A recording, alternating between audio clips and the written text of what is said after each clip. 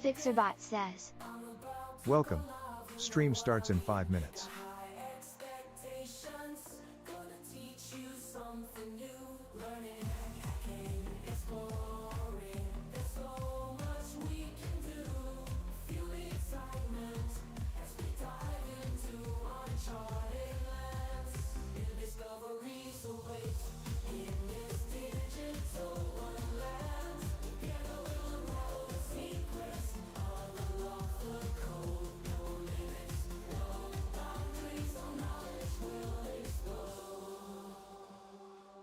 Welcome to my stream where the fire of knowledge burns bright.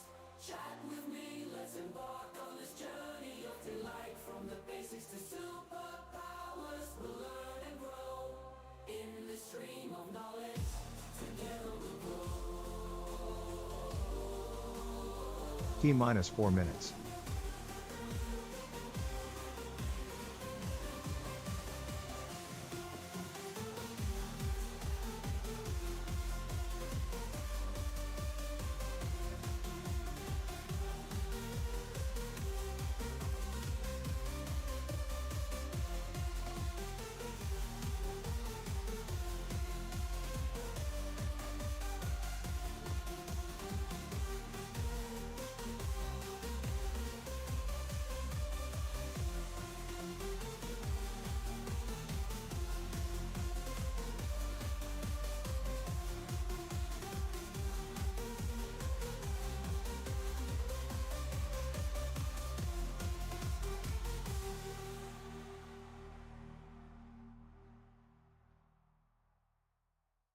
Welcome to my stream, where knowledge reigns supreme.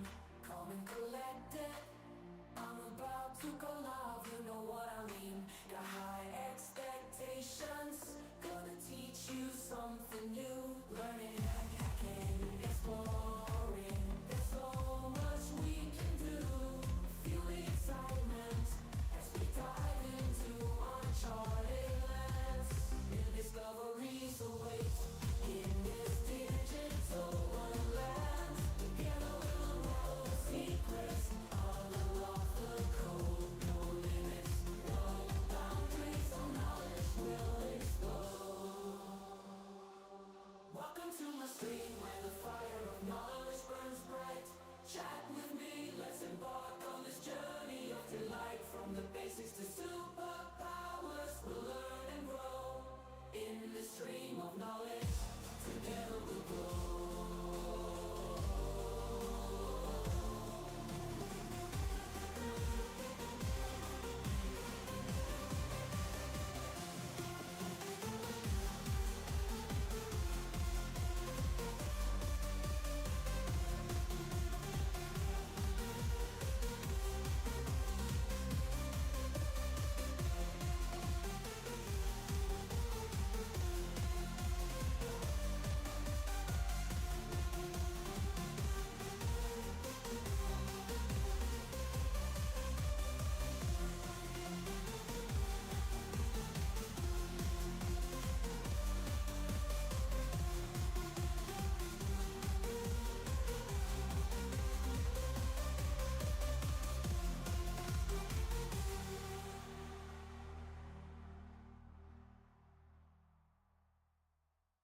Welcome to my stream, where knowledge reigns supreme.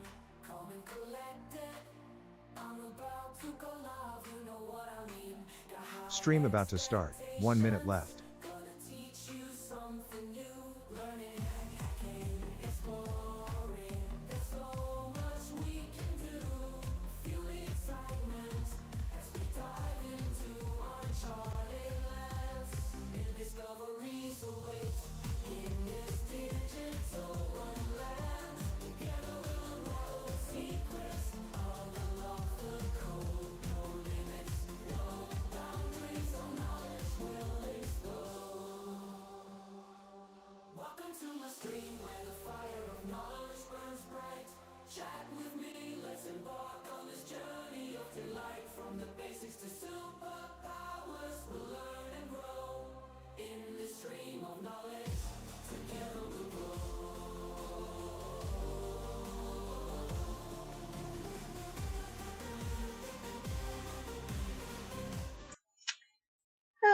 welcome in. Yeah, I'm late because I was watching Neil stream.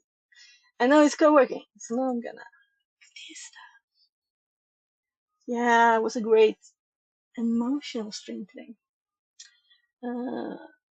And he was running this, and I couldn't now when he started co-working. So this one I have to say. Can't sit still, you know. That's why I don't have music, because it's not that I don't focus on it's the music affects the body, it doesn't affect the mind. Streaming, I should make it like a music one, right? And I know I have others. And probably the same again, because this is not really sorted. And let's just put it at the top. And then I think these are others, yes, put there, I think, yeah. That one might be the most useful. Maybe we'll do actually music and keep co-working next week. I think I will do at least one co-working one. It is kind of time to do some hacking now, right? So I did check out what Humble bundles there are right now, and there's actually 2 cyber ones, books, security, well, Linux too if you want to. The look of the books means a lot to me, and the titles, you know. It gives you like a little feel of it. And these were not really tempting. Oh yeah, so let's open Linux and that C++ developer. Let's just check it out too. I'm also checking the videos for my kids. But here's CompTIA cybersecurity AI certifications. And this is Mammoth, right? So I've got permission from them to stream their stuff. So that's always a bit extra good to know, you know, even if they're paid courses. They told me it's okay to stream one. Cybersecurity analyst one, I think I already had up to. Learn programming 2023 megabyte. And yeah, that if you want that. Cthulhu just means Alhasra for me. I guess I should read the books sometime. Data science development too. Let's just quickly check these. Linux. So if you don't know Linux and you like books, it's one way of learning. Another is just doing Google, right? Now we have AI too. So books, the only books that I currently do, part because reading glasses, my god, no, it's not as smooth. Especially the tiny stuff. I used to read a lot of books, like paper books, but now listening while you're doing other stuff is still a great thing. And I actually had one book on when we were doing like touching some graphs at the end of last term from a kid. Maybe I will continue that next week, Wednesday, because that's his first school day of this term. So I have to drive him there, and let's see. So I have 2 hours library or woods. Library I can't stream, but can work. So it's always a decision. But I'm going to start with a let's take a walk or run in the woods, just randomly zigzagging through green trees, grass, whatever it happens. Yeah, let's get some training. We need it. For the brain to work, we need to move the body. That's facts. So let's check these books out. The Business of Hacking. Firewalls Don't Stop Dragons. I don't know. They don't speak. I mean, if this had been another brand, maybe I would have been like, they're not pretty. They're kind of clean. Security for modern networks. Cybersecurity essentials. Yeah, that sounds like an interesting topic. And there's always this. If you buy a book, a paper book in a store, then you will not pay 21 for 25 books. 21 euros for 25 books. They will be 25 euros each or more, right? So it's always a nice thing. Yeah, it's warm in here, by the way. That's why I have the fans on. Actually, put another one there too. With the cable, we soldered another time, and there I glitched the connection. Oh, that's interesting. Well, how about this as the glitch connection? Yeah, so I have a normal power supply, ATX power supply on my desk. Supplying the power to these two little fans. How is the heat here? Wow, I don't know, plus or minus. Anyway, it's nice with some air movement. Autonomous data security. Cyber Resilience Index sounds so boring. Boardroom cybersecurity. A whole book, you know. Enterprise cyber risk management. So the big question is, are you going to read them, right? Is this information in these books worth the time it takes to read them? And possibly, if you have enough time to read all these books while doing other stuff, meaning TTSing them.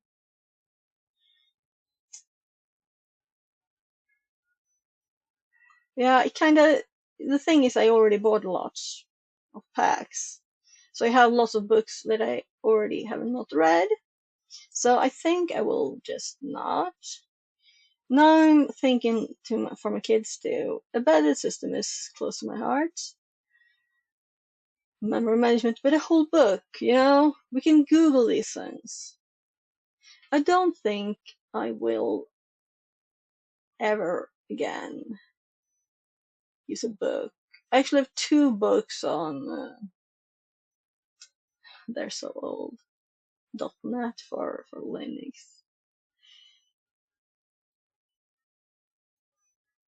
So I'm not gonna buy those.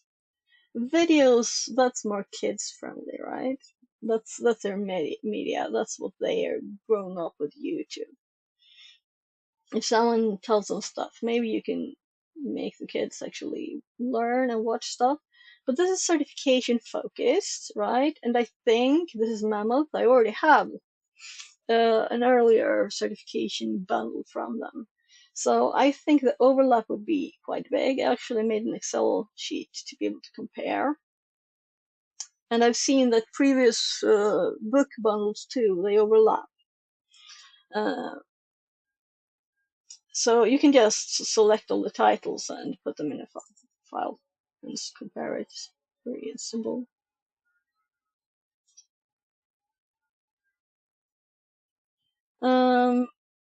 Yeah, so I think I already have that similar.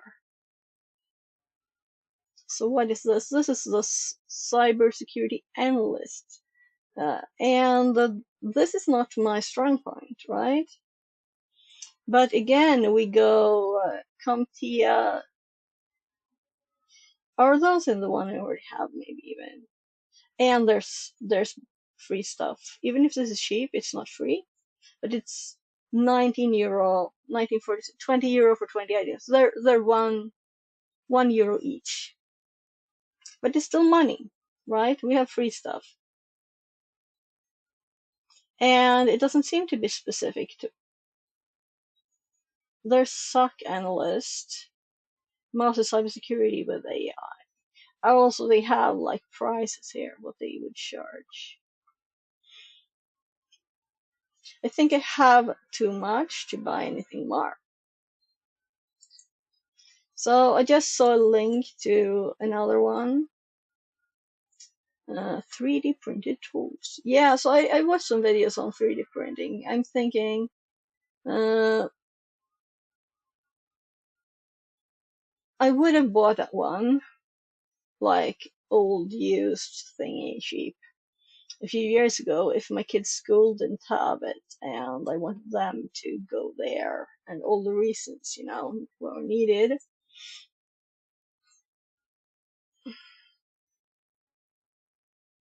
So I did not answer these messages. I need to. Yeah, 3D printing. Yeah. So this schedule is that I guess it's accurate. It's just PM. I'm like PM. What does that mean? Oh, right. It's not AM, so then it's in the afternoon, meaning that is 23:30, and it's me my time. Must be because they won't be working at that time in the US.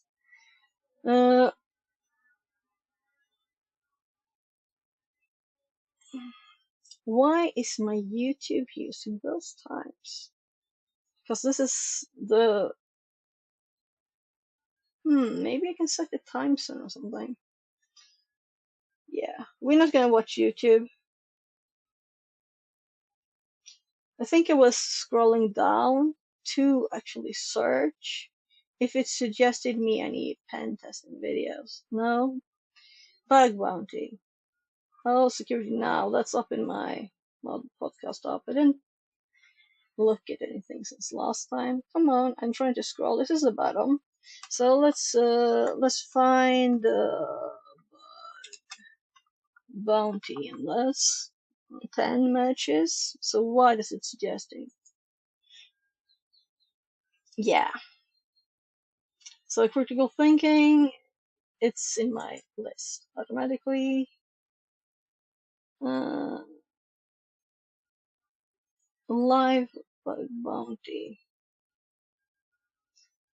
This is not like a guide because I have to get started with it. It's actual real experience in another way, right?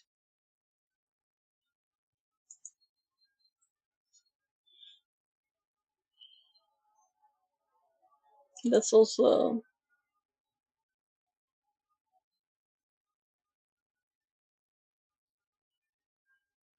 live testing. Yeah, I'm just curious to check what there is. We're not gonna watch any of these now, but I found another one that I was thinking of. Maybe today's stream would be that, but then I changed my mind. We're gonna do some 80 stuff. Because I kind of want to do that. I have been waiting all week to have a dedicated stream, right? And I'm already been babbling for 20 minutes. Where's the word? Oh, critical thinking. And the report explained. I'm gonna have to look at that one. So I think this is another good way.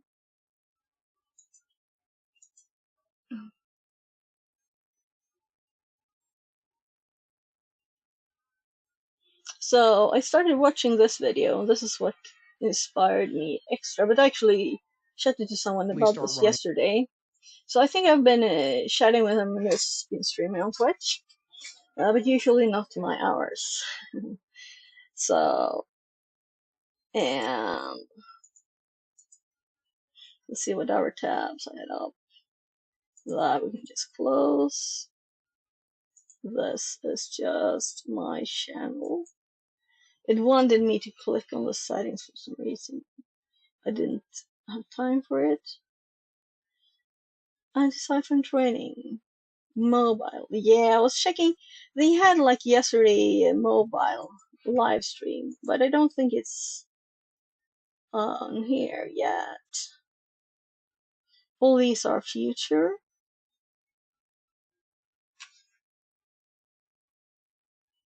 Oh, this one I saw live and I connected with her. She's great.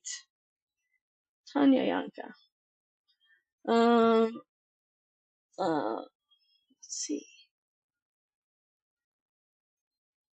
So, actually, yeah, I think they keep track for sure. Yeah, watch this one.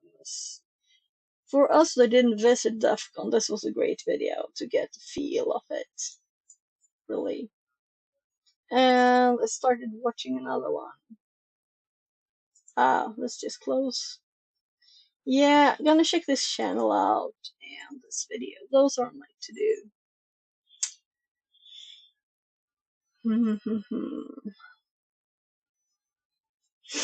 And yesterday's, we're not gonna continue dev stuff today. We're going to go hack the box, and let's close a little impact thingy here. It doesn't have to be called that. It should be called something else. Let's those to impact it. So we're still taking memory, unfortunately. I wish there was unload all these tabs. Thank you. I'm not interested in them right now. This was today's LinkedIn mail, which looked like it had much more jobs, but there was apparently one. So this is one of my previous colleagues. Now I'm curious. So what does he work with right now?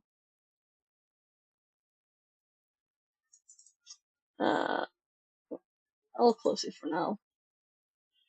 So it was a mail link. I'm just looking for these, right? We had to re-log in yesterday.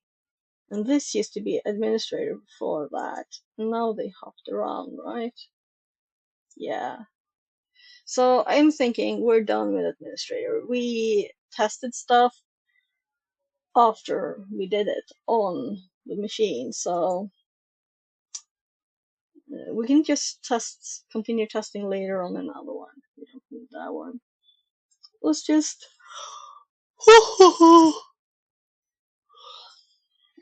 let's limit it to, I think it should be already if we do it retired here. Yeah, this is 80. So,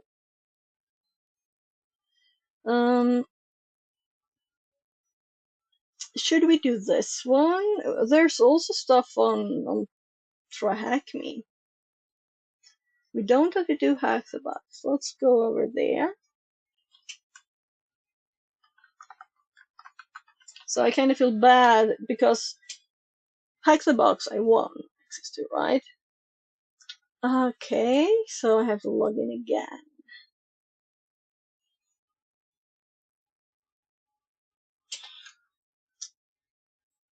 MFA. So I am not a robot, I promise.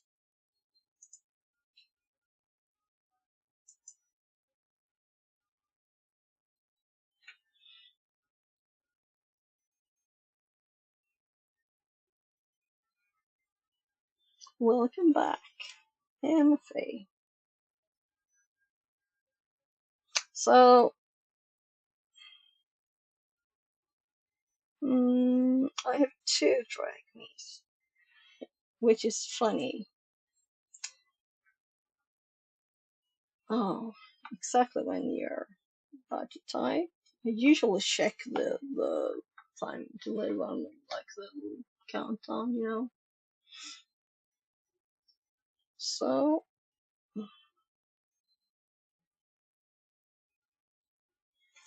there.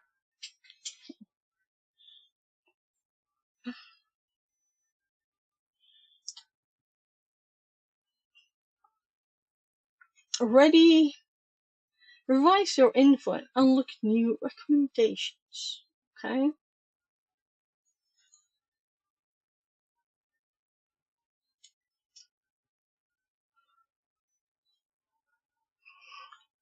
This one is actually interesting.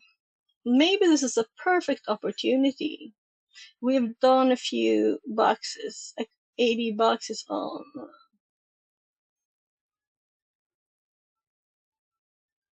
Hack the Box, and then we started looking into the details of Active Directory, LDAP's storage there. So maybe this is the perfect information we need in several ways. So I haven't answered any questions, so it's like, it's not happy with me.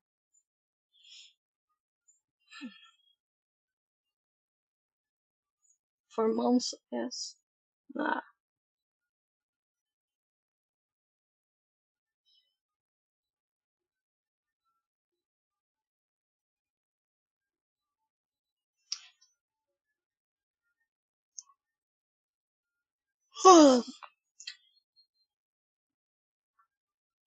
Attacking Kerberos, and this will give us lots of information that we might find useful later.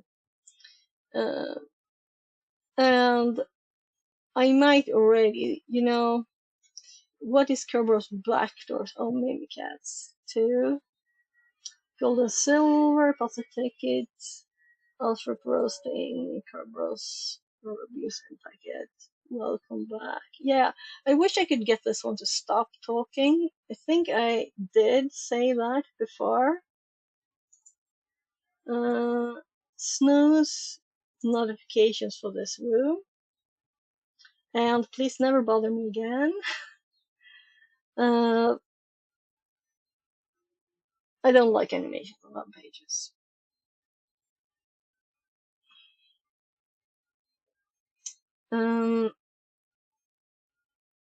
Yeah. I didn't see the image before. That's cute. So it's a lot of text in this room, a lot. So I'm going to redo this bit because it was a long time ago. And if someone pops in with a suggestion for a box, you're welcome to.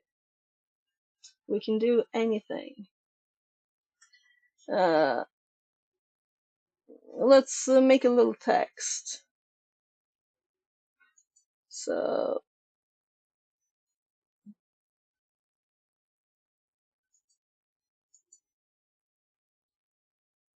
oh, that was that. Yeah. I'll just put in new text, basic simple text.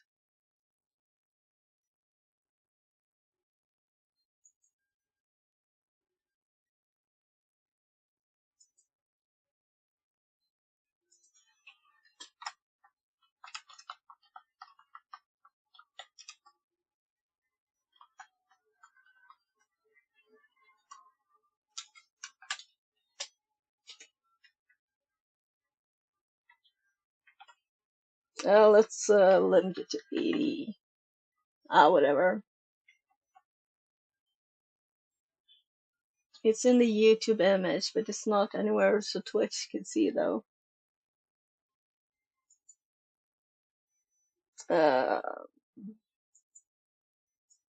Let's hop this one over here so I can see that text. Why such giant text? What do you think? Why did it do that? Ha ha ha. It's so tiny.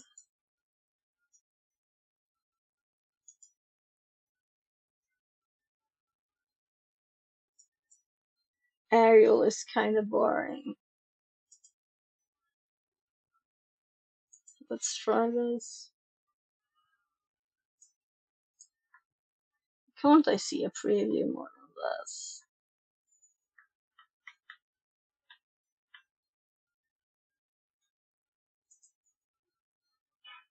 Oh, that's also so boring.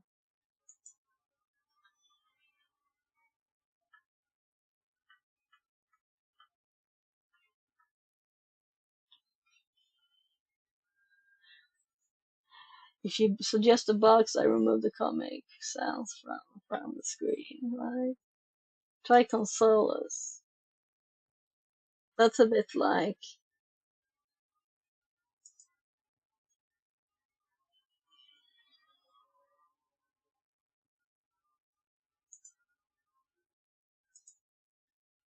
Oh, it can't. I have to do like 100 for it to do it.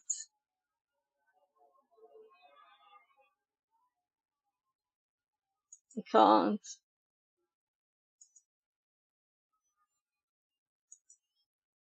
What if we do 110? Yeah, there's nothing there. It's fixed. And it can't scale it.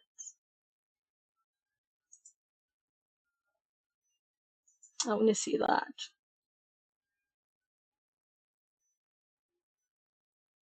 Yeah, well, let's do something like this. It's probably quite visible and still readable and not mega boring, and it's not comic. Uh, no gradient because it's not as readable. Slight outline with a contrasting color.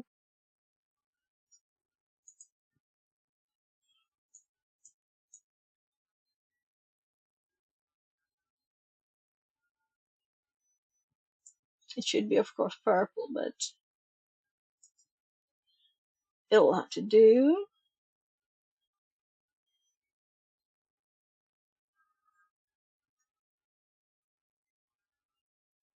So now let's rotate this thing.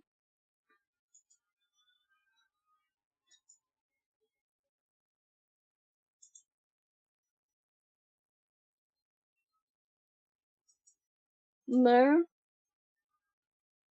And I have to preview the screen or I can't see a thing here.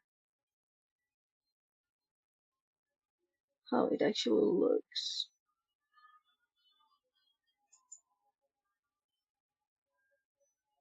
My god. So I don't preview the one text.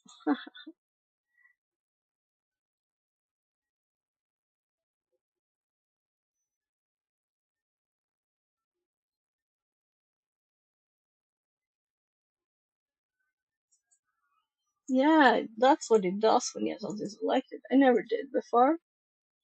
Let's just preview. Now we have the whole thing.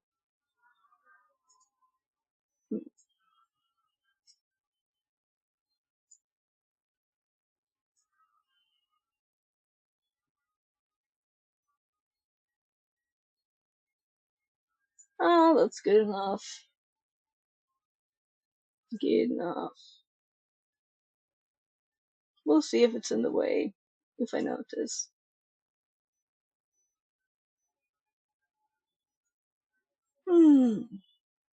So I wonder if YouTube had some problems yesterday.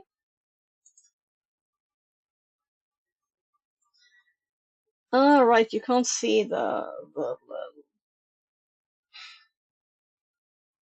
not the prettiest graphics, but still.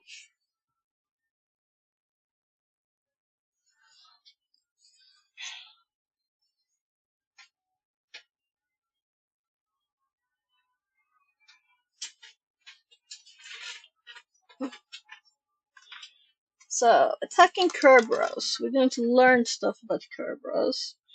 We're going to have a machine to start. So let's click the button and let's start our VM.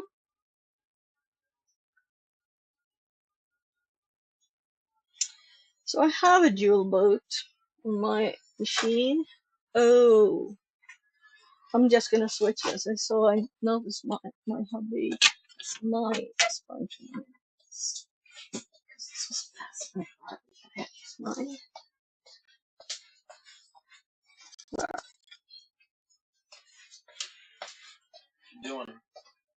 Jag bara hämtade en sak som jag hade bytt med pappa, gubben. Puss i puss.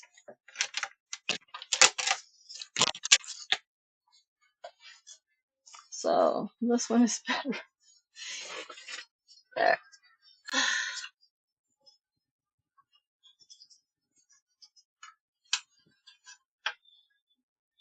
It's like the perfect temperature now with fan on. It's very nice. Just starting the VM. Let's grab the notes too. Open it. And let's close the little Sammy message that always pops up.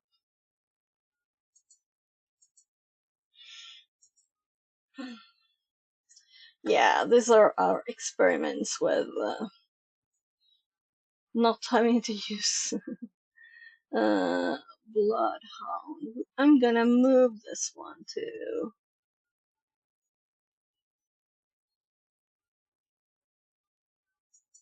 Let's actually use a normal browser to move it in a better way. There, public, tools and info, AD.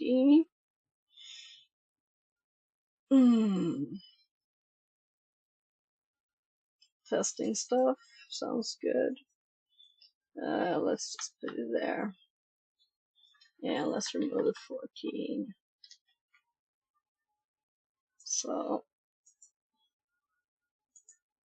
now we only have 13 here. And we should have set this as done too. I don't know how you ended up on Noting that says, screen. cheap viewers on stream.com. Remove the space. NRL Yeah, states the message was 3KF61. removed, but the TTS was too quick there. No, why? So I got uppercase, I clicked caps, I got uppercase again. It happens. A, I think. What's this? You're right. I think we have some not finished ones, and some I might have just skipped. Might just be more of a rooms on track me then.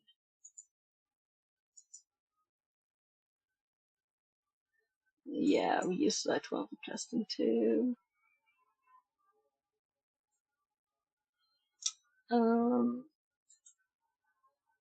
I guess we make notes for this one in boxes, but I'm thinking that most of the notes here will not be box notes. So what was it? Hacking Kerberos? Attacking Kerberos. So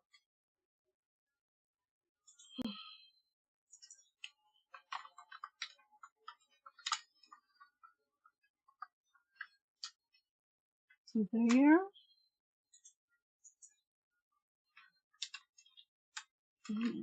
We always have info first.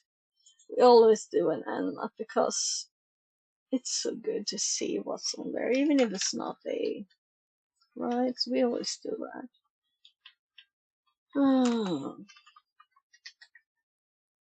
Always good to see what's there. We have to find the VPN. That was slow. Yeah, I'm gonna actually unplug the second fan because it's enough with the tiny one. Two. Where is your class one? Not.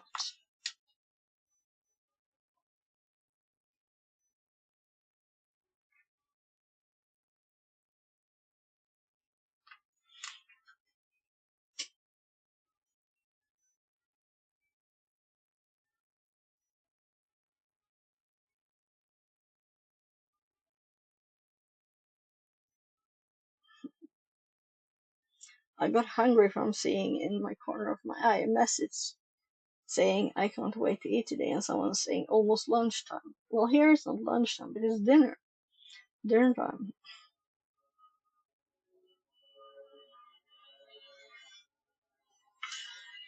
So, yeah, not secret enough to be forgotten even.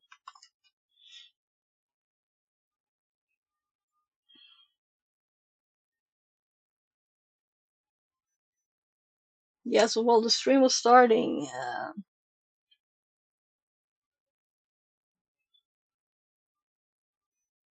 I started cleaning the desk a bit. So now it's inspiring me to do more.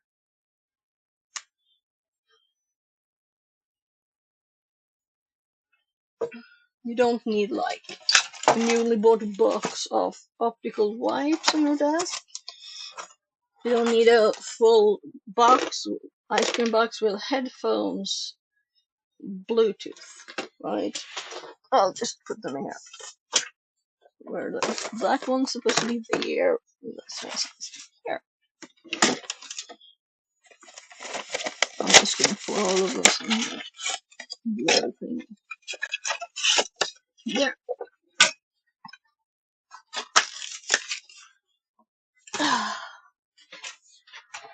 So maybe this could, maybe the end of the stream will be hardware, and then I will have to maybe clean a little bit. We'll see. Anyway, let's find Drachmes again.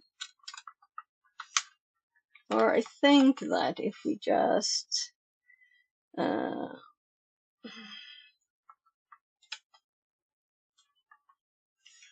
and remove lab from this. Yeah, that's a file. Very nice of it to give it bold when it's actually a file that exists. So, are we on Hackney's network now? We will see.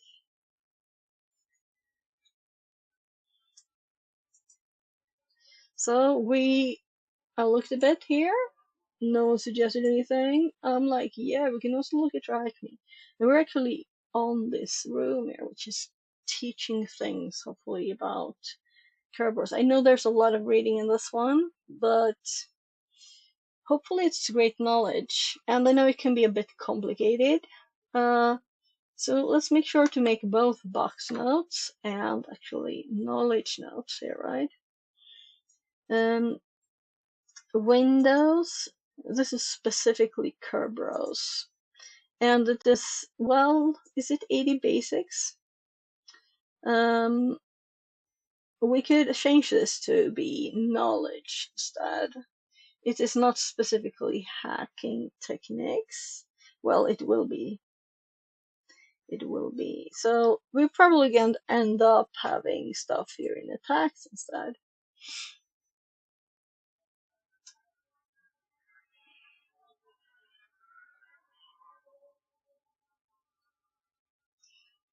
Maybe. Now I just have to look at this one. And I remembered one thing.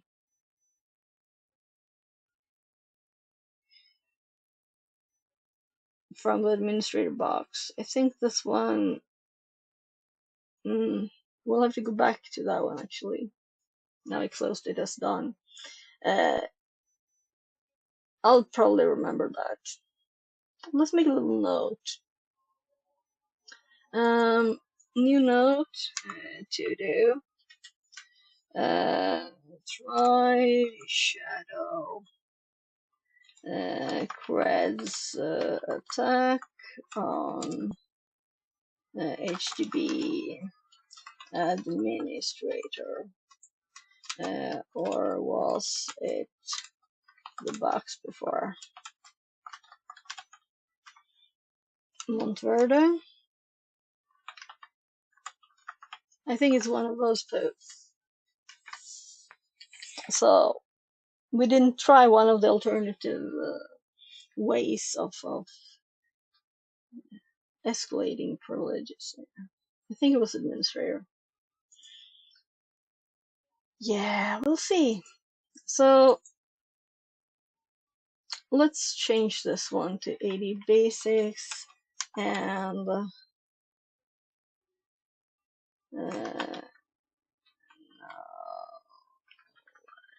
so the whole category here.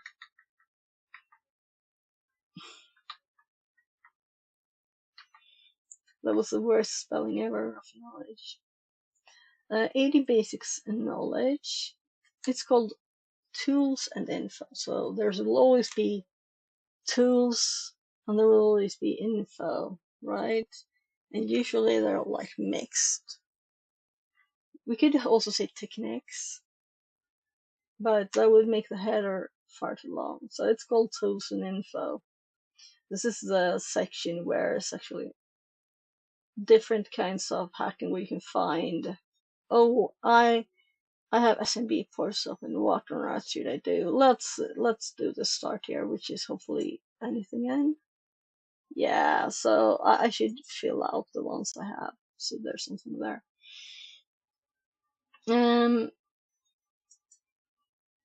Zero info, new tab. So let's hop back here. Zero nmap. We're always going to check that we don't have anything to fill in, or rather, when we find stuff to find out to add to, like my methodology for 80 machines or networks, then we will add it to this file. But we will not put all the details there. We will make specific files for them. Yeah, we will see what we find. I'm very curious to start reading here now. I'm assuming we will have Kerberos basic information first. And maybe a link to this room. And a note here. Kerberos.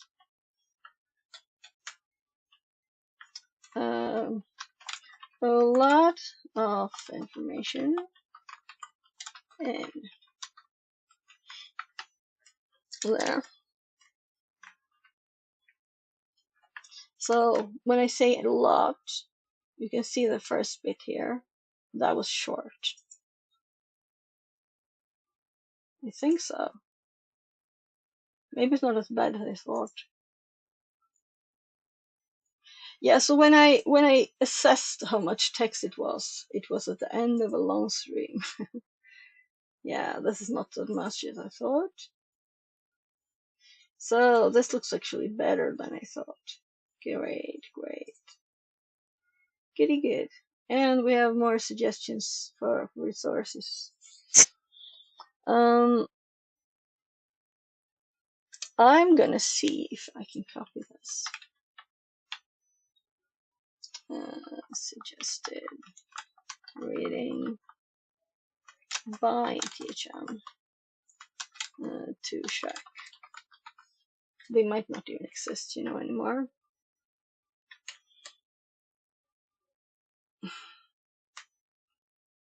So I see Red Sea Chair. Let me know that. That's probably good. Oh, it's PDFs. Oh, a lot of them. And it's not new. Right. Maybe I should change the setting for my browser.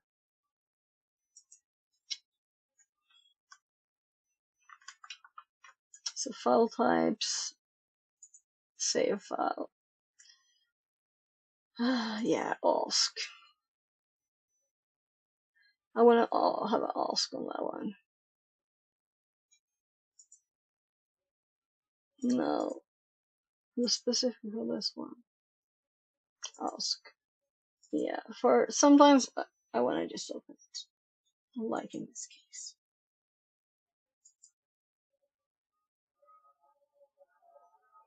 Open with Firefox.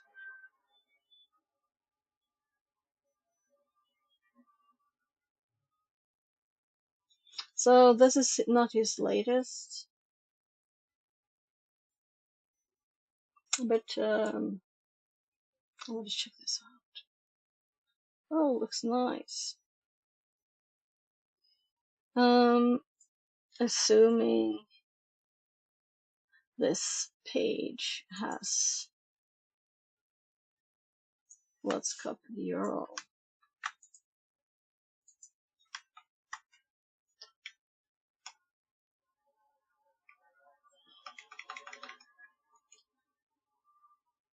Yeah, thought so.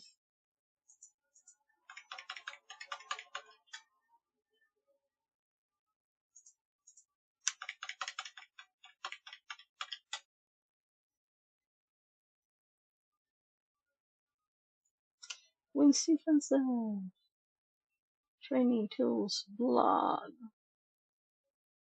tools.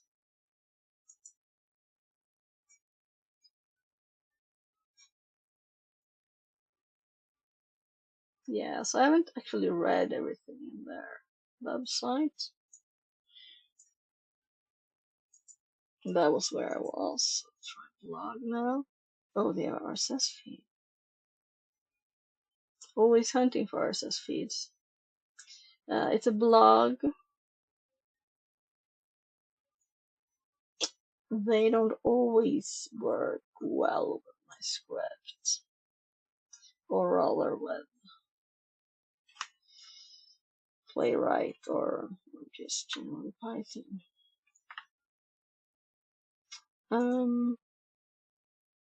So obviously we want to copy the link. Let's just throw it in the RSS read Python.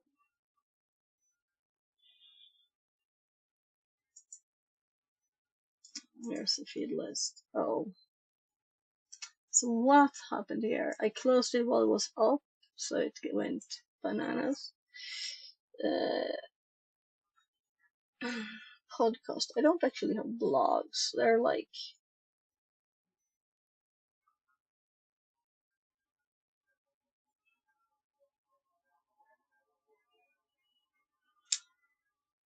it's friendly of companies to, yeah, we also have blogs here. Let's put it as a test position here first.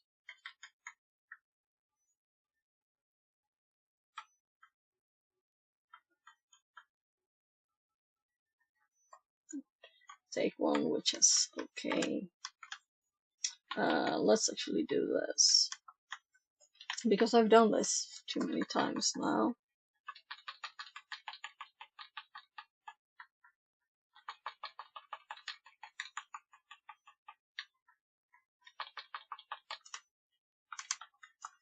For this one, it will be blog there. And type.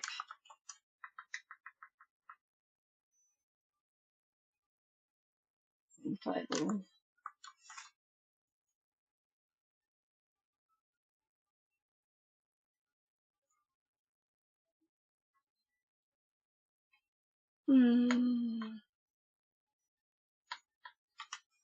RSS URL.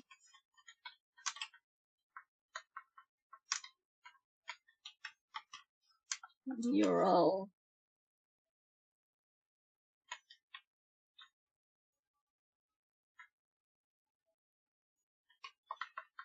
I can just set them all at full and then we'll see that this is red switch. Let's give it like, this is not for them. Let's just copy that and then let's just change this one to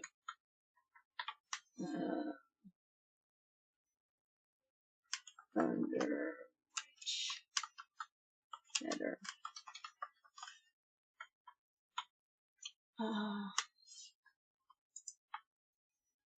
Yeah, I never can spell that word, to be honest.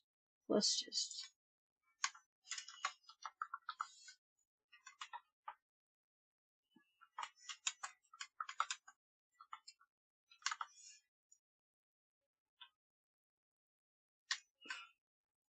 Let's do which instead of which.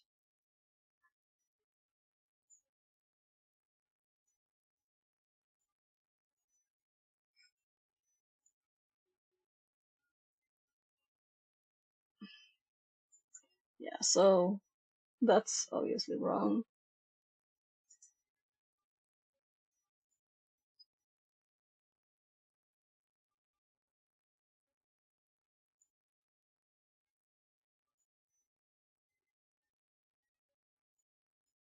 So it's actually, yeah, it's actually always the way I wrote it. It just looks odd for me. I'll just have to learn. Oh, I think probably in school when we learned English, someone was like, "This you have to remember," and I was like,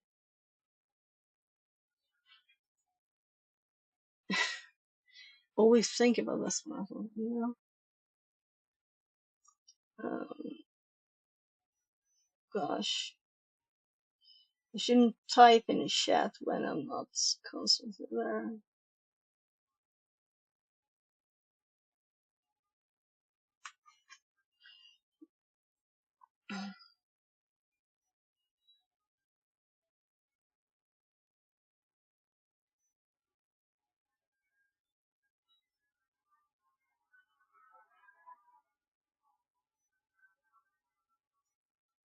Hmm.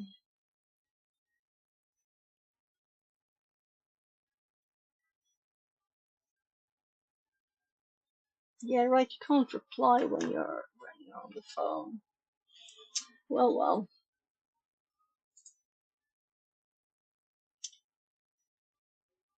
2 seconds. Hello there on YouTube, by the way.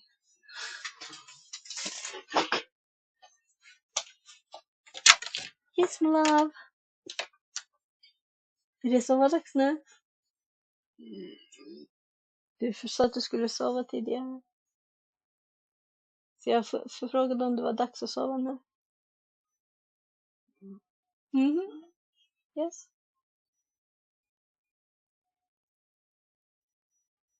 Du bara knackat och bara, vad vill jag egentligen?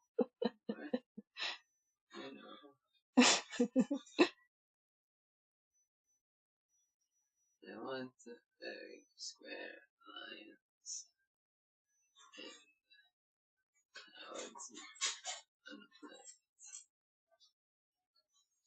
Very square lines. Square lines.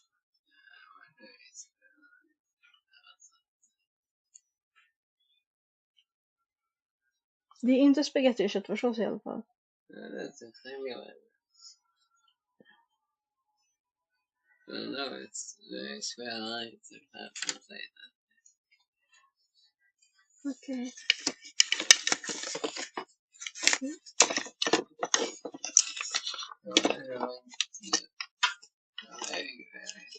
Very square lines. And that was my Vad var den, big man? Right. Very square lines and the clouds. Yeah, it's in that direction. But Okej. so maybe you can get that spaghetti. Mm. And church it. Jag kan ge dig spaghetti som får dig att gå och sova sen. Är det det? Mm.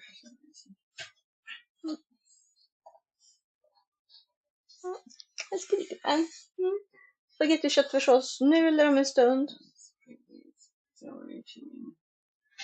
Mm, mm. Mm. Yes, gör det. Jag har inte riktigt kommit igång med någonting än så jag kan göra det ganska snabbt på en gång. Mm.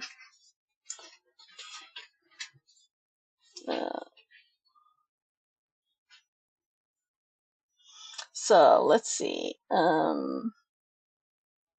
I'm just gonna fix one thing.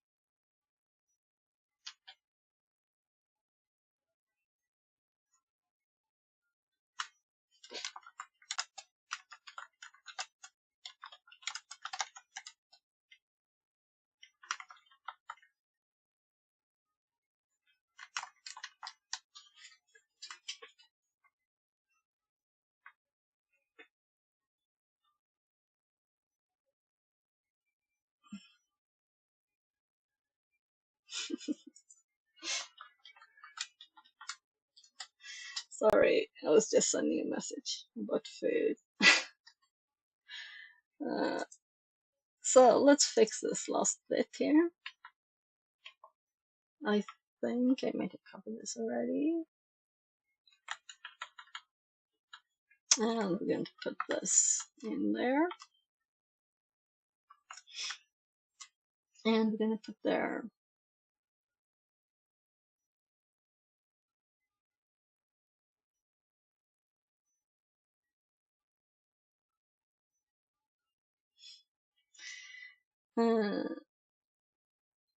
So the RSS URL, and then we have the known RSS URL, and then we have blog, and then we have Red Siege blog, cyber blog. That's good enough. And it's Python, so we need to indent that. And we have a comma at the end, so it's ready. And I just have to see what's in there and if it works with the newsreader. Mail script. We can't run this because that's where we started. And now we'll actually start a llama because it's not running in the background. And then it will stop. And then it won't take any more resources because I'm going to close this thing. So we're going for starting llama. AD. Let's see here.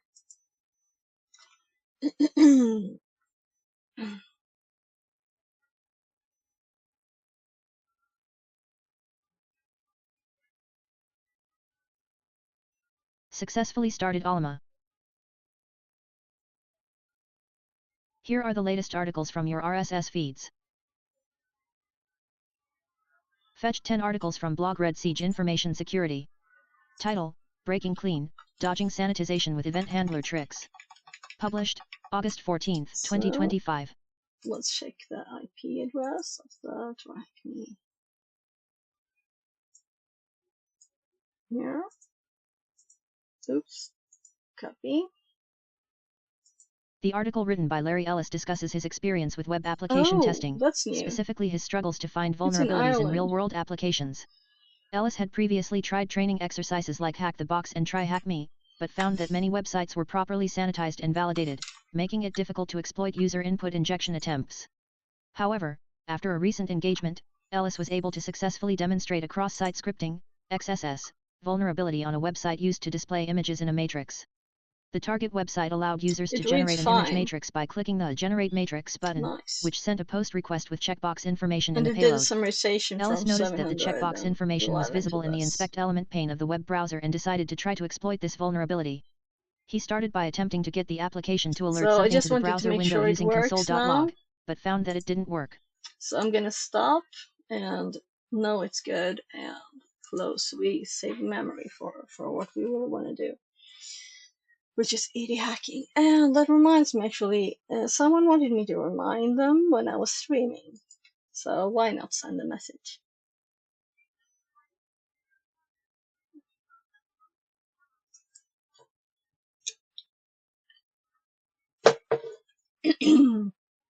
It's not like I'm going to remember that always. A mediocre dev says, as Leonardo DiCaprio said in Titanic, hack me like one of your French girls. Okay. Okay.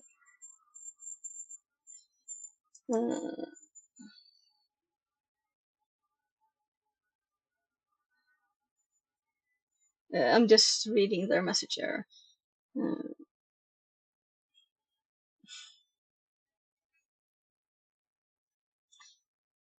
Someone Just that wants here me to lurk. Hope all is well. Yeah, you're very welcome to lurk. I'm great. I hope you're great too. It's just this person joined my Discord, and when I said welcome, they sent a personal message and asked, could you teach me AD? And I was like, welcome to the stream later. So I'm just gonna say I'm streaming. If you do hop in. There. Didn't cost me much time, right?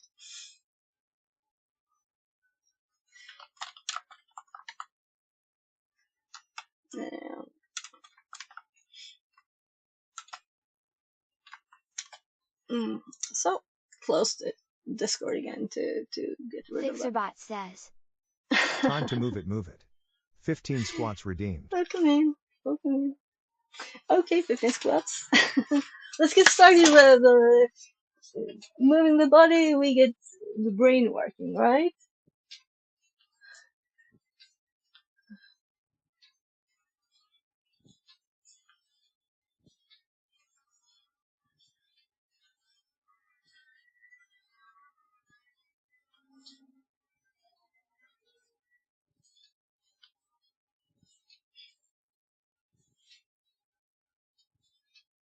So, this is money one day that my knee was like, oops. Cybers Mom says. I'm so sorry. Interrupted No, your you can't. flow. Interrupt away. I keep track. Yeah, so I just sent the Nmap before I sent that person a little message that I was streaming, so. This is not really a box, it's a learning room. But it's still interesting to see what's up, you know? So let's just put this in the notes. So we've started preparing for a place to put knowledge and a place to put box info, right? By the way, tell me, do you work in cybersecurity? CyberSec Mom? Or is it just interest? Well, just, you know, I'm curious. I've seen you in there. I have it up on the phone here. Neil. Cybersecurity stream. I paid after breath for some strange odd reason. So the IP forgot to put it here. And let's check what we got from Nmap. Yep, just doing a quick check-in before I log off. Okay. Have a great day. Thank you, and same to you. Have a great day. Yeah, so I'm in Sweden, so it's already 18 here. Evening Friday night. That's when you hack stuff, right? It's not like you do something else. Good night and later, and have a good day, and less. Bye. It's Friday night at Dubai. Ah. Okay, cool. So let's see what ports are open with SSH. And of course the domain. TC here. We have Kerberos because it's a theme of the room, right?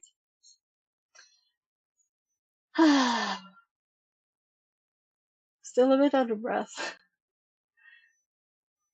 Let's do this. SSML It's a error. DC. SSML error. Fixerbot Oh, says. thank you so much. Thanks so much, CyberSec Mom, Thank for you, gifting a thank sub to Dylan you. Kaiser. Less than 3. Thank you thanks very much. I don't get much subs. Thank you so much. So you're so welcome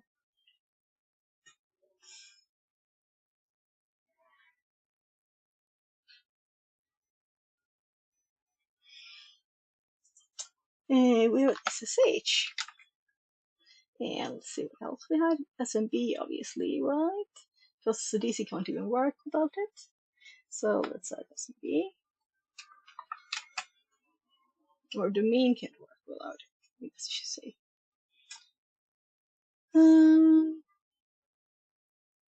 Is there anything else that we want to mention?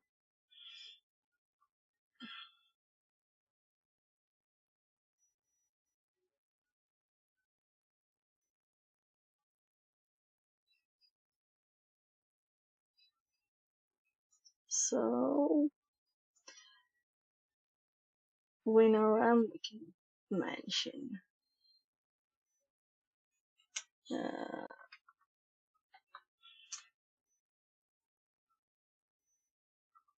So all of the RPC ones,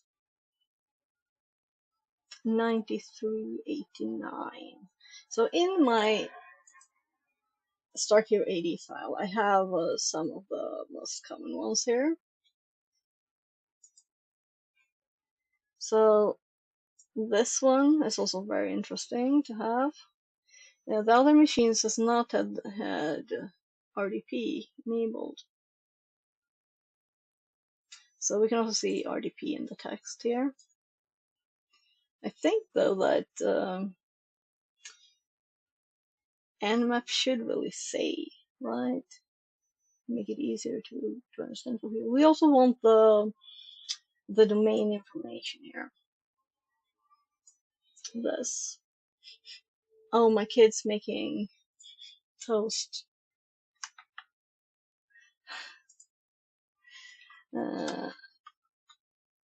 No. RDP, I was gonna write like that wouldn't matter. Target name, NetBIOS name, NetBIOS computer name. So controller 1 there suddenly. DNS domain name and DNS computer name. And we'll put this in hosts. Let's see. Is there any other things? Controller local. We already had here.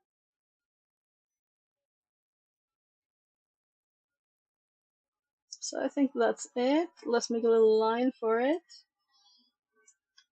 Or rather, let's put that in our collected information. And we'll make a little host line of this. Yeah, that's a problem. We can't tab in OBS. Yeah, I might be able to if I do this. Do you think so? No. It still just indents it. But if we do this, and then tab, no, it can't do it at all. Just accept. So, oh, just my hubby.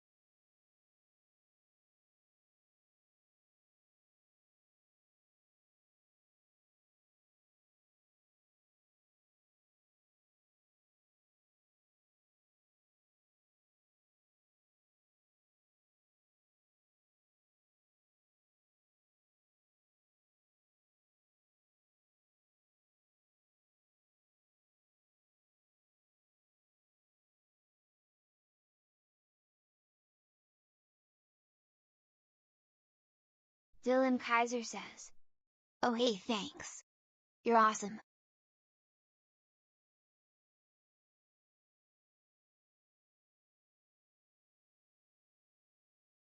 Hi, fixed it.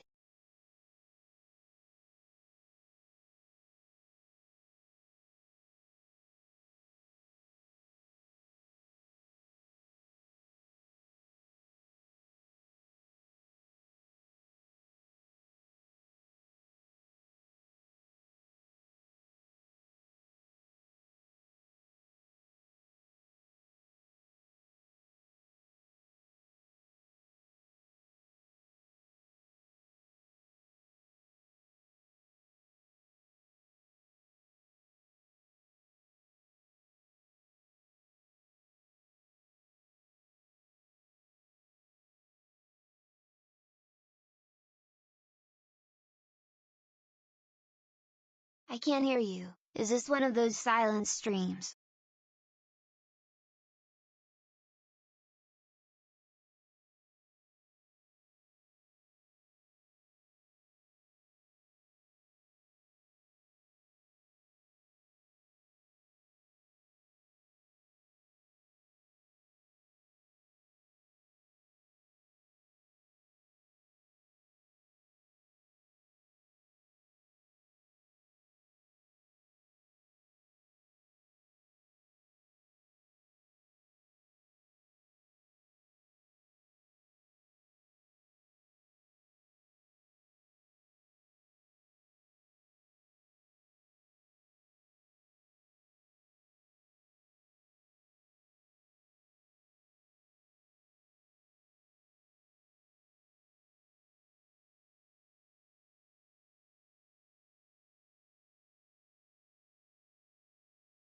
Sorry, I was muted because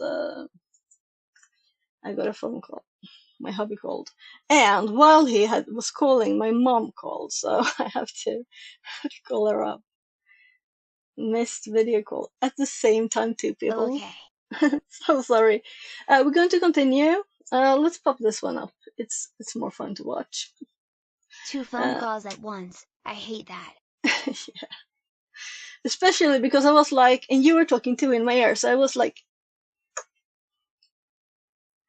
and my hubby got annoyed at that second too that I was streaming on a Friday again, and I was like, yeah, but our kid is trying to sleep, so it's not we're gonna watch a movie today, and I don't stream on the weekends at all, so whatever. Continue. So I'm just gonna give her a quick call. I already spoke to her today. Let's see.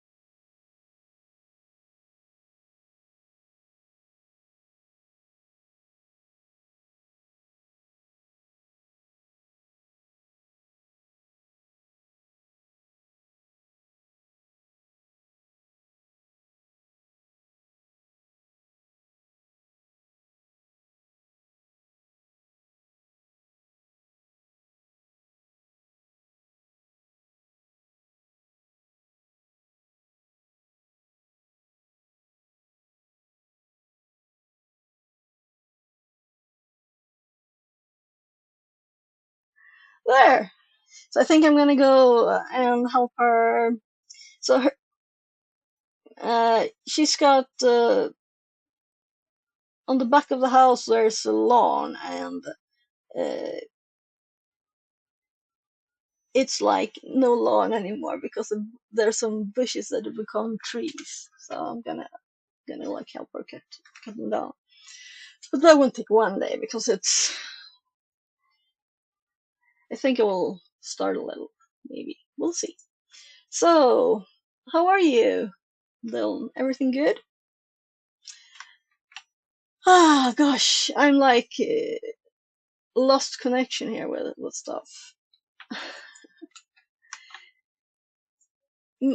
My multitasking limit was exceeded with Yeah, 4 everything things good. at a My time. classes started yesterday. Yeah, great.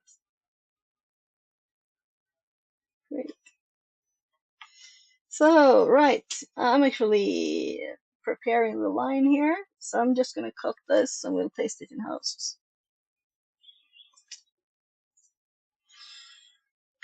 So, what are the courses? What courses do you have right now?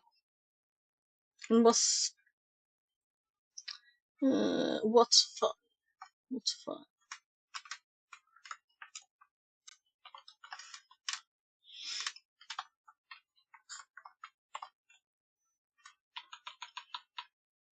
And I really want this to be a tab because it's prettier. So,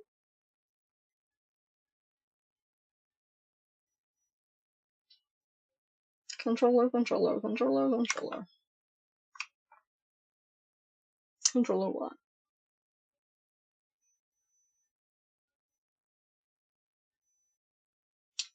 Yeah, it's all connected. We're doing a learning room. My major is cybersecurity. I'm taking survey of cybersecurity, exploring diversity in faith, chemistry 101, LGBTQ history and literature, and cybersecurity and healthcare. Okay. So a few other subjects too.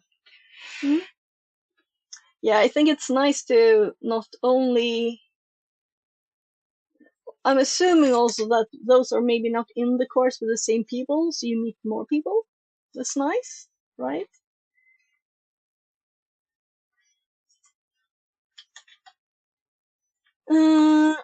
I need to go and make my kids spaghetti, and I just had 2 calls. It's live, and there's also 18:30 ish thing. We're going to read these things, and I could TTS it, and I don't think we'll get much from it. But while I make the spaghetti, I'll just microwave it. It's already finished. Let's TTS this introduction, and then we're going to read it too, to really grab and understand all the bits, and also make notes, right? So this is a knowledge room. We'll learn more about Kerberos. This room will cover all the basics of attacking Kerberos, the Windows ticket granting service. We'll cover the following. Initial enumeration using tools like Kerberoot and Reviews. Kerberosting. As rep roasting with Reviews and Impacket. Gold/silver ticket attacks. Pass the ticket. Skeleton key attacks using Mimikatz. This room will be related to very real-world applications and will most likely not help with any CTFs, however it will give you great starting knowledge of how to escalate your privileges to a domain admin by attacking Kerberos and allow you to take over and control a network. It is recommended to have knowledge of general post-exploitation, Active Directory basics, and Windows command line to be successful with this room. What is Kerberos?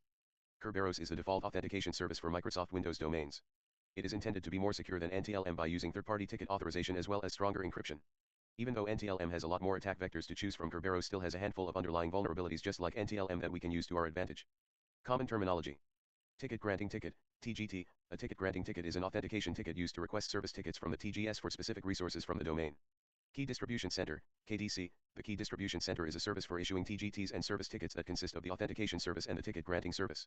Authentication service, as the authentication service issues TGTs to be used by the TGS in the domain to request access to other machines and service tickets. Ticket granting service, TGS. The ticket granting service takes the TGT and returns a ticket to a machine on the domain. Service principal name, SPN. A service principal name is an identifier given to a service instance to associate a service instance with a domain service account. Windows requires that services have a domain service account, which is why a service needs an SPN set. KDC long-term secret key, KDC LT key. The KDC key is based on the KRB-TGT service account. It is used to encrypt the TGT and sign the POC. Client long-term secret key, client LT key. The client key is based on the computer or service account. It is used to check the encrypted timestamp and encrypt the session key. Service long-term secret key, service LT key. The service key is based on the service account. It is used to encrypt the service portion of the service ticket and sign the POC. Session key, issued by the KDC when a TGT is issued. The user will provide the session key to the KDC along with the TGT when requesting a service ticket. Privilege attribute certificate, POC. The POC holds all of the user's relevant information. It is sent along with the TGT to the KDC to be signed by the target LT key and the KDC LT key in order to validate the user. ASREQW/pre-authentication in detail. The ASREQ step in Kerberos authentication starts when a user requests a TGT from the KDC. In order to validate the user and create a TGT for the user, the KDC must follow these exact steps. The first step is for the user to encrypt a timestamp NT hash and send it to the AS. The KDC attempts to decrypt the timestamp using the NT hash from the user. If successful, the KDC will issue a TGT as well as a session key for the user. Ticket granting ticket contents. In order to understand how the service tickets get created and validated, we need to start with where the tickets come from. The TGT is provided by the user to the KDC. In return, the KDC validates the TGT and returns a service ticket. Service ticket contents. To understand how Kerberos authentication works, you first need to understand what these tickets contain and how they're validated. A service ticket contains two portions, the service provided portion and the user provided portion. I'll break it down into what each portion contains. Service portion, user details, session key, encrypts the ticket with the service account NTLM hash.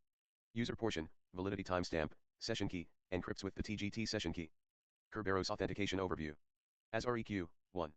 The client requests an authentication ticket or ticket granting ticket, TGT. ASREP, 2. The key distribution center verifies the client and sends back an encrypted TGT. TGSREQ, 3. The client sends the encrypted TGT to the ticket granting server, TGS, with the service principal name, SPN, of the service the client wants to access. TGSREP, 4. The key distribution center, KDC, verifies the TGT of the user and that the user has access to the service, then sends a valid session key for the service to the client. APREQ, 5. The client requests the service and sends the valid session key to prove the user has access. APREP, 6. The service grants access. Kerberos tickets overview. The main ticket you will receive is a ticket granting ticket, TGT. These can come in various forms, such as a.kirby for reviews and .cache for impacket. A ticket is typically base64 encoded and can be used for multiple attacks. The ticket granting ticket is only used to get service tickets from the KDC. When requesting a TGT from the KDC, the user will authenticate with their credentials to the KDC and request a ticket. The server will validate the credentials, create a TGT and encrypt it using the KRB-TGT key. The encrypted TGT and a session key will be sent to the user. When the user needs to request a service ticket, they will send the TGT and the session key to the KDC, along with the service principal name, SPN, of the service they wish to access. The KDC will validate the TGT and session key. If they are correct, the KDC will grant the user a service ticket, which can be used to authenticate to the corresponding service. Attack privilege requirements. Kerberos enumeration, no domain access required. Pass the ticket, access as a user to the domain required. Kerberos asting, access as any user required. ASREP roasting, access as any user required. Golden ticket, full domain compromise, domain admin, required. Silver ticket, service hash required. Skeleton key, full domain compromise, domain admin, required. To start this room, deploy the machine and start the next section on enumeration with Kerberos. This machine can take up to 10 minutes to boot, and up to 5 minutes to SSH or RDP into the machine.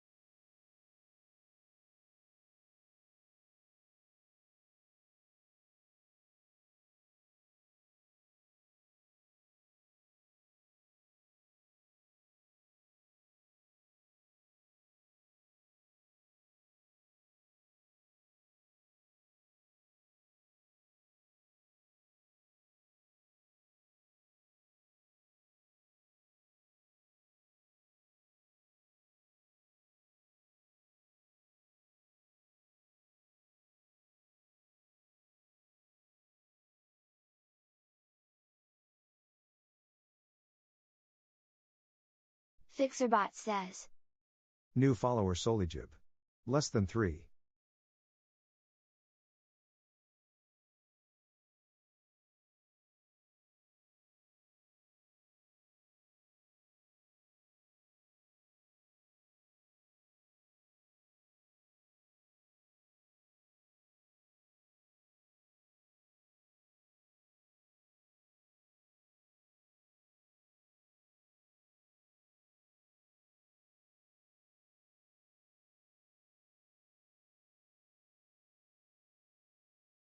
Solijib says.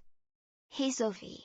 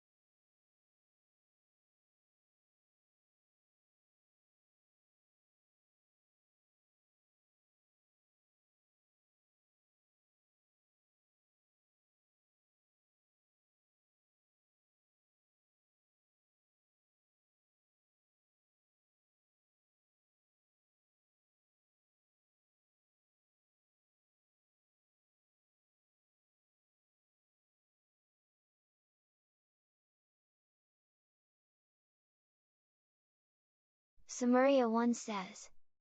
Fix it, you are muted. Oh gosh, I'm so sorry. Yeah, I'm muted when I help my kids. Right, I'm gonna restart. I did actually read stuff. Thanks. I didn't check it. So, I was mostly messing about with the order of these. But I just read this before. So, I'm gonna start from the top. I'm reading this room. And I might cut that off as a YouTube video later. So, we'll see. Let's fix the list first then. Actually, let's finish this.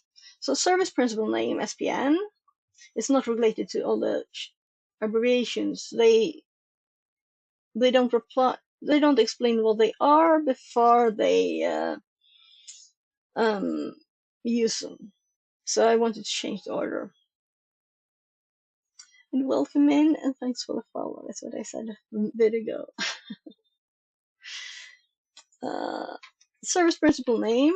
A service principal name is an identifier given to a service instance to associate a service instance with a domain service account.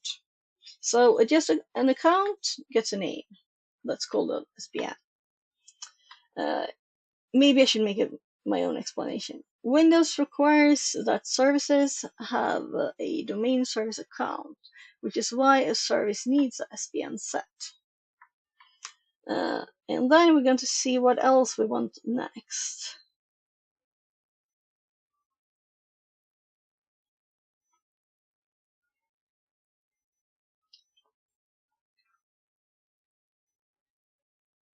So most of these might be in okay order.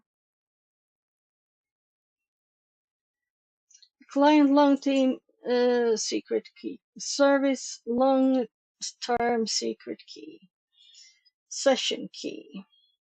Private attribute certificate. I think those are good.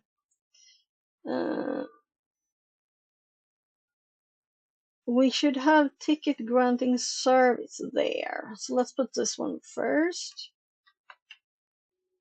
There. The reason is the one above mentioned authentication service and ticket granting service. So I have authentication service, ticket granting service after that. And then we have TDT ticket granting ticket. And then they are the more complicated ones after. Right?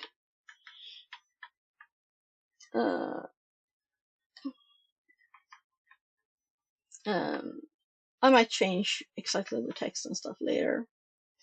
I read that one, so let's read the others. Key Distribution Center, KDC. The Key Distribution Center is a service for issuing TDTs.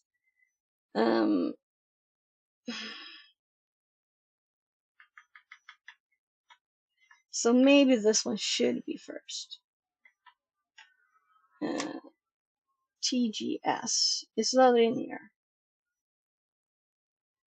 It's not, right?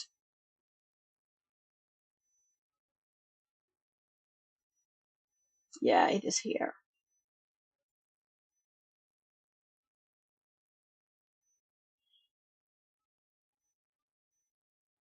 Yeah, I think it's better to start. There's something distributing tickets, and then we go this way. These are the parts of it, and this is the ticket. Let's go this direction. Key Distribution Center. The Key Distribution Center is a service for issuing TDTs, which they have not explained. Well, it was the other way around. That was not explained. Sorry. A service ticket that consists of the authentication service and the ticket running service.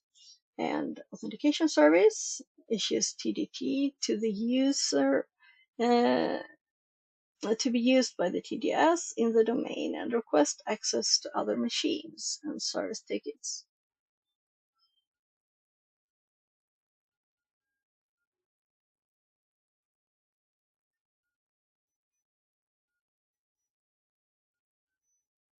Yeah, let's do this. Maybe I'm back to their order. I don't know. There's no way in the way they have written it to not have stuff not explained.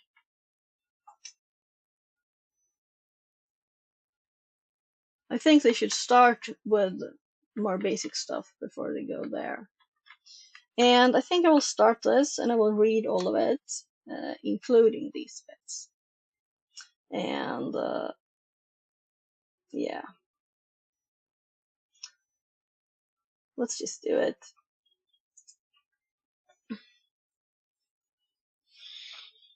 And welcome in, as I said. It's just annoying to be muted and read stuff and then you have to redo it.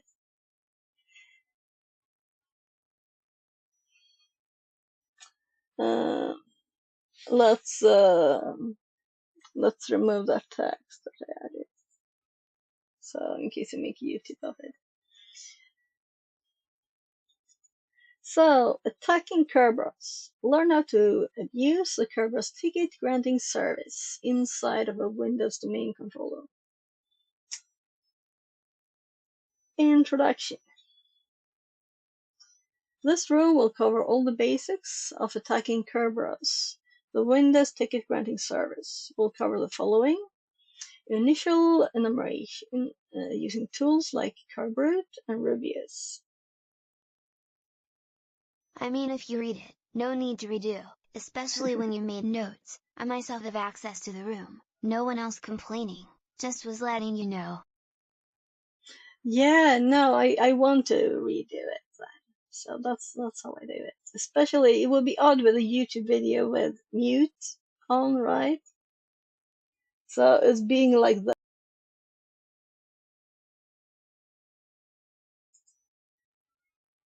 So I'm rereading it. Initial enumeration using tools like Kerberos and Rubius. Curb roasting. ASRoP roasting with Rubius and Impact. Gold and silver ticket attacks. Pasta tickets. Skeleton key attacks using Mimikatz.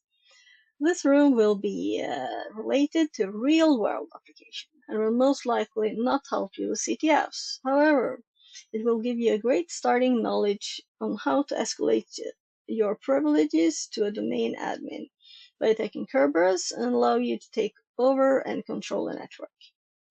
It is recommended to have knowledge of general post-exploitation, Active Directory basics, and Windows command line to be successful with this room.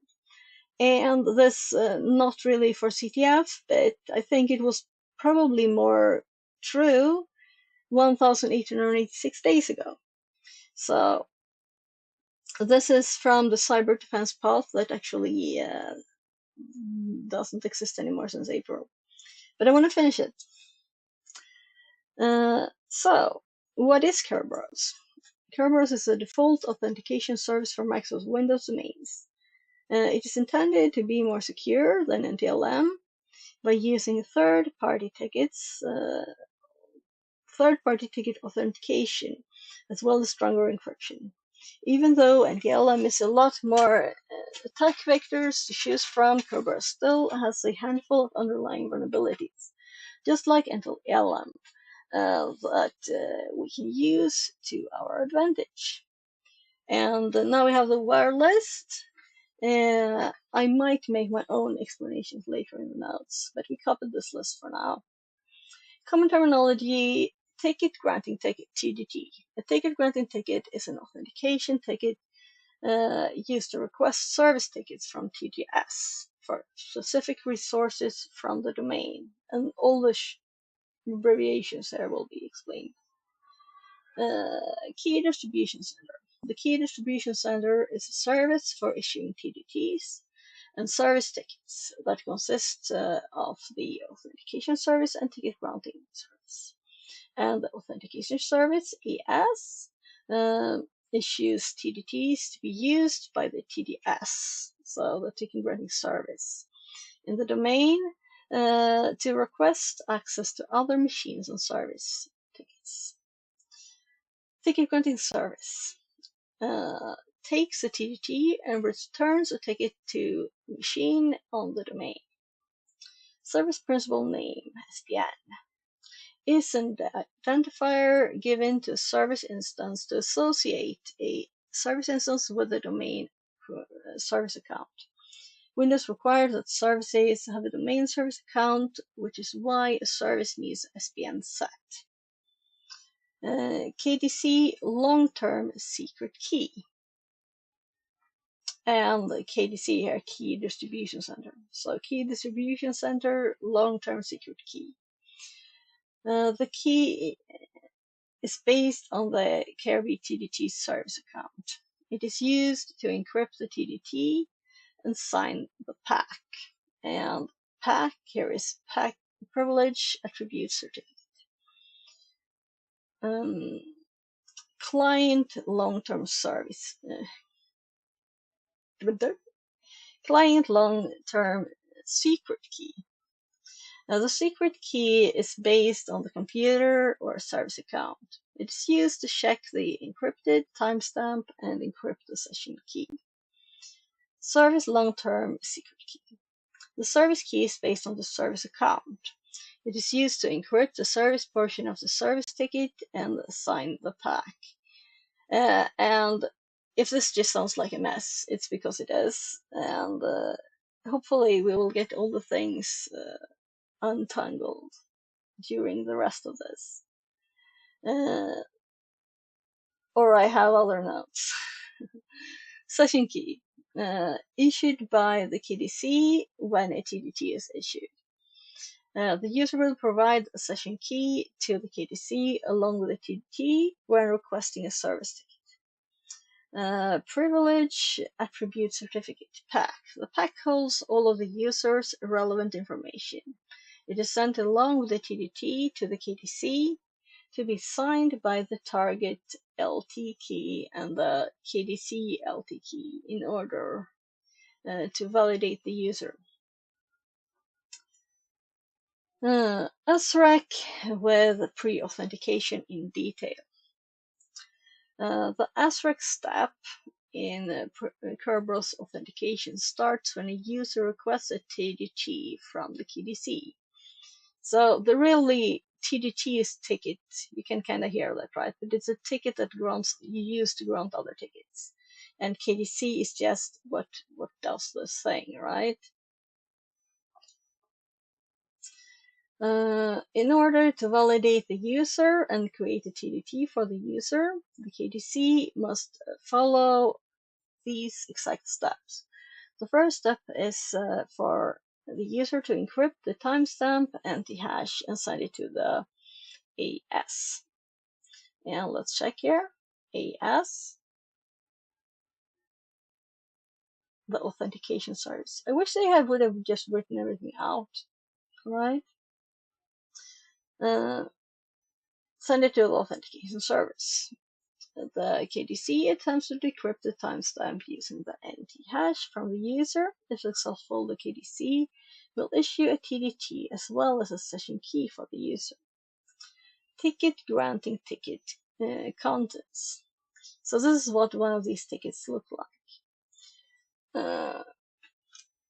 I just realized I didn't have that one open. So in order to understand how the service ticket gets created and validated, we need to start with where the tickets come from. The TDT is provided by the user to the KDC. In return, the KDC validates the TDT and returns a service ticket. So it is encrypted using the KDC LT key. So this was the KDC long-term secret key, meaning it's based on the KRB TDT service account.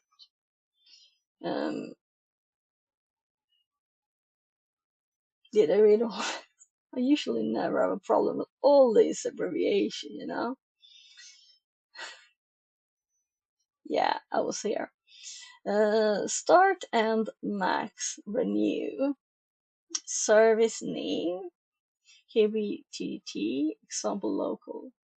Target name, client name, flags, and session key. Attribute, privilege attribute certificate with username, example, and SID here. And it's signed with the service and KDC LT key. And go up here again. The KDC long-term secret key is based on KRB TDT.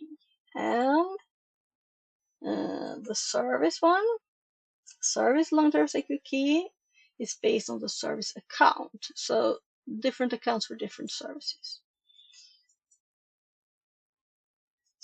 Service ticket contents. To understand how Kerberos authentication works, you first need to understand that these tickets contain and how they're validated. The service ticket contains two portions, the service provided portion and the user provided portion. So we have the user portion here and the service portion here. I'll break it down into what each portion contains. So the service portion here is user details. Here it says username and SID and stuff. Session key. Encrypts the ticket with a service account and TLN hash. User portion, validity timestamp, session key, encrypts with TDT session key. Here. So now we actually get to something that is more readable, I think. So first, the user requests a TDT. Then they get back, or the domain controller responds with the TDT. And it said it would sign it then, right? And session key. And then it requests a ticket and authorization for something specific then. And it responds with the ticket and the session key. And then it requests the service and authentication. And the service server, resource server, sends a server authentication. And now it's all in text too. The client requests authentication ticket or ticket granting ticket here. The key distribution center verifies the client and sends back the encrypted TDT. The client sends the encrypted TDT back to the TDS with the Yeah, that's not pretty. It's talking first about the Key Distribution Center, KDC. It has it in images there, and then it sends it back to the ticket granting server. So it would have said back to the same thing, but now it sends it back to a part of the thing it mentioned before. I'm not a big fan of this room, to be honest. So I think there's probably better resources if it's hard to understand, even on TryHackMe. With the service principal name SPN of the service that the client wants to access. The Key Distribution Center, KDC, verifies the TDT of the user and that the user has access to the service. Then sends a valid session key for the service to the client. And I'm gonna have to hop here and see. I'm quite sure I have actually already something on number boxes. Authentication, Kerberos authentication. So this is much better room. This is called Win80 Basics, and it has an explanation of Kerberos authentication here, with much more detail in images and text. And it's just copied into my notes here, mostly. That's why I have this link at the top. This is where this is from, right? So most of my notes, I thought this was good enough just to borrow, right? So let's actually open this room. Let's read its contents too.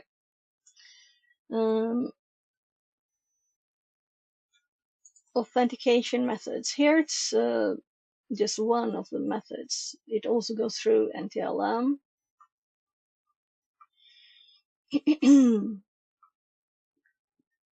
So I think I might have cut down on the text in mine.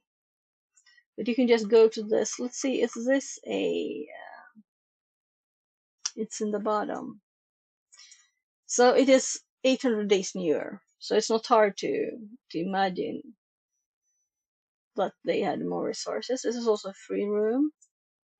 So recommend this one for the basic Kerberos stuff. Sending to you too there. So I'm gonna close it for now. And let's focus on this room, but that data is both in my notes and as a free room there. This is such a tiny text. The client requests a service and sends a valid session key to prove the user has access. 6. The service grants access. So, yeah.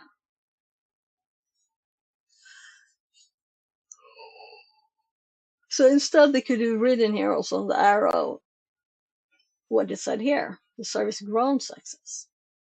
Or it doesn't, I guess, if they don't have permissions. Kerberos ticket overview. The main ticket you will receive is a ticket granting ticket, TDT. These can come in various forms, such as a .kirby for Rubius and .cccache for Impact. A ticket is typically base64 encoded and can be used for multiple attacks. And we're going practical here, right? So you don't really even have to understand all the theoretical stuff in the background, as long as you know if we send this, we get this, you know? The ticket granted ticket is only used to get service ticket from the KDC. When requesting the TDT from the KDC, the user will authenticate with their credentials to the KDC and request a ticket. The server will validate the credentials, create a TDT, and encrypt it using the KRB TDT key. The encrypted TDT and a session key will be sent to the user. When a user needs to request a service ticket, they will send the TDT and the session key to the KDC, along with the service principal name, SPN of the service they wish to access. So now this is actually better than the other stuff. The KDC will validate the TDT and session key. If they are correct, the KDC will grant the user a service ticket, which can be used to authenticate to the service. And this is what I thought sounded interesting, but then I saw that it says access required here. So just a few days ago, I did that without that on an example on a box, on Hyperbox, right? Let's read it anyway. Attack privilege requirements. Kerberos enumeration. No domain access required. Pass the ticket. Access to use as a user to the domain required. Kerberosing. Access as any user required. ASREP roasting. Access to any user required.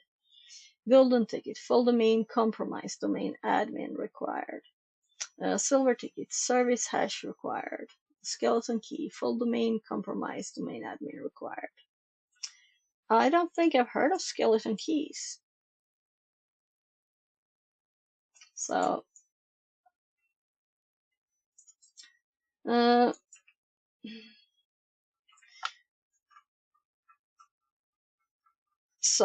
as I just found the thing that I was looking for before, and it's just here, right? And this is actually just Kerberos. So,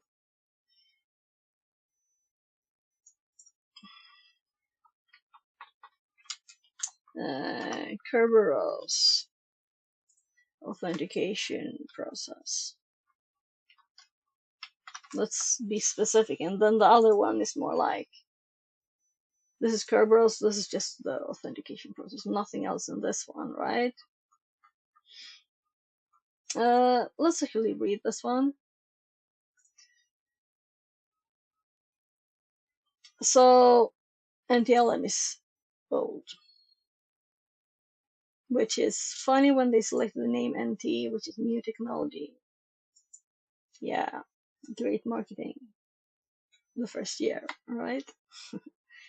Users who log into service using Kerberos will be assigned tickets. Proof of various authentication. Step 1. The user sends their username and the timestamp encrypted using the key, a key derived from their password, to the KDC. So they send this. They encrypt the username and the timestamp with their password, key from the password.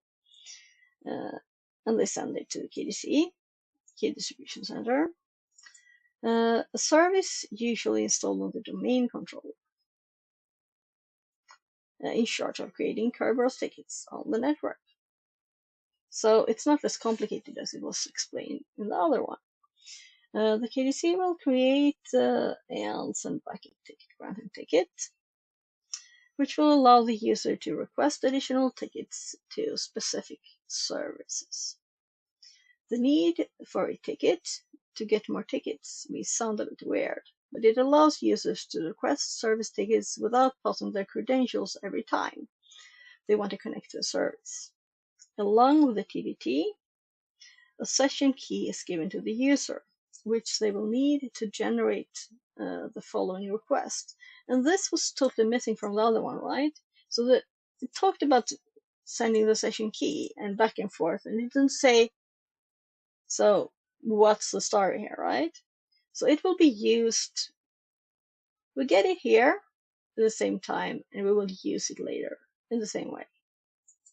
It's not mega complicated, and they have a little image for it here, right? That is sent and stored, and yeah. Here they have the TDS instead, which is, yeah, the specific one for a service. Should I read all of this too? My throat may say stop, you know. Let's go for it. We want all the information in there, right? Notice that TDT is encrypted using, yeah, let's actually read this bit again. Why not? I'm not going to read all of it, but the KDC creates a ticket granting ticket that is used to ask for more tickets, specific tickets, first from services later, and that makes us not need to send our password all the time and whatever credentials. And along with the TGT, we also get the session key. So they belong together.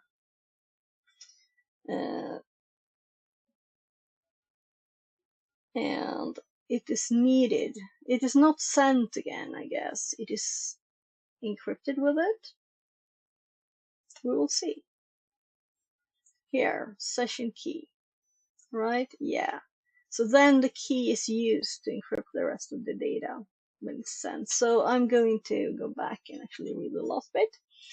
Notice that TDT is encrypted using the Caribou TDT account's password hash. And therefore the user can't access its contents. It is essential to know that the encrypted TDT includes a copy of the session key as part of its contents. And the KDC has no need to store the session key, as it can recover a copy from the TDT. So the TDT, the session key is only saved in the client, and it will be as it is sent. Yeah. It is not saved. It is not sent again. It is sent as a part in the TDT later. So the client doesn't send the session key. It sends the TDT, which only the DC is supposed to be able to open, decrypt, unencrypt. I almost said.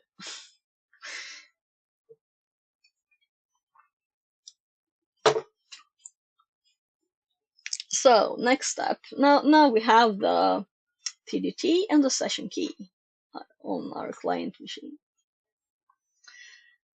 When a user wants to connect to a service on the network, like a share or anything else, they will use their TDT to ask the KDC for a ticket granting service, TTS. And this is a type of ticket that allows connection only to a specific service. Yeah, and for a specific service they were created for.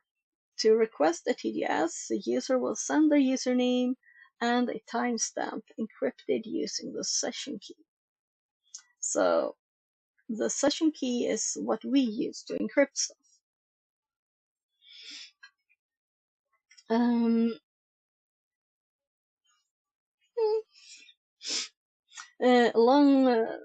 Let's reread because I had to itch my nose. TTS are tickets that allow connection only to a specific service. To request a TTS, we'll send username and timestamp, encrypted using this new session key that we just got, along with the TDT. So username and timestamp again, that's what was sent before too, username and timestamp. But this time, this is encrypted using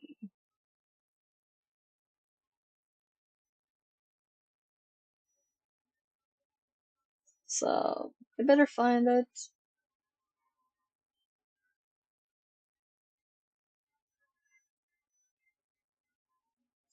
I think it's earlier and I'm just, yeah, timestamp encrypting the key derived from their password, right? Yeah. I kind of remembered it, but I want to confirm before I say it. So this first time we encrypted with our password, which the domain controller, you know,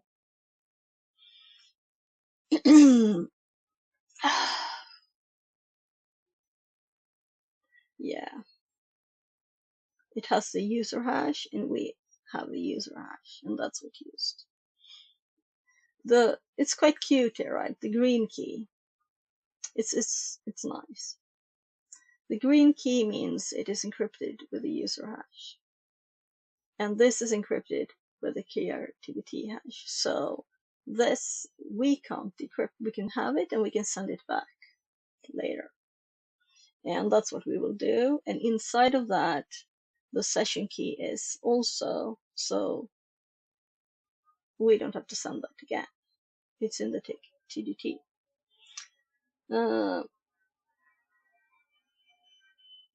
Yes, so again, just seeing where I was here, username and timestamp. So now it is encrypted with a session key that we got, and it is sent with the TDT to a service principal name. So let's read the whole section again. When a user wants to connect to a service or a network share website database, they will use their TDT to also KDC for TGS, the service ticket granting service. TGS is a ticket that allows connection to a specific service. To request a TGS, the user will send a username and timestamp encrypted with a session key, along with the TDT and a service principal name. So let's look at the image here. So we want to know what do we want to access here, right? So we want to, in this example, it says MS SQL. Sorry. So we want to access some SQL thingy. So without this, it would be like, I want to take it to a service. I'm not going to tell you which, right? So obviously we need where still us.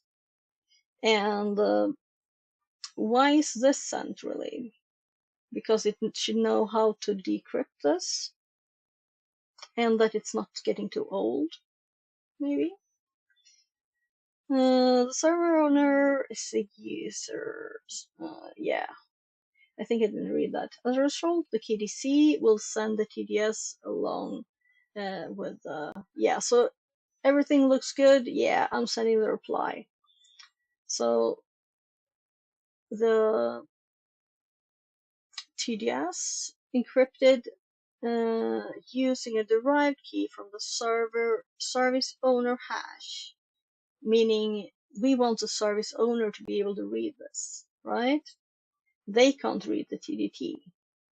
The service owner is the user or machine account that the service runs under. The TDS contains a copy of the service session key on its encrypted content, so that the service owner, I was thinking about other stuff. Let's do that sentence again. The TDS contains a copy. I was thinking about. I'll do this with the YouTube video. Sorry, guys. The TDS contains a copy of the service session key on its encrypted contents, so that the service owner can access it. Yeah, like I said. So the reason we can't send the TDT to the MS SQL server is because it doesn't have the KRB TDT hash, it can't decrypt it, right? So it doesn't know if it's good or not. Only the domain controller can use the service accounts hash to encrypt this computer or user or whatever machine account is a user. So everything is clear now, right? It is not complicated anymore. And if it is, tell me. So then we have the little TGS now, and the SVC session key is not the same as this, right?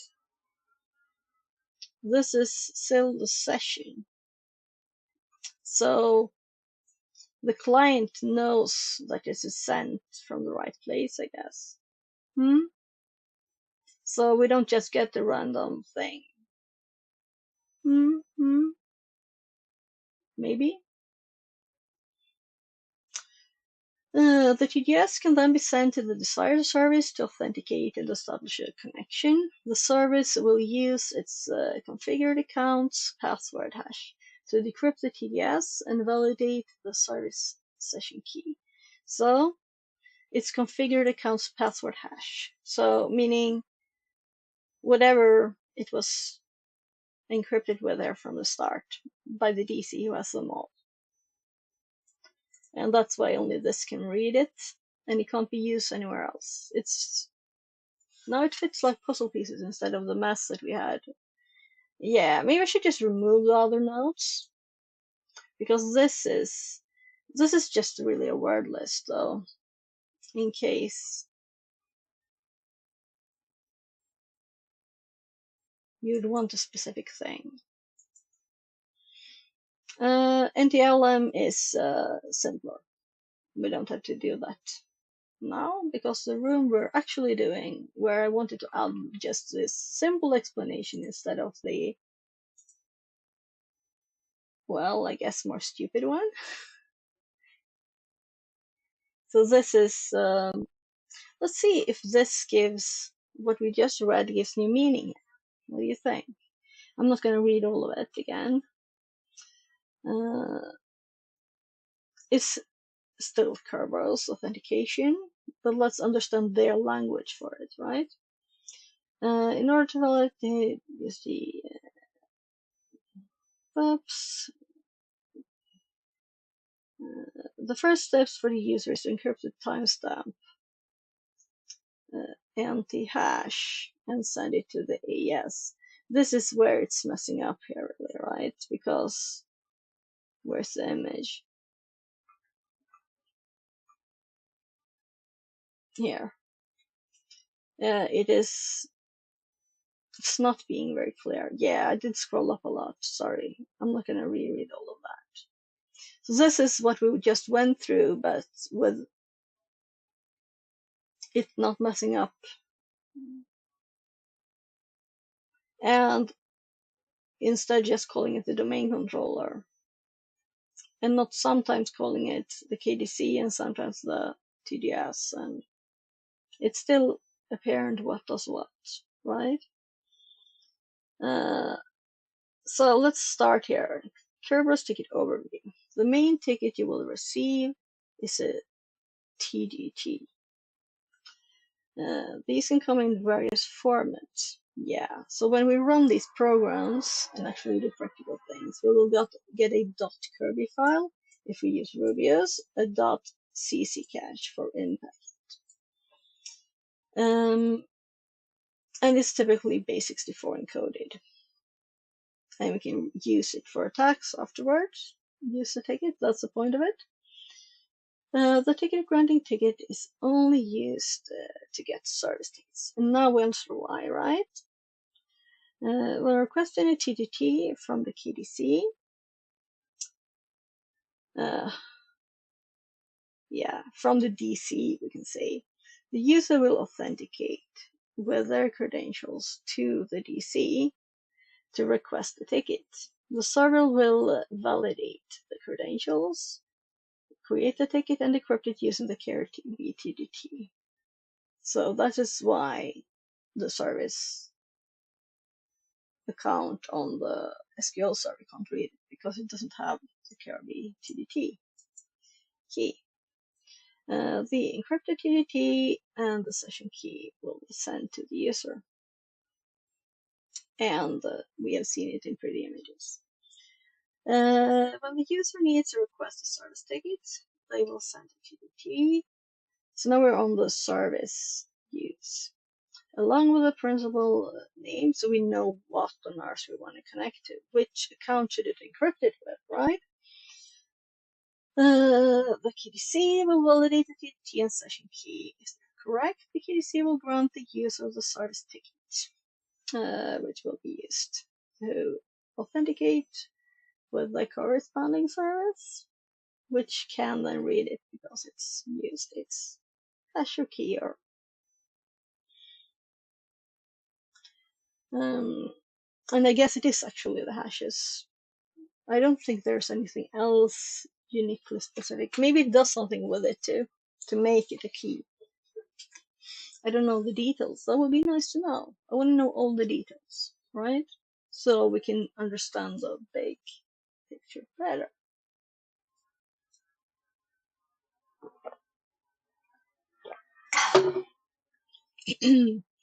And I already read this, so I'm gonna skip it this time. And since I already answered these before, let's just read them. What is TGT? Ticket granting ticket. SPN, service principal name. And that will be, we actually used this yesterday, right? What does PAC stand for? Privileged Attribute Certificate. What two services make up the KDC? The AS and the TGS. They really want the shorts, right? And I keep scrolling up here. Authentication service and ticket granting service. They're just part of the key distribution center in the DC.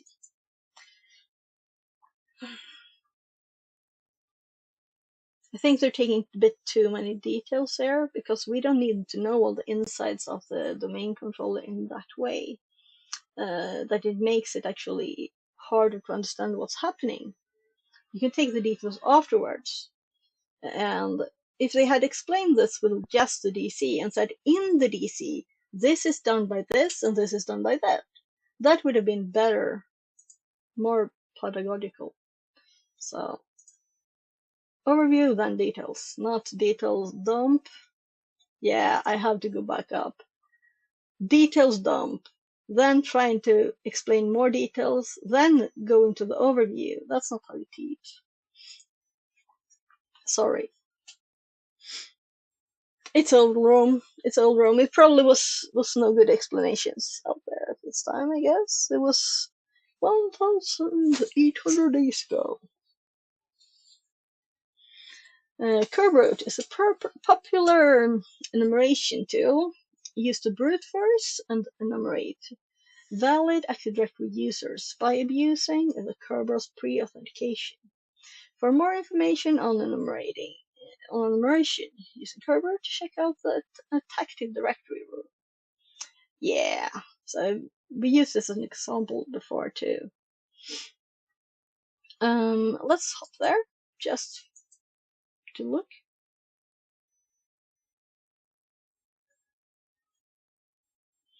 So this, I thought at first it was a guide, but it was not.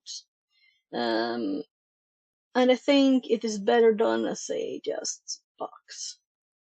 But they do give some first how to connect using the VPN. Yeah, special stuff for the network, and it's also installing Blood on Neo4j, which are pre-installed now in Kali too. So this is also old. And we're supposed to answer their words in here, and stuff is like missing a bit. But it is good. It's good. It's just a bit old. So here we have the abusing Kerberos, and they say only that, and then they want you to answer questions. And yeah, they also mention get NP users, but that's for roasting.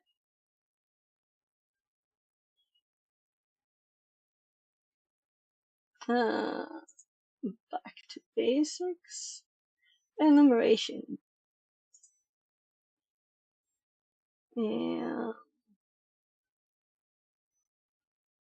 yeah, it was too long ago for me to remember all the details.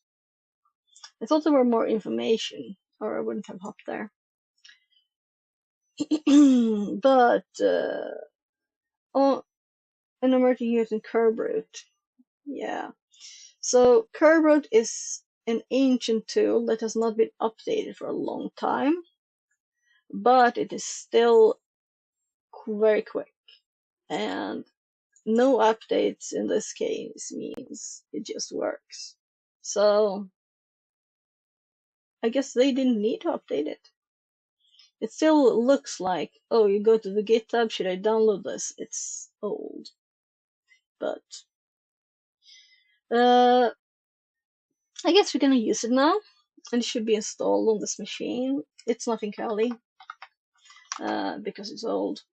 Right, let's see. We don't have it in Kali. We have to, I guess we use my little findy thingy.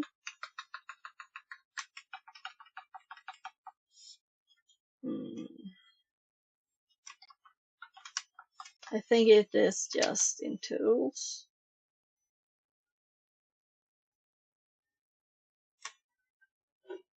Yeah, tools covered.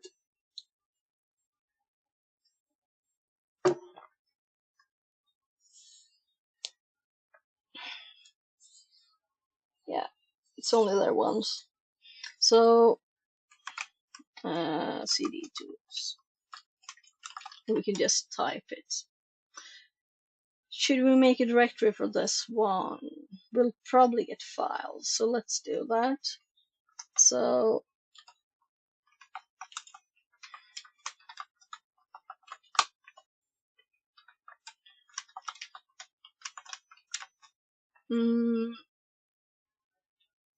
attacking.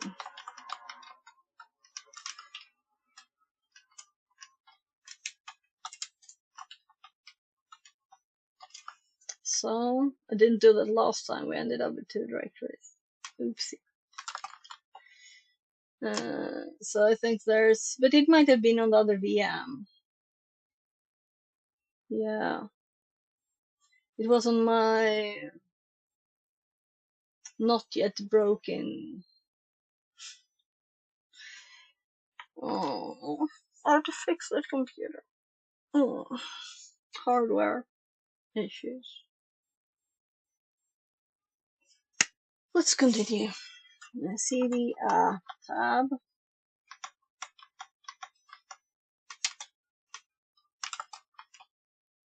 Oopsie. 2 enter. So here's our little place to be, and home. There it is. That's an example. This one on administrator, because I didn't realize we actually had an account, so I was looking for accounts, and we found all the accounts with that, I think. No, this was for when we got the accounts. I found accounts, and then I tried to find a password for one of them, and I didn't.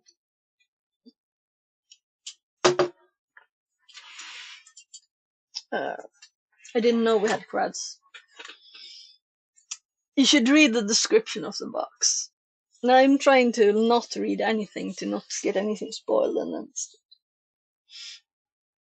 so we're not going to use that exact, but we want the path there.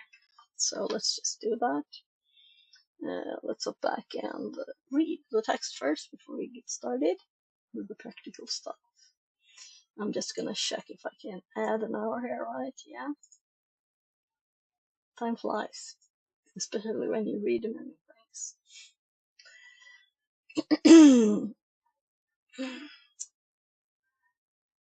So by the way, here we can see when this room was created. 2020 May. That's when it was created, because it always writes this when you, the day you run this, it's what it's showing here. It's not showing when it was created, this version, so it's kind of cheating you a bit. That's how I feel about it. But it's good. You need to add the DNS domain along with the machine IP to its host, so we already did. Yeah, we added all the names. We're using a pre-authentication overview. So I'm kind of thinking it is time to make maybe specific notes on it. We'll see. This will, I might have already. Yeah, I already already have examples in my Kerberos notes, but not an attack specific one. So to show you what I'm talking about, here I have tools, right? And here I have attacks, like examples with tools. Maybe there's several steps or something, you know? So if it's just one command, you can just know example under a Kerberos here. So examples for its different functionalities and the help. So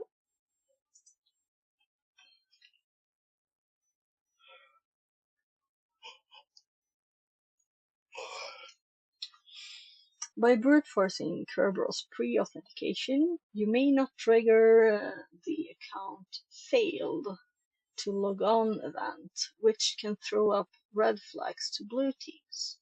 When brute forcing through Kerberos, you can brute force by only sending a single UDP frame to the KDC, allowing you to emulate the user on the domain from a word list, so enumerate.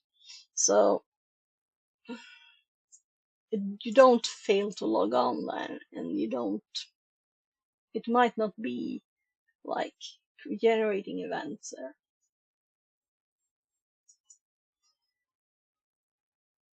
But I'm assuming now they have workaround for that.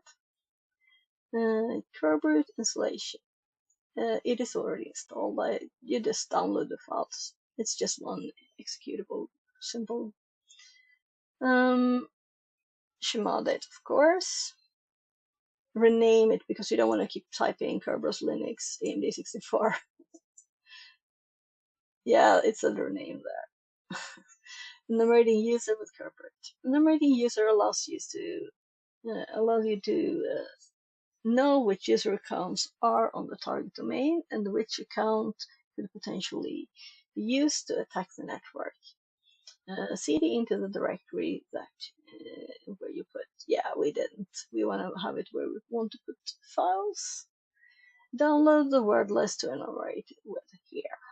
Okay, so it is a specific word list for this room. GitHub word list blob master user txt. So let's check that list. So as when we get the list, we don't want to use anything else because it will waste our time, right? And this is why I want to have a directory. So now we can just let's Control C that and nano users.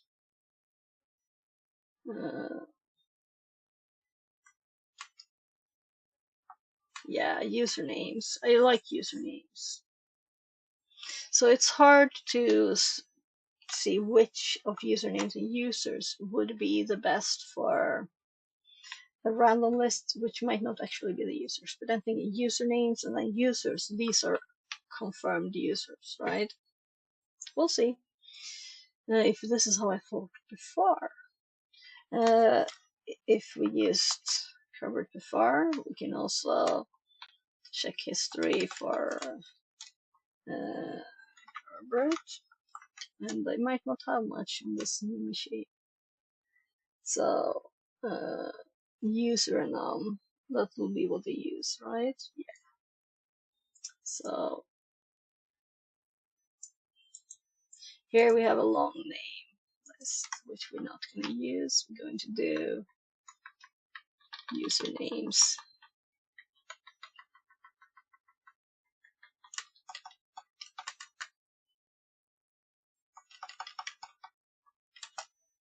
And yeah, this is where I did it for administrator HTTP because I missed that it had. This is controller local.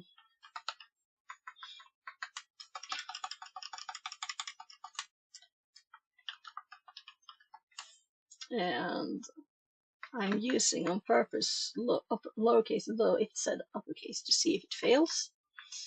And IP address. I didn't read the IP address, did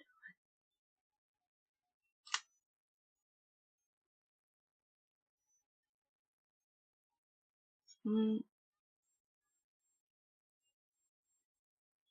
That's not what I meant to do with my scroll.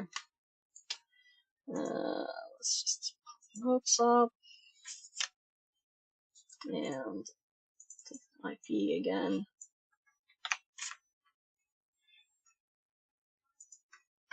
So I even got a little space there. We're going to user enum, the domain controller, domain name, and the text file where we have the names, and our tool is in tools. Maybe I should put this in my path so I can just use them, but most of the tools there are for uploading to other machines. So it found several valid usernames, and all of these were lowercase. If you use another list, it might be lower, uppercase, several hits for the same name. So we have here a Kerberos user enum to put in our notes for this box, right? So I'm going to add here new note to Kerberos, and then I just paste the result, and then we can grab this information here. Let's see what the room wants us to do, if it gives us a nice pretty way to pick up the names or if it doesn't. How many users do we enumerate? So let's look. We have 1, 2, 3, 4, 5, 6, 7. Does it mean machines? Because these are called machine, but they're still users. 1, 2, 3, 4, 5, 6, 7, 8, 9, 10. It also said 10 valid right here, so we can just see that. We also see 2 digits here. What is the SQL server? Oh, audio too. It is called SQL service. Oh my god. How do I make it stop? What is the second machine account name? Machine 2. It doesn't have to be, but I'm assuming that's what they meant. The third, actually, I would say machine 1, because, or I would say, yeah, machine 1, because the first one was the domain controller. What's the third user account name? User 3, yeah, so.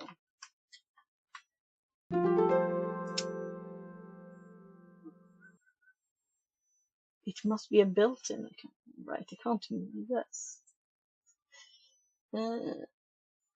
So is there anything else we want to do with this? So if this wasn't something I already had notes on, I would add it to my Kerberos notes. And now I have this exact line almost there, though I have like put no IP. And we have an example from Spokesic Local here. I guess it's box name Spokesic or something. And we can replace these examples with successes. We'll probably get them here, right? So we can get better examples out of this room because it has all the vulnerabilities. This was just me trying to get examples, though there was actually nothing there. And here I created, yeah. We'll see what fun things we get from this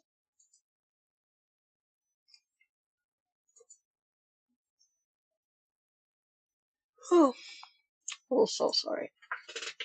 I'm not gonna make someone fall asleep tonight. So, harvesting and brute forcing tickets with Rubius. To start this task, you will need to RDP or SSH into the machine. your credentials are. Administrator, password, domain. So they even give us this again. So we're going to RDP. Let's open a new tab. And password is pass. No, that was overdoing it. I could have copied it. Administrator. I'm not sure if I wrote everything correct now because it was like that.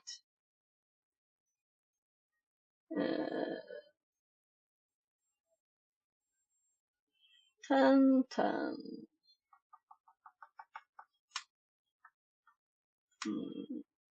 182.49.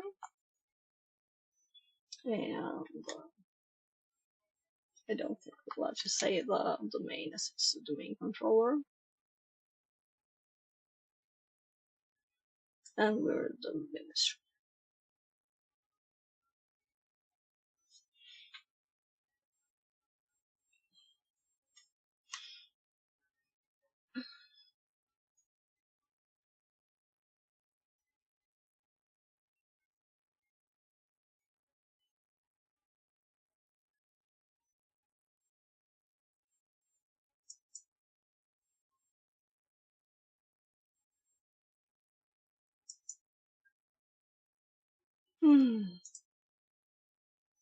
So let's look here.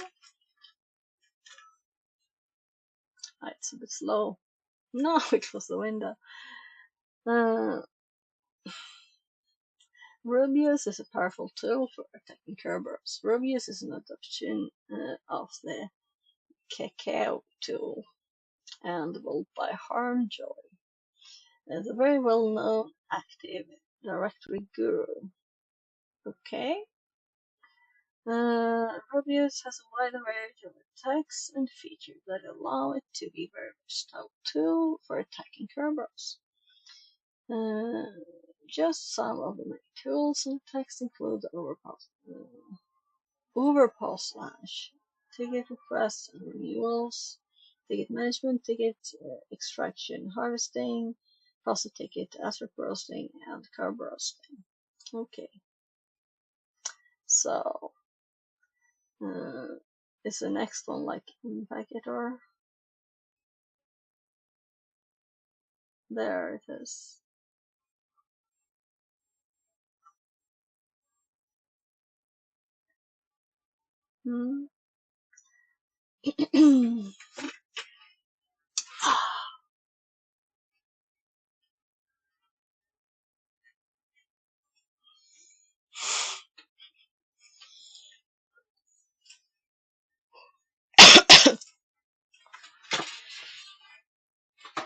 So, let's continue.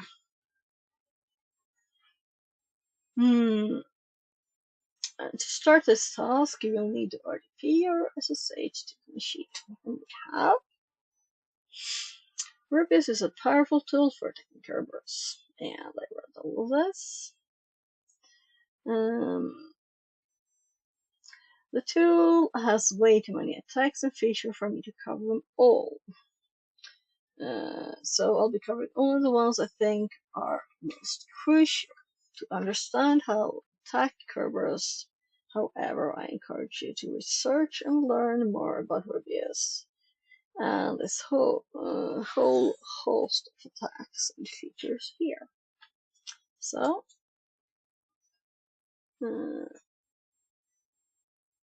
yeah, it's already there on the target machine, it says. So, I'm sure I have this in my notes, on my hopefully existing Rubius notes. It might not be in the 80 stuff, as it's already, it's quite new. I didn't add it until recently. And I was like in a mess. So, That means I'm gonna search using the web page because it's quicker.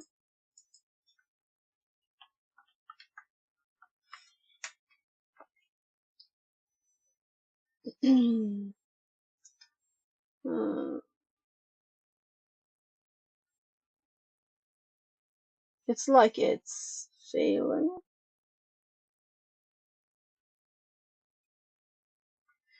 I didn't write rules. It's going rules.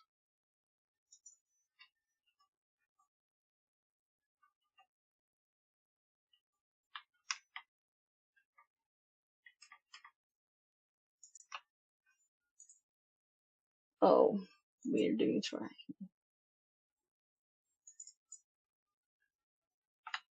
Just to make sure I'm not misspelling it. I've never seen this fail like this.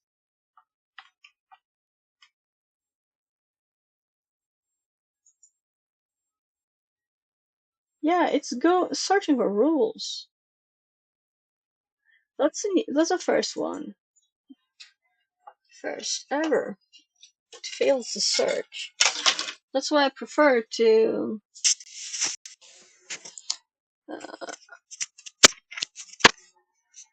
alright. Let's try this on this here. That's what I did yesterday. Let's see now if this works. Or I'll switch to that one. After 6 hours streaming yesterday, my ear got tired. But I kinda do prefer to have it in that one, so I'm gonna fix that. Let's just mute quickly.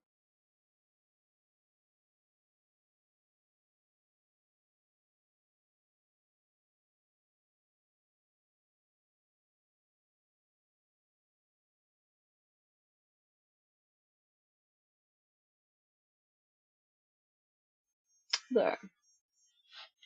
So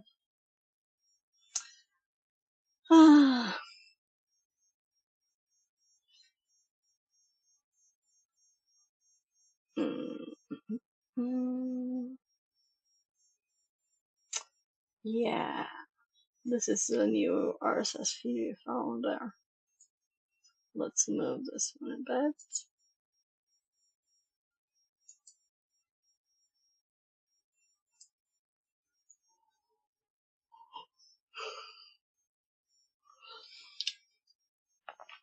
We're going to search in here instead, because I know I have it.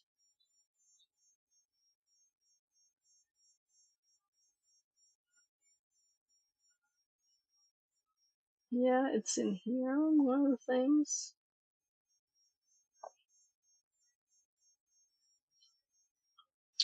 But I don't have a specific note for it because I didn't start with the 81s until quite recently. So let's make it here.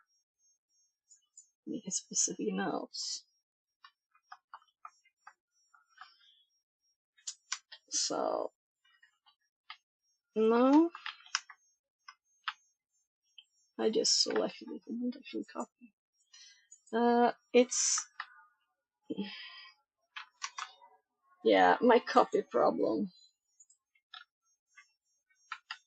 I might have more things trying to.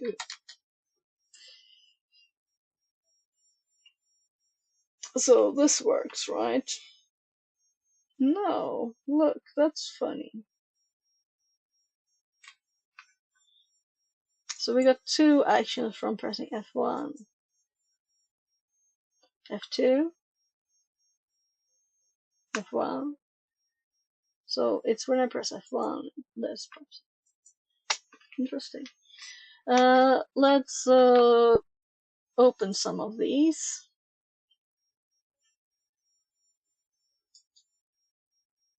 This is just using Rubius and whatever. That's the new one we made, and then we have this. So we don't need that one up 2 lines, and this is alright, yeah. the links, suggested links.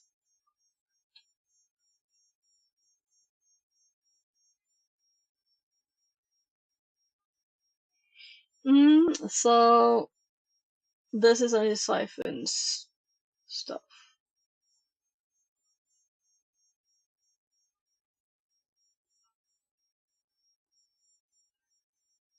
Now I want to know when this is file from.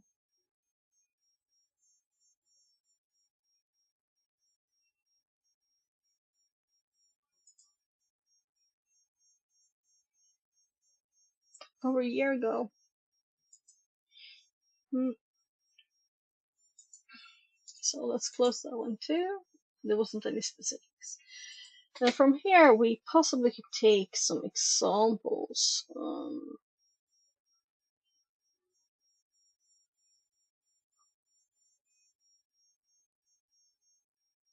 No.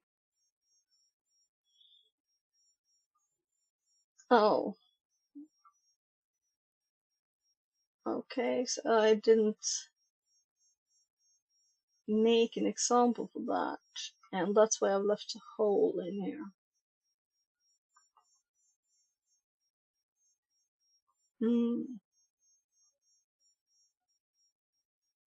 Let's just close that one too and go for free from scratch on this one. So we're gonna want the help, and we're gonna paste it here as the first thing, and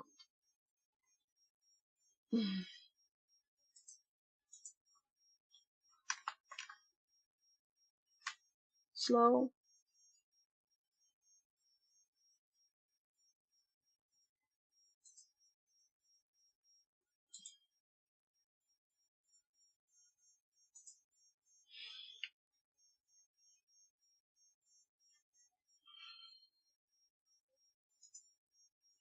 So I'm gonna close that for now.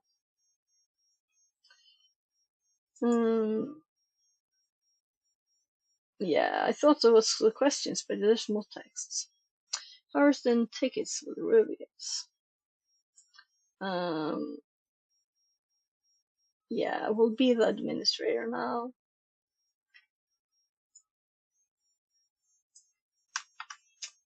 And this is why box notes is not totally suitable for this one, because now let's do that so it's fresh.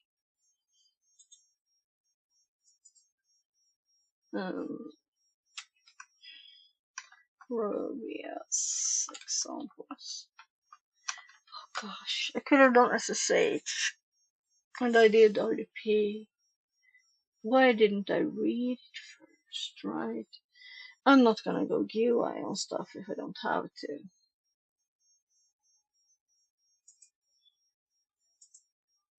Yeah, let's just close it. I was thinking maybe the next one we need to. Oh, let's open a new tab.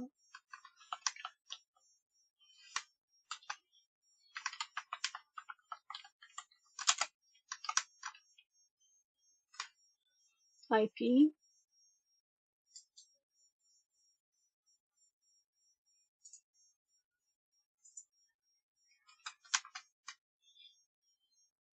So I was gonna paste it, right?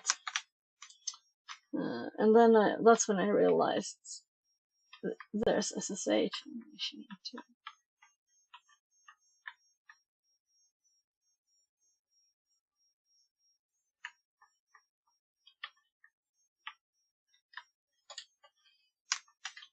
So first of all, this is making the whole thing go broken.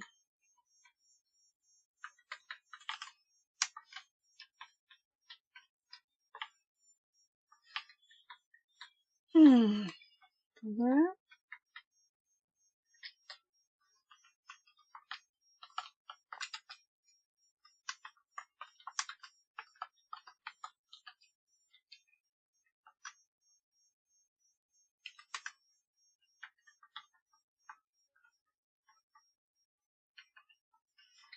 And I just wrote the rest, so I just need that.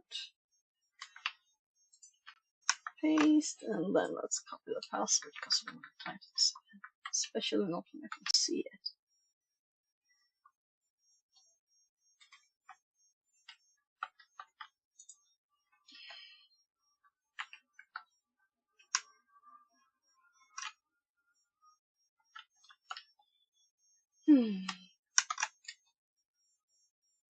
So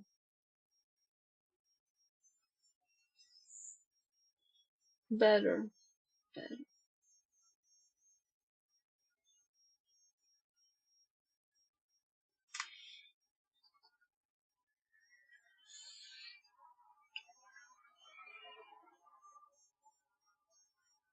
So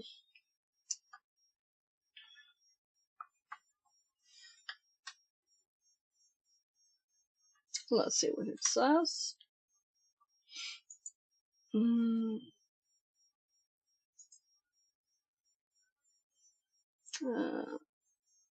Download. Administrator downloads reviews.exe. Okay.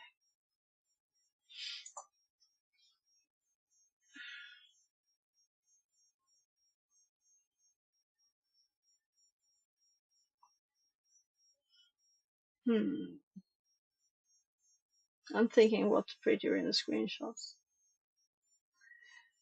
We don't have to keep it all. So CD desktop.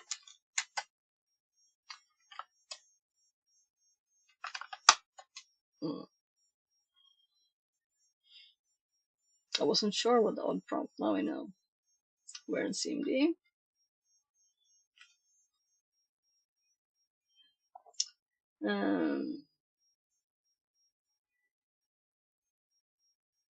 Okay. Oh.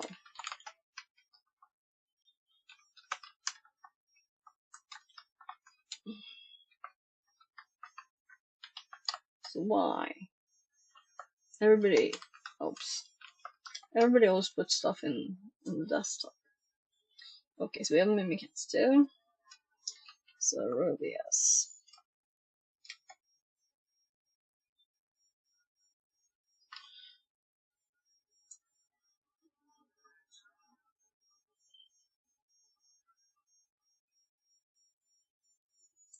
Let's just get that bit.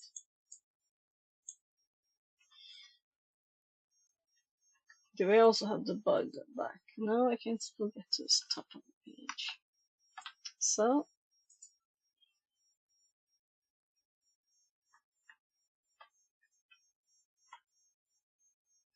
oh.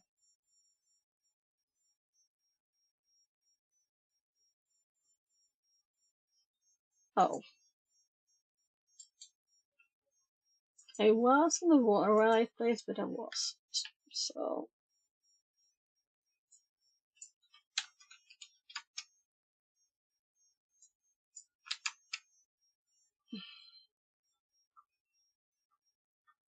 that's a long one.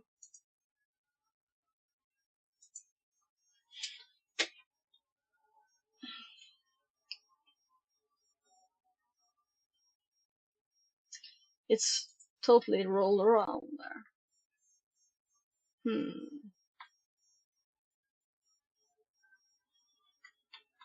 This might be easier to read. Might be worth doing this in a few places.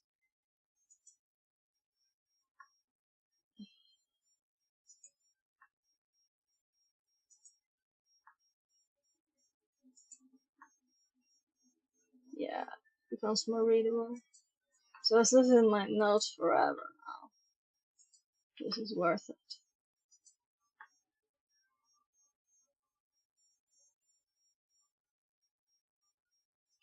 Fakey display. No.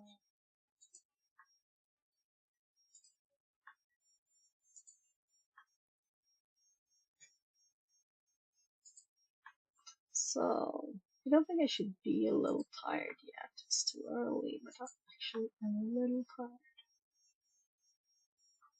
There. So now we can read this better. Ask TGT. Retrieve TGT based on user password hash. Saving a file or applying. Lost login session.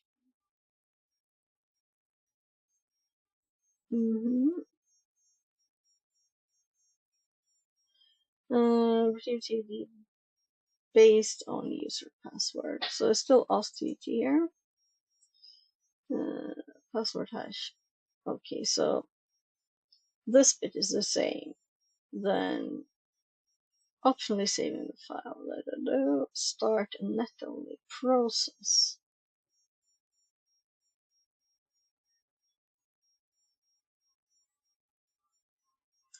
Create only CMD. Okay, so it's not just one command per line. Retrieve a service ticket for one or more SPNs, optionally saving or applying the ticket. Reviews on TGT.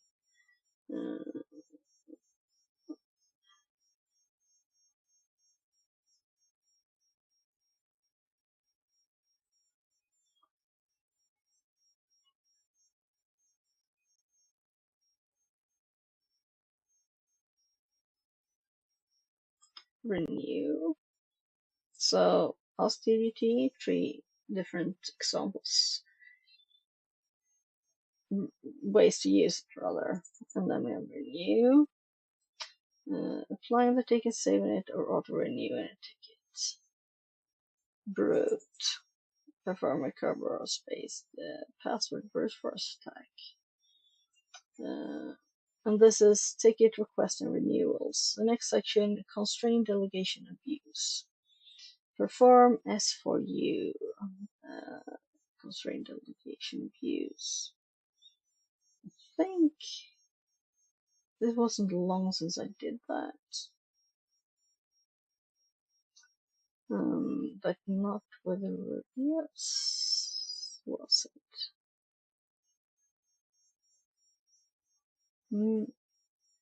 This will be interesting. Ticket management, PTT, submit the ticket. Purge tickets from currently non session, optionally targeting specific candidate. Describe ticket. Parse and describe. So here we can see the Kirby extension here. Ticket extraction and harvesting. Triage all current tickets if elevated list for all users. Optionally targeting specific fluid username or service. List all current tickets. So triage and key list. Dump. Dump all current ticket data. So it's in the session. Retrieve TGT deleg. Usable TGT Kirby for the current user without elevation by using Kerberos. Fake delegation.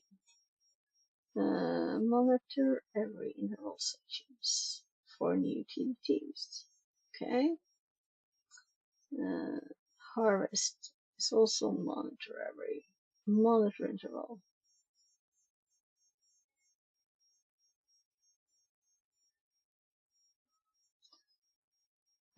For new TGTs. Oh, yeah, this is for more stuff. Also, new TGTs display working cache. So it's more complete. Roasting. For roasting, versions.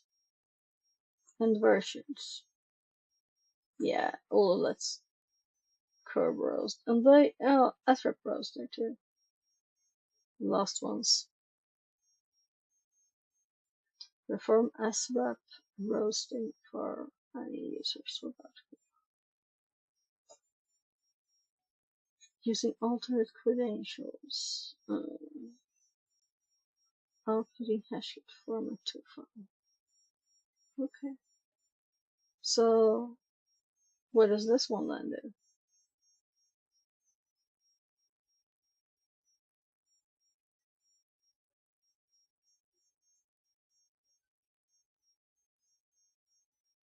Format hashkey.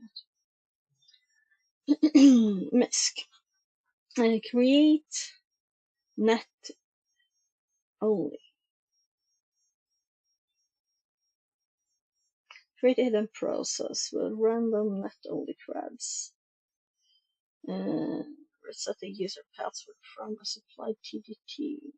Change password. So if we take it, we can set the password, which we can, of course. The TDT. Calculate. I'm just gonna call hash.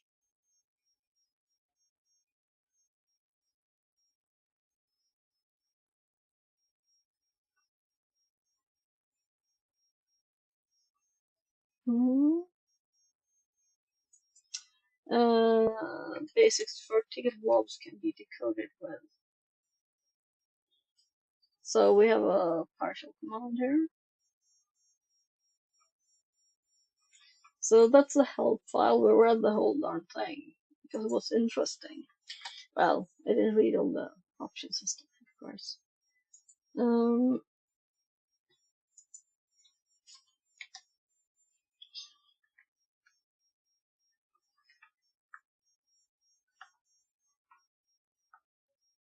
Yeah, no, we didn't actually run any commands yet, did we?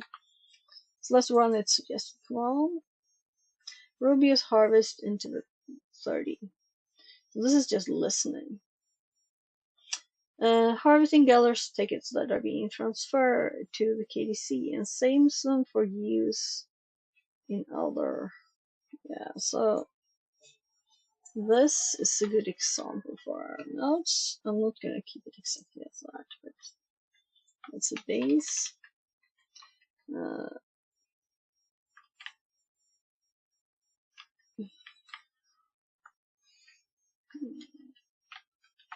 Harvest tickets.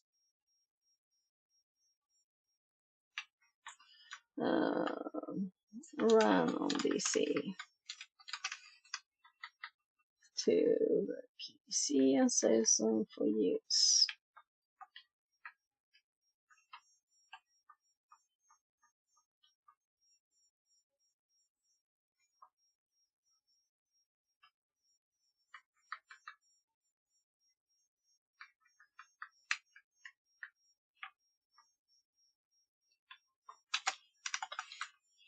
After 30 seconds.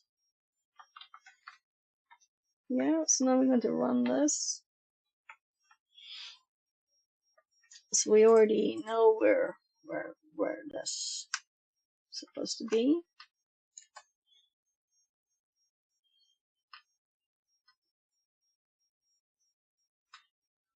I'm going to type examples meanwhile. And I'm thinking maybe this is one of the boxes that don't work very well anymore. We'll see.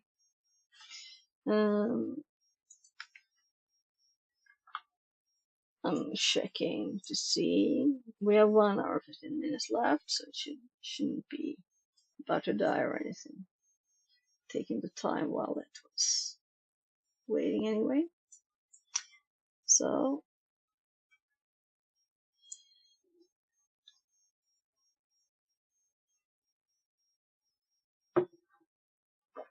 okay.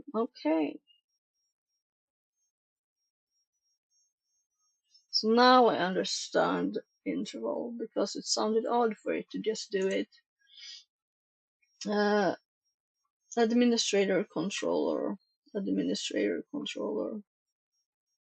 Yeah, it's actually quite a long list here, but it's the same thing. It's the computer and the logged in user. So we don't have any anyone connecting to the CD server.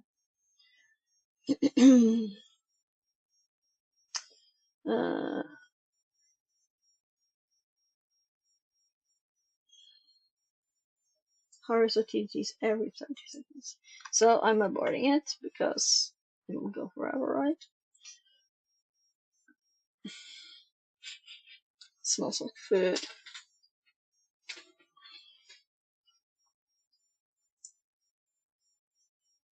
So let's grab a bit with the command in it.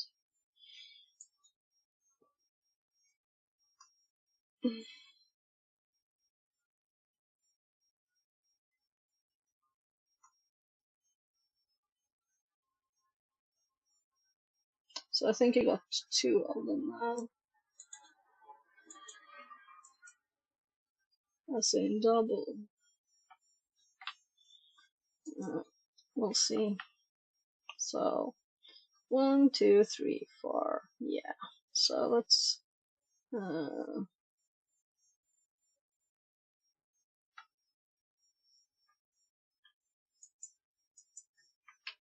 do there. Then we will see that it is definitely going on forever, right?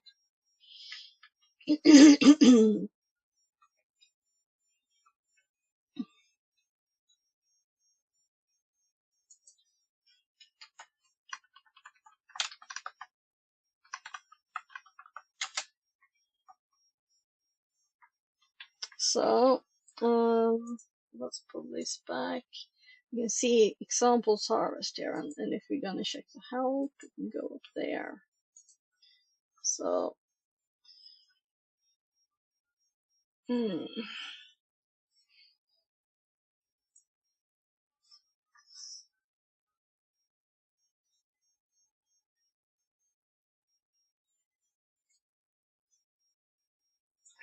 I'm thinking, since I don't think there's a lot of people, I don't trust Twitch numbers, but it's been saying like 1, even when people was talking from me, so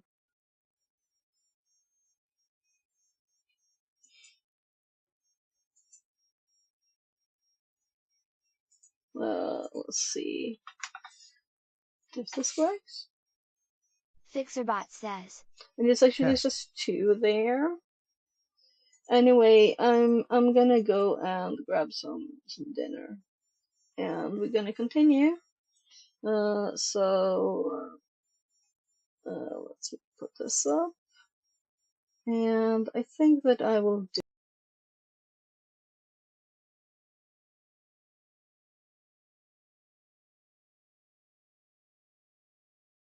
This shows me that I need to cut this bit away very clearly. So I'll be right back.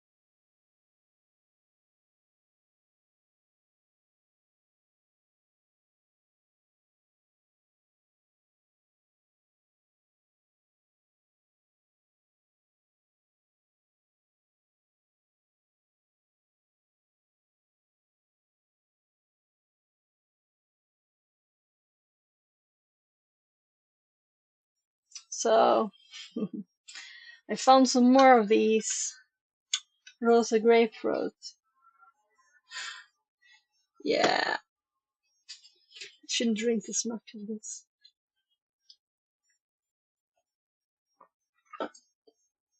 Grapefruit, I love it. Should have had an actual grapefruit instead, I guess, but it would have been too sticky on the table. And I didn't buy any. Yeah, so I'm gonna quickly eat this instead because I was, yeah, let's make salad, but I'm like, I'll do that. I'll when I have the time to enjoy it better tomorrow. But so many good things. Oh.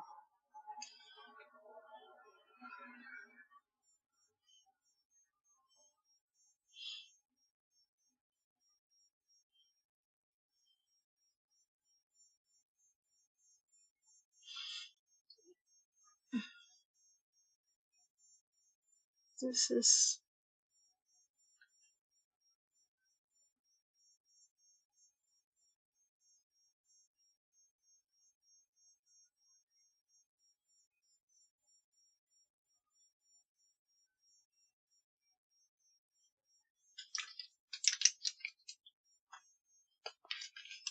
yeah.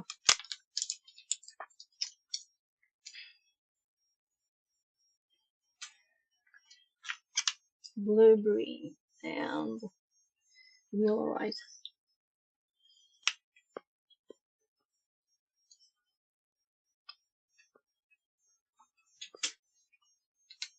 I'm thinking that maybe it's not smart reading while I'm eating.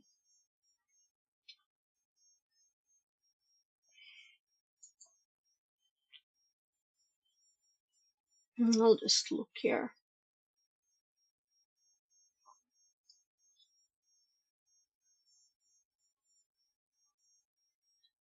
So how many are there?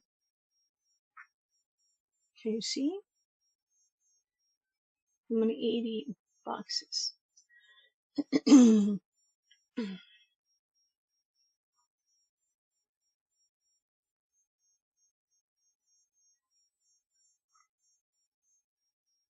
Some of the names.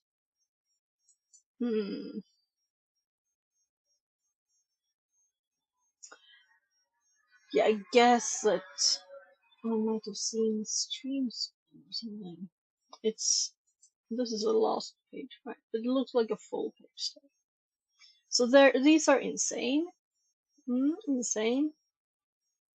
So almost a third of them are insane. Fourth maybe. Then there are hard ones. And I haven't done a hard one of these. Sebi2620 says, hi. Hello, welcome in. So I'm just taking a little food break here. We're actually going through Kerber's like authentication, and right now we did harvest here, harvesting, but we're the domain admin when we're doing this on the DC, but I'm assuming we can do this in other ways because it's not as usual. They're very, very useful then. So I was just checking out what boxes we have to do here. And retired. Then this is said to be medium, but is kind of among the hard ones. So a lot of the names seem familiar. And then this page, where we have so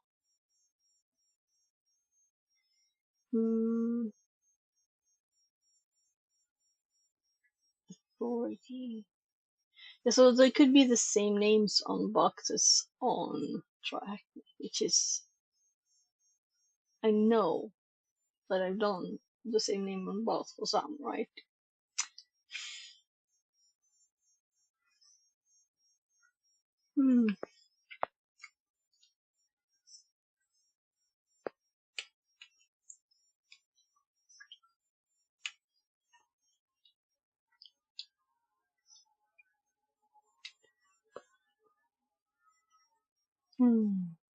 So we're making notes, updating media notes, general guide.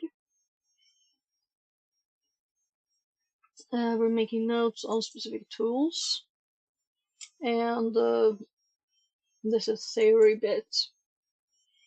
I didn't like it though. I might remove them because I have a better one on Kerberos. And we're making notes on tools, putting in the help, some examples. What do you recommend to be the best to start? It all depends. So if you want to try, I would recommend free content first. If you don't have like a lot of money and have a speed you want to go at, you want to do it quickly, you know. So TryHackMe has so much free content. This isn't free, but the other TryHackMe room that I actually think is better than this one, but on the basics on how Kerberos works and stuff. This one is almost 2,000 days old. So let's open what I closed. One more.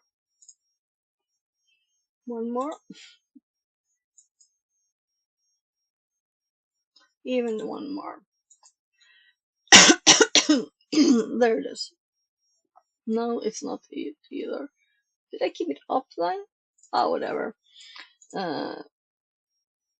It's in my notes for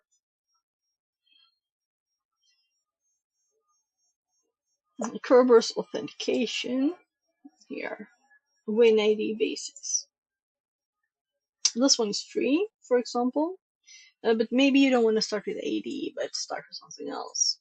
But you can see a free room, and if we look on Learn, you can also start looking at random YouTube videos. But I thought TryHackMe is good because you can like not repeat as much. Maybe it's like, oh, this is getting started with cybersecurity, and then they do 1, 2, 3, 4, and then you do getting started with cybersecurity from another person, and they do 1, 4, 5, and like everybody do almost the same thing. You get the repetition constantly of the same thing, and it might be good to a certain point, you know. It tends to be. It's nice to have somewhere. Hack the Box also has free stuff, which is not so much. So maybe start with TryHackMe and do free stuff. Let's click Learn here. They have a suggested way of starting, but you don't have to do this. You can do Learning Pause. Click something here, and if you do free, you can only do the free bits of it.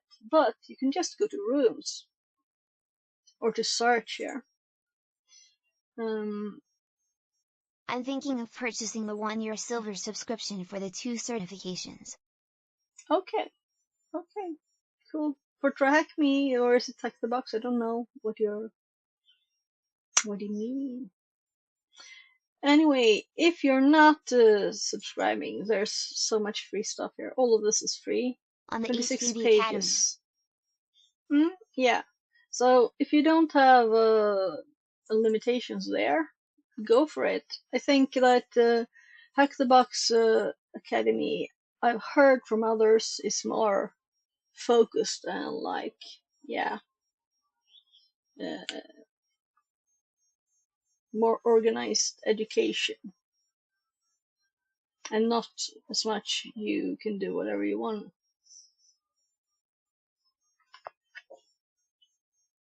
So it's more like doing a course, I guess. I have only done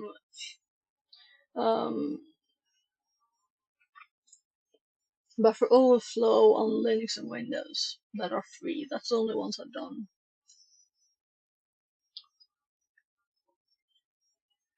I think it's called Modular, right? Okay, so they're free. 2 of their free modules.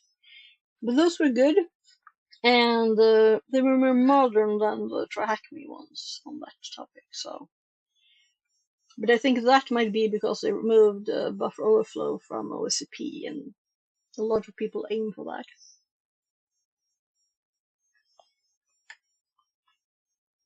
Too bad to remove stuff or not focus on it just because it's not insert. I'm going for the knowledge. And you're welcome to stay if you want.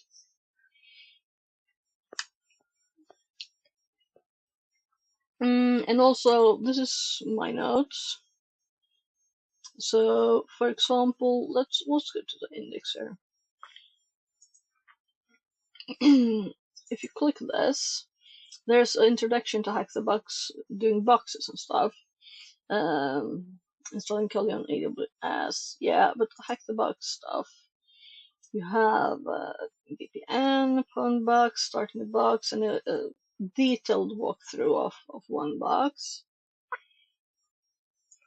Some Linux basics there too. But for example, let's see, we're on a Linux machine and we don't know what to do.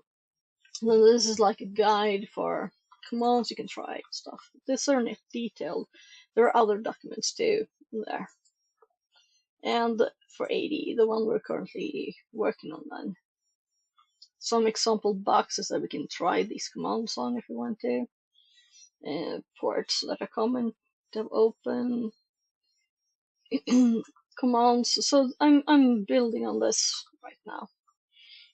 While we're doing it for HackMe Learning Room. That's also a premium room, so you have to pay if you want to run this box. It's just an $80. I finished some box on THM and HTB. I'm silver on says 8 HTB. Doesn't say much. I haven't done that many boxes on Hack the Box.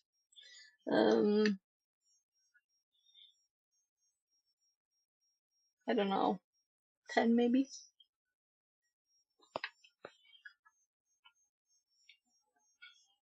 So what is silver on SAS 8? Samaria Oh, one it's session says, or web season. link. Memes. Okay. I'm not gonna open YouTube videos on stream. Sorry, not right now when I'm eating anyway.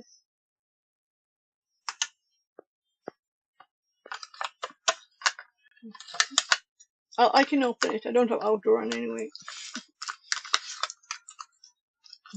But I don't want to happen to play music. That's mostly it. Rank silver on the season 8 machines. Okay, yeah, it doesn't mean anything to me what silver is. I don't know. I've never tried to like compete in.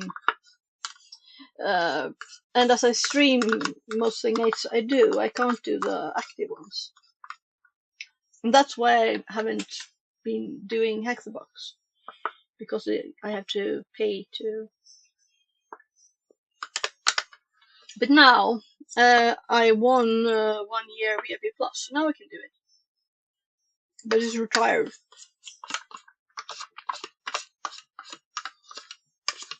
So, 2 seconds and I'm done.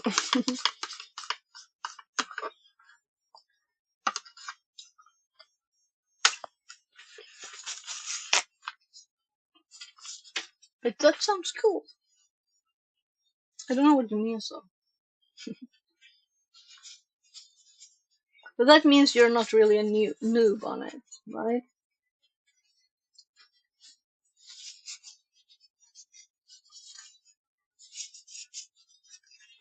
So it's just to continue learning all the things.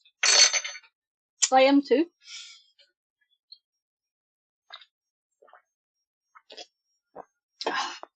So there was this path on TrackMe that was going to be removed in like a few days, and I was like, yeah, let's hop on it. Cyber Defense there. And finish it before it ends. And I didn't have time to do anything. True. April and I'm 2nd. to learn new things. Yeah, great. I will do. So I worked in IT for 20 years-ish as an IT specialist. So I have that base too, knowledge, and playing with electronics and programming and stuff, you know. all the fun stuff. So this was ended on April 2nd, so I don't dare to do join any other path. And I haven't been doing this lately. I've been doing other stuff. But this is nice, as it's a detailed Kerberos thing, and I haven't used Rubius that much. It's going through the commands, and we have a machine to run examples on. So then also this is cyber defense, so it's a lot of blue stuff. But if you want to do CTFs and stuff, knowing volatility and other forensic tools, yeah, I really need this. And also it's good to know the blue side, just for all kinds of reasons. You can't do a pen test and suggest fixes for problems they have if you don't know any, right? Remediation of the problems. And then there's this cool section here, malware. The only problem is that it's old, meaning it's, yeah,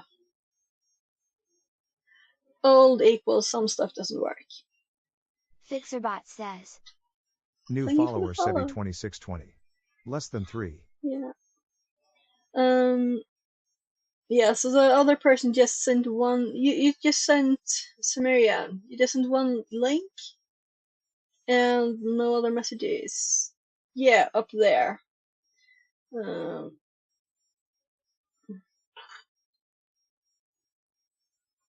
Okay, yeah, you just popped in before and, okay, I got it. Samaria1 says. All that knowledge talk got me riled. Okay, you became so quiet, so sometimes someone comes in and they send something that's not maybe good to open on stream. All videos on YouTube are not like great. So I'll click it. Let's see. So we can always do this too because my browser allowed the screen. So knowledge meme, couple seconds. I don't think they will have much music here in my here. garage. Just bought this new Lamborghini here. It's fun to drive up here in the Hollywood Hills. But you know what I like a lot more than materialistic things? Knowledge. Okay, but yeah. I like knowledge more than materialistic things, though. Yeah, and I have kids too, so kids. Try one.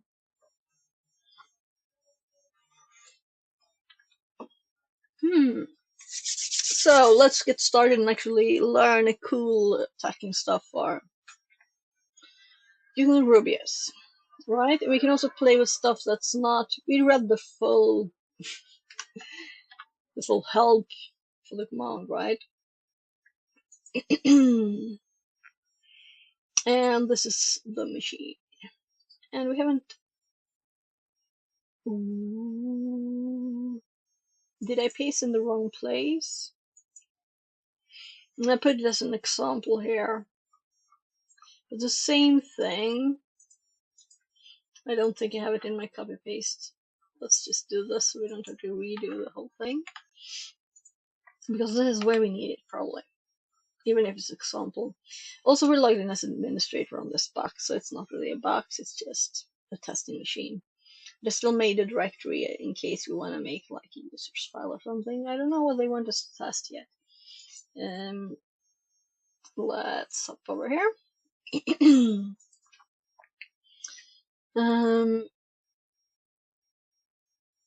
Your kid's interested in tech stuff yet? All the prodigies seems to be having IT parents. They are not that into. One of my kids wants to do programming, but so far he's doing. Gosh, what's that graphic thing called? But he wants to do more stuff, so I actually found something the other day. I recorded a bit of someone else's stream. Alright, I cleaned out my My desktop. What happened? All the stuff is gone. Here. Micro Studio, yeah. So I recorded a bit of someone else's stream, because that might be the next step for him in programming. Because he wanted to make Minecraft mods, and that's Java, and we hopped right in and started making one, but he was like, I don't really understand all the things here. That was a few years back, and then he himself, he kind of needs to learn stuff himself.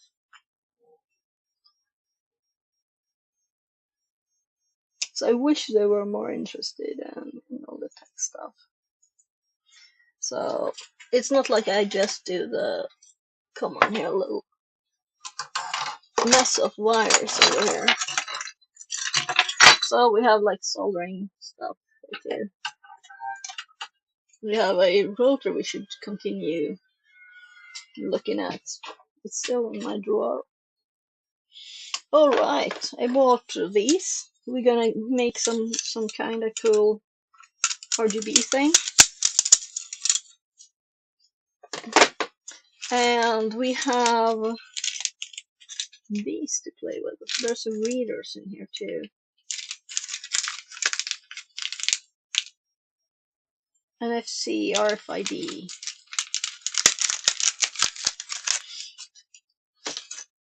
So many fun things to play with. But let's learn more about Rubius and what kind of things it can do when we're trying to hack some AD thing. First notes then. Yeah, my start menu doesn't want to pop up, or the liner. So we did this first one, and I had scrolled up to check the time. Yeah.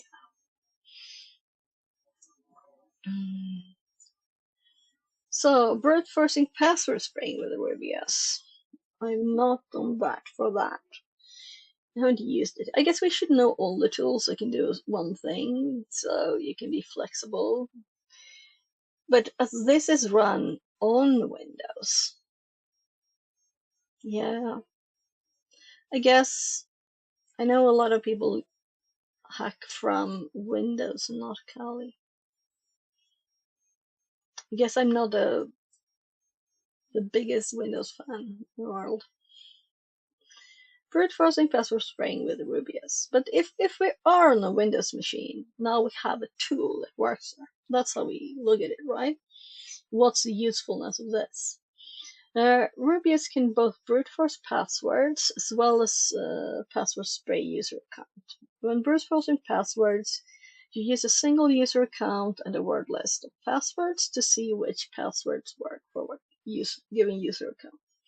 In password spraying, you give a single password such as password1 and spray against found user accounts in the domain.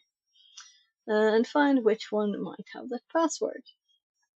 This attack will take a given Kerberos-based password and spray. Spray it against found users. Yeah, so it just said that. Give a Kirby ticket. This is new, right? Rubius can also run on Linux, WebLink. Yeah, I think I've heard that too. But in this case, we are running it on Windows. That's what I meant. Okay, I'll go to Kali's link on it. Yeah. So it's pre-installed. That's good. We don't have to mess with stuff. The thing in this case is that we used it to listen. Oh, sorry. We used it here to listen to Harvest from the domain controller using the administrator command. So this felt like a very odd task, odd thing to do. It's not really. It's a very not useful example. They should have given us something else to try. So when can it use the harvest? When can it use it? Can it use it from Kali too? Yeah. So these are older runes. This one is from 1886 days ago. And its description of yeah, the description wasn't very good of Kerberos, explaining Kerberos. So I read the other one I had instead, or also.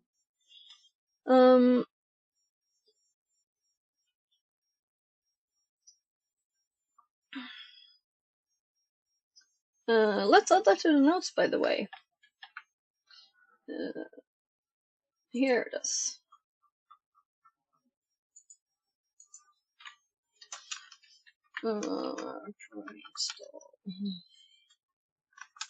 And I'm assuming we will also have exe files there then.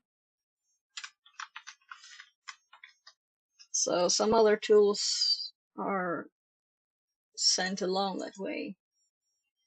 So let's just find it.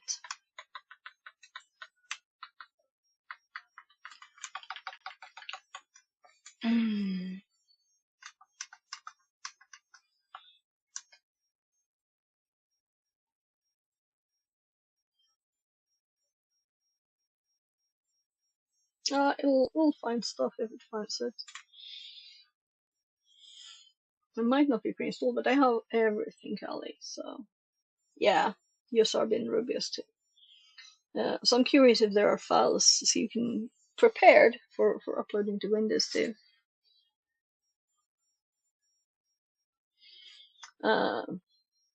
It keeps popping stuff up. Nothing important yet.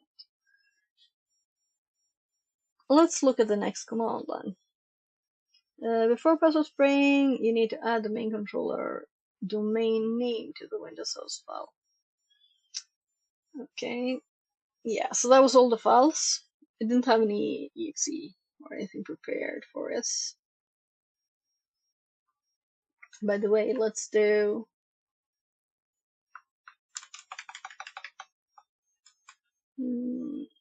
.exe and see what files it has for.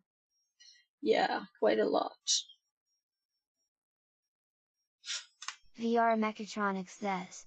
It's lots Do of you have a Windows 3D printer? executable. Unfortunately, I don't. I looked at a few videos recently. I'm starting to think it's time. Because if you build something with electronics, you know, you might want to make at least a little box for it or something. But that's not really a use, right? Do you want? Yeah. So I looked on videos of different types of material to use and stuff. We'll see if I can. How big one? I don't know, like medium, I guess, because it has to fit and it can't be too expensive, and also you kind of want to make stuff that are bigger than nothing. That's approximate. So we can see here we have like Sharp Pound and stuff. It's in Kali already, ready to Mimikatz. Lots of executables here, but it didn't have Rubius exe that I found at least. And this is quite fresh installed. It's just 2 weeks or something, so it's not mine. It's not my files.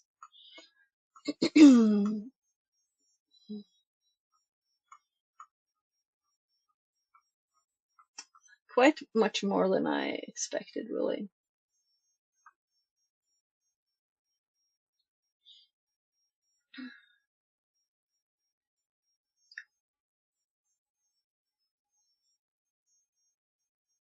And these are what I added. The boxes.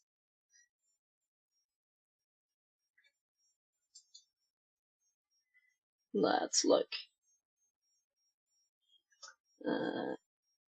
Okay.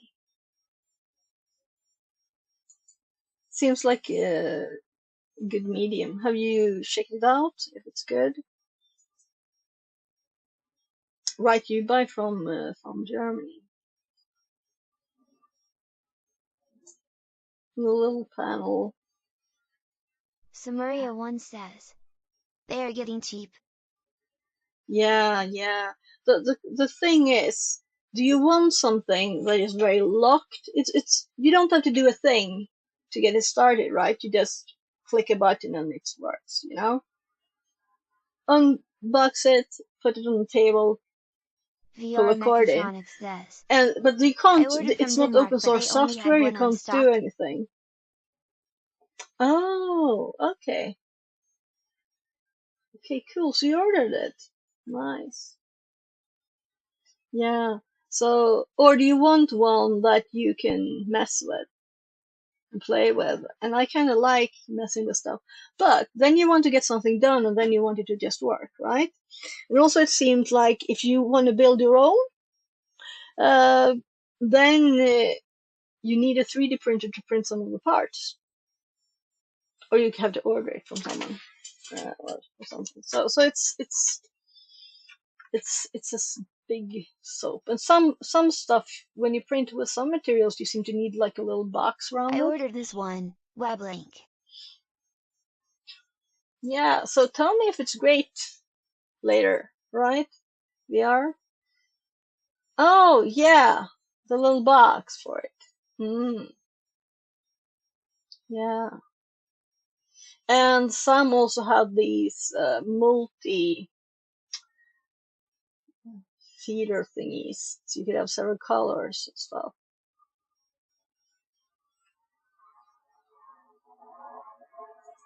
Change dress. No, I am where I am. I'm not gonna move for deliveries. So I'm in Sweden, by the way. If you didn't know. Multicolor printing. Yeah, so if you had one like nozzle with printing and several colors, then it would output lots of the filaments and just throw it away too. And someone made some invention to reuse it, or they bought something, I guess. They didn't actually make it. But they tested a million things. Oh, and you're not looking at what I'm looking at. I'm looking at this. Here it was, right? Looks cool.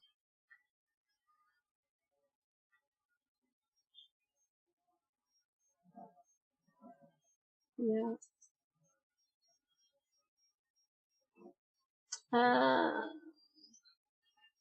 There it is in the box, I guess. No, this is something else. Is it? Okay, so this is a 3D printer with the box. Okay. Samaria1 says, I like waiting YouTube makers. They constantly showing new 3D printers equals. Yeah. Yeah.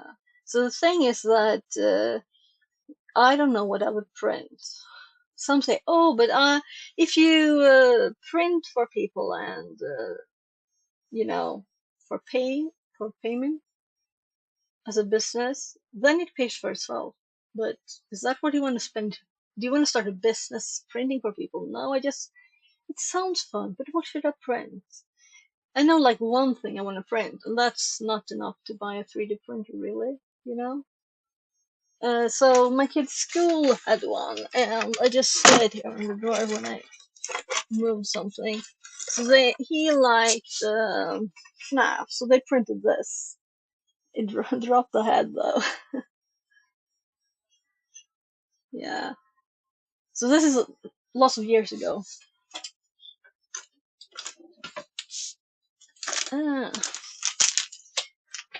So it would be cool to have one and to experiment, and probably I will think of lots of things and just imagine. Yeah, I kind of want to design this phone holder. I've been like building stuff out of sticks from ice creams, you know, because yeah, I want a phone holder that looks like this. Oh, let's take this box that's from this watch I bought. It's in plastic, like, and let's cut it like this, and let's make a hole for the cable here, and let's put some no, not toothpicks, but ice cream sticks like that. And oh, now it's a nice phone holder with a glued in place with hot glue. cable in there, you know. And it worked for lots of years for my kid, but then it kind of broke to the floor or something. So if you could just make anything, such a cool thing, you could just do lots of things. But I'm afraid that I would just go, yeah, that's cool, but I want to do this, right?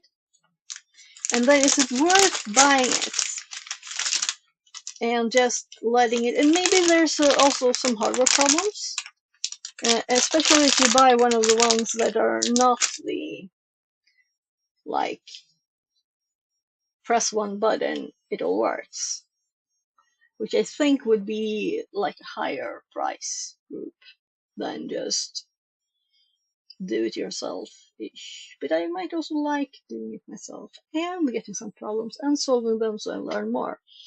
That's kind of the fun bit with getting problems. VR Mechatronics says, the open ones are larger and the enclosed ones are smaller. For the same price at least, right?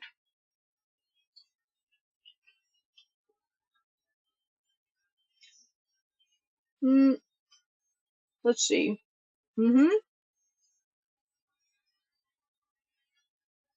This is what I got up. Yes, price is going to drop down. But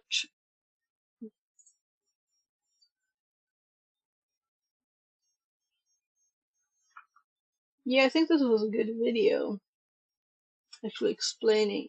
And here was like build designs with parts list. You just buy all the bits. That's kind of cool. Samaria 1 says, this one significantly more expensive.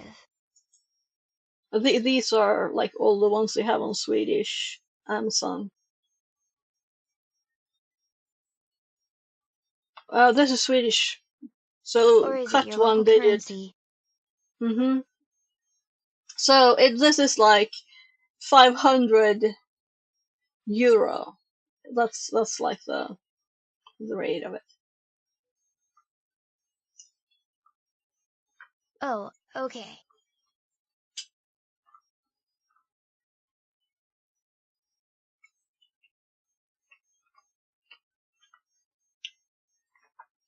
So VR Mechatronics says, web link.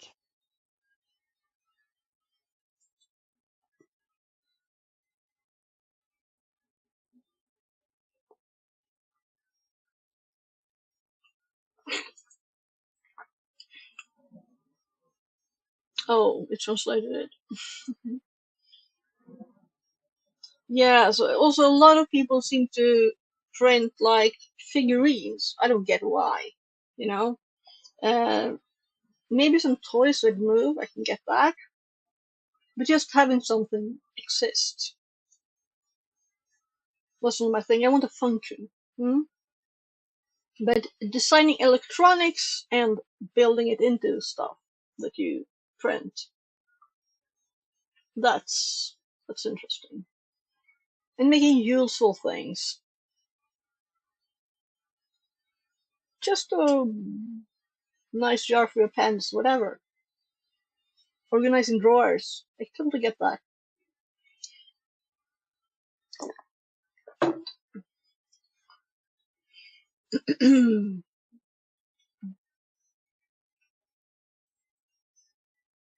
Oh yeah, I saw a video where they were printing shoes. It was a whole thing. It was a company just printing shoes, and you could design them yourself, like with a 3D program. They would print them for you.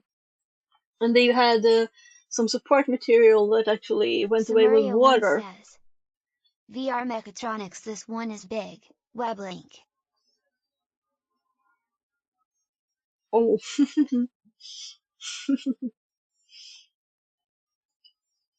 When I made this printer, I was trying stuff along the way, and although lots of people wanted to make their own, it ended up not being good enough to be shared.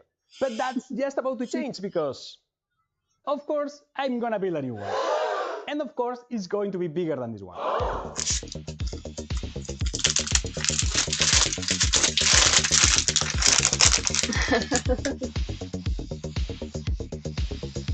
All the extrusions are cut to length now, including the vertical posts. I told you it's going to be bigger. And the design is completely modular. So I'm thinking the thing really is building it yourself. That's so much more fun, right? But I don't have this room.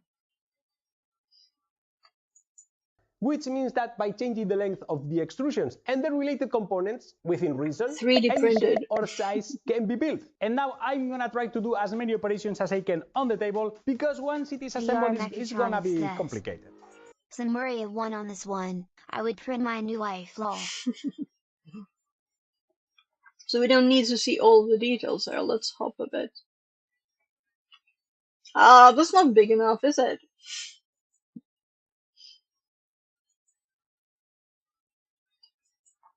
It seems quite similar to the other one, yeah. I never saw one this big. Now we get to the interesting bits here. So, how does this actually work?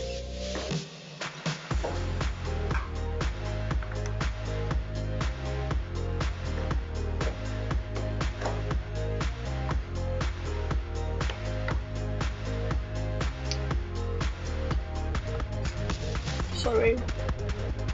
Maybe I should mute it.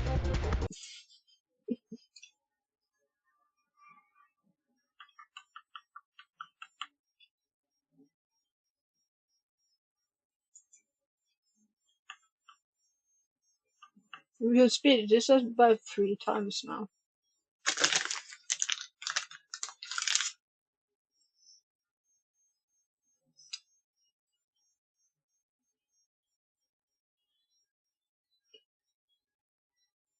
And you 3D printed all the bits, right? So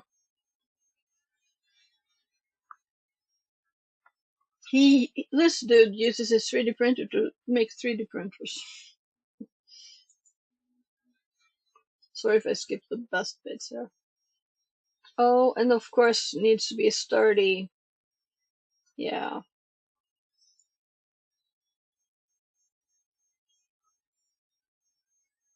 This is good. Buy a printer to print more printers. Samuria 1 says, oh right, these use need the to be stones huge. to destroy the stones, if you understand this reference. Yeah. No, I don't.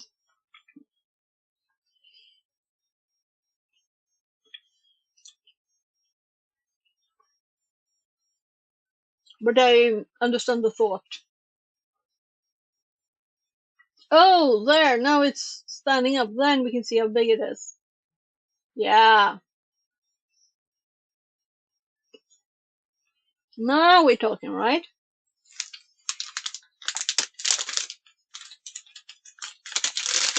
And making the boxes for things, you'd need a big one even for printing those. VR Mechatronic says, maybe he will seriously print the wife too, lol. Yeah, look at the damage here. But I think he might have printed himself.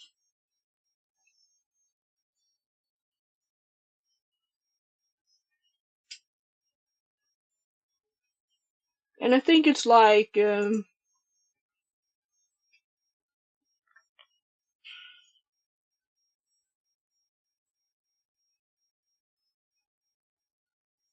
oh, so it's another one with the build. Now we can see it print too.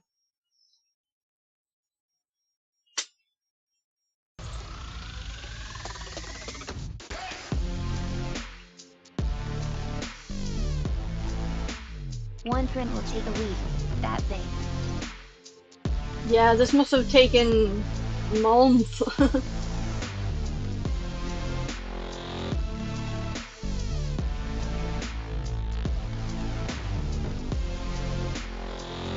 There's nothing inside it either. I wonder what the speed of this big thing is.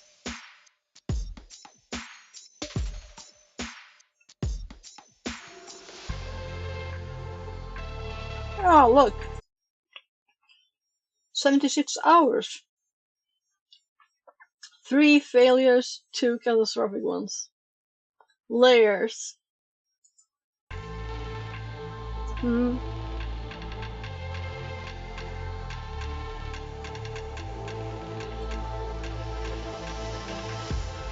Oh, that's a failure.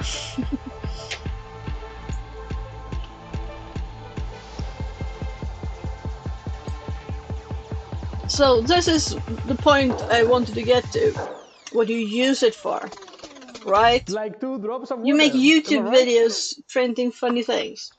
I would say that I don't recommend as a first print for any DIY printer a 1.75 meter tall statue of yourself, because of course this didn't come without issues. I have a layer shift right here. The filament got caught at the end of the spool right here.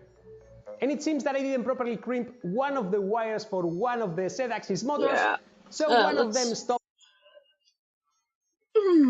That's the one that was most visible, right? I printed a kayak. Yeah, okay. There's uses. And shoes. This is a treadmill, and it's also a 3D printer. And I'm going to use it to print an entire kayak in less than 24 hours. And you may be asking yourself, why? Because sleep is for people with normal hobbies. My friend John and I already used it to print a kayak that we took all the way to Prague Maker Faire. But that print took... Yeah.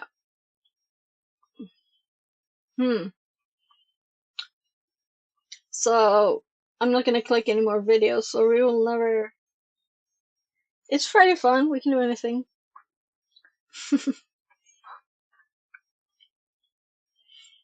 Yeah, it's a fun thing to have. I don't know if you saw my little 3D up here, but I also think this was like a cool thing. I don't really know what. Let's do one in the middle. Configurator. Let's click GitHub instead.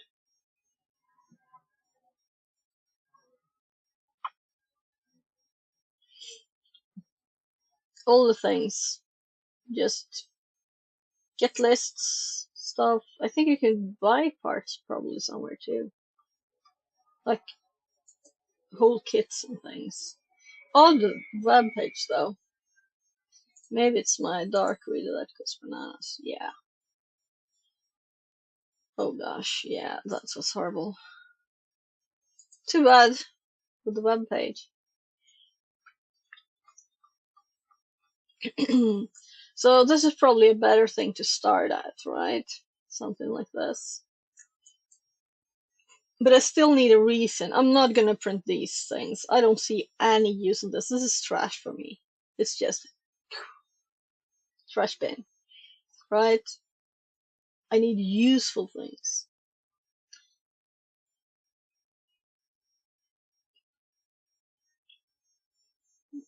There's no useful examples. But there's useful things to do, of course.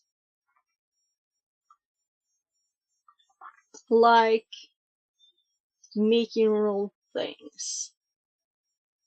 Designing something and like tools, for example. Yeah.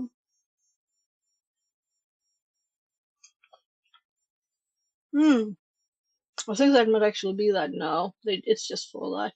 But the yellowy thing there. Let's knock on the door.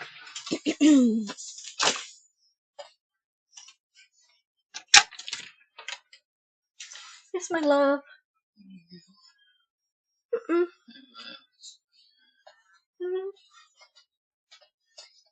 Så då tänkte du försöka somna sängen sen? Eller nej? Du sa det förut. Du skulle sova sängen. Jag hämtar efter vatten. Half asleep kid getting you some bar.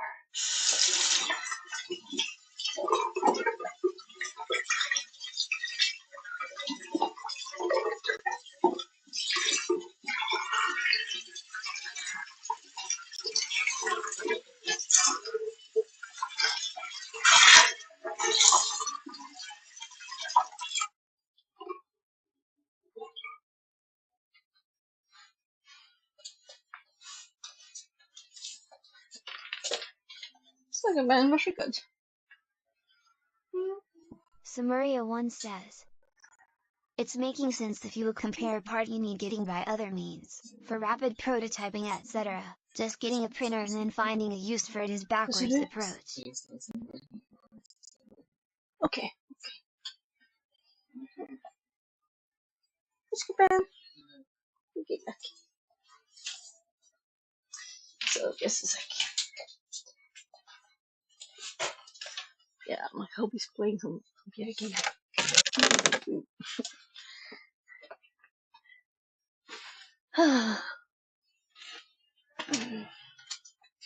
So yeah, so back in school we were like doing CAD and pretend invention, and then we were supposed to send it to China to be manufactured for fake, not for real, you know. And you can just make stuff nowadays instead. It's not like design something and let's build it with paper. Nah, you know. And then we had like hot glue and could make a little more. Now we have 3D printers, and I don't have one still. That's like I want one. Cobra S1. Mm.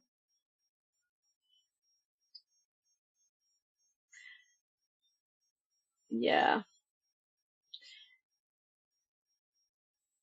Also, I'm like economical, so I would do all I could not to waste. It won't get dusty, but it only has one color.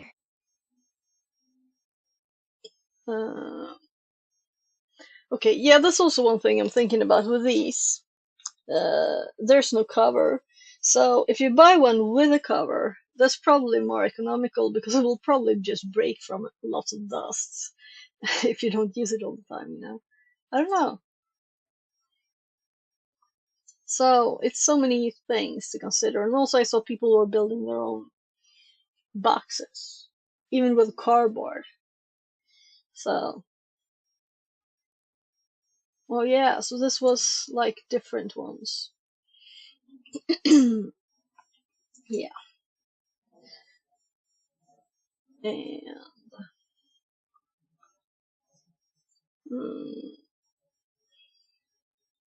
so I'm mostly checking, is it in everything? Yeah, so it's in everything. So it should be in mine, which it was. Amazon will do minus 47% drop down. Yeah. So it all depends what you want and if you really want it, and of course if you can afford it too. Is that what you want to prioritize and spend your money on? And I'm just applying for a job, you know, again. Because again, I'm saying since I haven't been doing it for a long time, but the consulting had ended last week. So this week I've been applying actually for cyber jobs now. Getting started, daring to apply to cyber jobs. We'll see what happens. I've just applied to 3 so far. Might do a few more during the weekend. I want all the functionality that we discover now to end up in this file, which is oh, let's go to the notes instead.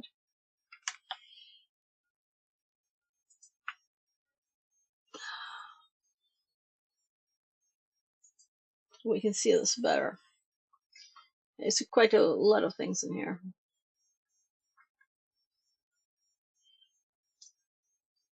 You can actually scroll. You know? Collecting things. If you have any suggestions on what to add, do tell me.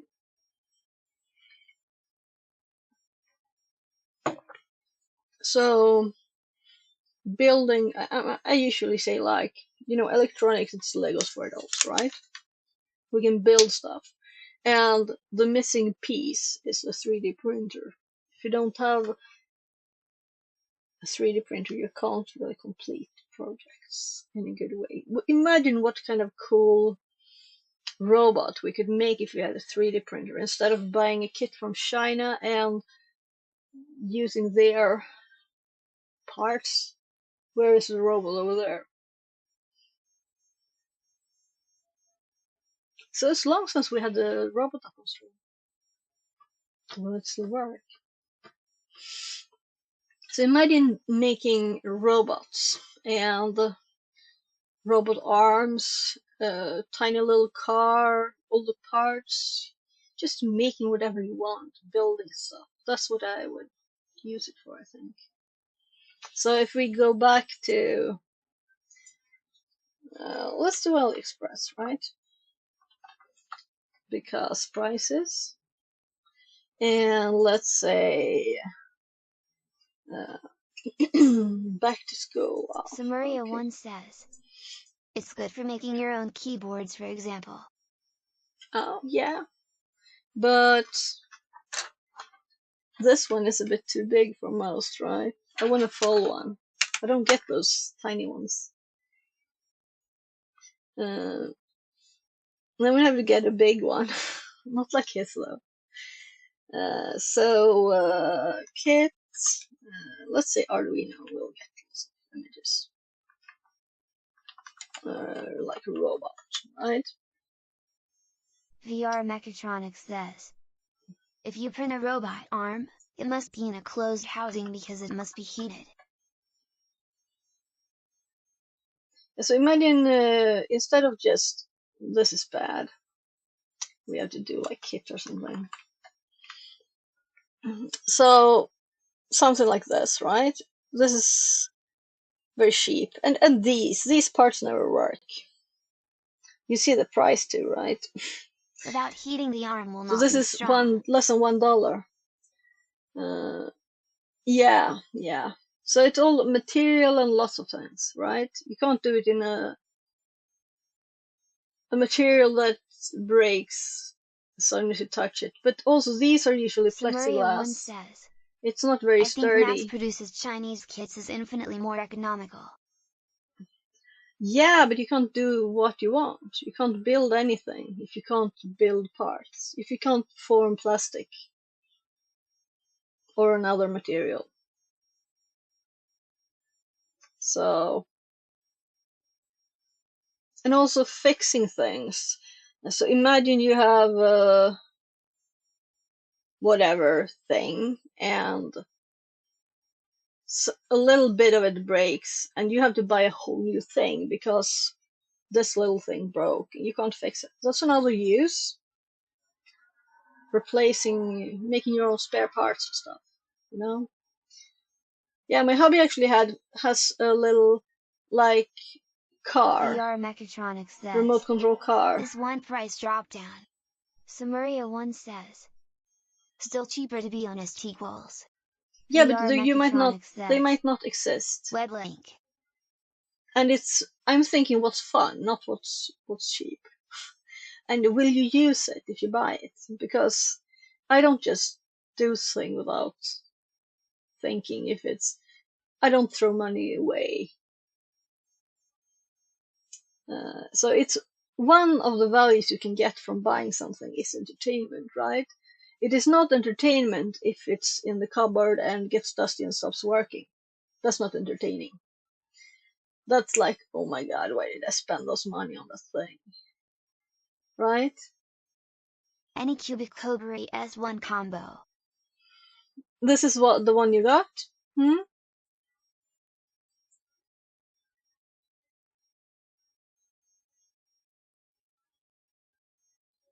So, this is in Swedish. No, it's in Danish. Some words are the same if you don't look too close. Yeah, here's one of the multicolor ones that I talked about. On this one you can print a robot arm and change colors. Yeah. Oh, they actually have like a little arm there, but it's like a Lego arm instead. Yeah. Mm. Now the rain started. It was supposed to rain this, like from 22 to midnight. It's supposed to rain like crazy, and it's like going. It's really drumming. It's dark outside. I will show you. Let's see if we can see anything. Oh yeah. Let's see.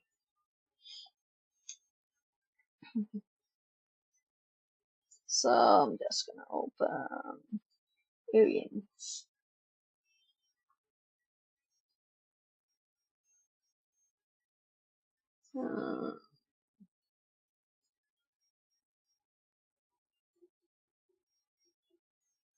I guess it's dusk.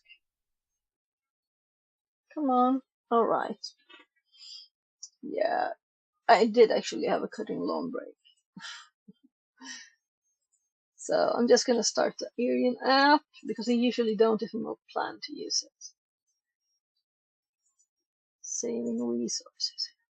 So let's see if we can get close to the window.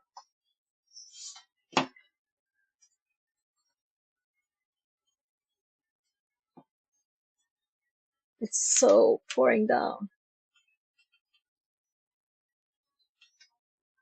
Can you see anything? Oh, it's too zoomed in.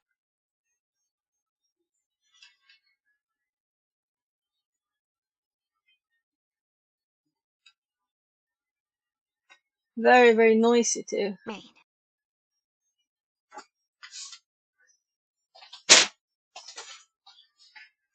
So I can see how the water just is collecting, and so the street is like slanted like that, so the water just flows quickly past. Oh yeah. So 2 hours of this, let's see what happens.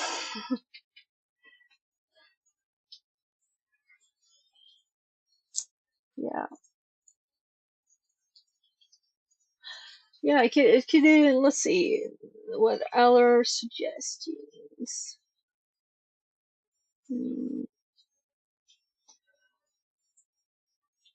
But if you ordered the 3D printer, tell me when you've tested it, see what it's like. What will you be printing? I'm thinking you'll do parts for your VR stuff, right? Can you trust it to do that? Something of it? I know you got the wrong stuff from China, right? Or from your manufacturer.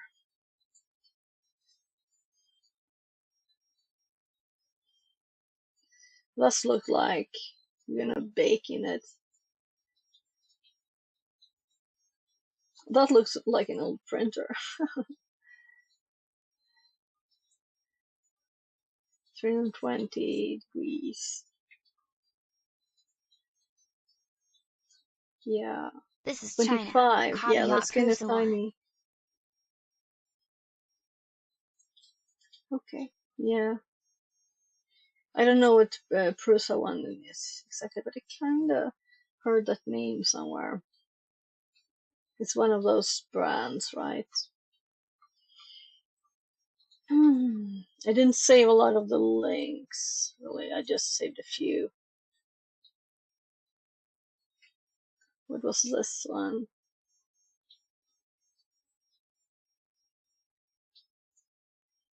Yeah, that was the link from this video.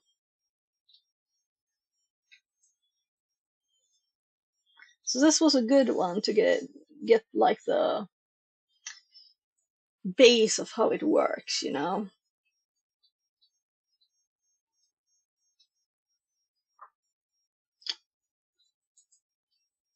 So if you buy these kits, expect the pieces not to fit together and that they won't be possible to put together if it's actually something that's supposed to be moving.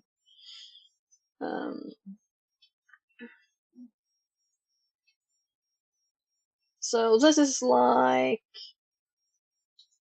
this is similar to the one we have as a stream robot arm. Oh, those prices are crazy.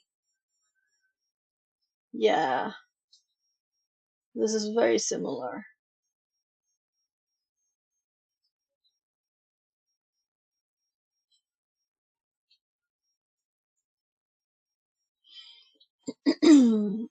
With a little controller thingy too. But I didn't have this price. Look, this is much more expensive. Maybe this is just one of the parts. Let's see. Otherwise, it's almost worth it buying. Yeah, so it's just the plexiglass. It's no servos or anything.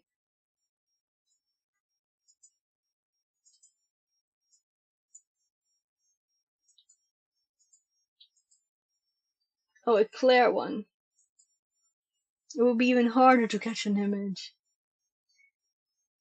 That's like, we have a black one.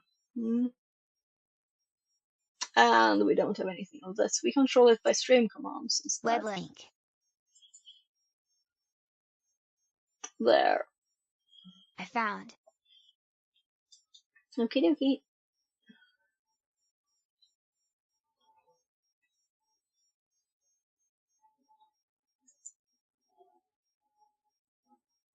Yeah, and it's 25, 25, 25 there. So I guess we need bright light for this one. Oh, it's more Danish, I think.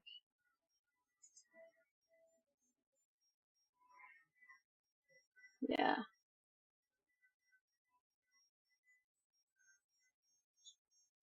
Ah, okay, cool. Yeah, so I'm not gonna buy any 3D printer right now, and I won't until I have a job at least, right? I was thinking actually of that as a thing, that when to celebrate when I get a job, maybe that's the time to get a 3D printer. But I would have to like clean out some stuff first. So I started learning about it.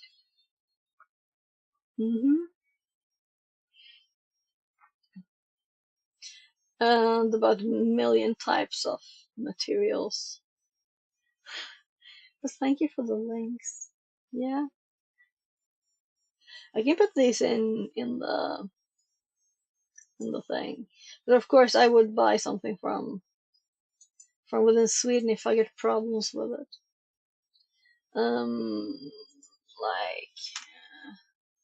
3D. And see if there's delivery to Sweden. Oh, you don't have to. You don't have to. I'm not gonna buy anything right now. VR. So it'll probably be different anyway when I do, if I do. So I'll have to have a few things like to use this, like I mentioned now, right? I want to do this, this, and this, and this. And maybe even have an electronics product ready to, or thing ready to print stuff for, right?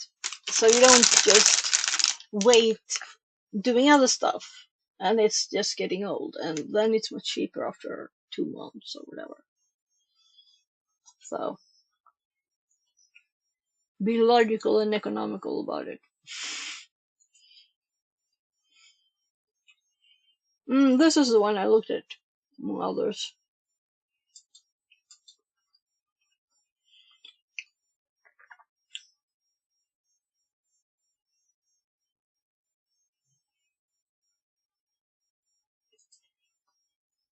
There's also one that's got a house.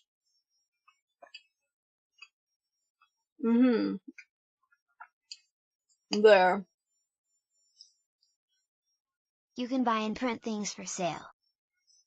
Yeah, but that's what I said. If you do that, then you're starting a new business with that. What is that? What you want to spend your time with? Seeing 3D printer ads now constantly BTW after this browsing. I don't see any ads. Sorry. Sorry, ads, people.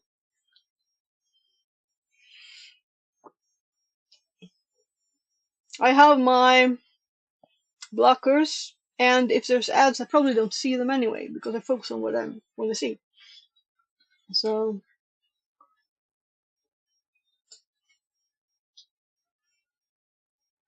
phone game ads, that's the only thing, the only ads I see. And I don't watch TV.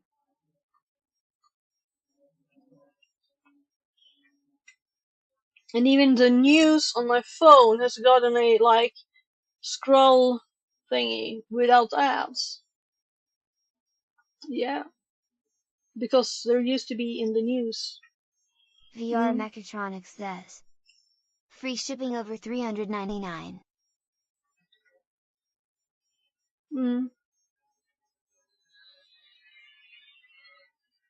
So I was just googling, and these are the printers, 3D printers that I meant, that I don't think I would want this, because there was people talking about that not being open source, right?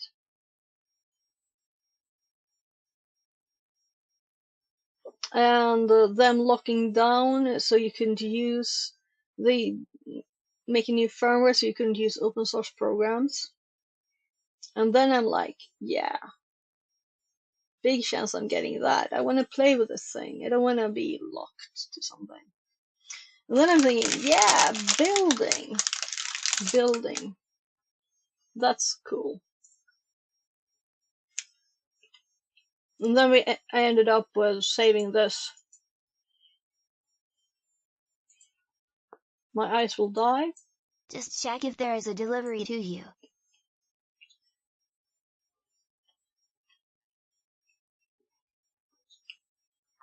In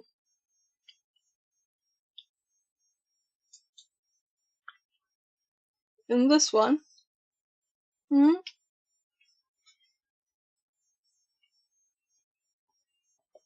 No, not this one. Yes.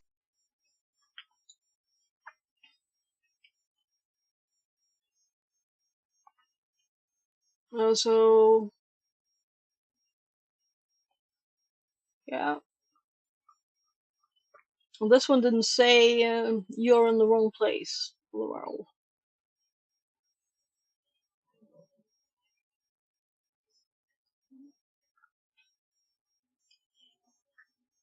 I can always do this.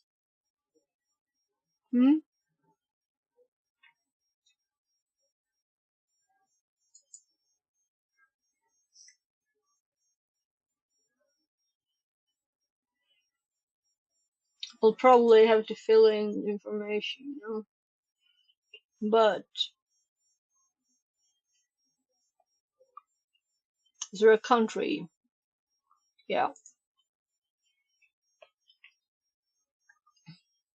So yeah, they can do Sverige, and it's changed to my currency.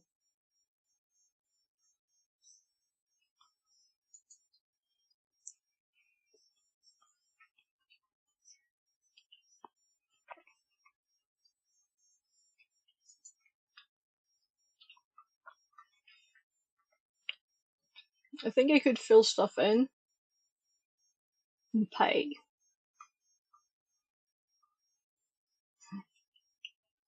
So there are Swedish stores too. So, oh my god, I ate too much of this.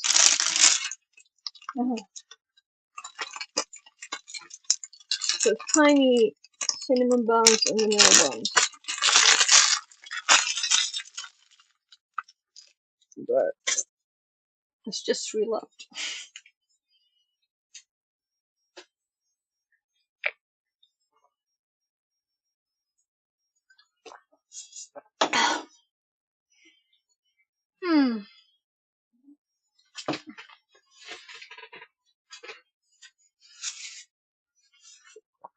So, should we continue just browsing stuff? Should we do something hacking? We can do a box instead if you don't want to do the tracking room. So we can do something of this or whatever else. There's so many things to play with. We can do electronics. We can do some hardware hacking stuff. We can do building something. I'm looking for this color adapter. Okay, like the one that I had in the image.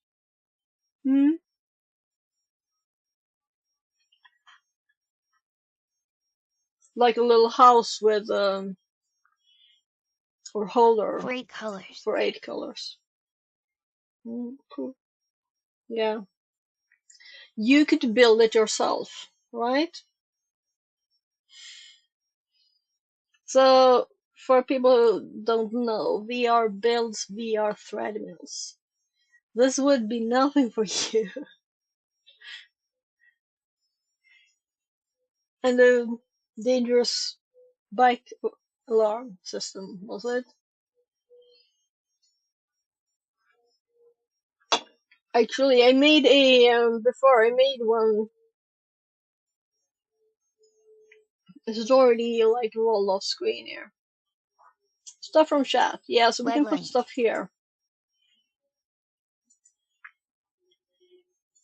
So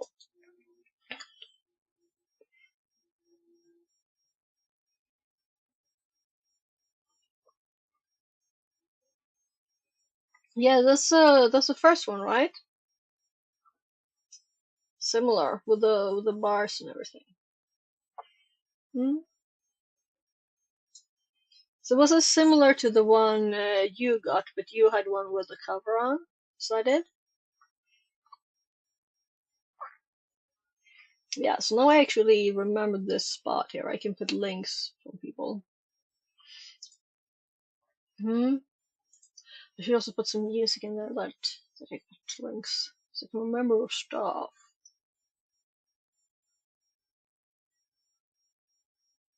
They affirm that this Cobra Nest one is only in one color. Oh, okay. Okay. Oh, so this one is 3. So you can't see that on the images. Can you see it on the others?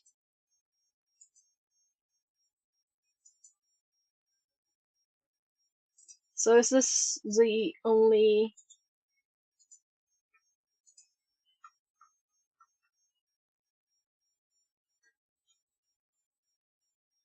So it is mixing colors?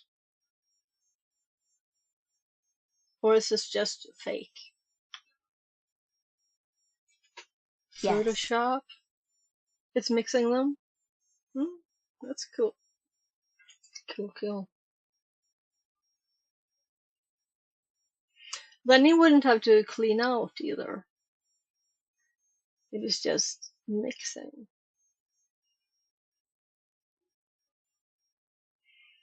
The service. But I'm looking for 4 any color options because there must be an adapter at the top. Okay. So up there. So clicking on images and getting just the same image in a different place on the screen, that's not... They should have good images. Yeah.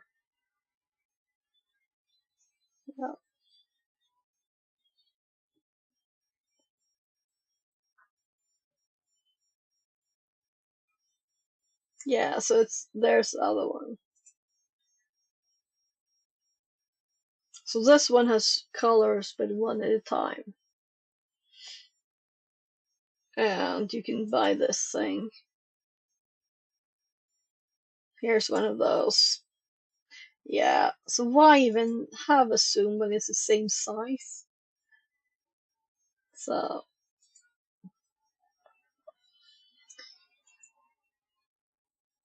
Oh. I wish they could have actually interesting images.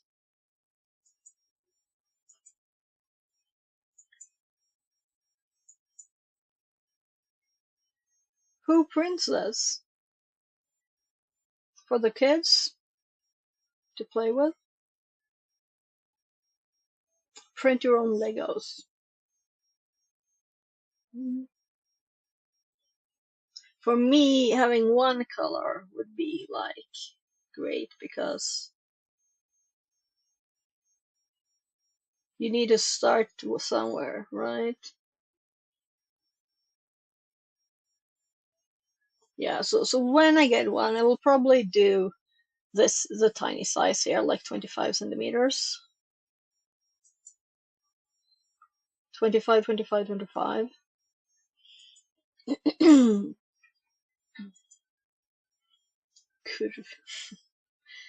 This is like sausages in Swedish instead.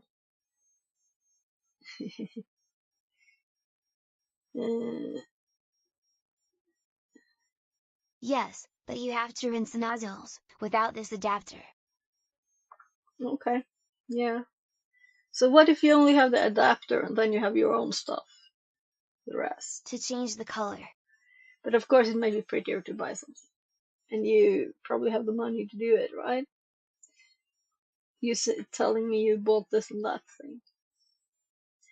Let's, where can we see? Is there nothing more explained? If you're purchasing kits. Yeah, let's just close these. I think it will continue, okay, guys? Because in this picture they showed yellow, red, blue, but the head is one color. Okay, okay. I feel a little sick from eating all of that. Too many buns. Too much sugar. I'm not used to it. And he stopped streaming. I had it on the phone too. Yeah, that's cool. Let's just continue then. And why I sound not happy is because I feel my tummy is like, why did you eat that? You're stupid. Didn't you talk about thinking before doing?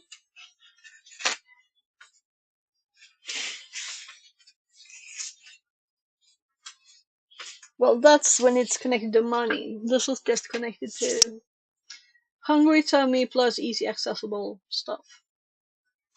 So I should have made salad before instead of just taking a recipe thingy. So I'm gonna continue reading here, and you're very welcome to keep talking. And you'll have to tell me, VR, when you get your 3D printer and played with it. And why can't you stream it so I can see? Show me. Join the Discord. Get a Discord account, join the Discord, and show me all the images, please. Please. Please do that. Please give me images on Discord. We can make a 3D printer, like mechatronics and 3D printing.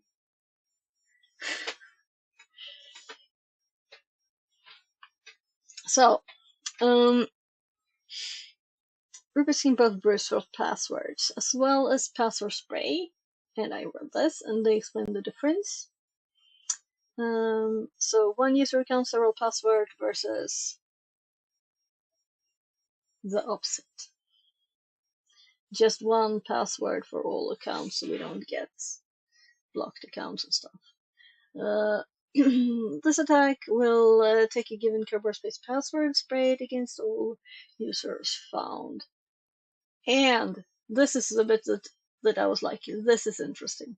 Give a Kirby ticket. So it will not just do that, it will give us a ticket too. VR Mechatronics is the Dame DC. DC?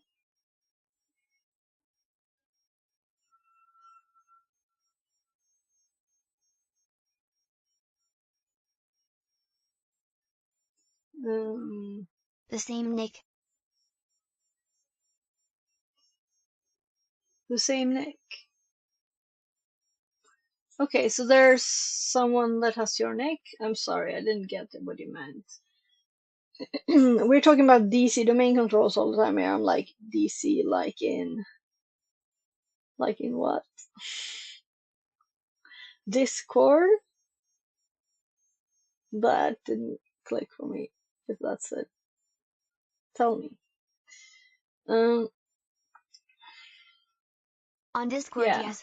Yeah. So someone has VR Mechatronics. Let's do VR Mechatronics _ then, right? Earlier you used to be able to just do the same name and it will just give a number on behind.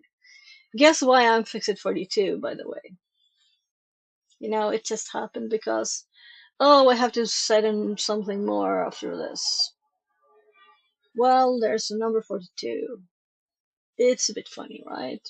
The number. We have to put something there. Let's not put an underscore or a whatever. Let's do 42, right?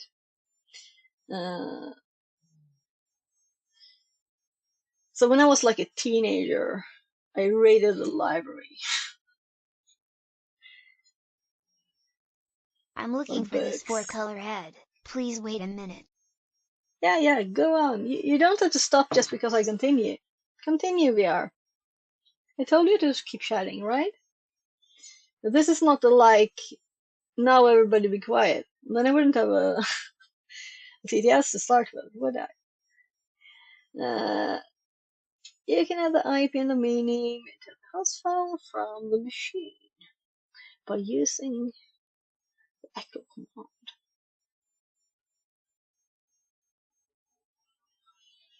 Brute password, no ticket.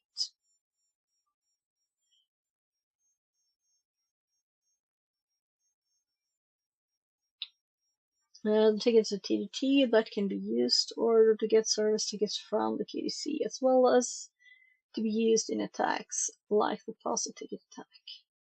But if we have the password and the username, why would we care to make a ticket? That's what I'm thinking. And also I think the network traffic from that would be less normal. Would it? No, it will be normal. Before passing, because everybody gets TTTs, right? Before passing password spraying, you do a domain controller domain name and the Windows host file. Yeah. Because we're running this from Windows as the administrator account. You can add the IP and domain name to the host file from the machine by using the echo command. Oh, that's what I read. Oh my god. Yeah. I might actually do that because this is not my machine, it's a VM. I want to have order in my host file, but I don't care about this one. By the way, we should have like 3 minutes left here. 33. That was funny.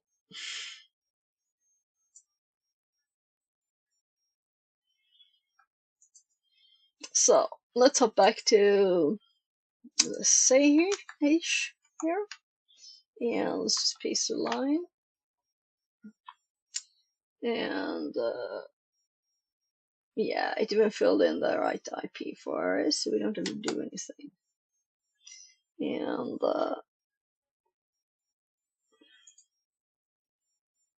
Rubius brute password. Just copying this one. This will take the given password and spray it against all found users. But we have not found any users.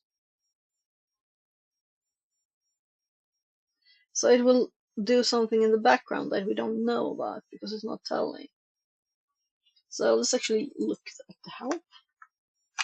But let's run it and see if it works first. So let's just list files here. It didn't create any files here. We did say no ticket here, right? Too. So let's run the same command without the no ticket. and then we don't get the output but a file instead. Save TGT to machine 1 Kirby. So machine 1 password 1, and my brain does ls and I stop it and do dir instead. So if we type machine 1 dot Kirby, is this text or binary? Binary. I thought so. Just wanted to check, as the output before was text here. Yeah, this is basics2Ford. Yeah. And there was also like an unpack one.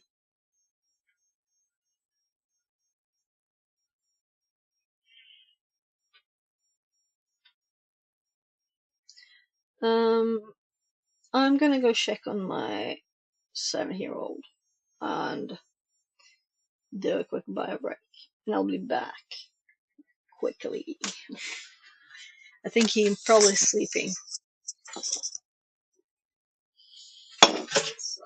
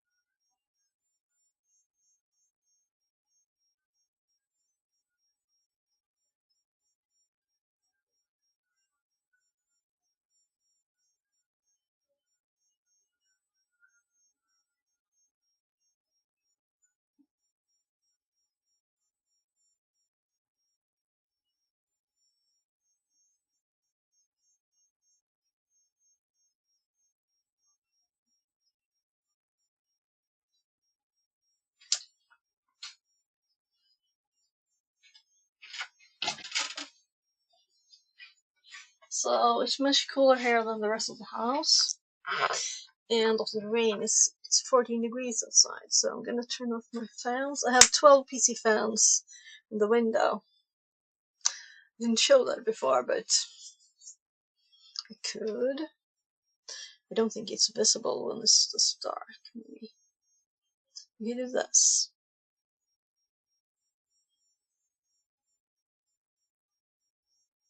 Anyway, turn them off now. You can turn this one off too.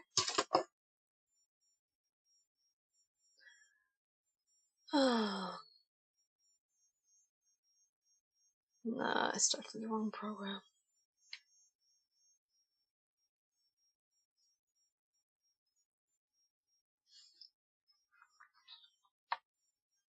So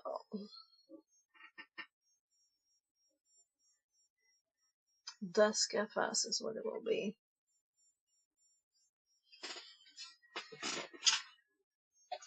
So here's there are the fans. The little open window with LED, like, supposed not to get pollen through this. That's why the fan is needed. Oh gosh.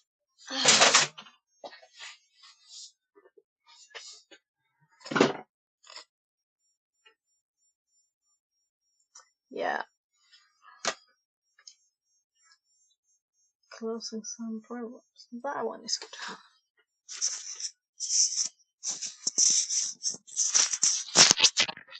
Yeah, let's turn the blue back.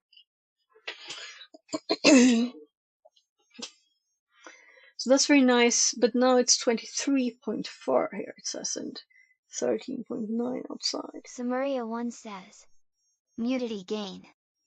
Oh, no, I don't think so. I think it's you. Can you hear me now? So I can see my audio moving here. The audio is moving, and I unmute. The audio is moving.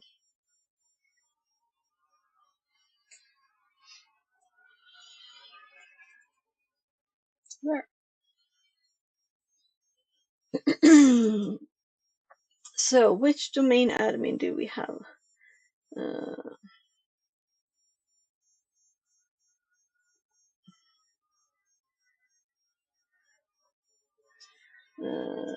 Administrator.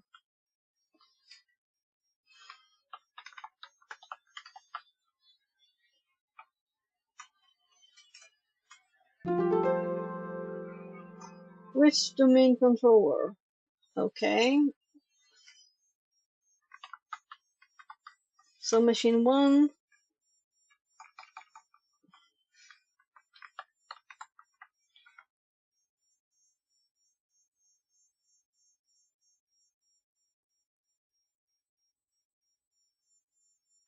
Oh, okay. When harvesting tickets. Okay. Well, let's check the output. I don't remember what it was called. Was this gesturing meaning trouble on my end? I can't even hear TTS from stream, so showing mic levels do not apply here, I think. So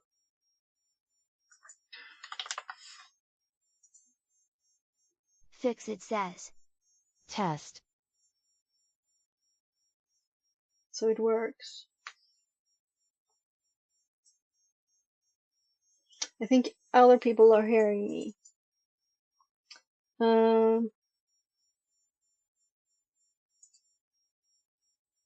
We can look, right?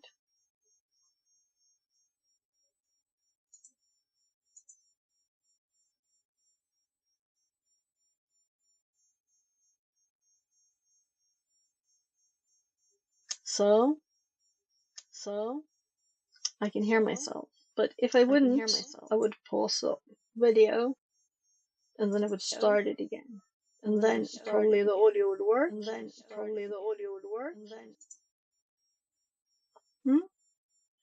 And also check this. That is not muted or muted here.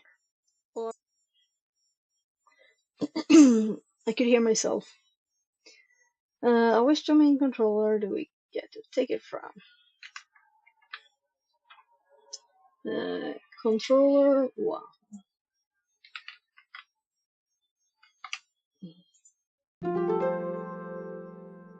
Why did they add sound? And how do I get rid of it? That's a serious problem. I don't want it to be audible.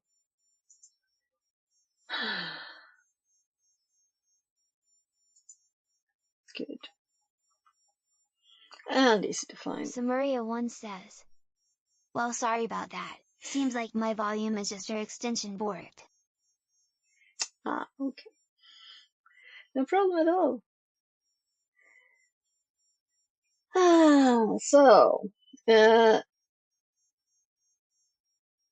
brute is not clear to me, because we don't say users. Where is it getting the user from? It is running on the domain controller as a domain administrator.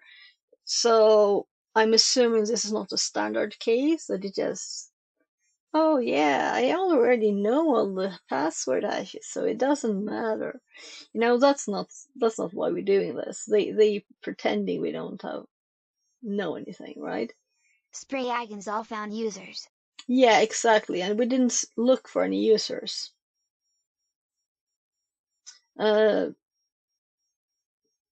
We found these with harvest here, but those tickets we already have, right? So we don't need to get these tickets again. We already have those. And also, this is even more odd to run from the domain controller. And how would it work if it's not from the domain controller? You mean, I mean, it's not a logical example. It's off. I don't know why. Maybe it's just because it's an old room, and maybe it just existed for Windows back then, and that's why. I guess I put this in my examples too. I just don't think it's a good example. So I'm just copying the text here, and we're gonna paste it as an example in reviews here. Examples, harvest.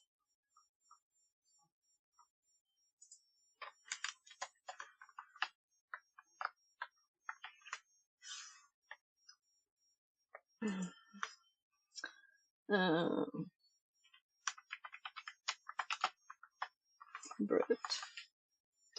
So, oh, I didn't mean to tab that. So, if we want to, we can also do that to them. So it's easier to see.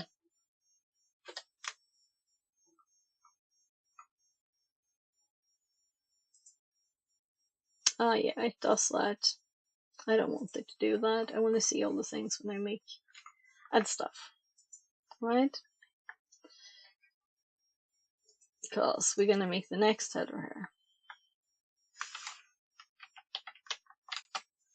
something.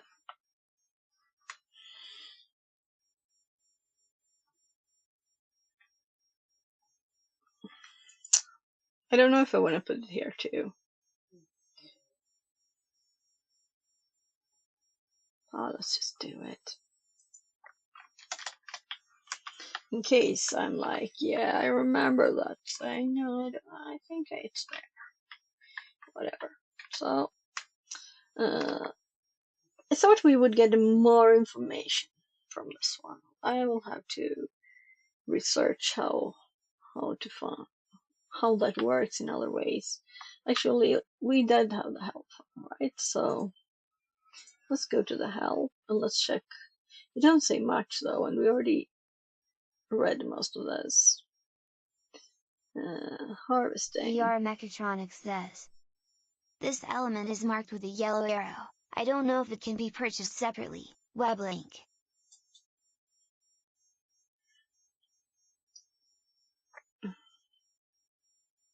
Okay.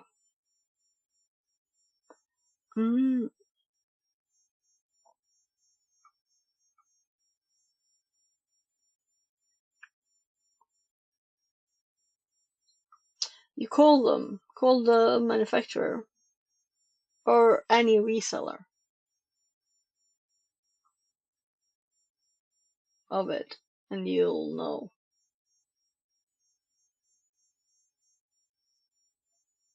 Makes me think of fiber.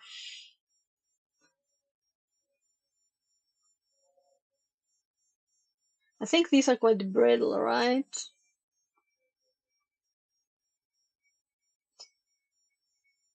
Do they really want to bend them this much?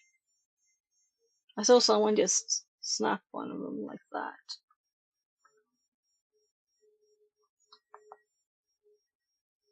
This looks big. But maybe it's not. If you look at these and these. It's just like this, right?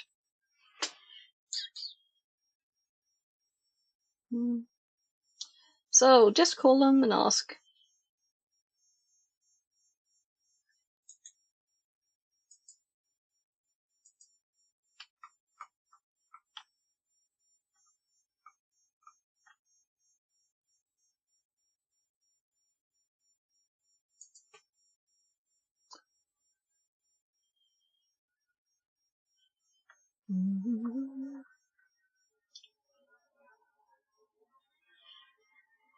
I'm curious how it works in the inside of that thing. What's there?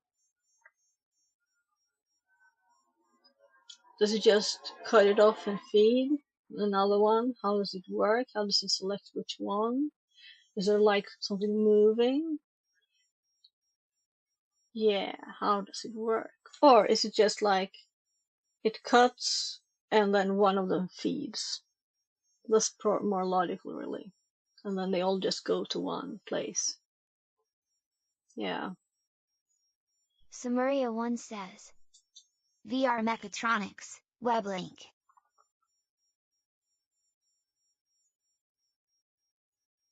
Cool, cool. Yeah, it probably, filament is filament, right? You don't need to have a special thing. This also means that as long as you don't want to have an exact thing. If you have your 8 VR, 8, and it's $17. I guess Danish are approximately Swedish. So, can we see the inside? So I think that must be how they did it. I like these. They're everywhere. This is what I was showing before. Yes. So. VR Mechatronics says. This is crap. Yes, but I it's threw one it above in the that's trash. missing. The one that goes to the printer.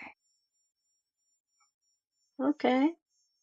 Yeah, so the thing that you need is the signals from the printer. That's what I meant before there.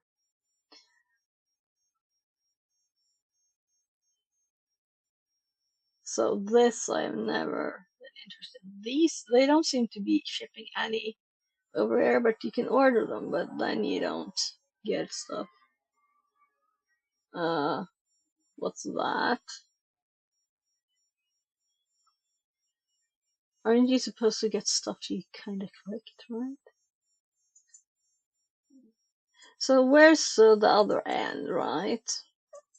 Where's the input switch? Input which one to choose.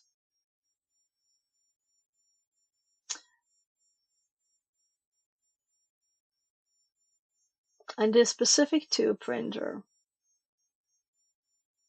So why can't I see the details for it? View details. That was an odd one. Oh, it's also off. Sale. It's even less. $12. Shipping though. So.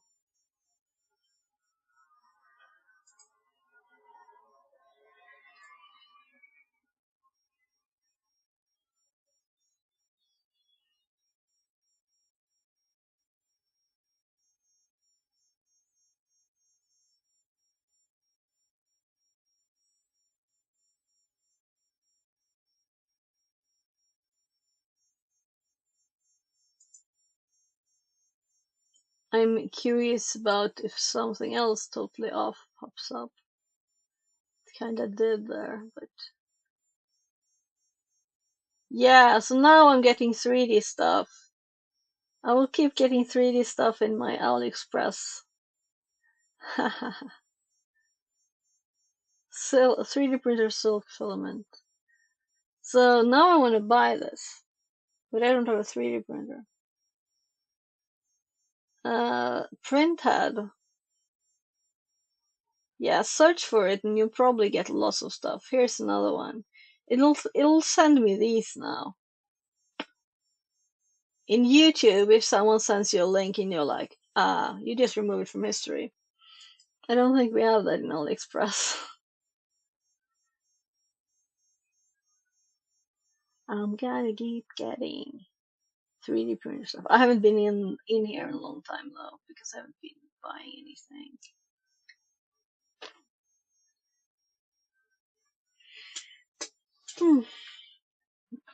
These we have bought. Did we replace the servo in the robot arm? I think it's easy check.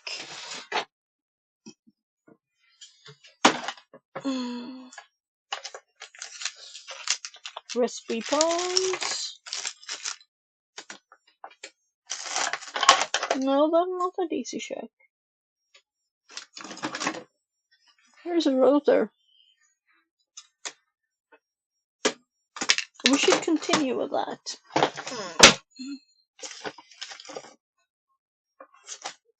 Let's go.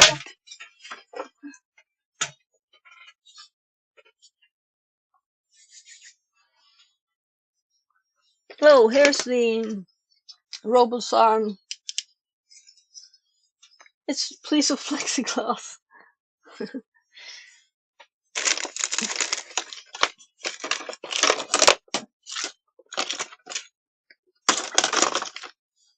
Samaria1 says, maybe I want some other very fighters. ergonomic. Yeah, right. There's actually like, here is a converter you can buy for using a PlayStation 2 controller with it. I'm like, why would you want to use this when you can use stream commands? It's not logical, you know. You have open, close, and you have movement. The other servos. There's 4. So 1 servo, 1, 1, and 1. It's not totally suitable for that. So anyone wants a webcam? That was such low quality, so I was like, maybe I can use the USB cable for. I'll probably just throw it out. Oh, an Arduino.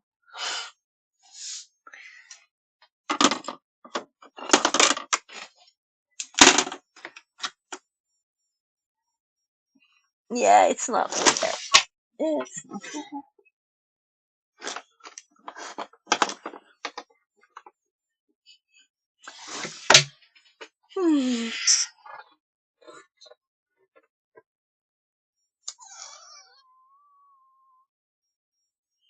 I'm thinking if I want to do something else, or if we should continue. That's the stuff you talked about, which collects dust and doesn't bring joy. The control knobs, those came with a kit, and I wouldn't have gotten that bit. But to run it with Stream is fun. But I have stuff in drawers. If it's tiny, a 3D printer is. This one, it is kind of collecting dust, so we could do something. I did buy quite a few ESPs though, so I'm kind of thinking that maybe we'll do like 1 day a week or something that's electronics. We'll see how quickly I get a job and how much of my time and how tired I will get, you know, because it's not like I'm working at this time ever with the kids. Of course, I might work this time. This web link filament hub. Oh my god, that sounds like a true candy store.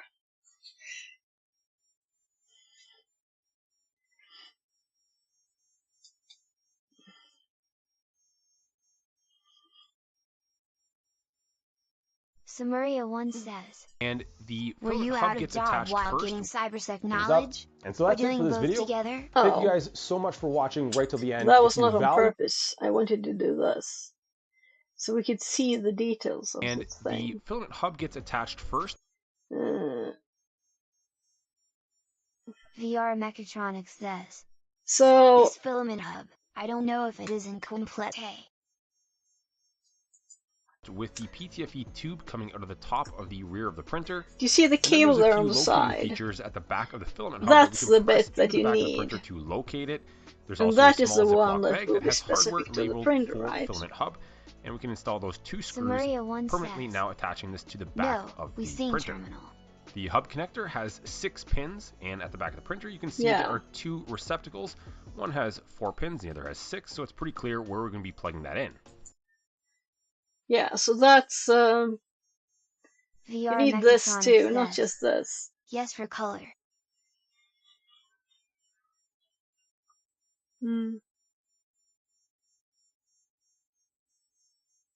So here's where the 4 goes in and 1 comes out. And when to switch, it needs to know this, right? If it doesn't have any active electronics in there, and it was just merging these together randomly, you know? Or there was a button you push to switch color to get color anything different color. So that would be cool too. But it needs to have a connection. So I think this is a different part that you need to get.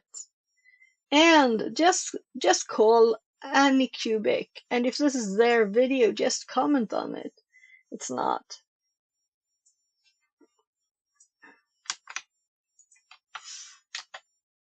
Do they have a channel? You can just comment on their videos, yeah?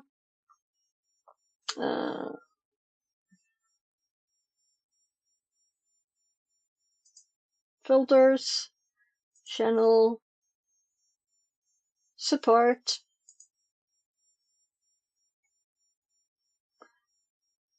So you can just comment on any video and they'll probably respond, right?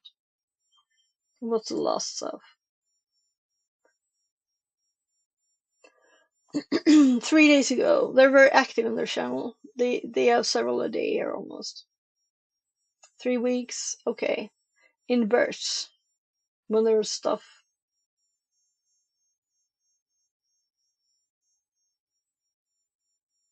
Just send a message if you don't want to like, call them.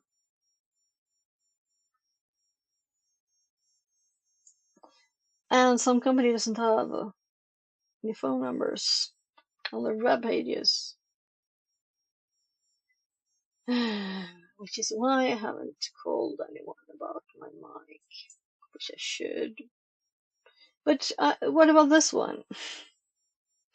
We just hop back here and there it is, right? Now we know what to look for, how it looks. Filament hub plus, where is it? There. Filament hub was 4 times P TFE tube. So, return detection module.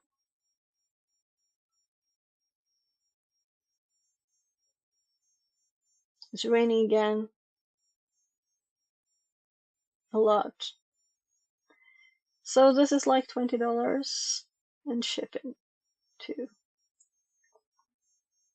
At first I was surprised because the package was large, well packaged and a larger box. Not so loose, yes, because PTFE hoses are also included and need space. Delivery was very fast, great. And just one I wouldn't trust, because it could be themselves. 5 is not much. But I don't think this is a product that would get a million buys, right? Not with money purchases. They have 3,000 in there. So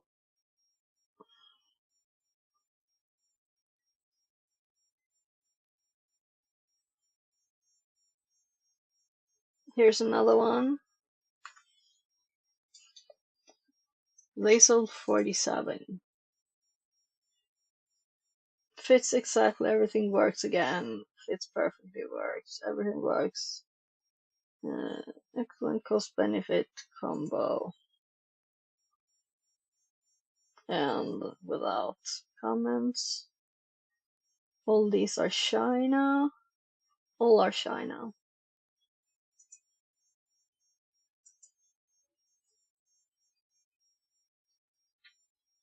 With their own photos here.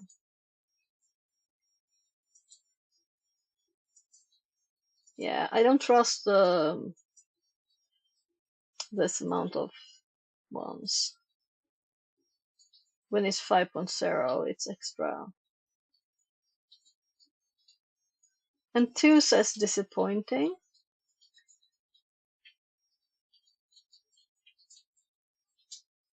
And give 5 stars. Well, you just have to order, and you can always refund and complain to AliExpress. It's not working. I have gotten lots of refunds. But stuff also sometimes just don't appear, and then you get your money back too.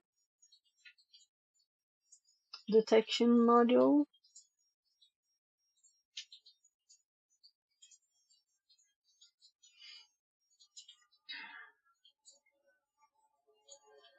This is one of the things, I don't know why it appears. I bought this. I have not bought these either though. I will get so many 3D things now.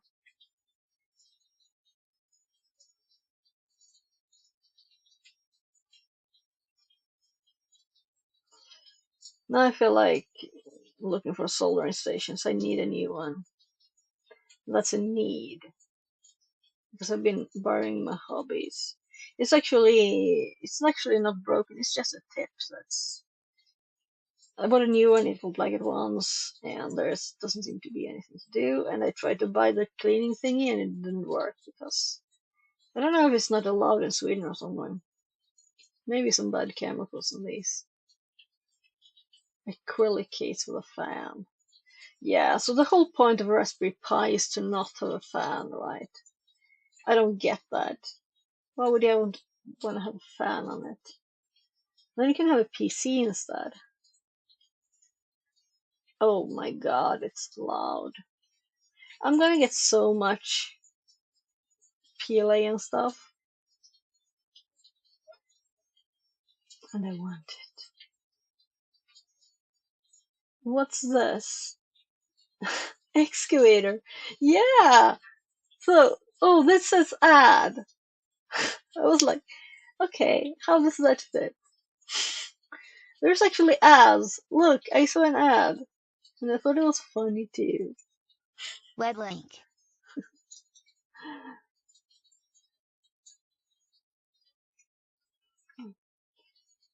Pre-sale.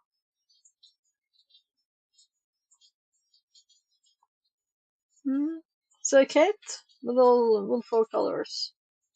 Nice. Then you will have all the parts, I'm assuming, to connect it together.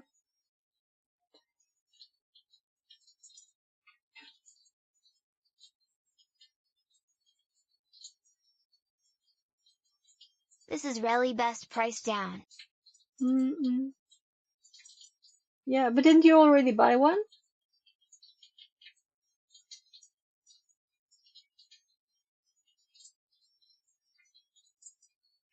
So before I buy something, I will do much more research than I did. I looked at a few hours of YouTube videos, right, during last weekend. That's all the things I know so far. I'm gonna learn all the things about temperatures, sizes, think of what I would want to print and what size I would need. And I would start with one color because I'm not gonna print pretty things, but useful things, right? View this one, web link.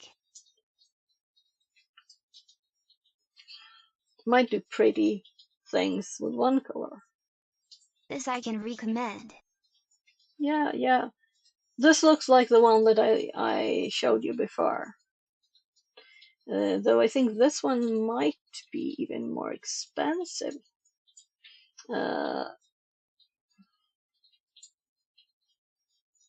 It was when I searched for 3D printer in Swedish.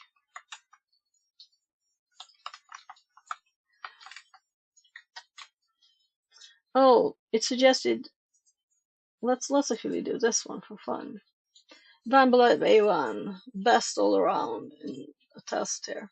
That's This the is one the same but one color. that I meant. Web link. One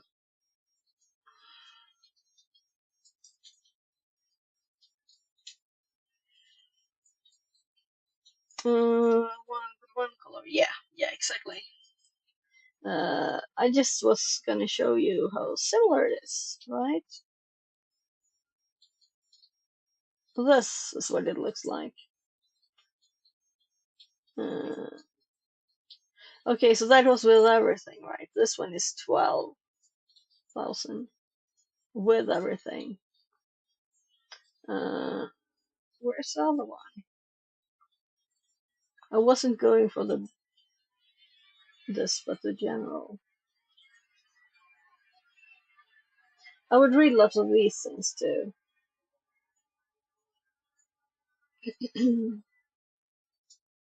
There's ads here, their own page. This is an ad page because it's these are these funny fake reviews. We still can see only terminal window with Rubius output, by the way.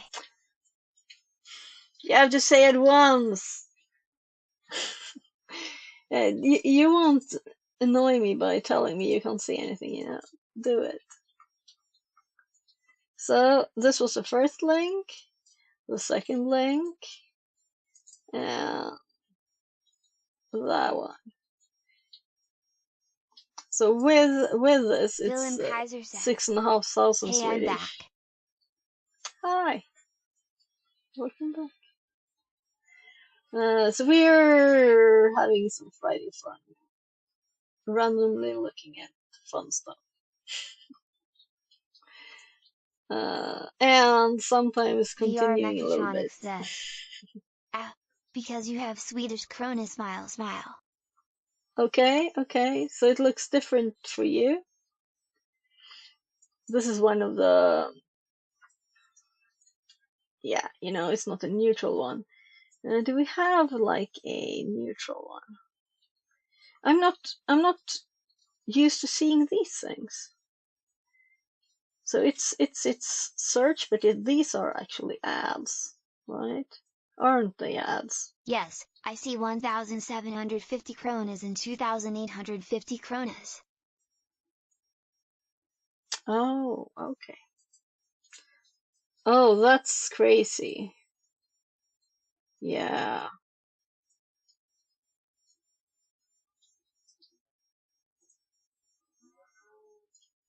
Okay, so I see 6,500 for this. Well, that's less than what my computer cost used a few years ago. So, but this is not a necessary thing.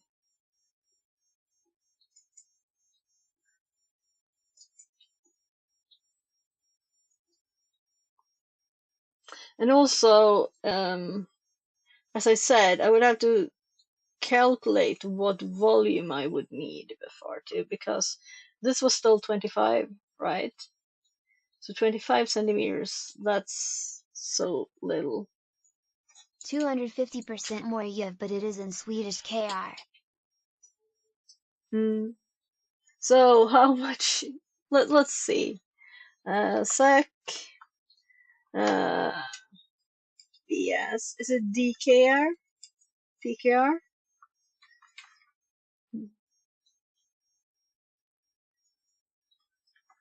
Let's do Danish. Yes, DKK. DKK. So, yeah, look. So, what I see as your can we turn it around to? So one of mine is this. So if we do VS Euro, and then we could do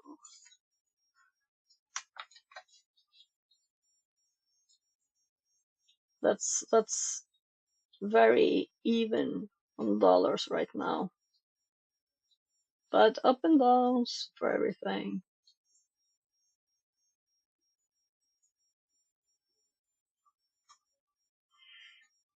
So I should say, like, imagine it's dollar and remove a zero. So this is $455. Danish is actually then 0.6-ish. So worth more, but not double.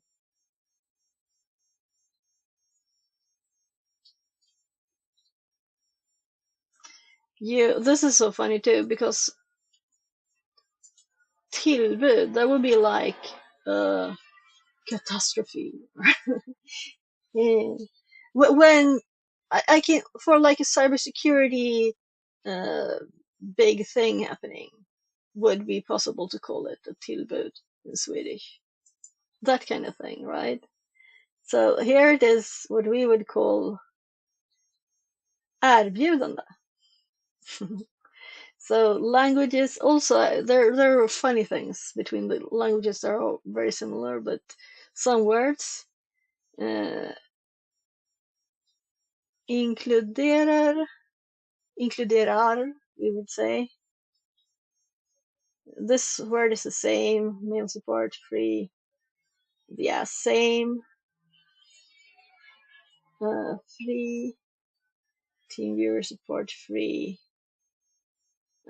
We would have K instead there.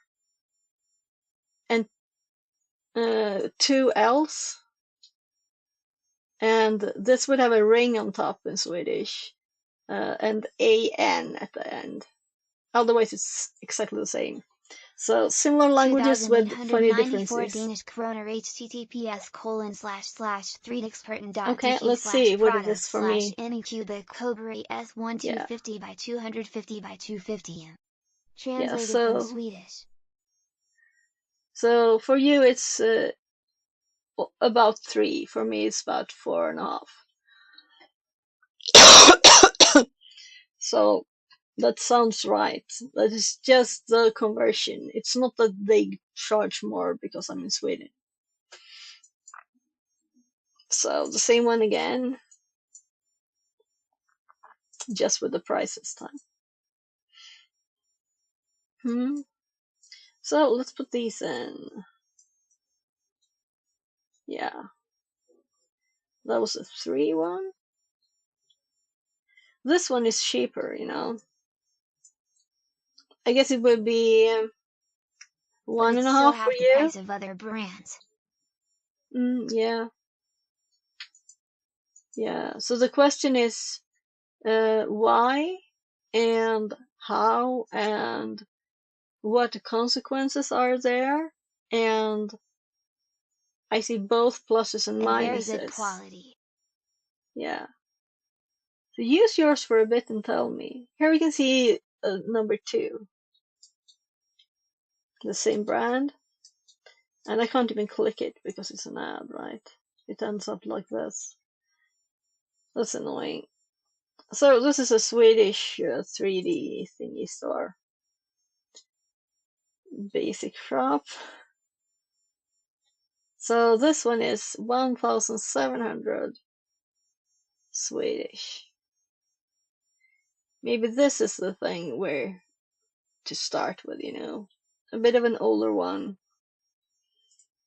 But then you Google, you check forums, and then you might find out that this one has this and this problem, and you shouldn't buy it. But you have to research first before you buy something.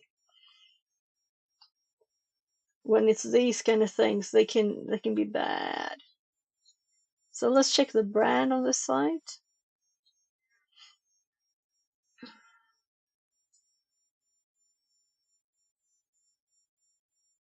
2 plus. Here's the 3.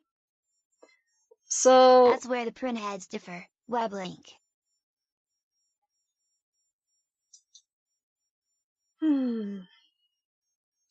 So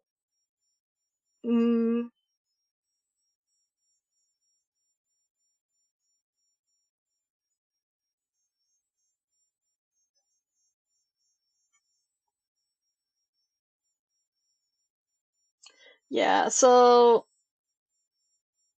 I think I'm full for 3D printing stuff now.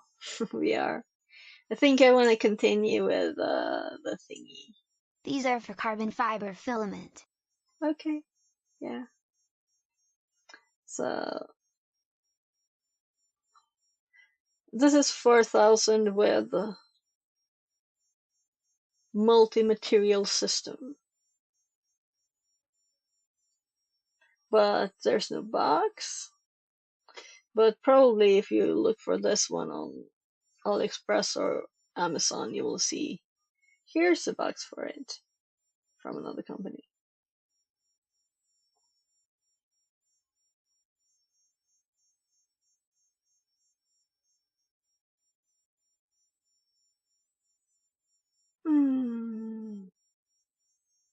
Maybe I'm just going tired generally. Plans. Yeah, right. So if there's a box, there need to be ventilation and not, and yes, and stuff still need to be cooled off in a good speed, and so many things to think about. So design is important. This one looked cool, the image. So let's, instead of do this, go back to what I did first. Just 3D printers in Swedish, and let's look at images. We can see so many different ones. Will this make the images bigger? Here the table does not move forward and backward, so it can print faster. WebLink. That's kind of all of the ones I looked at. Yeah. But I think it's enough with links. I'll open this one too, okay, VR, then I want to go back.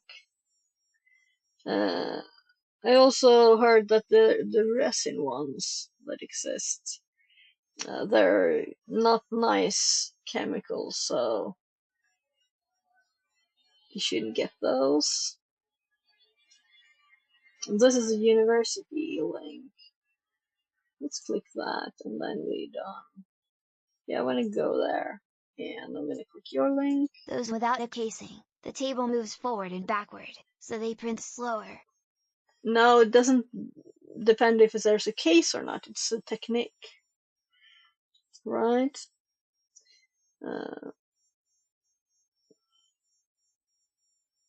Wasn't that the same link again?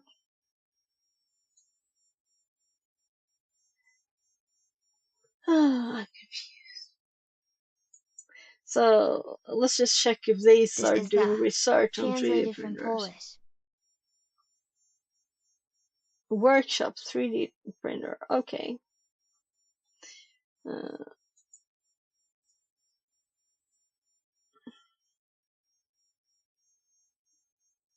TA. Yeah, so I need to check it out, but I'm not gonna buy anything now. It's at least half a year away. I don't think it's that close. It's not like the first thing I'm gonna do. I need a new computer. Web link. Yeah, lost link again. Yeah, it's the same one. But I'm good now, VR. Okay? No more links. No more links. Thank you. Let's do the thingy or another topic. We can do another topic too. Okay.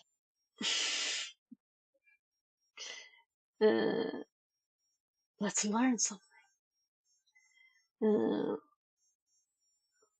So I could like read something on Trade Printer and there, but nah, I think I have enough knowledge for the current round of thinking of what I would possibly want and what exists and what is possible and not and such. Carb roasting. In this task, we will be covering the most popular carb roast attacks. Carb roasting allows a user to request a service ticket for any service with a registered SPN. And yesterday we added one. I have more links to gadgets, lol. Yeah, I get that. You have to join the Discord. Create an other than VR_mechatronics. You can do VR_mechatronics_ if you want to. Maybe you joined and I did. You know, I'm not in there now. But do it. And you can send lots of links. You can spam me with links. And all of us.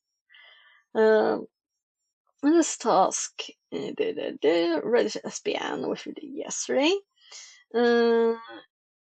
We had permissions to add stuff to an account, so we could add that.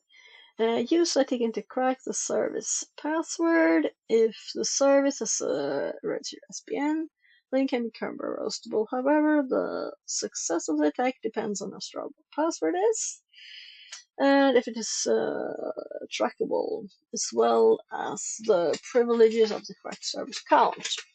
To enumerate roastable accounts, and for us it was actually a user account. To enumerate roastable accounts, I would suggest a tool like Bloodhound to find all roastable accounts. And yesterday what we spent hours doing was trying to find what is Bloodhound doing, or rather, can we do it with Impact? Can we do it with Python, any library? And there's Bloodhound libraries too, right?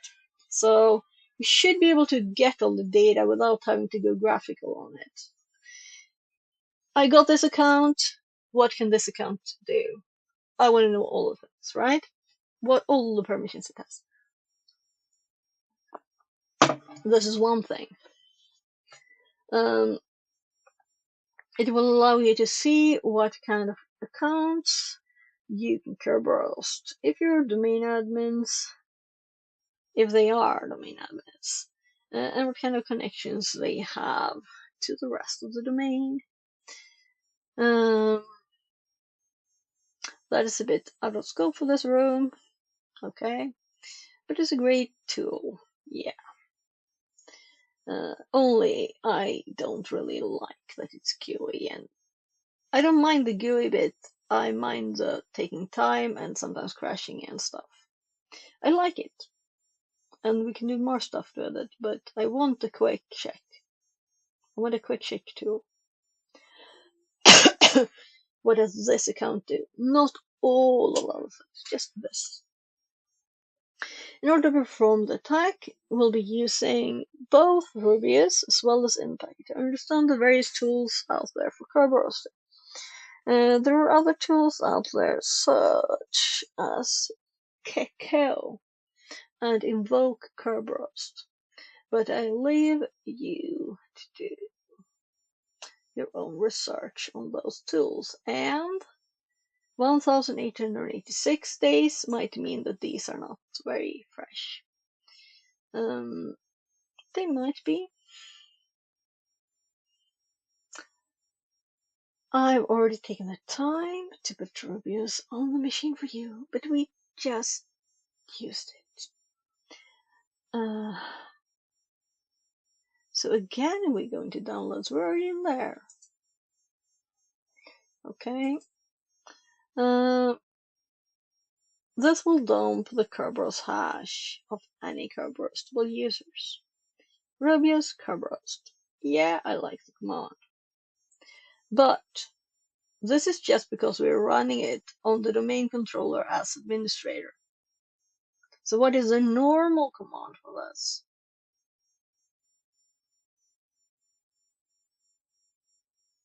This is not useful, really, at all. It's useless.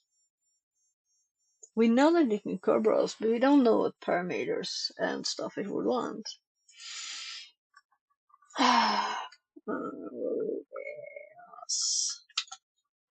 Curb.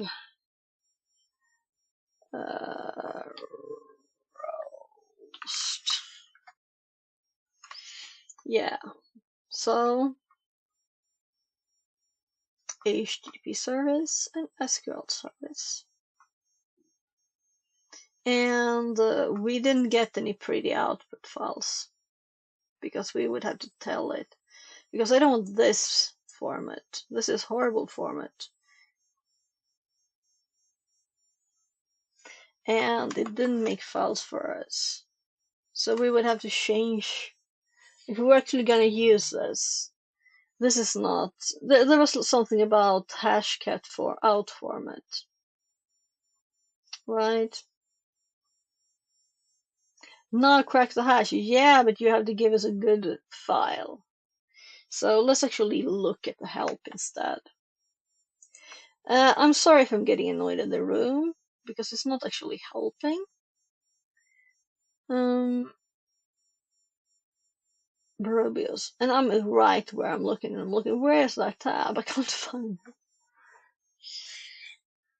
And we're in the middle of the help. So Kerberos. Kerberos thing.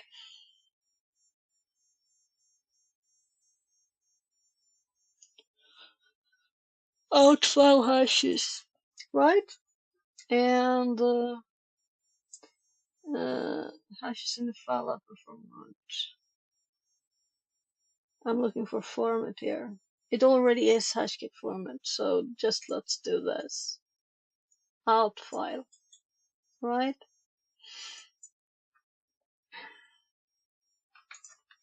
So same account, adding out file hashes.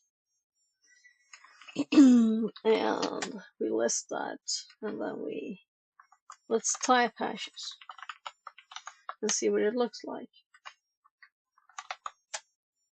Yeah, so now it's not messy.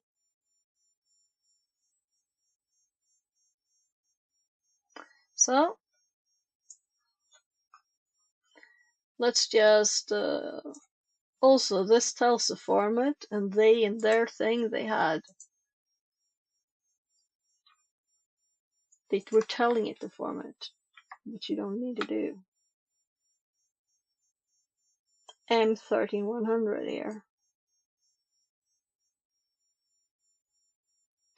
And here is a text file, so we need to move two text files to the VM here. I don't have any. Let's go here. We're in the box thingy. I guess we nano hash.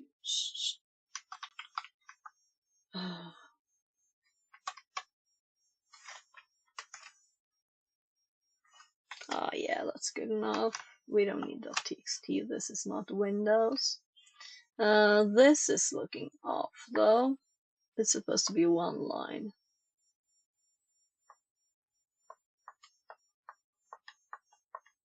It's because we were in SSH. So I had to do this with a help too, because it went off.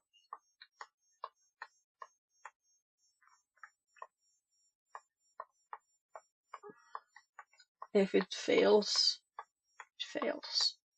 I'm not mega careful.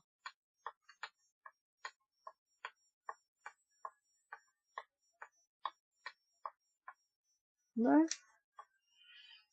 So we have two lines. They're telling what they are. The count, name, everything. So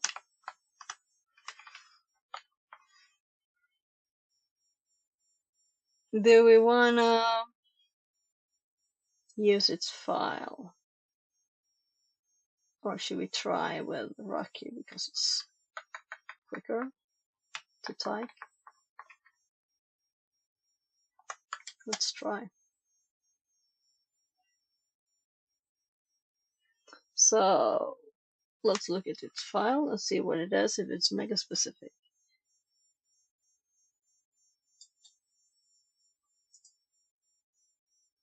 RockU. So it's RockU. RockU start.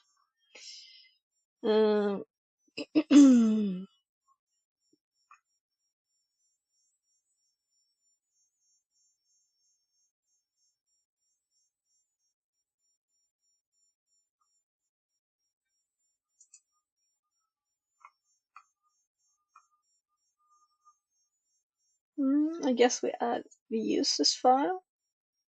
I don't think something is funny there, but we'll see. So I'm just gonna copy the raw, and we're going to nano passwords.txt because it's a list.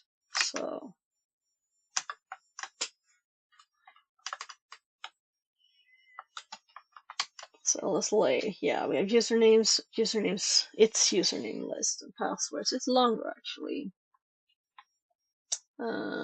So hashes passwords.txt.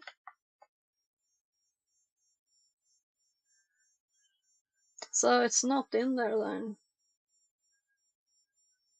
then. So the auto detect worked fine. It got summer 2020 for one, and my password 123 for the other. So it looked like RockU, but they added stuff in it. Okay. Which also made it obvious that we might not want to do that. But it was too quick. I wonder if my RockU is good.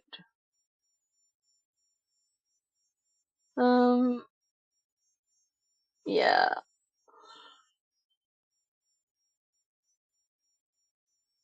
Then the normal method will impact it.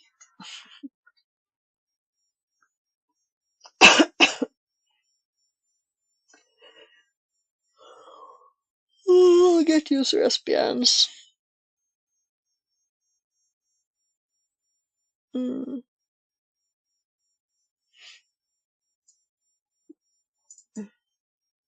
So we already have copy.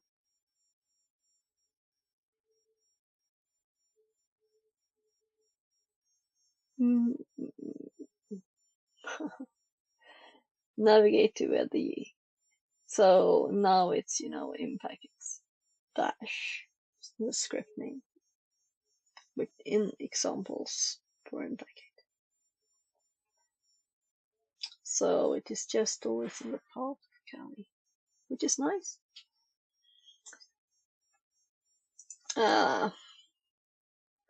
So I'll just paste that command, and we're gonna copy this because notes.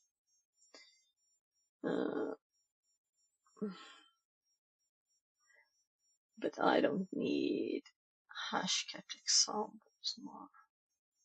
Let's just, oh darn, I stopped. Come on. It's easier to make it do it in the other direction. So for the box notes, yes. Though it's not really a box. So let's see. Run basic examples.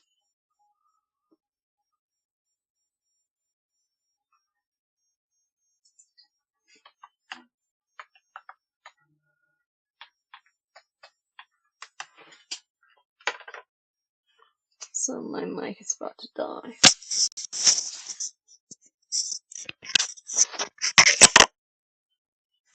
It's nice when there's a magnet that just sucks it into place when you charge.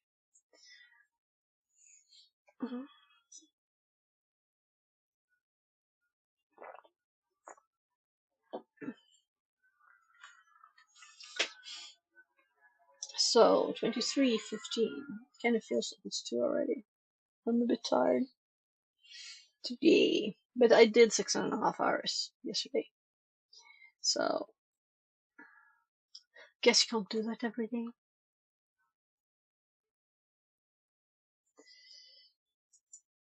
Yeah. So this is the Hashcat. I don't know if I got the other bit in there. No, I got this in there. So I'm just scrolling up here.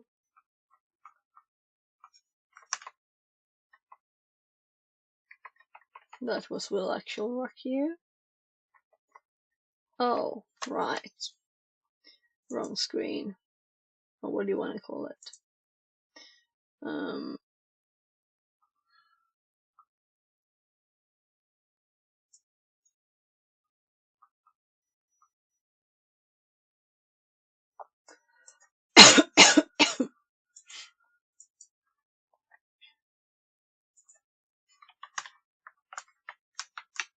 So there's the Rubius output. Roasted hashes written too.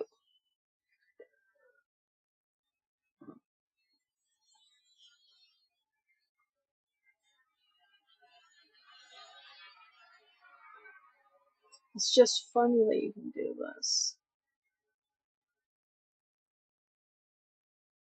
I kind of need to know the reason why.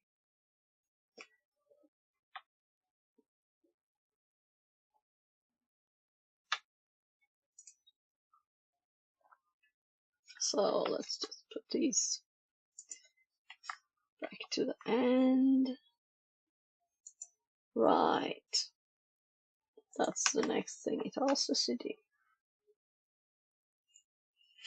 Request. This will dump the Kerberos hash for all Kerberos full accounts. Well, let's start at the start. Just because I used Impact a million times yesterday, I'm gonna read it anyway. Method 2 Impact installation. And it's pre-installed now in Kali, and you just put Impact dash instead of, and remove pi, for examples.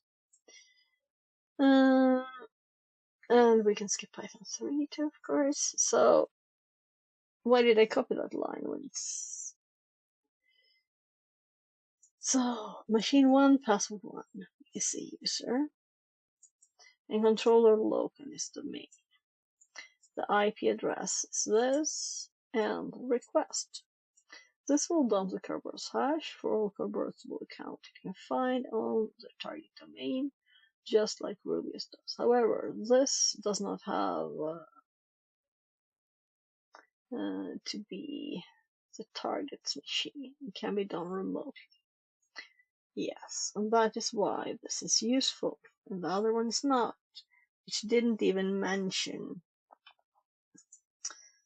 any credentials or anything, right? Or the domain or anything. I'm not saying I will never run the other one.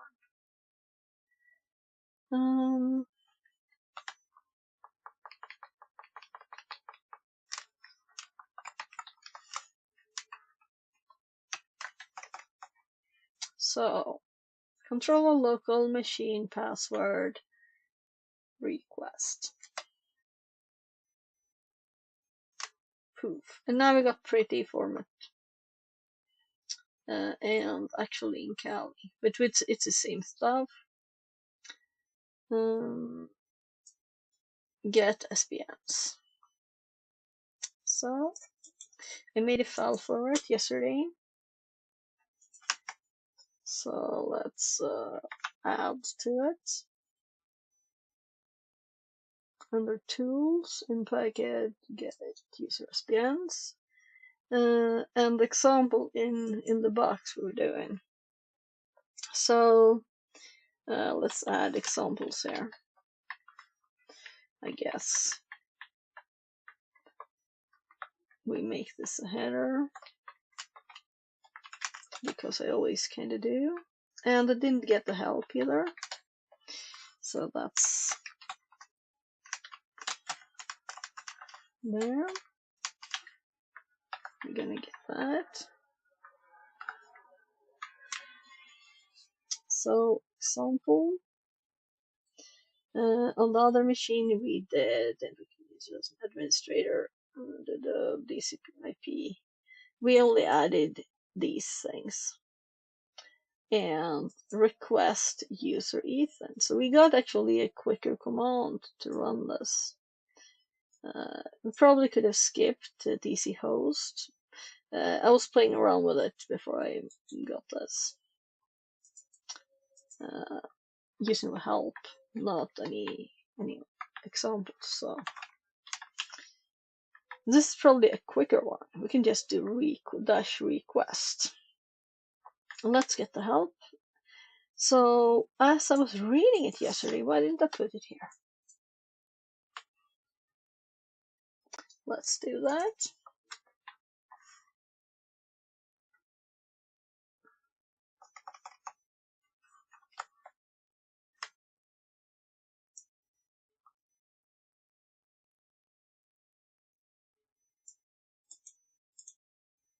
So right clicking is funny. Oh yeah.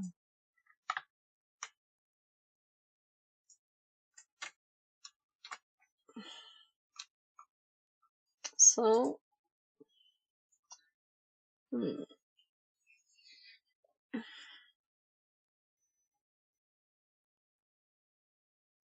I'm looking for request. Request TGS for users, not put them in hashcat format.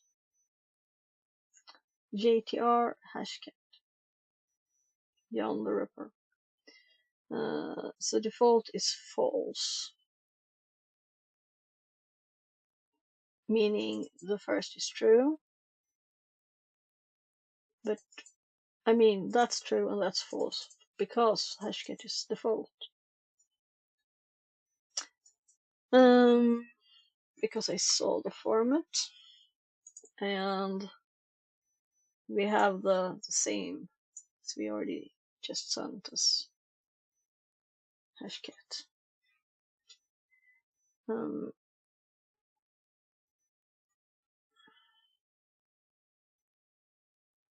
Is there anything else? I filled in DC host as it was easy. If omitted, the domain part specified in the account parameter will be used. Yeah, so we can probably omit it, or rather we could probably omit it yesterday too, but we didn't. So 2 accounts and cache file is not found. Skipping what? I'm just minimizing the space it takes a bit. Might have been. Oh.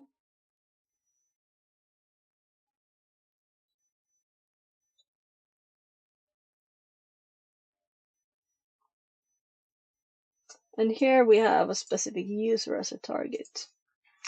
Gets all hashes, I guess.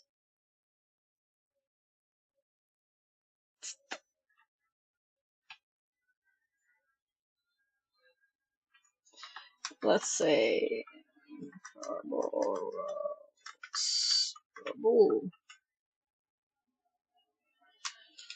accounts, because the hashes are not Kerberoastable, the accounts are.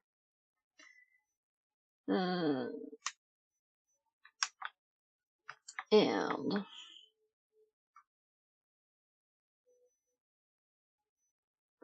I'm like, I misspelled that.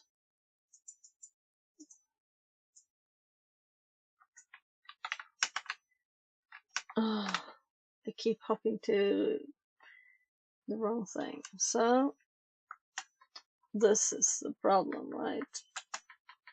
Kerberos, of course.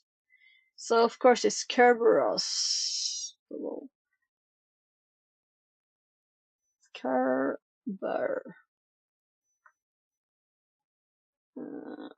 Post. Yeah.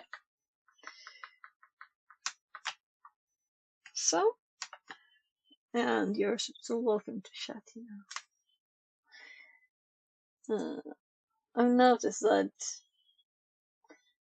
sometimes people chat and sometimes they're just quiet. And if I do something that is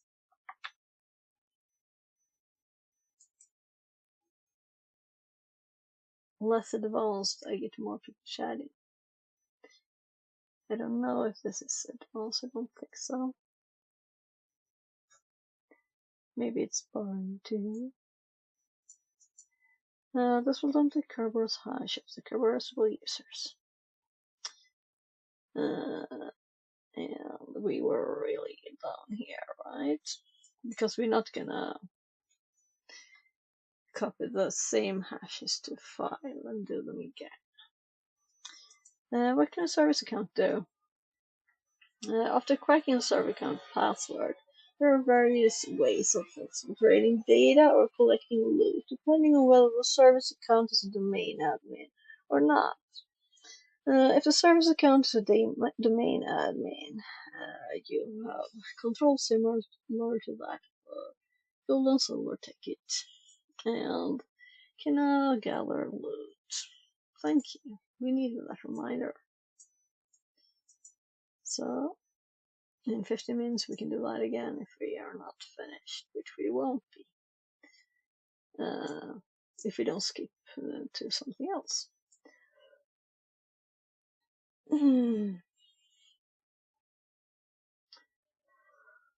Oh, a gold and silver ticket, and you can now gather loot such as dumping the entity as state. If the service account is not the domain admin, you can use it to log into other systems or pivot to escalate, or you can use that cracked password to spray against other services. Are they not mentioning data? Against, as I said, it was realistic. And domain admin accounts, well, their permissions and all the things. And many companies may use the same or similar password Connected to for channel their 6. servers or domain admin users. Yeah, that sounds clever. If you're in the professional pen test, be aware of how the company wants you to show risk. Most of the time, they don't want you to exfiltrate data, and will set a goal or progress for you to get in order to show risk inside of the assessment. Like, I got your creds, I can get this. Kerberos mitigation. Strong service passwords. Yeah. If the service account passwords are strong, then Kerberos will be ineffective. Don't make a service account domain admins. Service account don't need to be domain admins. Kerberos will be as effective if you don't make service accounts domain admins. What is the HTTP service password? So we're just gonna copy from up here my password, and this is for SQL.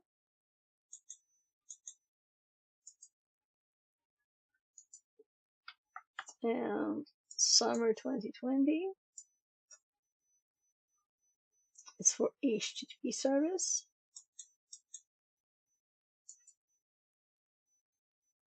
So I've seen people who don't know that this is Hashcat, and then they get just first work with changing the format, and then they don't know which password is for which hash, or rather which user is the hash owner. So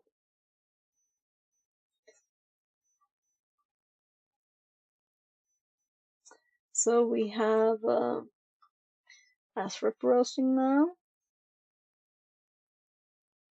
and we're using Rubius and only Rubius this time.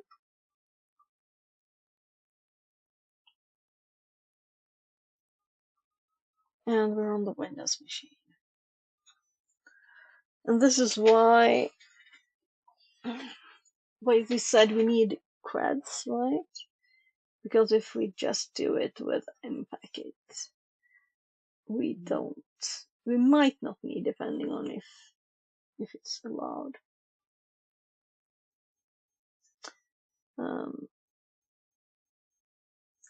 So, ASREP roasting with Kerberos. Very similar to Kerberosing. ASREP roasting dumps the KRB aspect as KRB ASREP 5 hashes of user accounts that have a Kerberos pre-authentication disabled. Unlike Kerberosing, these users do not have to be service accounts. The only requirement to be able to ASREP roast is that the user must have pre-authentication disabled. And I'm kind of thinking, let's hop over to its no pre-auth. That's what NP stands for here. Get no pre-auth users. And we'll add its example here.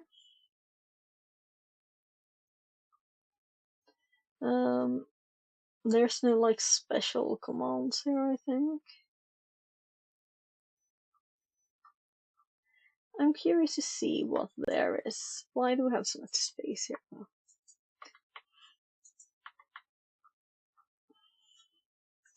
Maybe I was gonna add something and then forgot.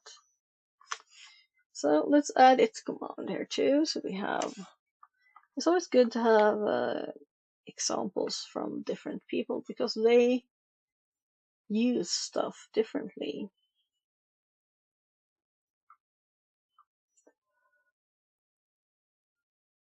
Yeah, my God. Rather, right, it didn't do anything more, did it? No, it just used Rubius. So what I was, I guess, gonna say when I hopped over here is this is easy. And there is a nose pass, and yeah, this is done here without having a user. And here we got the SVC admin, right? Without having any credentials. And that is why what was in the top of this saying that you need credentials to do this. It's not true. But they are only using Rubius, and then they need to log into the machine first. And they're still doing as administrator. Yeah, I don't think that's a good example, but I haven't used Rubius for this. Obvious reasons, right? I'm thinking of maybe just TTSing this, but I'll read it.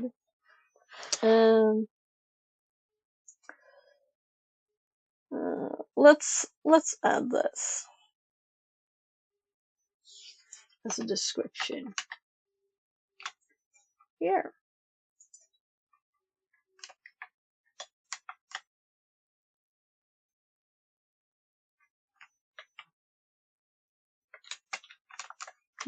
NP equals no pre-auth. So that was a cute little summarization of that. We'll continue using Rubius, same as we have with carb roasting and harvesting, since Rubius has a very simple and easy to understand command as roast. And are any of these commands not easy to understand?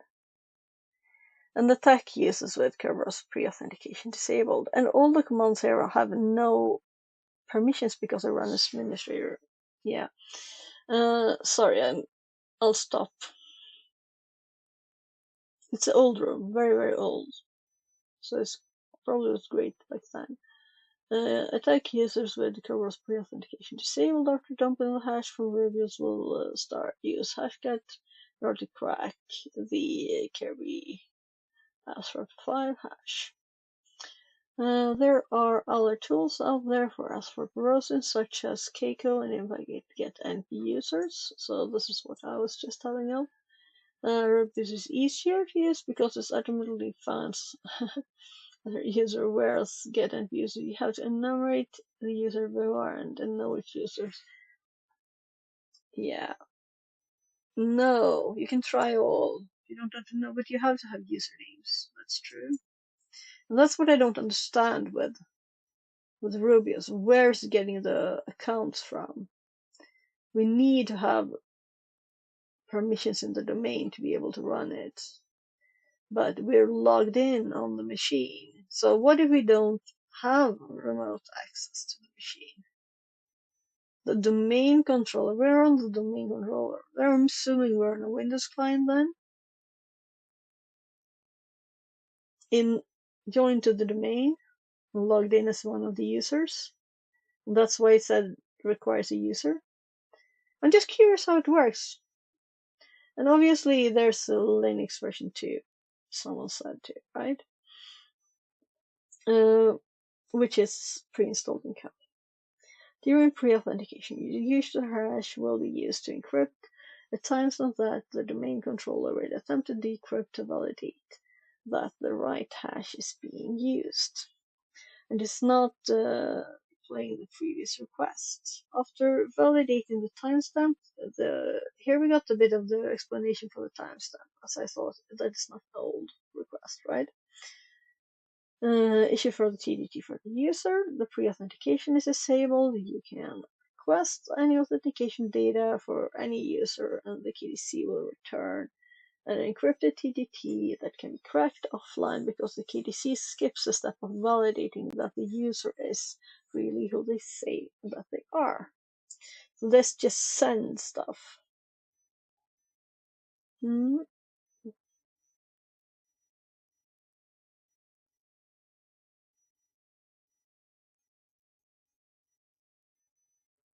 So, dumping Kirby ASREP5 hashes with Rubius.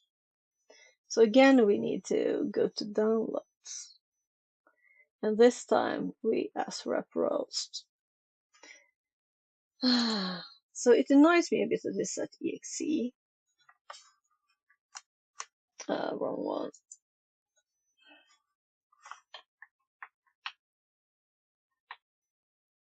So let's assume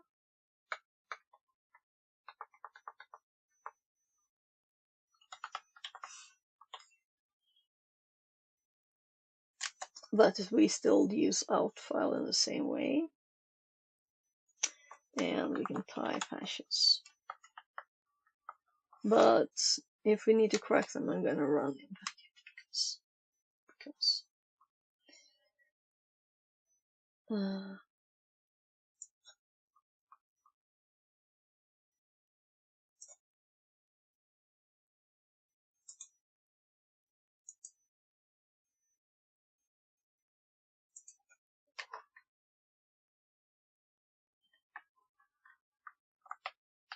I forgot txt. So we have so many accounts. Yeah.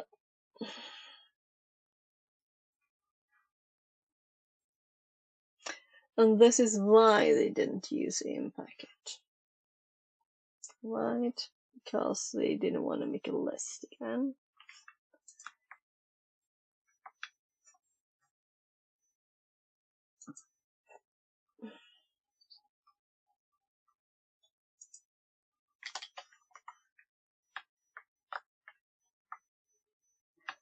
Okay, that was a bad paste. A bad copy.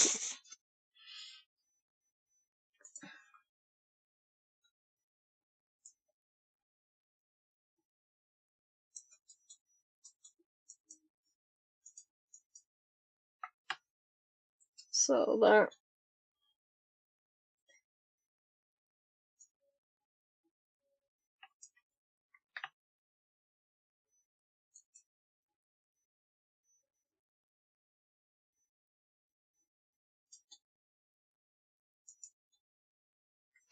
So I didn't save the last one either.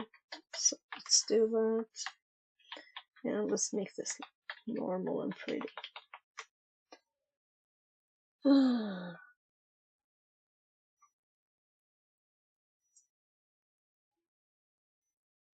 Brute.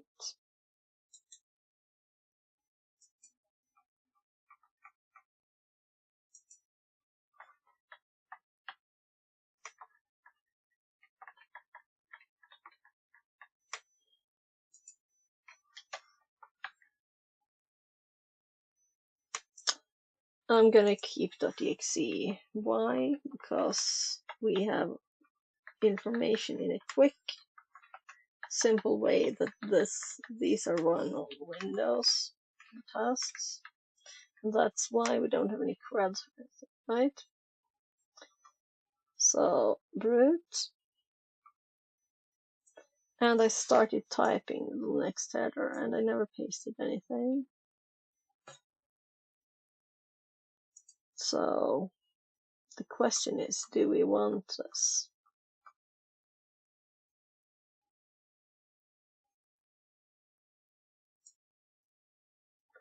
I'm kind of thinking we don't want all of them, but maybe I should put them there because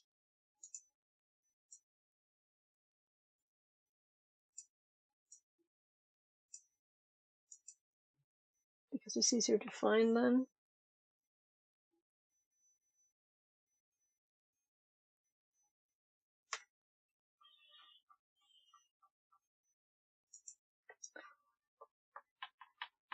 Let's put them in order.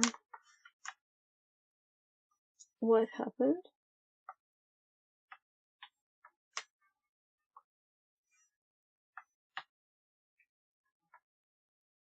Let's do .exe then. Maybe that's why they have that in the examples. And they didn't have the out file.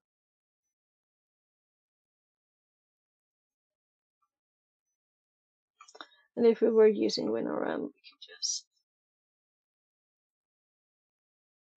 download the file.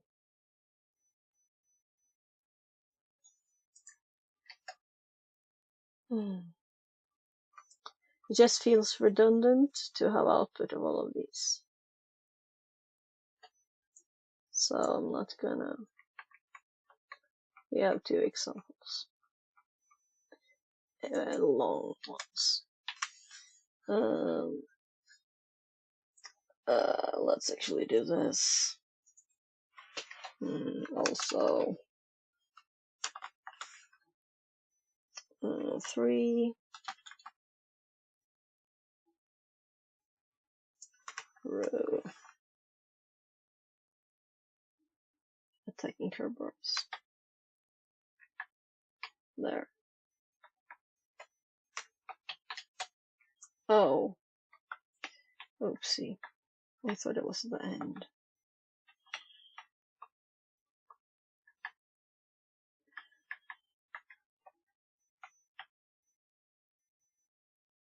No.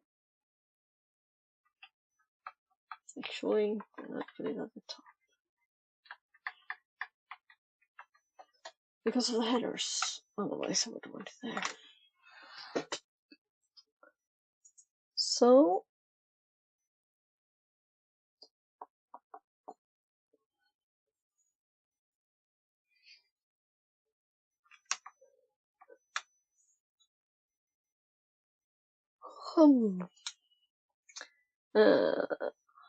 starting to get a little tired. So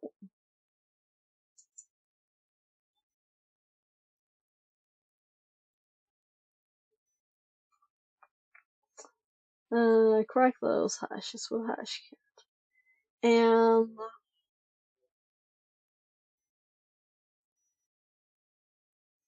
it might be easier just to cut the file anyway. I guess it's I did type it right, so we don't have to, because I already did. So there will be questions to fill in on this. That's why we need them. So nano as rep hashes. And I'll have to fix all the lines, but it's kind of quick.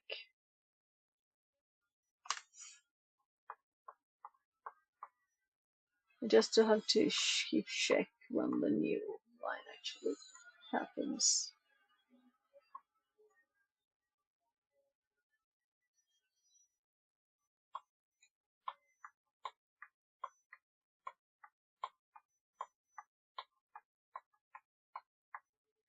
I thought this is quicker than doing it with Impact 2.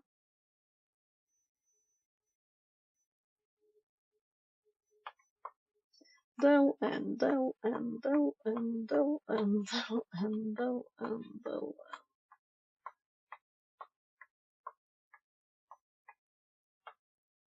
Where is the next one? I thought it was more than it was actually. So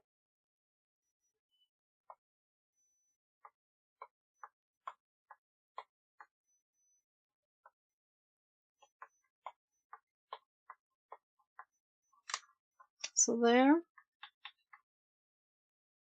Service, HTTP service. Oh, we already have those.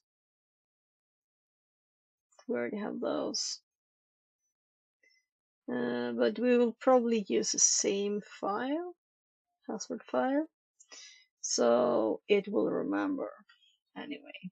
It's the same passwords. So hashes, but this one as rep hashes, and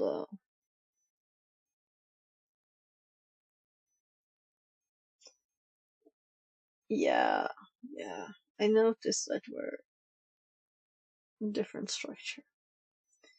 So let's check them.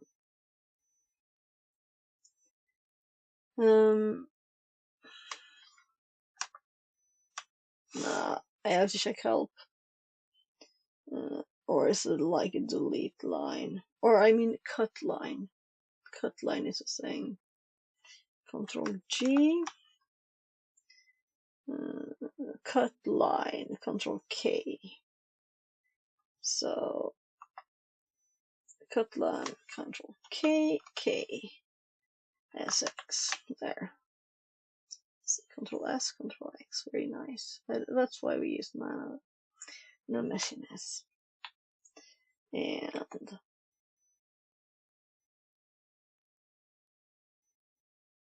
please be patient.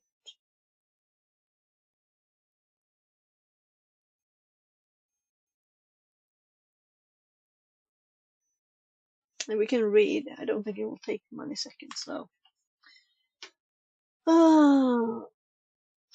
Crack those hashes with Hashcat, and that's how far I got.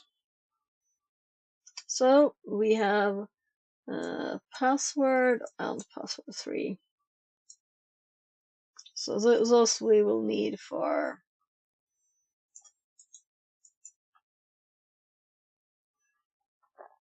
so even though it is Hashcat format and it could understand what format it is, and also decoded this, it wouldn't do it at once. So we had to split it up into separate files. Okay?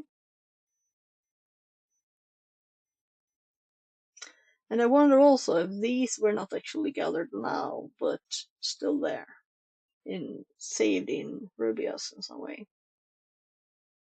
And that's why they showed again. Yeah, interesting. So let's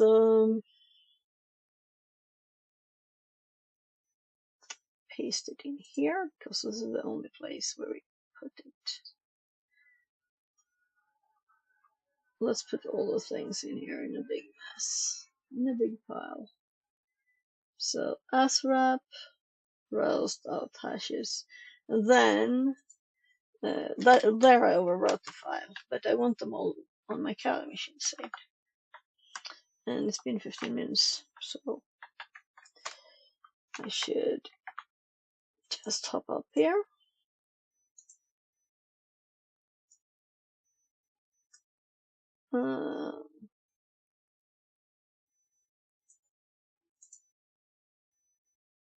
Slow down, 1 hour. Okay, so it's already, let's see if it's buggy.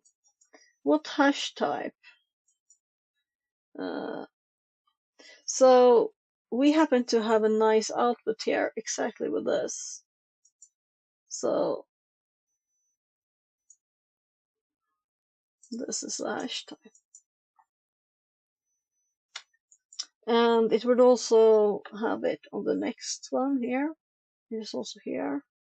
So it detects automatically. We don't need to find it out. As it's outputting in hashcat format. Okay, what hash type? Uh-oh. Oh, ASREP roasting. Yeah. It didn't paste the full thing. And there's a space here. Oh, okay. I'm gonna have to type it. Kerberos. This is a bad thing with the new output here. 5, comma, no comma.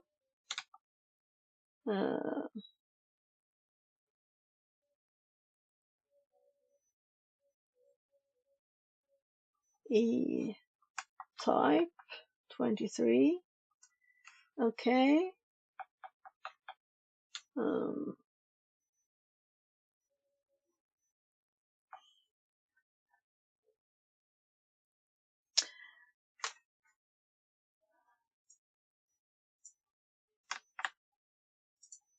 So we know exactly what it is, but I have problems with the formatting, and it's 2000 days. It's from 2020, the machine. So that's why I do this.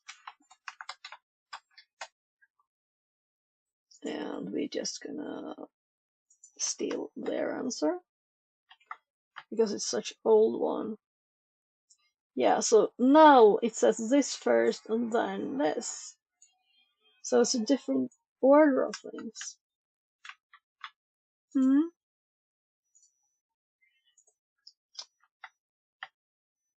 I was about to try it, but I thought it was more letters.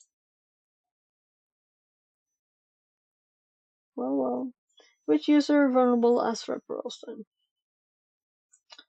User.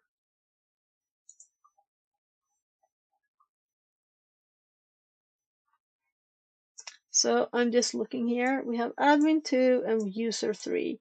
And both of these are users to me. But they will of course mean user 3. And what's the user's password? Password 3. And this is why we correct them. Because there will be questions. Which admin? Admin 2. And the password. So just copying the password. There. So now we're gonna get some fun stuff. Pause the ticket with Memicats.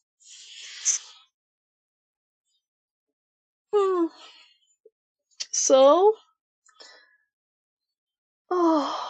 we didn't actually grab the tickets, did we? Yeah. But we're gonna grab new ones?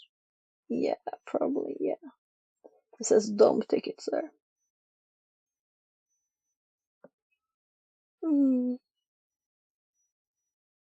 regret eating Risifredi and cinnamon buns instead of veggies and other things I was planning to eat. I think I wouldn't have been tired if I had eaten real food instead of just I don't wanna. It's Friday. I don't wanna make dinner. I made dinner for the kids, but I didn't want to have spaghetti and meat sauce either. Mimikatz. Plus a ticket with Mimikatz.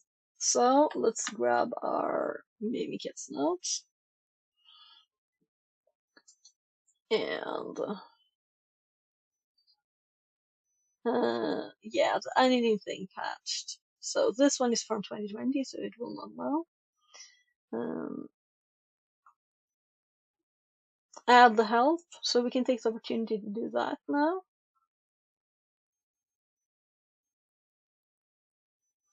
And Mimikatz is on the machine already, because we already saw it when we listed the files. So let's there, and we can see Mimikatz here. So let's do Mimikatz from 2020. Is this help we want? I guess we probably should have done H, and it might still do. Yeah, I did H. Yeah, it still hops in there.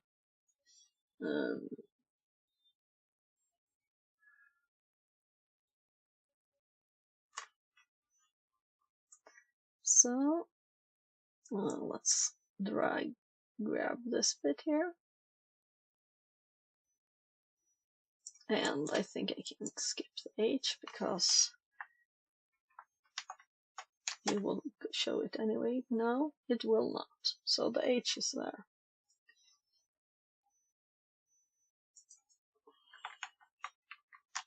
Good.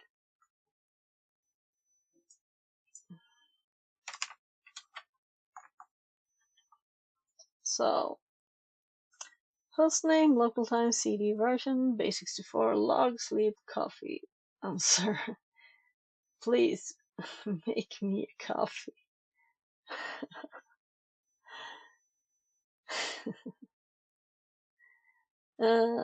Version 2020, right? Because that's when the box is from.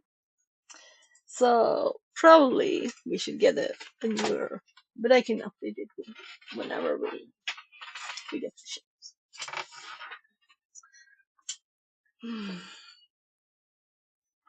So we have to do coffee, sleep.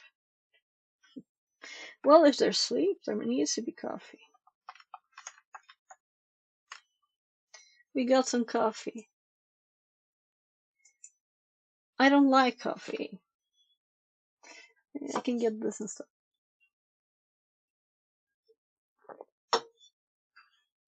Caffeine at least.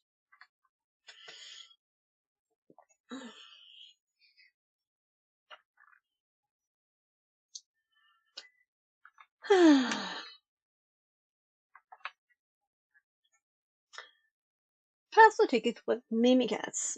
Mimikatz is a very popular and powerful post-exploitation tool, most commonly used for dumping user credentials inside of an Active Directory network. However, we'll be using Mimikatz in order to dump a TGT from Elsa's memory. And then we'll copy this because this will be our little example thing here.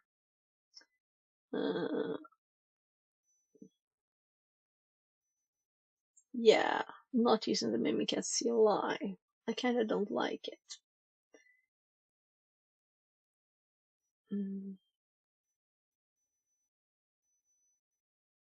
Yeah, CLI.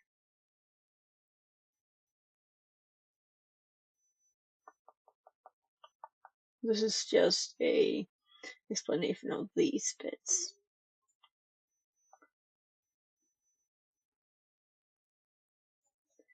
I want to make headers. I don't like that that is so long without a header.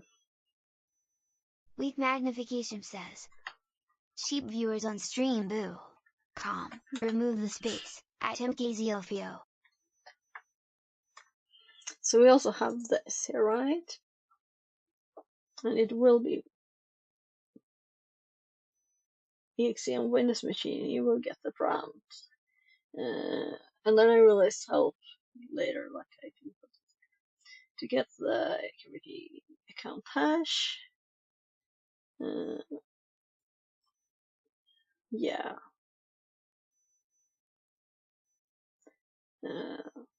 Domain user. Or PS prompt. Mimikatz exe.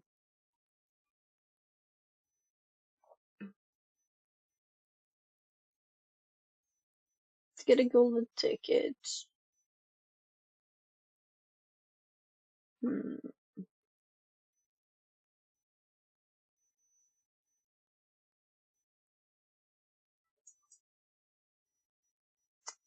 Maybe we should say like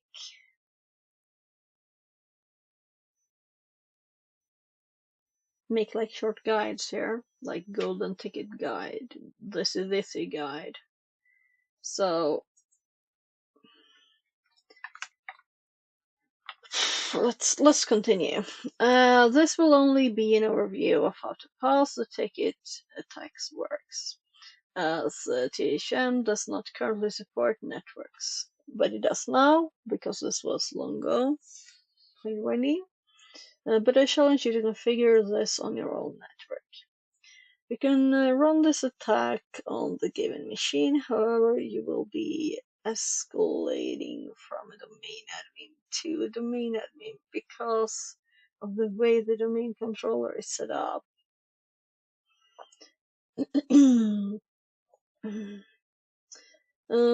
Pause the ticket overview. Pause the ticket works by dumping the TTT from Elsa's memory of the machine. Yeah, we're logged in as administrator, right? We're the domain admin. The domain admin.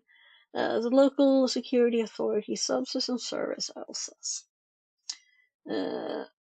Should I have usually, why not, right? Opposite. Did I delete the parentheses? I don't think so. Maybe. In a memory process that stores. No, I made no. But whatever, it doesn't matter. It's a memory process that stores credentials on an Active Directory server and can store Kerberos tickets along with other credential types. To act as a gatekeeper, let's make this bigger, right? Can you tiny text here? And so you can see. To act as a gatekeeper and accept or reject the credentials provided. You can dump the Kerberos ticket from the Elsa's memory just like you can dump hashes. When you dump the tickets of the Mimikatz, it will give you a Kirby ticket, which can be used to gain domain admin. If a domain admin ticket is in the Elsa's memory, which is nice, of course. This attack is great for privilege escalation and level removal if there are unsecured domain service account tickets laying around. Yeah, so let's say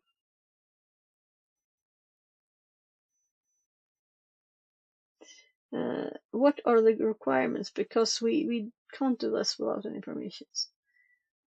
What does it use to get it?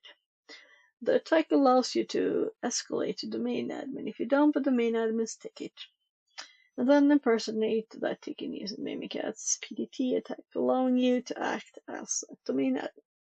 You can think of a pause the ticket attack like reusing an existing ticket where not creating or destroying any tickets here. We're simply reusing an existing ticket from another user on the domain and then impersonating that ticket, but it doesn't answer my question, right? So obviously we have permissions to run this, as we are the domain administrator.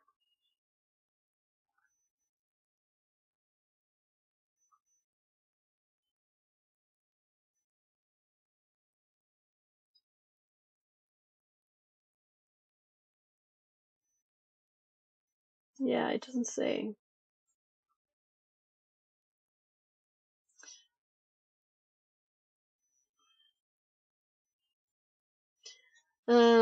You will need to run the command prompt as an administrator. Use the same credentials as you did to get into the machine. If you don't have elemented command prompt, Mimikatz will not work properly. We will see. So as we're logged in as the administrator,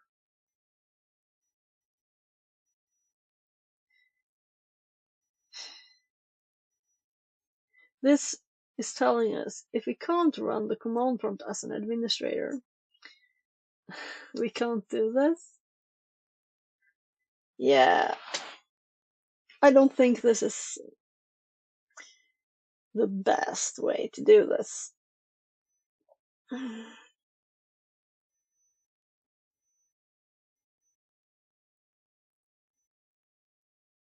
So now, users machine 1 controller.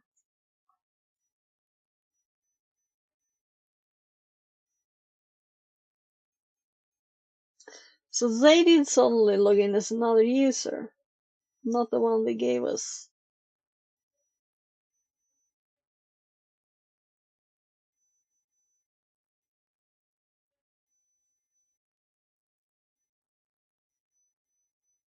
But it's only mentioned here, or did I miss that they logged out and logged in as someone else? We're administrator here, yeah. So they didn't mention it.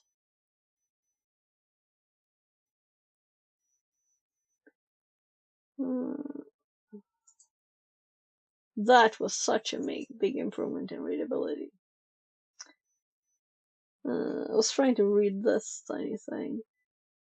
Oh, AS256. Okay.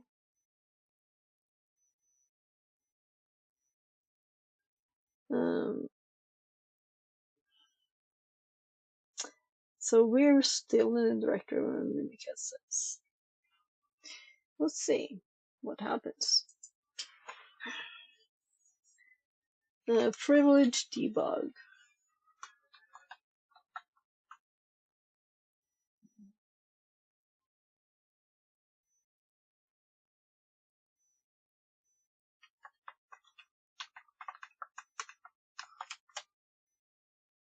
So,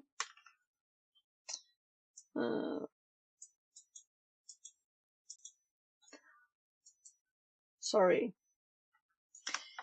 right clicking and it just pops the menu up for 1 second and then disappears. That's annoying.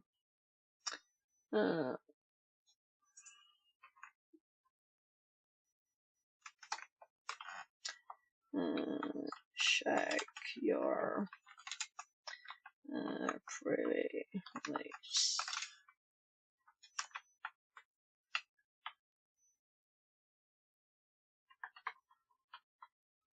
Yeah, I think this will make it more readable. That was not pretty of it. That was before the line start. Oh well.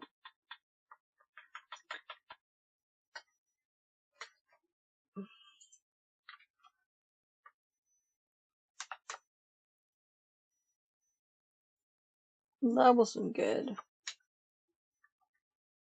I wonder what PowerShell does with those. I'm just curious. Yeah, so comments. Let's just keep it to nothing.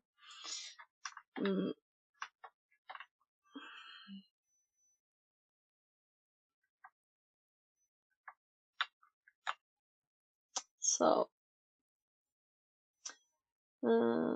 surely that was 20OK. Means that if it does not, it means you do not have privileges. To properly administer privileges to properly run name cats.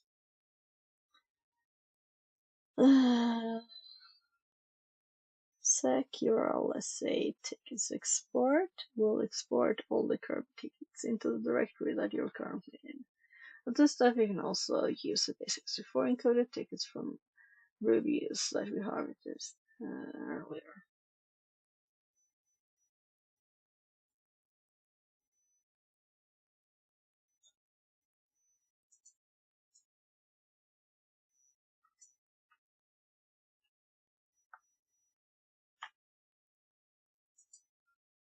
You can also see, I'm assuming, not use.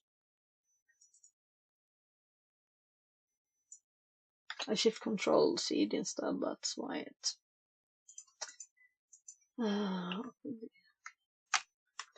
Debug thingy. Okie dokie. So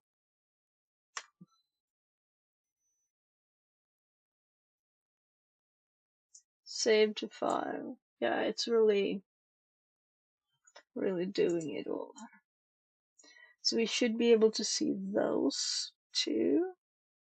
But let's do a listing when it's done. Well, I guess we just there. Sorry. This is why we don't do this, right?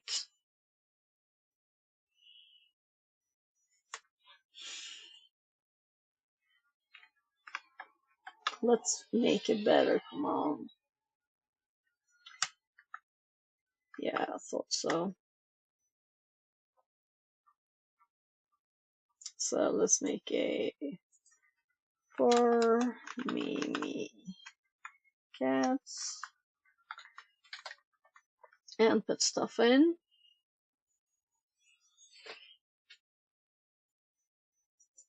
And of course it opens over what I had up already.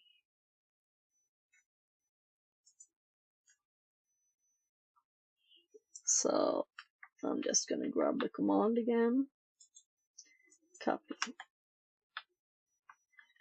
paste. And to use this, if we just check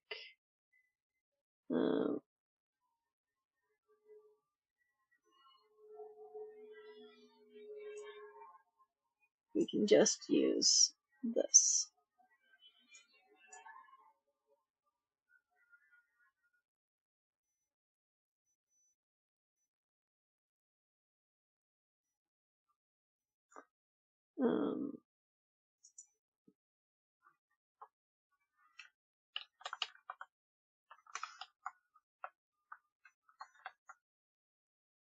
Oopsie.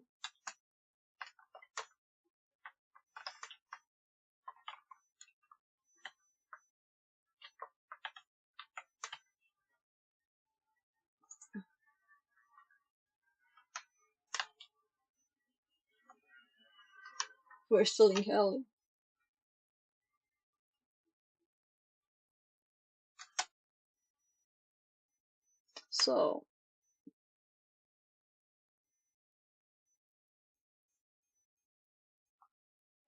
So we got the prompt still.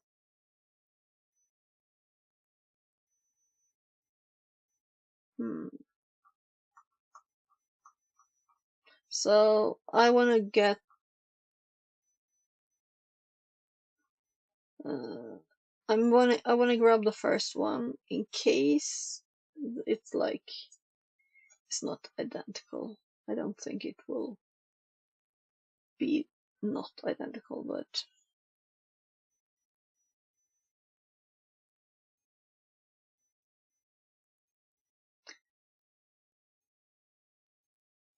so this is as an example for output.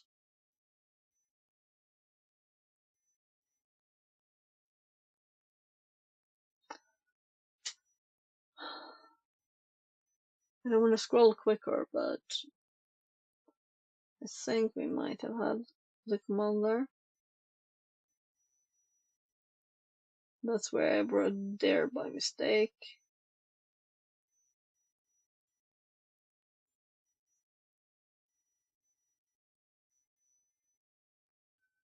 Then we did exit, and here we're running it.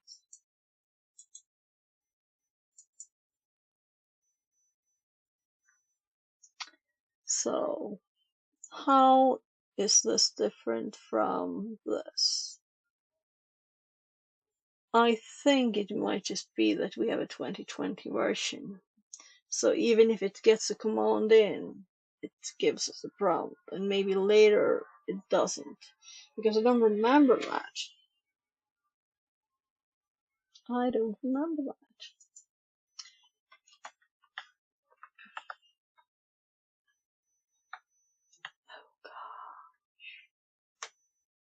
So now we can see how much this is. Prettier. Let's just make sure we don't have any other command line here instead. But I copied the run twice now. It's just so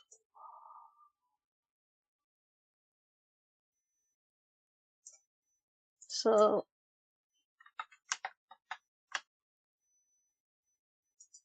Mimikatz, Mimikatz, Mimikatz, Mimikatz. Command line is, yeah, it's from the command line and then no more. So we don't get any more command line thingies or anything. We'll run it.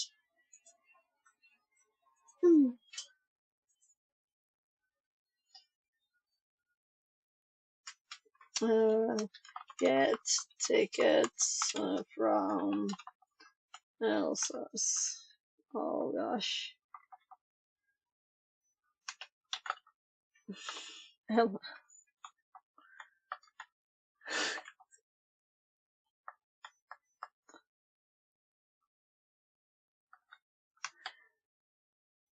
Well, somebody was funny.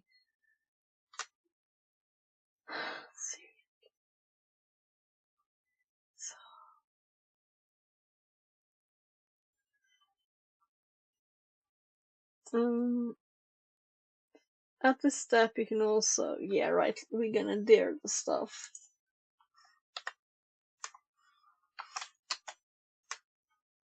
Oh, I forgot to exit. Again. Oh gosh.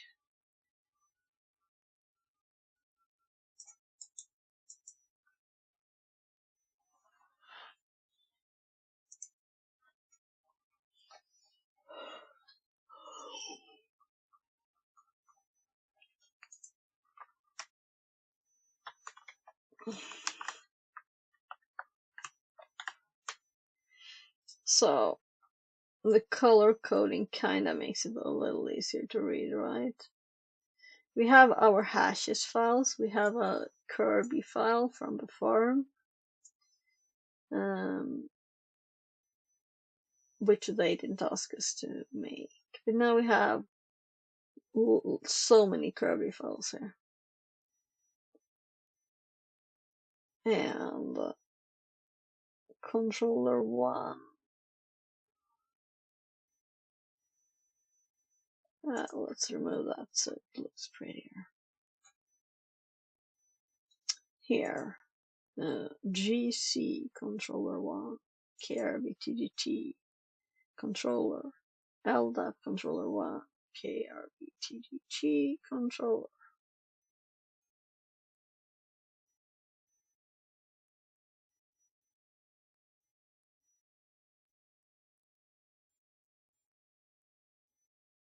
HTTP service. Controller 1, HTTP server, controller 1, SQL service.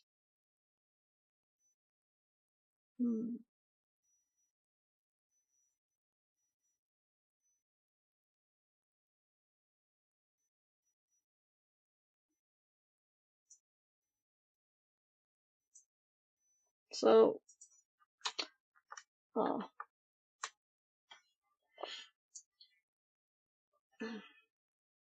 I don't know why it believes dash something is an argument. That's why it makes it yellow. But why these and not these?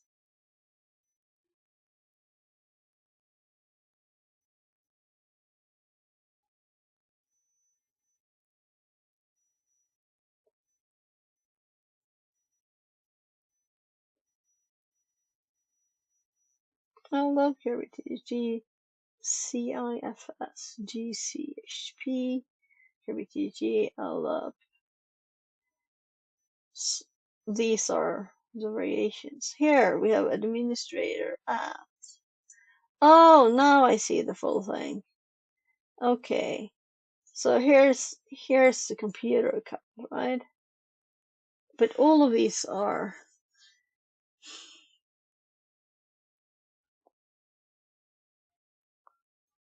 so they're cached at different places? Or is it like types of tickets? Let's continue reading because I don't know what this all is. At this step, you can also see the base 64 tickets from Rubius that we harvested earlier, and they look like KRBTDT controller local Kirby.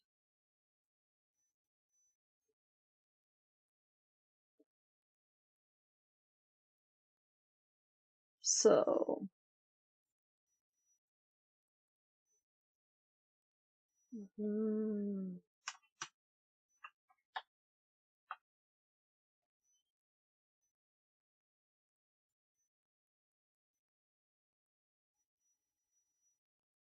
I guess it would be that and that in that case. Administrator at KRBTDT. Controller local Kirby. I don't see how they stick out from the rest in any apparent way. 40E1. I guess those are the only ones 40E1. These are 40A1.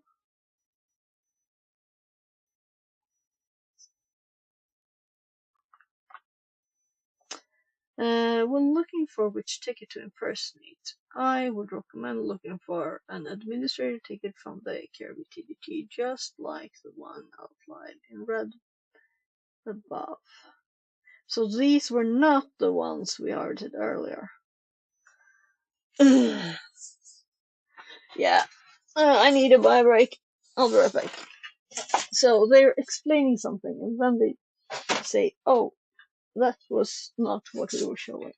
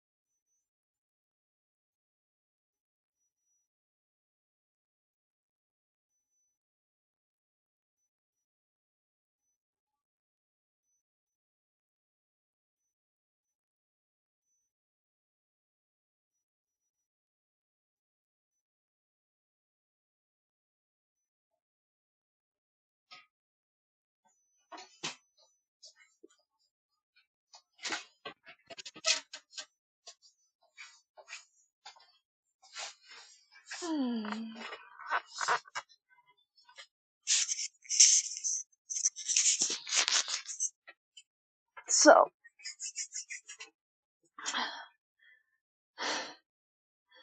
how would we know which one are base64 encoded? And are they even here? Or do they mean something else? So let's look at the listing here.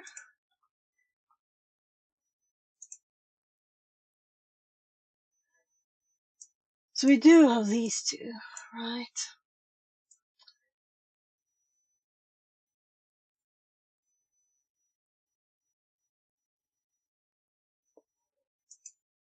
Well, let's check the dates. Everything 314 here, right? Which is like everything. Yeah. So no, nothing of this. Well, it would have been maybe in the memory. That's what I thought first, and later we couldn't see which one which which.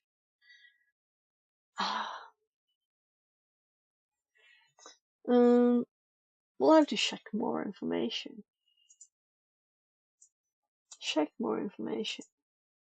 So last time I tried, yeah, I thought that we had it deployed for too long, so we'll have to restart it. That's annoying. It's because we were chatting too much.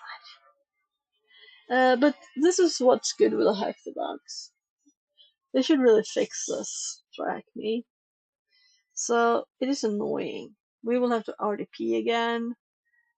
All the files will be gone, right? Just because we use it to explore stuff. I read everything aloud. We play with something else for a bit. We look at 3D printers for a bit. You know?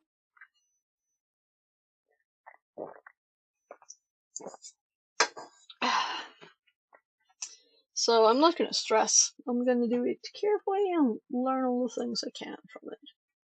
We're looking for which ticket to impersonate. Right, I would recommend the one in the red box.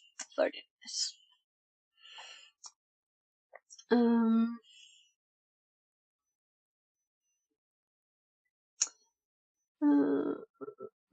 Administer ticket from KRBTDT. So after the at, we see the from.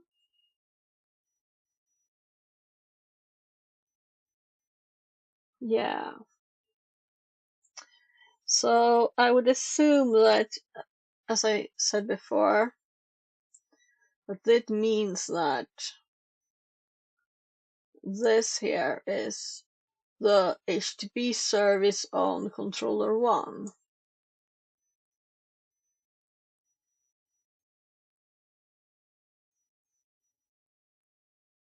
So we got all tickets, not just TDTs.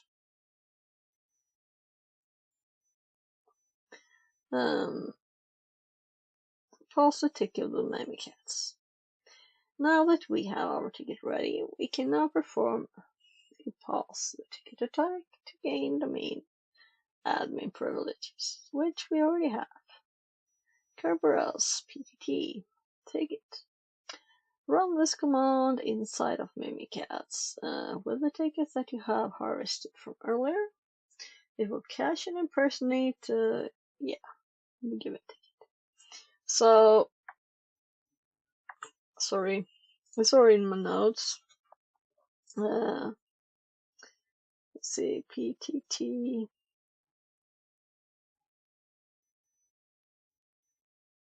Here. Pause the ticket, load it into memory. Use a ticket by opening. Yeah.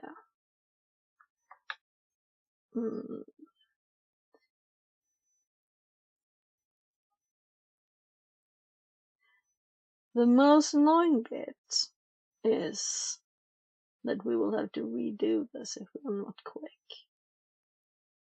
And I guess I'll just copy this as if that would matter because that needs a long bit.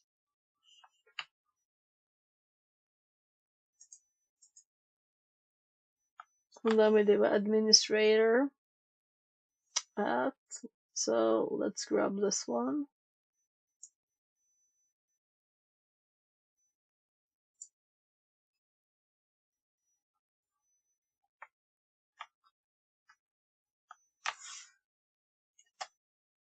Yeah.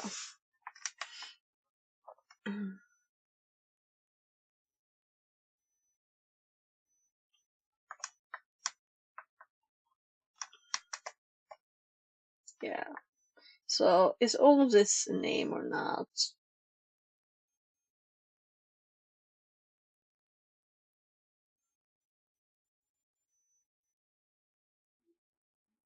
I miss Linux.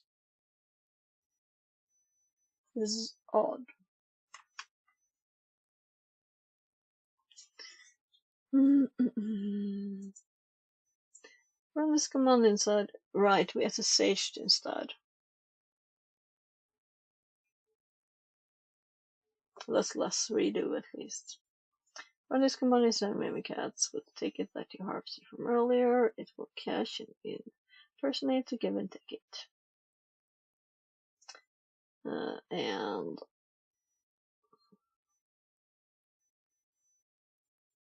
oh, do you know what the problem is? I didn't start Mimikatz first. I just run the other command.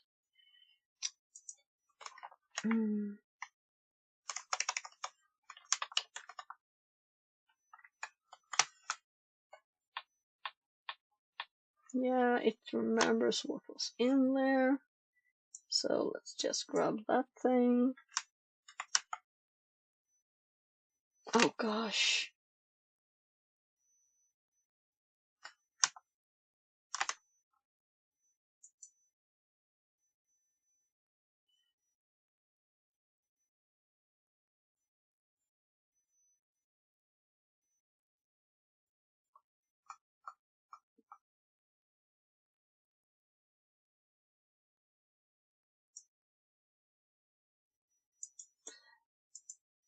I'm just putting it in Notepad.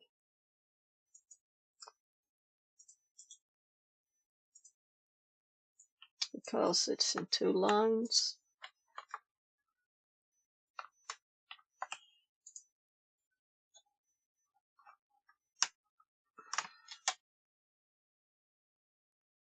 There.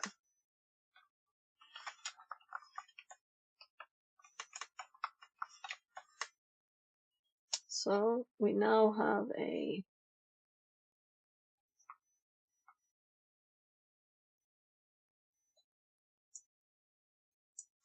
it's loaded, meaning we need to do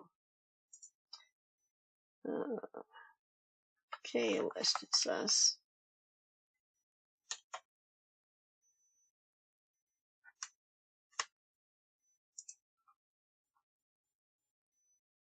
Cache tickets. I'm just running the commands quickly so we can continue later.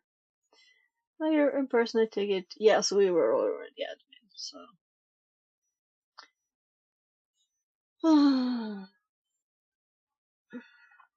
Administrator. So it would have been more fun to do one of the other tickets, really, right?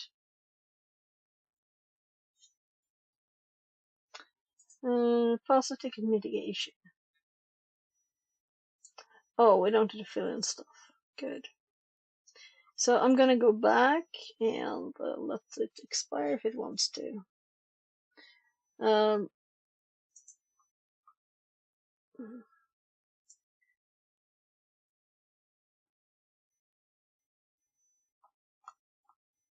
Let's add the command.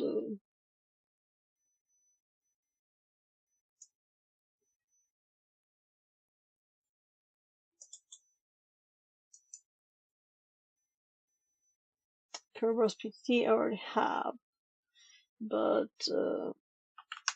I'm thinking we can find it here, right? This is the next step here. And next step is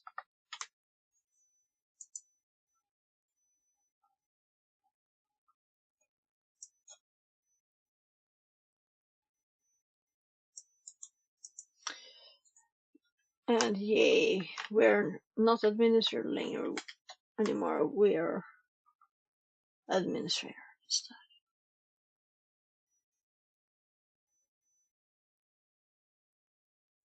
So it's not the room's fault, but you know, I saw here that they logged in as the machine 1.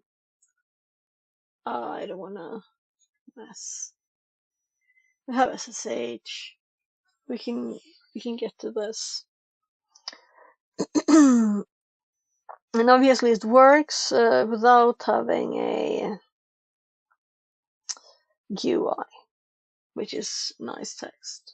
We are SSHing and running this and it works fine, right?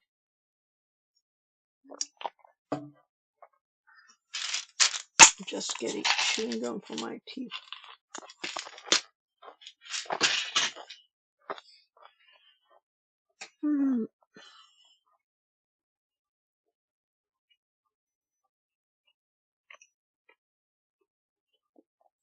So didn't read on these commands for time. Now that we have our ticket ready, we can now perform a POSIT ticket tag to obtain. Yeah, I think I read that. So PTT, Kerberos PTT, pause the ticket.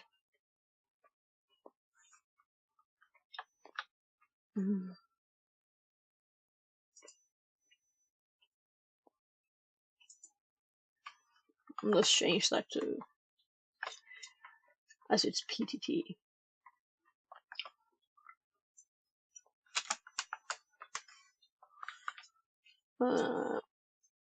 Load a ticket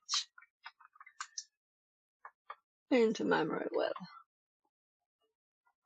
On any Kirby file there. And this is using it and check, right? Check your privileges. Check what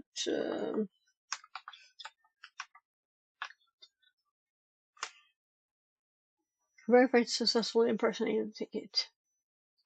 By listing cached tickets, K-list.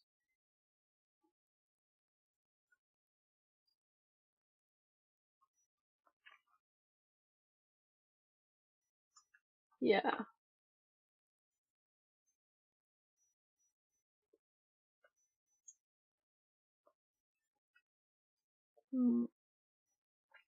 Check what tickets are cached.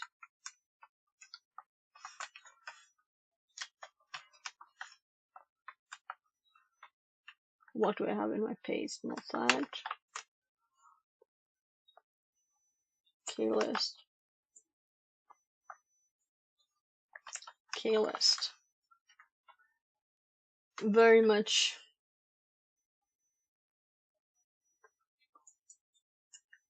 just needed this.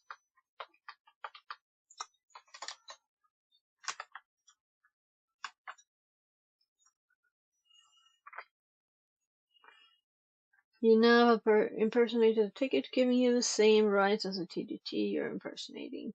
To verify this, we can look at the admin share, which we would have seen anyway. Note that this is only a POC to understand how to pass a ticket and gain the main admin. The way that you approach passing a ticket may be different based on what kind of engagement you're in. So do not take this as a definitive guide on how to run this attack. Pause the ticket mitigation. Let's talk blue team and how to mitigate this type of attacks. Let your domain admins log on to anything. Don't let them log on to anything. So this is interesting because if you were to find this on a pen test, right? And this is vulnerabilities.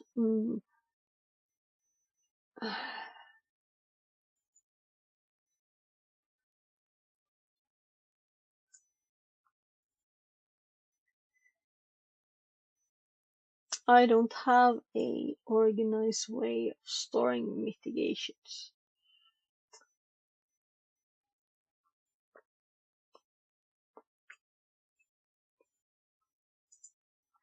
So I guess we have attacks, we have tools. Why not make mitigations under 80? Because mitigations will of course also be for a certain area, right?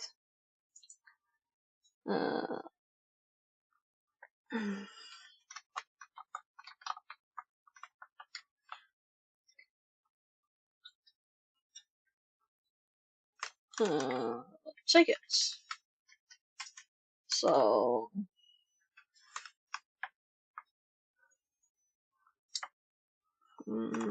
pause the tickets. We're in mitigation, so it doesn't need to be like that. Pause the ticket. We might have more stuff here. Don't let domain admins log in.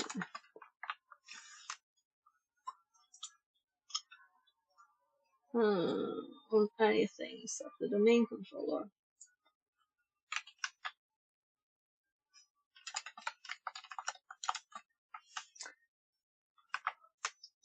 This is something so simple, however, a lot of domain admins still log on to low-level computers, leaving tickets around that can be used to attack. Yeah, because you don't usually log in to the domain controller. Just use your credentials on your machine. Of course.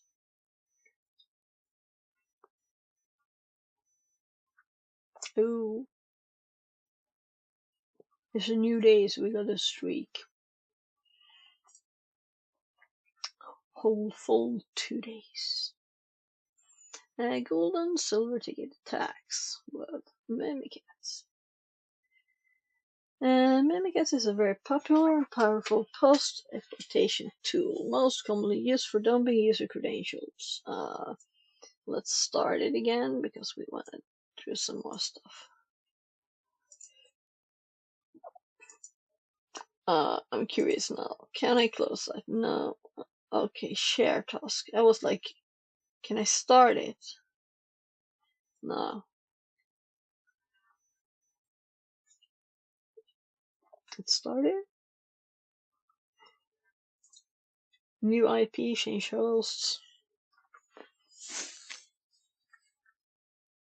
Mimikatz is a very popular and powerful post-exploitation tool, most commonly used for dumping user credentials inside of an Active Directory network. However,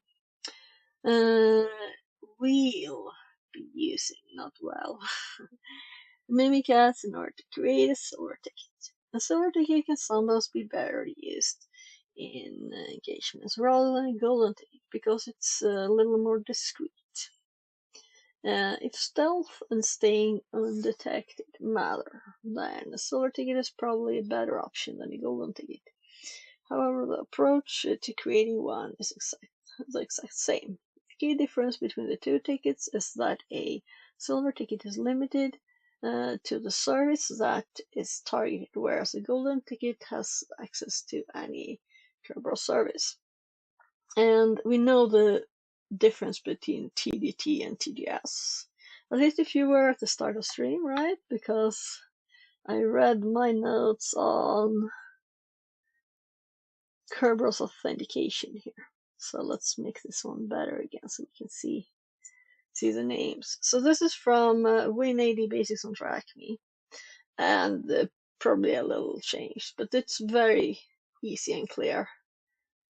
The user sends the username and the timestamp encrypted with the user hash.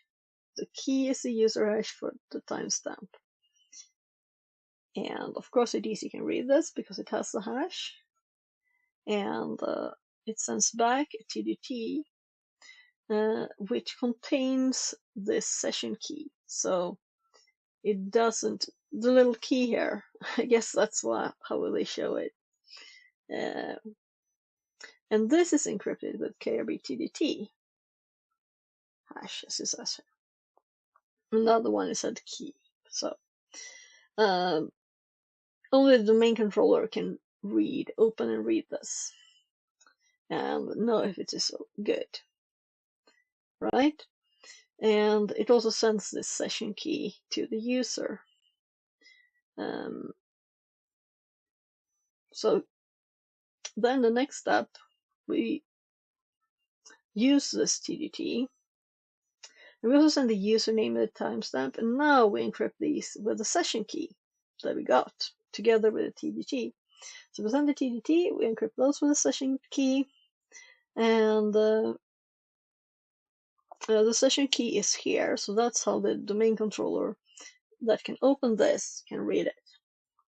And we also want to say what do we want to access, right? Otherwise it would be crazy. And then it is making a TDS, a service ticket for this, just for a computer, whatever, you know. And I think MS SQL, yeah, is the example. And then it's going to encrypt it with a service owner's hash. So now the service can read this ticket. It couldn't have read the TDT. That's why we need this. And it sends along also a service session key, which is also in this, right? So when we send this here to this one, we send the encrypted with the service session key, which is in here, so the service can decrypt this and read it and check everything that the domain controller sent along, whatever. Probably what user it is, but it's also the username here. Maybe this is what we change. I don't know. And yeah, I guess I want to know exactly what is in all the details. I guess we could look at all the details. Anyway, this level is enough for now. So this one can read it because it has its hash, its own hash. So you can decrypt this, get this key, check these stuff out. Yeah. Much better explanation than this room had. It was.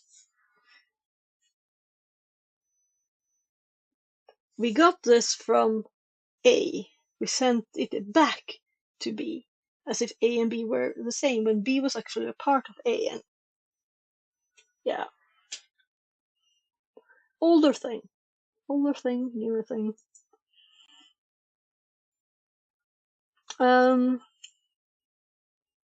So difference between TDT and TDS.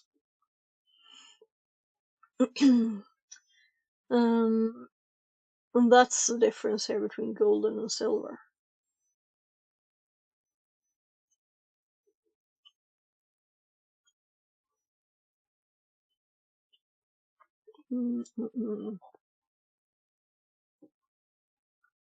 Let's see. Use a scenario for a silver ticket will be that you want to SQL server. However, the current compromised user does not have access to that server. You can find an accessible server account to get a photo by Kerberos and that service. You can then dump the service hash and impersonate their TDT in order to request a service ticket for the SQL service from the KDC, allowing you to access the domain SQL server.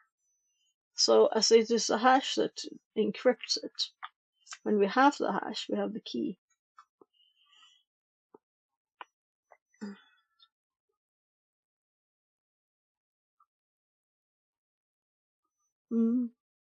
Sounds logical.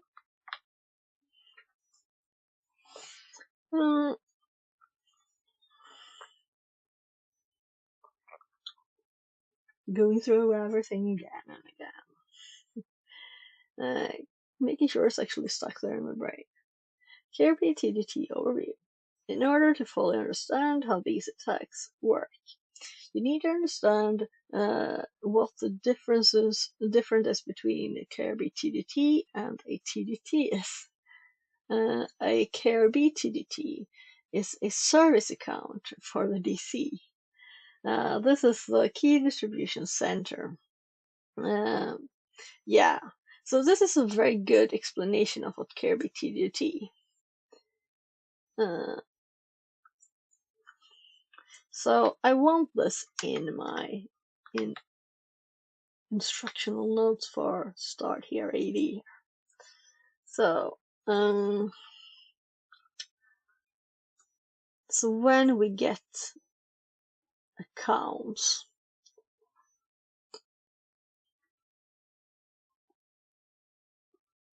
I'm thinking like we're gonna need to DC sync or something. Where can we?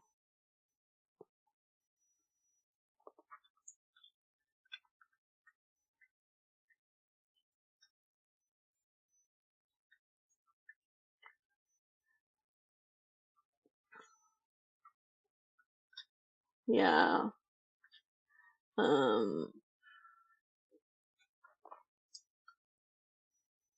Should I put accounts, information about accounts here, or should I keep it at the top with a simple list of ports in a DC? It feels like it's too early. This is not really learning things.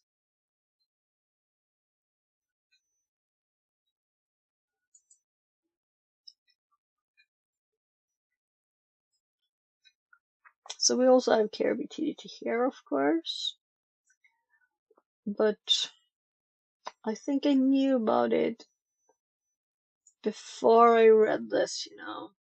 I think this one was 1 year old when I checked.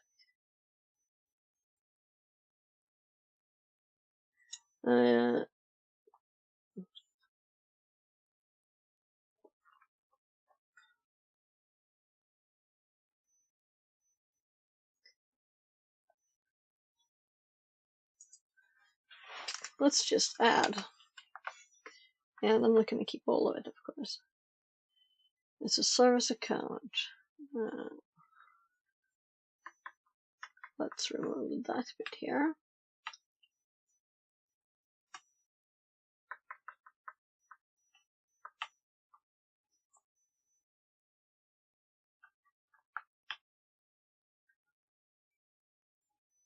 Service account for the KDC.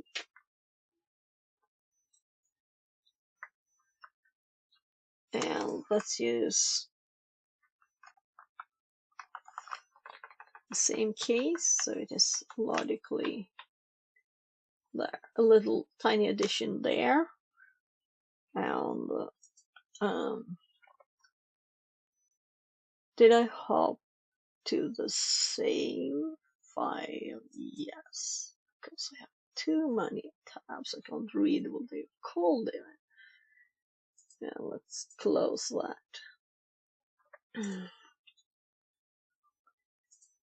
So,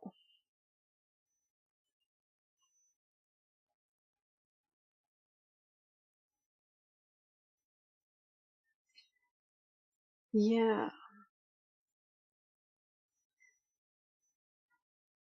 Imagine that we want persistence, and that is when this is actually interesting. And let's add like a header here.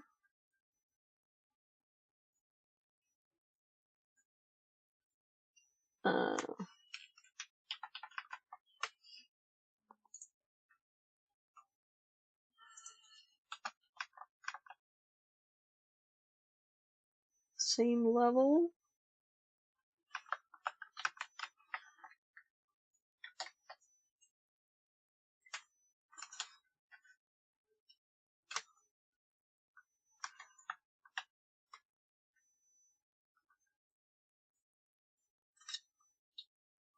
And we'll add stuff. And maybe a link even to the, yeah, so this is more like a step. Maybe I should have like I already have it really. Escalation we own the user, data sources, basic enumeration, but then at the end there everything is big headers.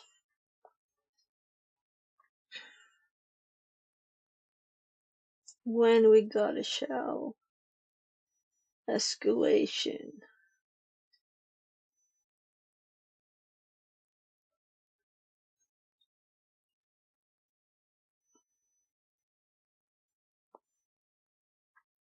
Yeah, so we need to add also the ticket stuff simply for escalation too. I have an ad before here. Here we have actually already Mimikatz PS1.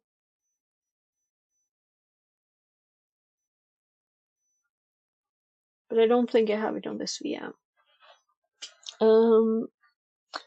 Blood, we can't see what users have session. We can't see. Yeah, this is just a blob. There's no.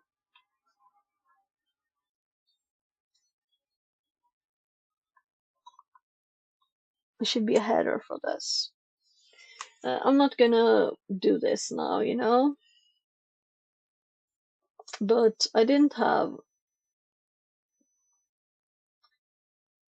We didn't have a file for Mimikatz, so I didn't. I was like, yeah, let's start from nothing. And here are notes copied from somewhere else on Mimikatz, right?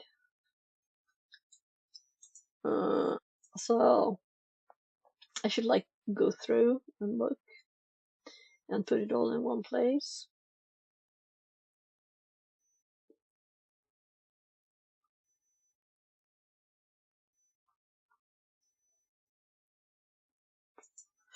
To do folks in you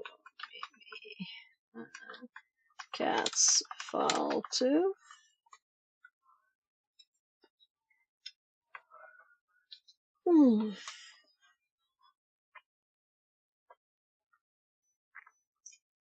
Yeah, this is prettier. This doesn't. This is not from 2020, I think. Maybe it is.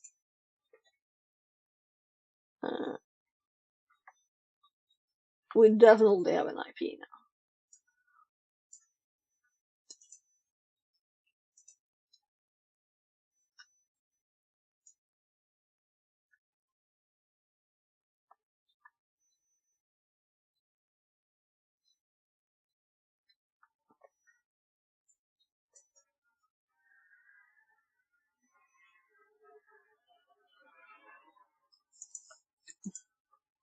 So, yeah, this is SSH to a machine that is bye-bye.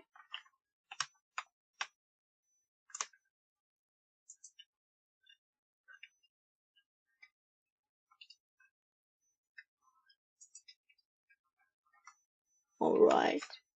We checked for .exe files on Kali. Quite clean Kali.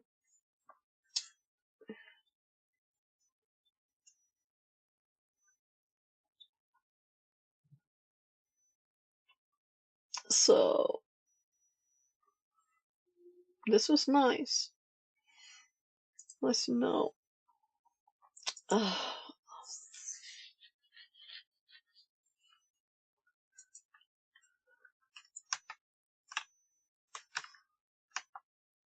I guess.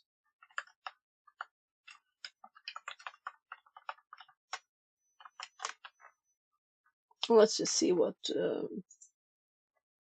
users are logged in as. Their administrator again, because right, we're getting care of TDT. So that's a new IP.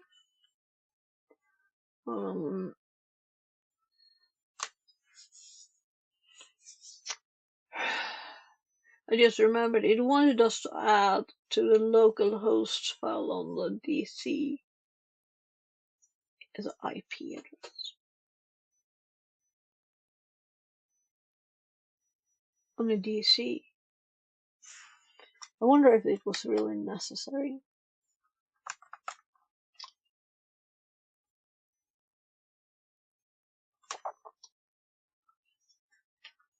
It's in the notes. It's in 0 that I just closed because I was like, we're not gonna use that.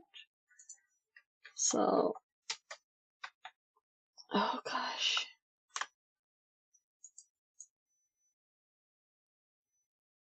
Yeah, of course, new IP.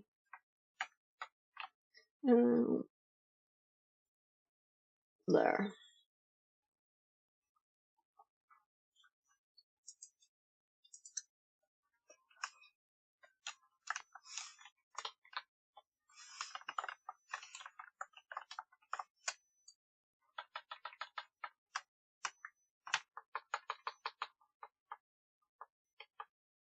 There.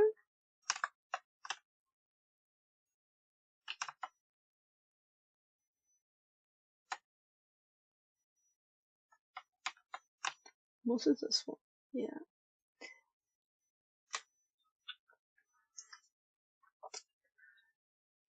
I thought I put it here because I always do, and now I didn't. So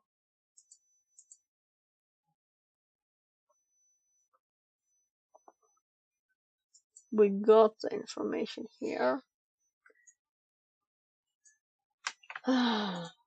It's still good to have it here, even if we get it from the thing. So this is not correct anymore, but whatever. Here.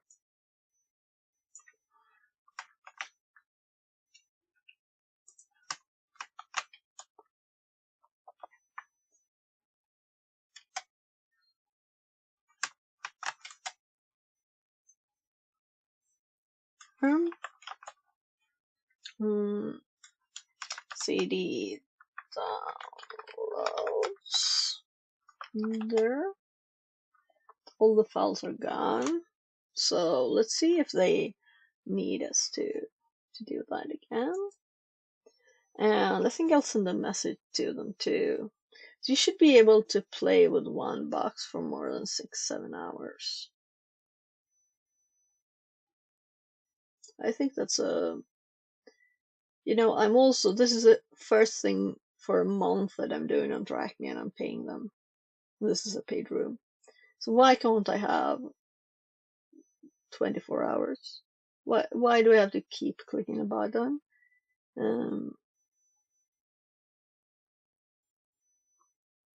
It is cheaper than HackerBox, right? But I'm not actually paying for HackerBox because I want it.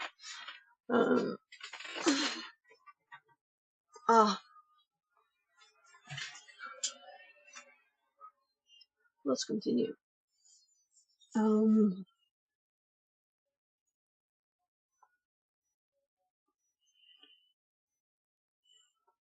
Right. A KRPTDT. It's so odd to see hear someone from A is the service account for the DC KDC key distribution center. If you impersonate this account and create a golden ticket from the KRPTDT, you give yourself the ability to create a service ticket for anything you want. TDT is a ticket to a service account issued by the KDC, and you can only access that service. Sorry, I'm not listening. Yourself the ability to create a service ticket. Why is it saying TDT here? It's tough to send service. Well, the TDD just take it to a service account. Yeah, so there's a bug here, right? It should be TGS. And you can only access that service. The TDT is from the SQL service ticket. Gold and silver ticket. Attack overview. They call it an attack. Okay. A golden ticket attack works by dumping the ticket granting ticket of any user on the domain. This would preferably be a domain admin. However, for a golden ticket, you would dump the Kirby TDT ticket, and for a silver ticket, you would dump any service or domain admin ticket. This will provide you with a service, domain admin accounts SID, or security identifier. That is a unique identifier for each account, as well as the NTLM hash. You then use these details inside of Mimikatz Golden Ticket Attack in order to create a TDT. It kind of sounds false in my brain to say attack. In order to create a TDT that impersonates the given service account information. Kiwa's Golden Ticket Integratings. Yeah, they're not bigger if you click them.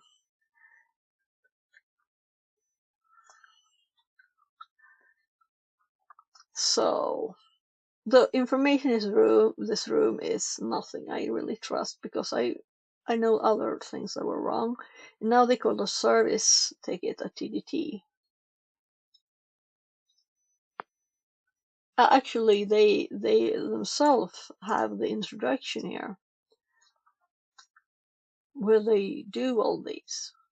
So they only have TDT, and here TDT for specific raw sources. Yeah.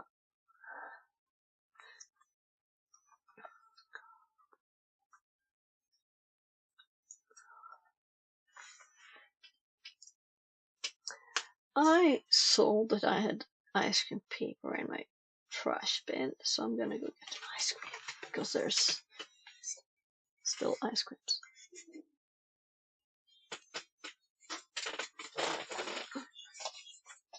And everybody's broke.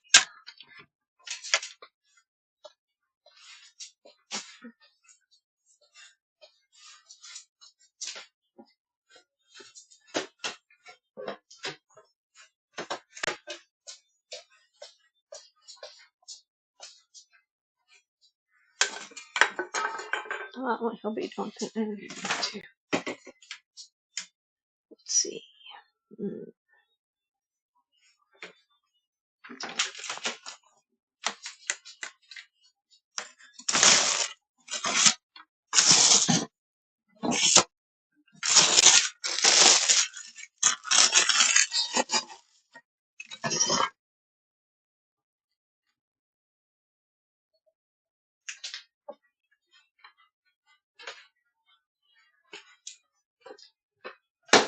Try not to wake anyone.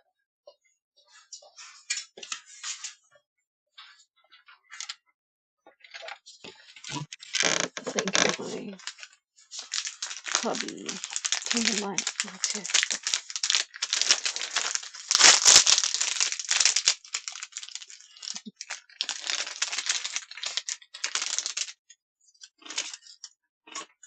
Ice cream boat.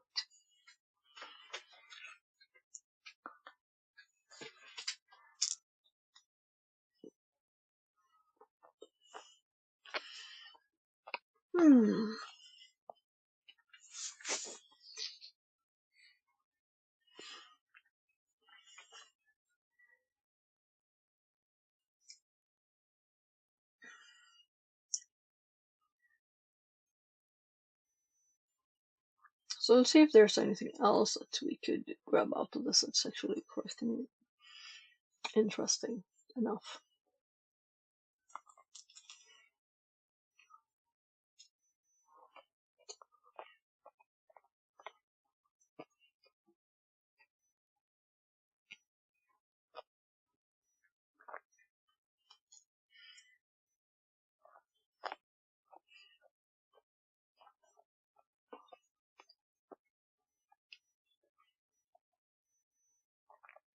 So, a little warning for golden tickets, right?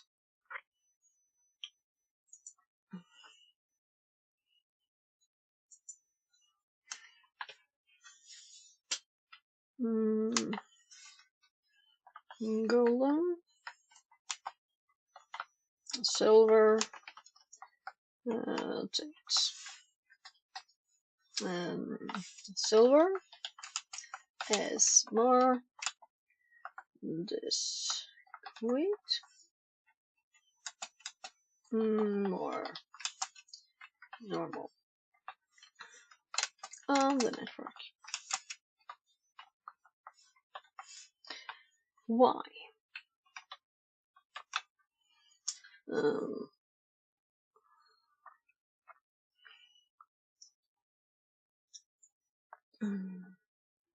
Probably a better approach. Silver tickets is limited. Gold tickets access to Kerberos, any Kerberos service.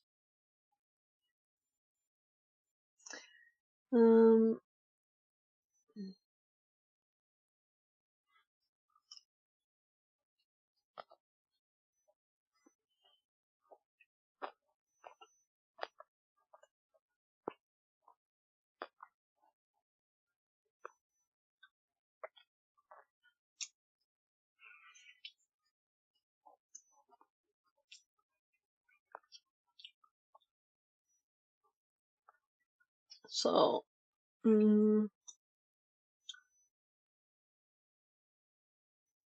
dump service side should impersonate their TDT.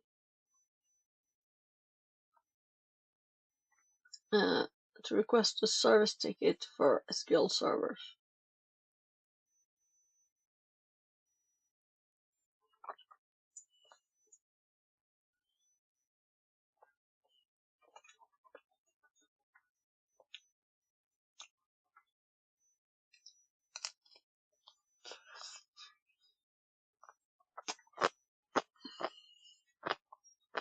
So I have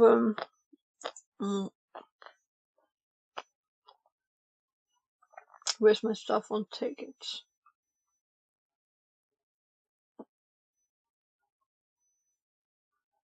That's the one we made now.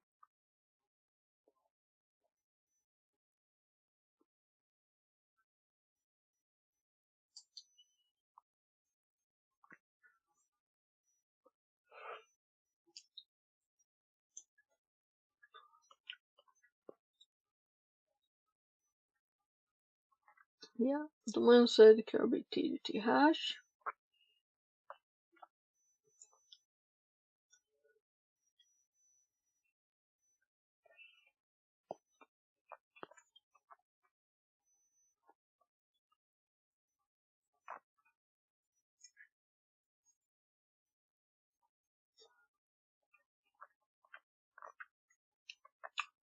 Yeah.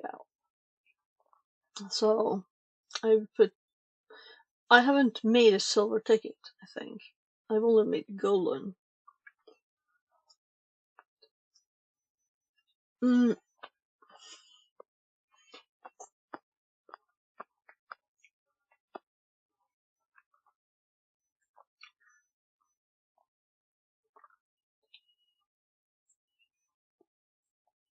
So there's something that's like just hiding. Like a good example that I had.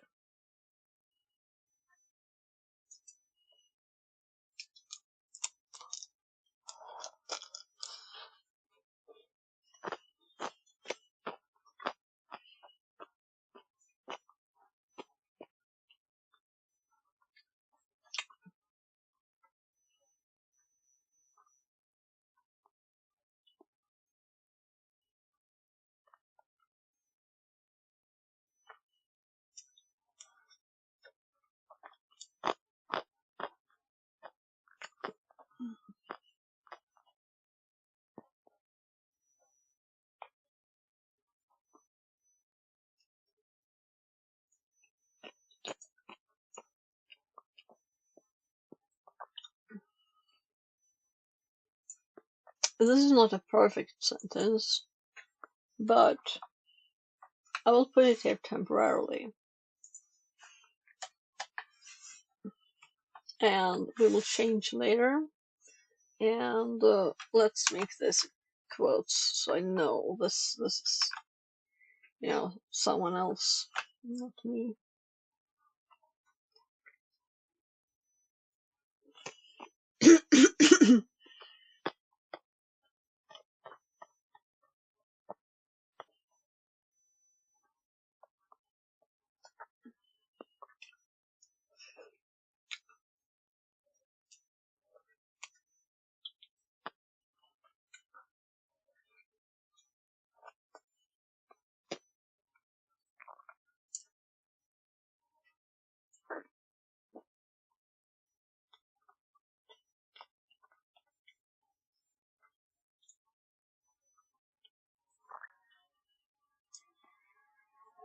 So let's see all the things.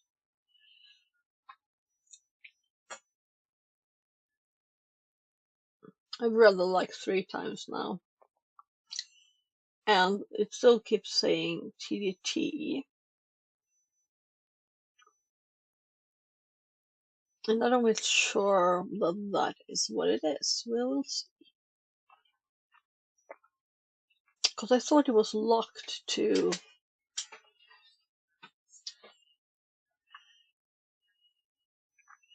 Maybe it's just... It's a TDT for the service account.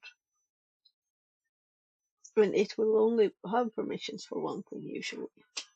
And that's the locked bit I have in my brain.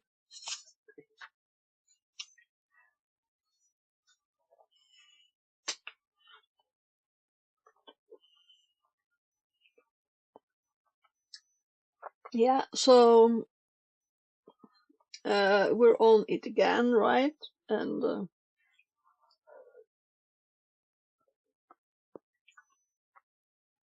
if they use any of the old files, we'll also rerun commands. CD downloads and Mimikatz. XC. And also there needs to be a CD dot dot because we start.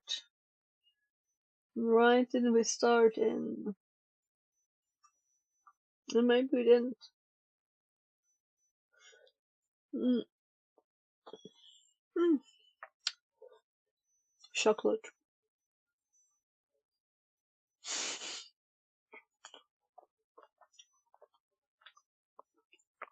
Dump the KBTT hash.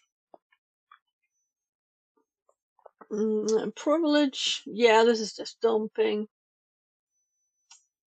I guess we need it. So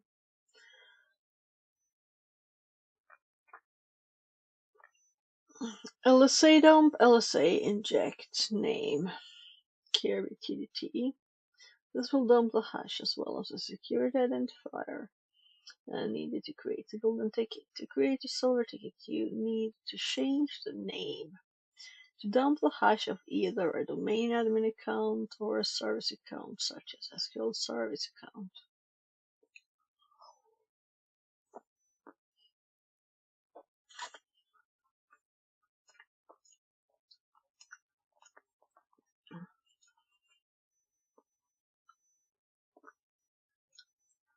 Privilege debug again.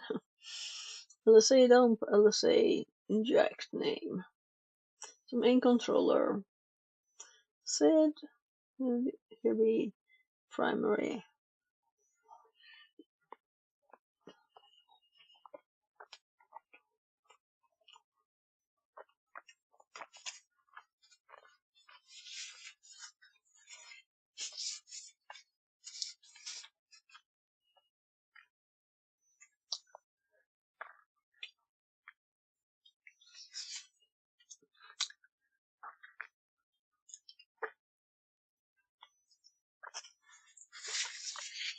So even I have chocolates on my fingers. And what did I say about eating healthy stuff?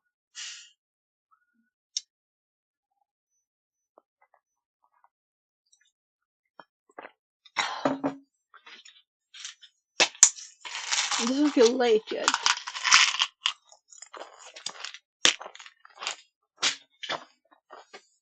Mm-hmm.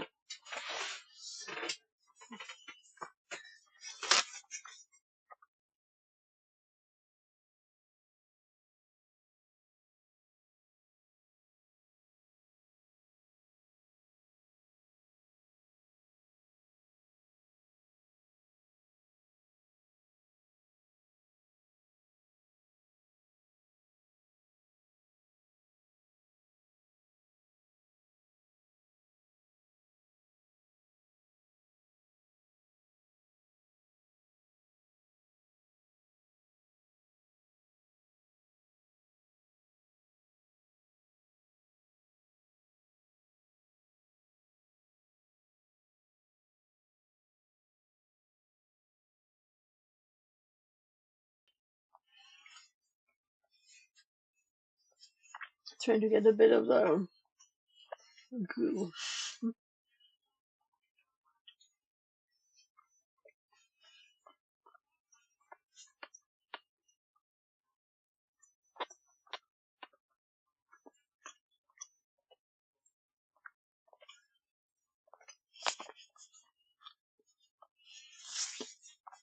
But and then I looked at the dentist reminder for my kids.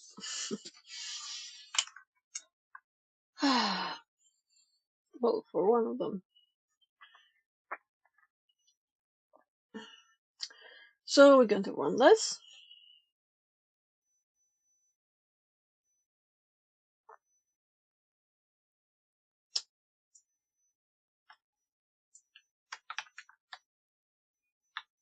So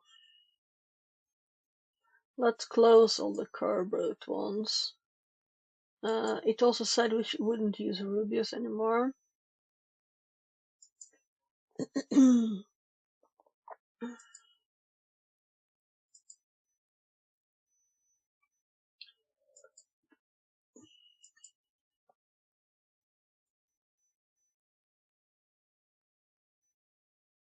That's the mitigations bit.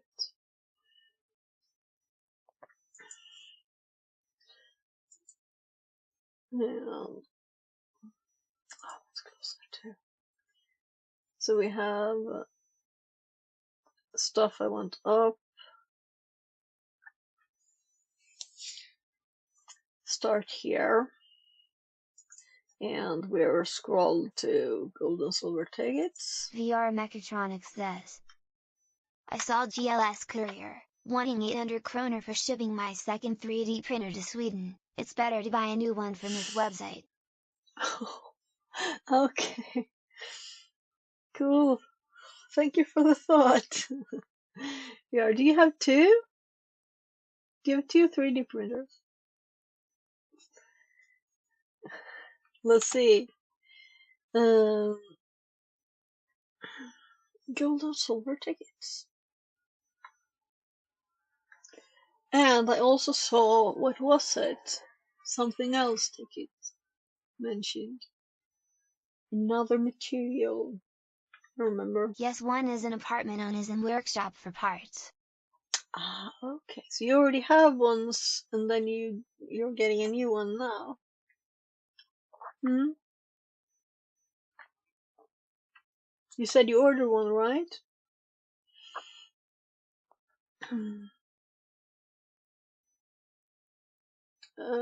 This is not where this belongs.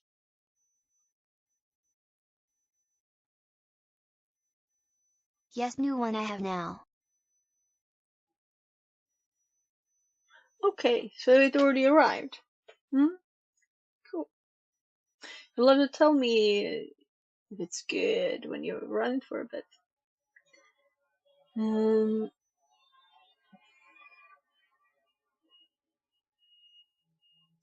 So we have that. We have time to make a new one, maybe.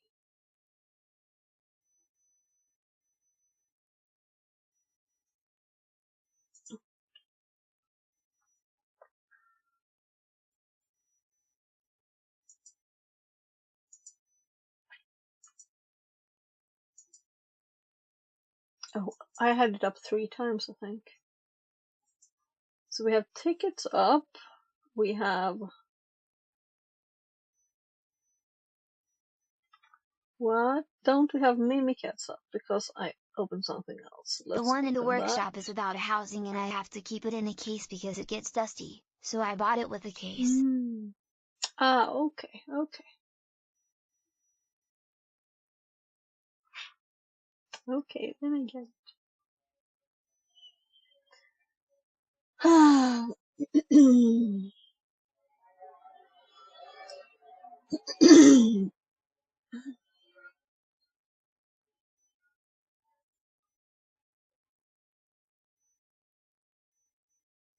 Let's minimize that one in case it pops up. And we're not actually doing that right now. So let's just have the stuff up. So that's current and active. We have Mimikatz up. So where did I really mean to do this? Here is where I mentioned this, right? Let's say dump, and this is what I have copied here, right? Let's say dump, this is DC sync. This one is just here.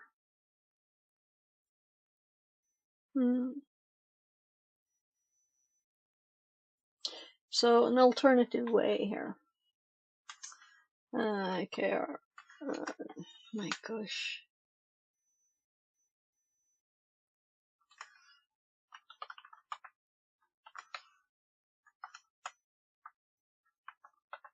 I'm a bit tired now, but I don't think it feels like it's late yet. I'm just a bit tired.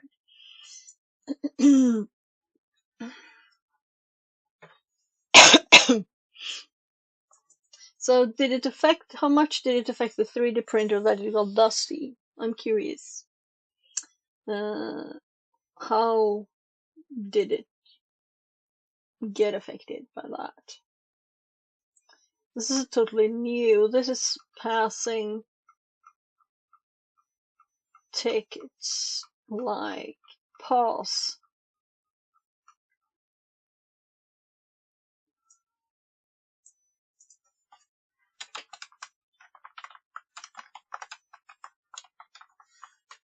And what we're gonna do now is more like 5 Mimikatz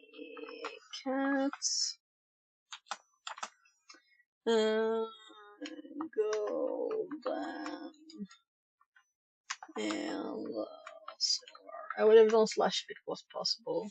I don't think it is it? Yeah, so that's better than a dash at least. Golden silver tickets. So it's a file name.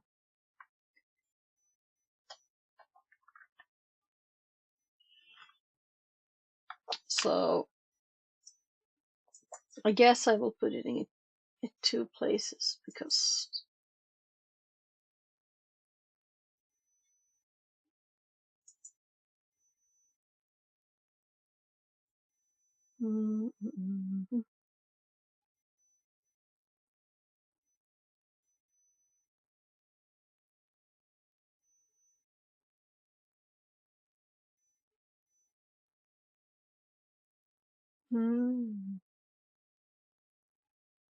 So it's 2 different commands.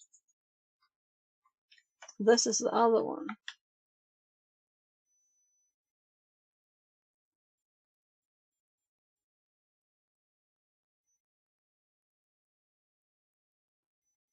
So what is the difference between DC sync and LSA?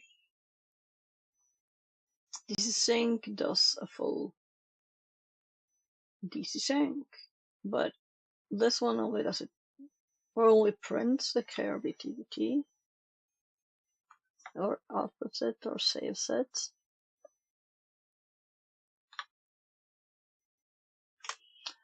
This will dump the hash as well as the security identifier needed to, or maybe it's that it will get more things.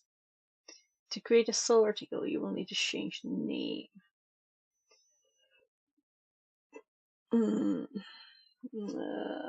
To dump the hash of either a domain admin account or service account, such as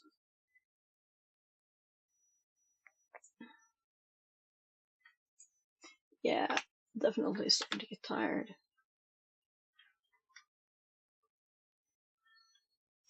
So for now, let's keep it separate because it'll be too much of a mess in my notes.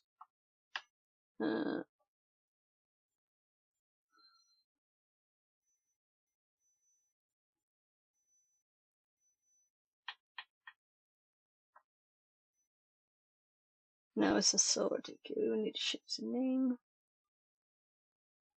Alright, yeah. Okay, so this makes it at once. Let's do stuff instead. Oopsie.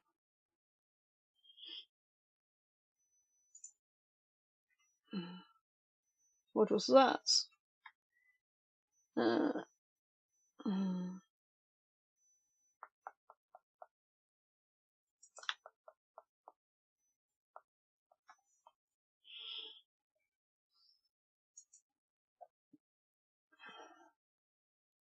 Privilege debug. Domain. Yeah. Let's just run it. And I am kind of glad that we have a cleared out thing, alright? I put the exe there just to show for the screenshot that it is actually Windows we're on, right? Or not screenshot, but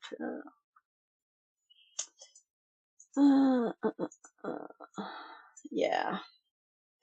Why not do this here? And I could have done it at once, right? So now I'll have to copy this instead.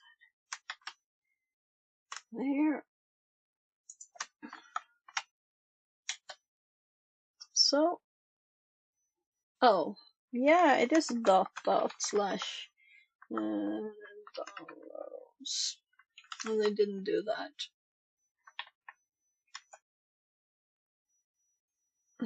I misspelled it. Catux. We invented a new command.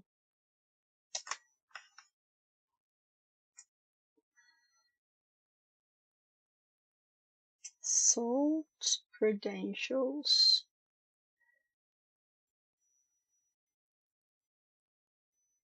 Anti-alum. And Sid. And okay. And this is what I paste here, more on this, right?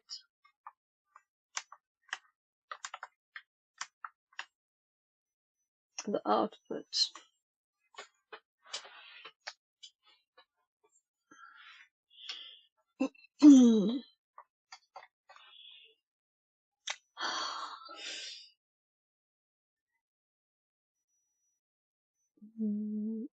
Telstra.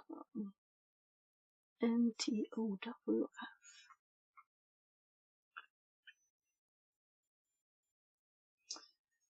Let's make links in this.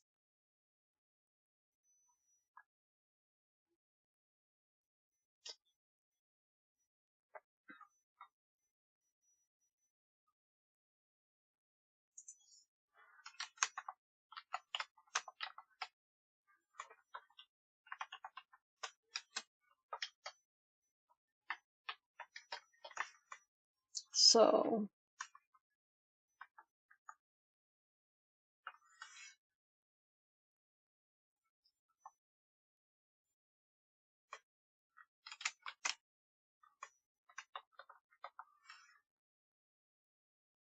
pause the ticket.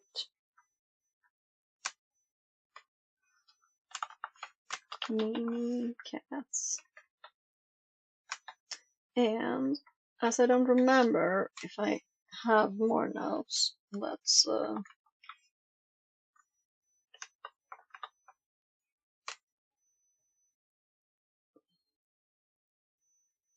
yeah, so I usually do something like this, right? Not say the two.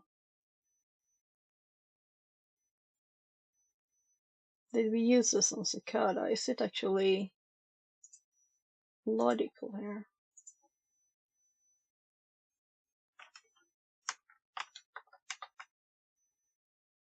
No, there's no mimikatz in here.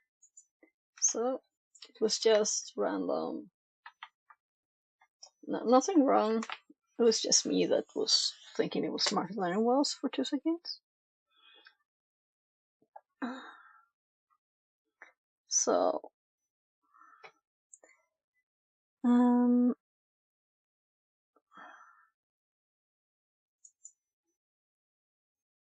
so we have that, and we have the like commands separately in this one, and we have quite exactly half a move now.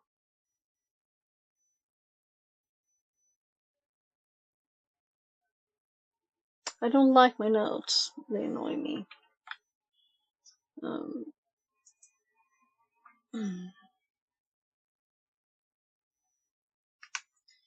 So gonna have to fix them later, or whatever now. Create a gold and silver ticket. They really do it at one thing here.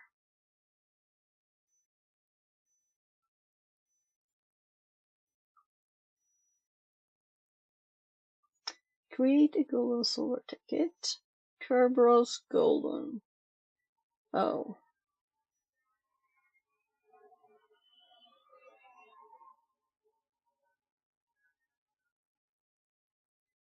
Yeah.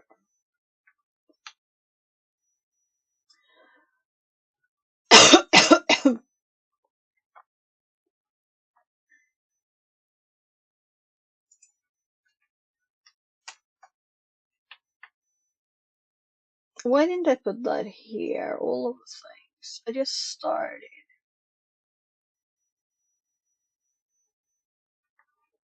Let's put it here. Well.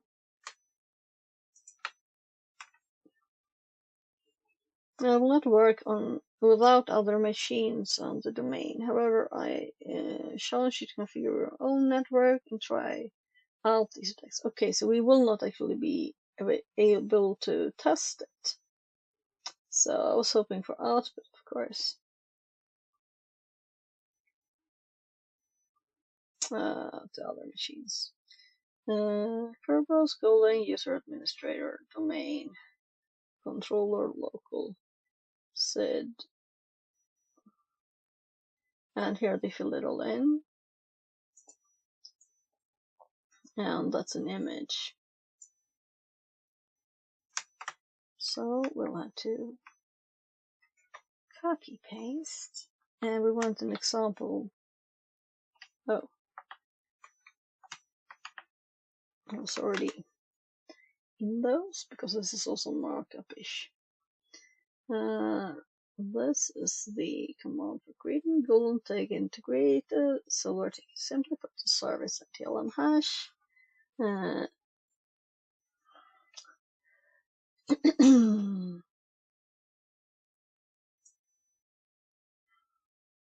The set of the service account and change the ID to.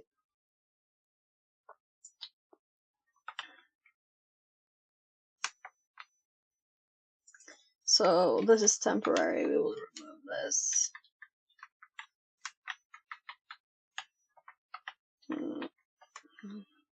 Silver. So let's make a line here with old and new.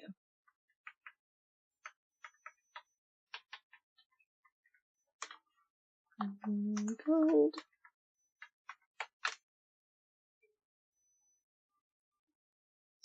Demo.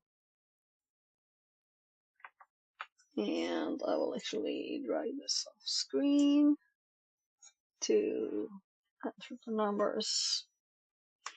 But seriously, I should have just tried that one off. So, because we will need out, because I don't want to type, do I?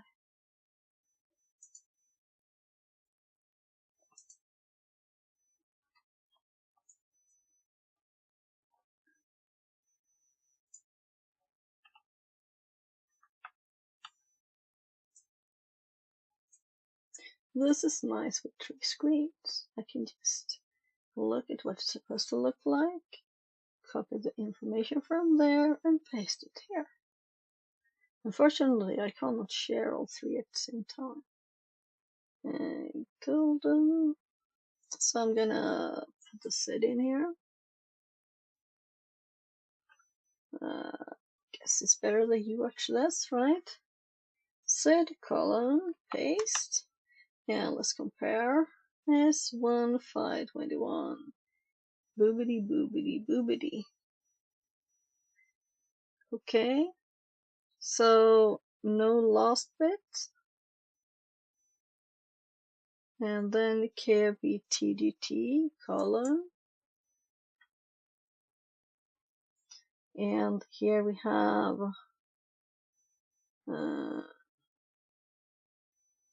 5508.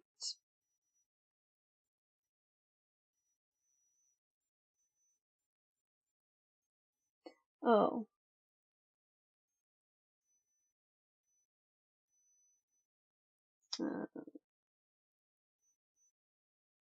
ID 500. That's why they just have this bit here.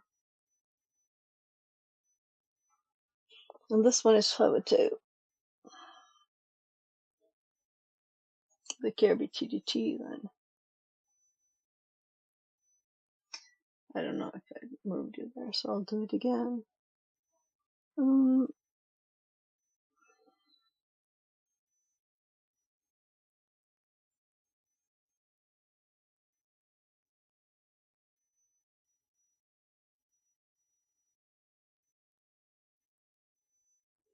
Oh. Yeah, I was looking for the numbers, but that's not what they're doing. Let's compare this to this instead, right? Because I was like, what on earth? It should be one of these, and I kept looking the rest of the document and there's nothing. So here it is, right? So it is, just copy it, DLM hash,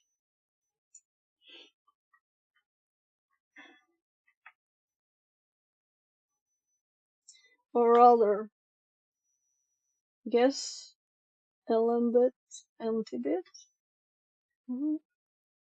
right?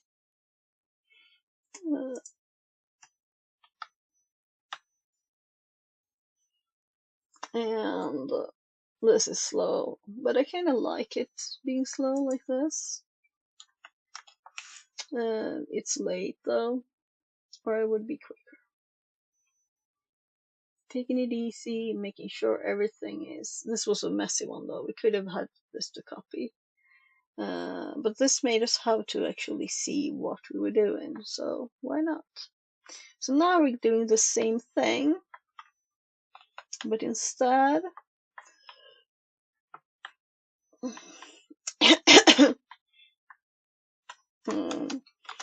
I grab SID.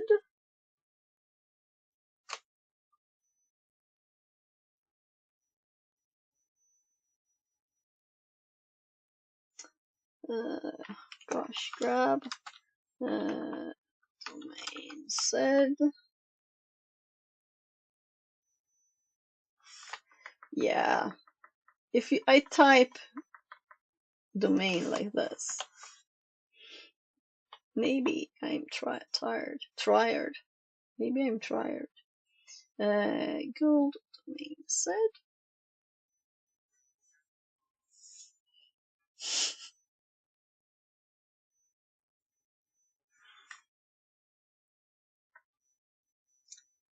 Grab domain SID, not gold domain SID. domain SID and the LM hash and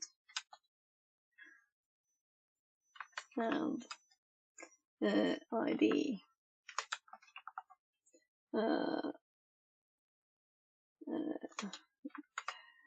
called red and output. No, because we need to do an ID. So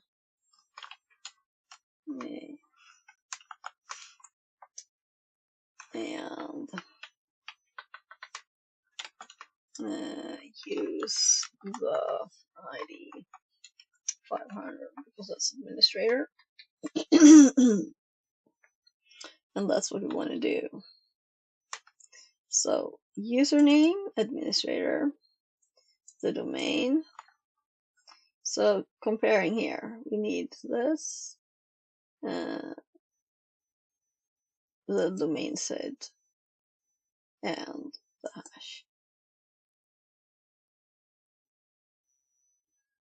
The rest we know 500. We will probably know this is the domain, the username, yeah. And we didn't used to have to use an actual name, but now we do, right? We didn't say 500 and have another name, it's still administrator. We used to be able to. But can we now with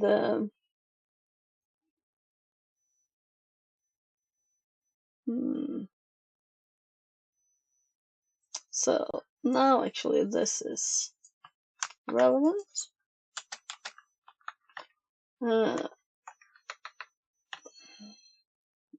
Use the ID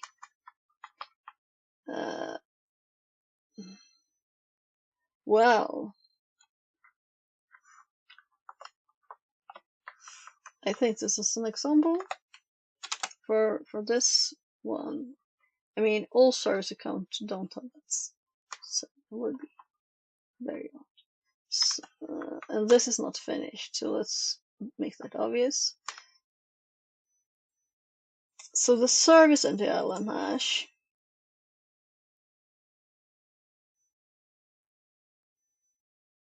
So then we would have to get more information. So maybe they're giving us a task, actually. I'm not used to this in this room. Let's just do this, do that. I don't really like when we do this, do that, but we're still exploring a bit. I'll show you a demo of creating a golden ticket, and it's up to you to create a silver, right?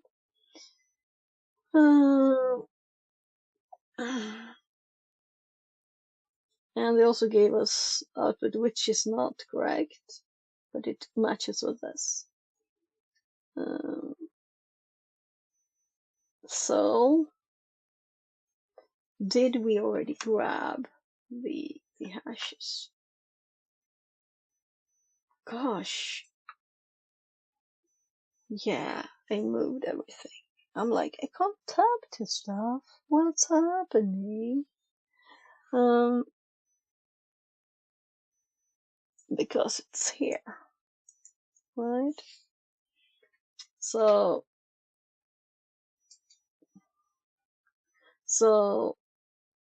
did we do hash stuff in this one?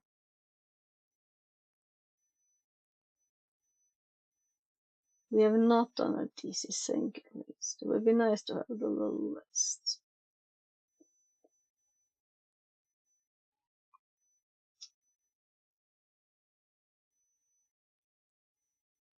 I didn't actually output those, but they are on my machine. Yeah, they're here too. Because this. But the other one I didn't, right? Or anyway, these are not the LM hashes. So it doesn't matter. These are the Srap hashes.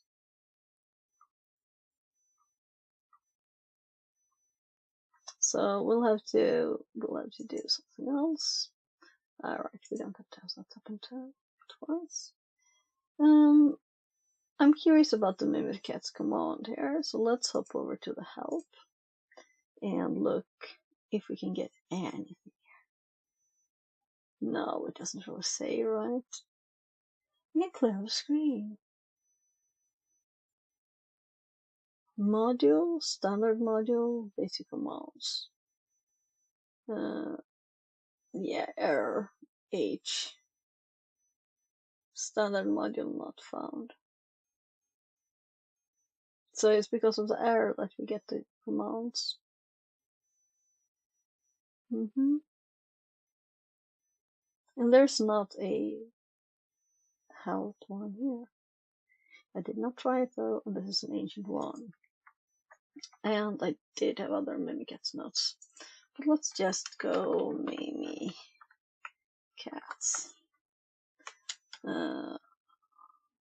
Docs. Oh gosh, that's zoomed in. What's up?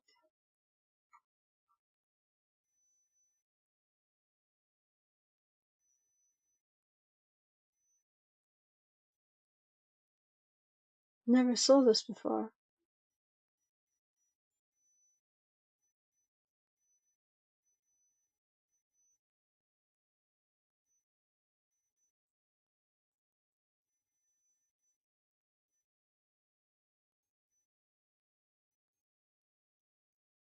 I want just normal Google. Does it actually looks like that now? Yeah, and that's the last search. Yeah, so something is happening with the dark reader here, right? Because they have a odd image, which is just text Google in white. And that's why it breaks it. So I want just docs, but fine, we'll grab one of the Veronis. Let's see there.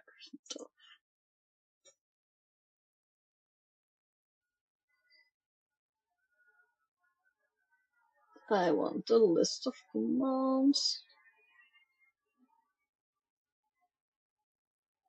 I want a list of commands.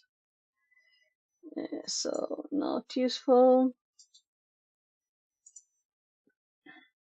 We kind of had the same problem with Bloody AD actually.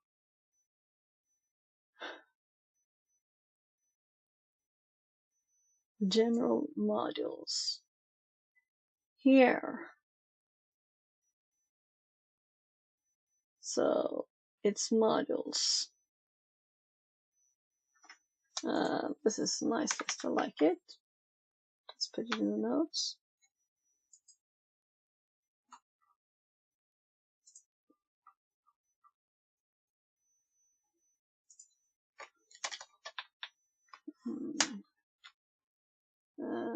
Nice list of the modules. There.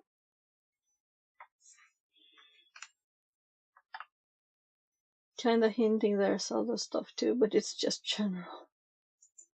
That was nothing. At the time of writing 2021, although the modules are documented in the near future, this part will feature. Yeah, I think the person who wrote this is busy. Busy. So this might also just be an exported. Looks just like my notes. The side, you know, and everything. Gitbox.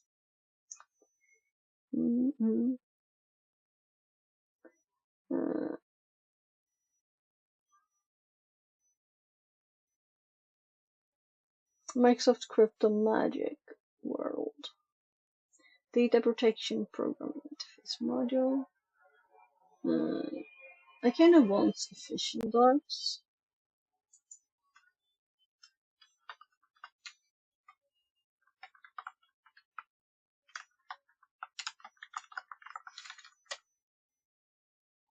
It's so big. I can't see more than like 3-4 things. What happened? Why is it totally different in like seconds here?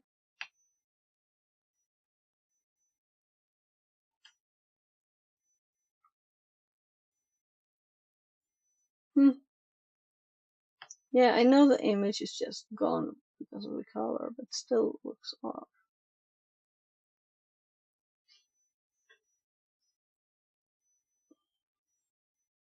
We could always try like making a question. What are the Mimi cats? What are Mimi cats most common commands? So we don't get one of the AI thingies. That's what I tried to make it do. Let's do that instead. It's too hard. Mimi cats commands. Nothing more. I already tried that. Right, so something more common.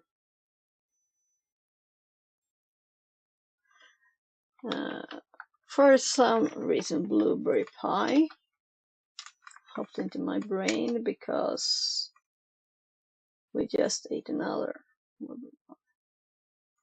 So now it at least hopped up a little emoji thingy. Oh, and I misspelled it. And let's see if this. Let's add the recipe.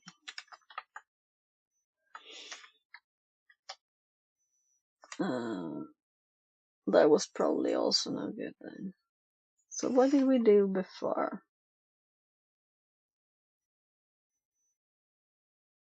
I just have boring questions here.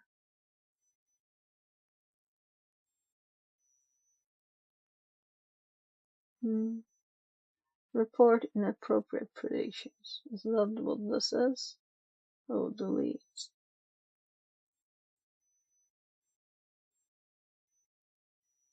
Look, I don't think I did this one.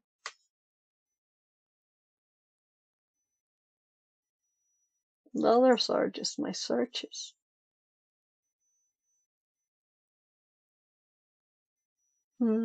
Oh, this is the question we had, so it's one of my searches, yes.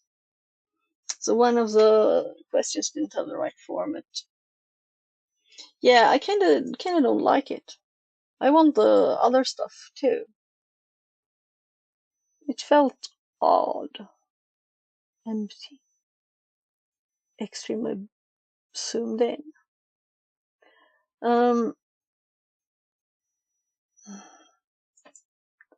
This is 124%.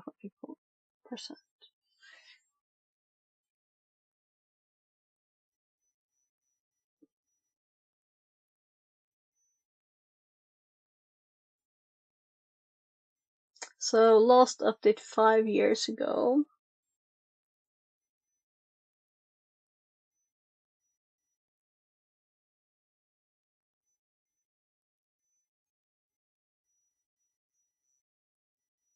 Secure LSA logon passwords. Yeah, we want that one.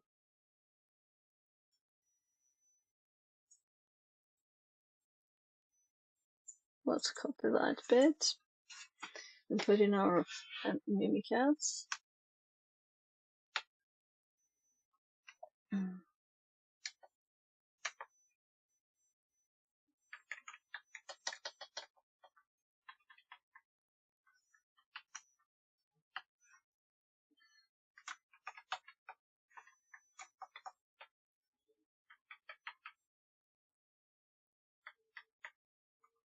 Alright, right. Here's a golden command. It was just a different order of things. Yeah. Yeah, that's why I didn't put it in the tickets, because I was gonna like think stuff. To get the gravity TV countdown, TC sync.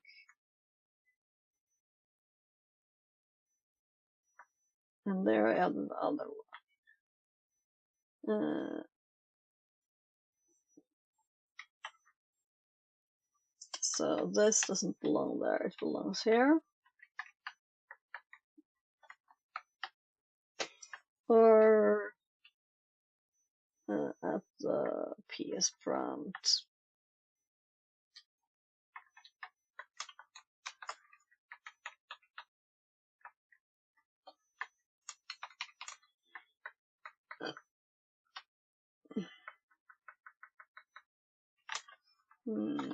Command here.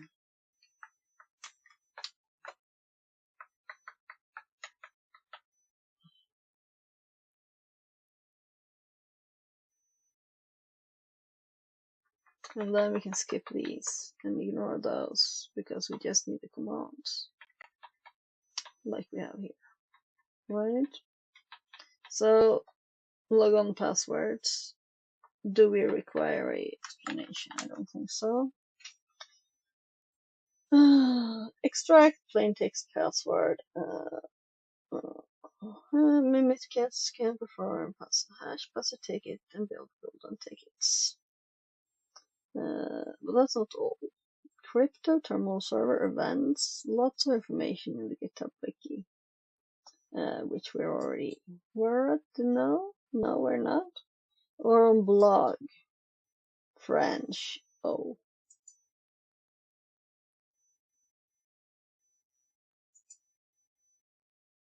Okay. I'm good with one. French.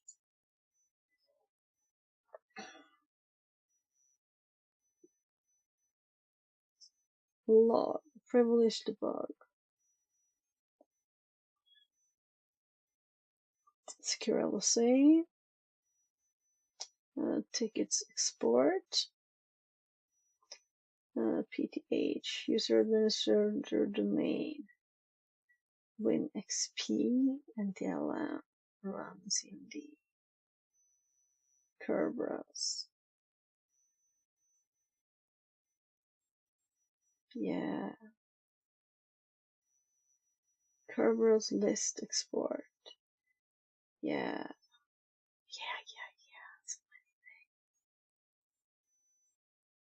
Certificates.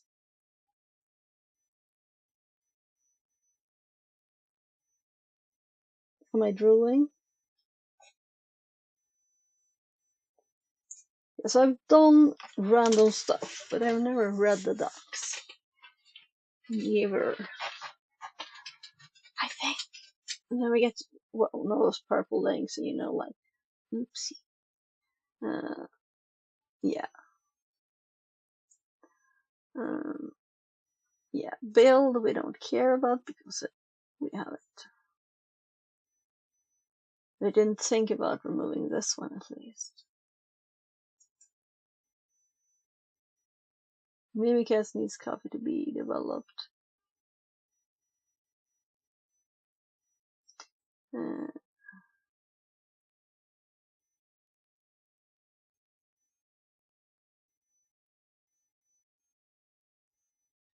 And this is sync and this is shadow.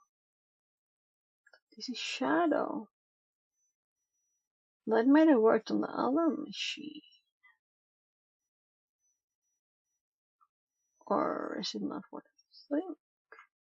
Yeah, so docs. 132 Debian. Let's check out the releases too.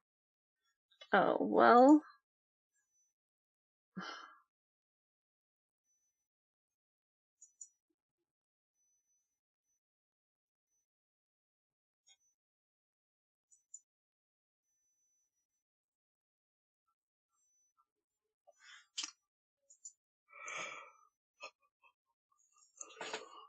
So first of all, let's put it here. Let's, of course, the first thing we do is put the URLs for the code, which I think we're finished with, and for the wiki. And license models, which we might not need anymore because we have the docs. And a tool made to learn C. Yeah, cool. And some experiments with Windows security. It's well known to extract plain text, and I kind of want the code already. I want to read it now. So, what's really the difference? x64 is common bits, is it? Win32. Okay, so there's no code.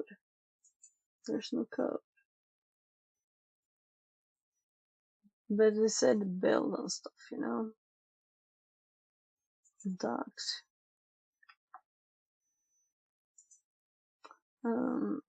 Source. Format. Quit.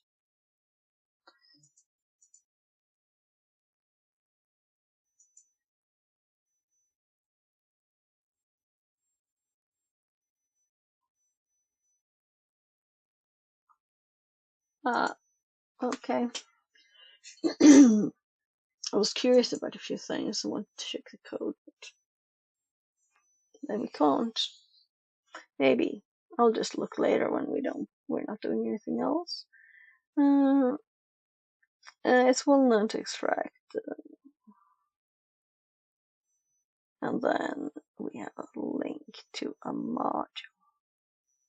How to module parser hash, parser ticket, golden tickets. So let's hop to the golden tickets bit. Kerberos. And at the top then, I guess, since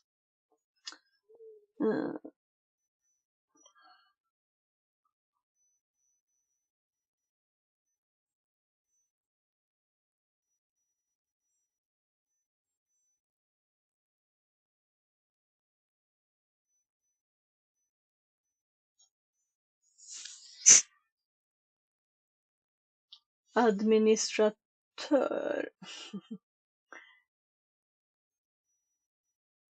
I guess that's a French name.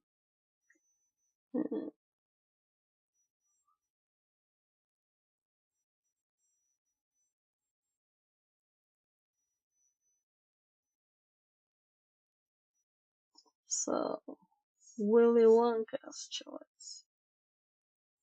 This command could Kerberos to GRTDS will arbitrary data for any user you want in groups you want, e.g. domain administrator.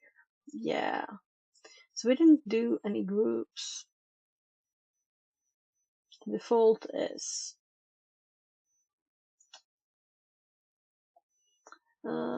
key depends on ticket for golden.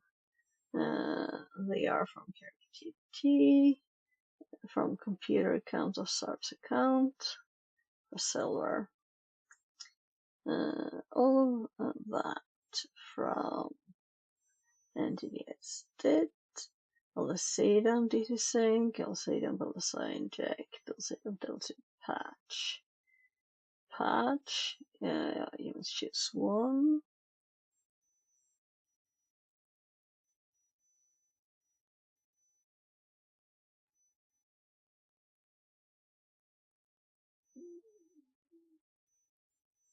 Target and service.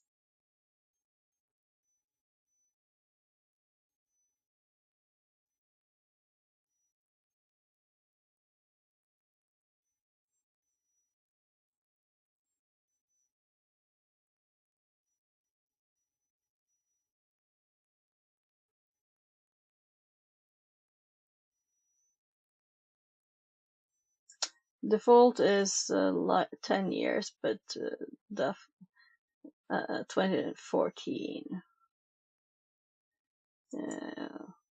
You could change it because you can detect the life of tickets too, right? Start, set, end. how long the ticket is. Renew max.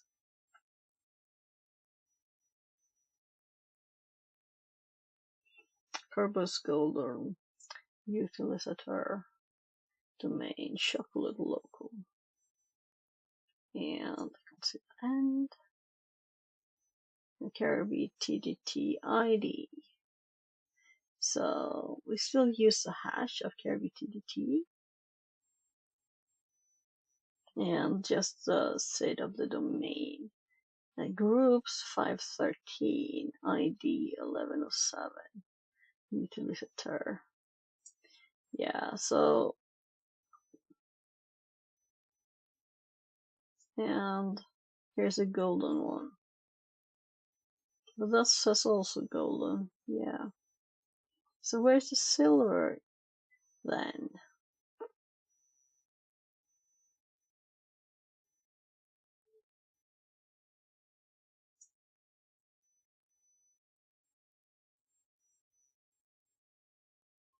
PTT at once.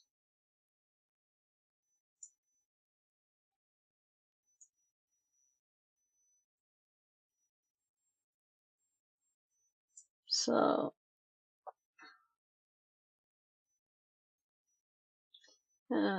successfully submitted for current session. It's a PTT.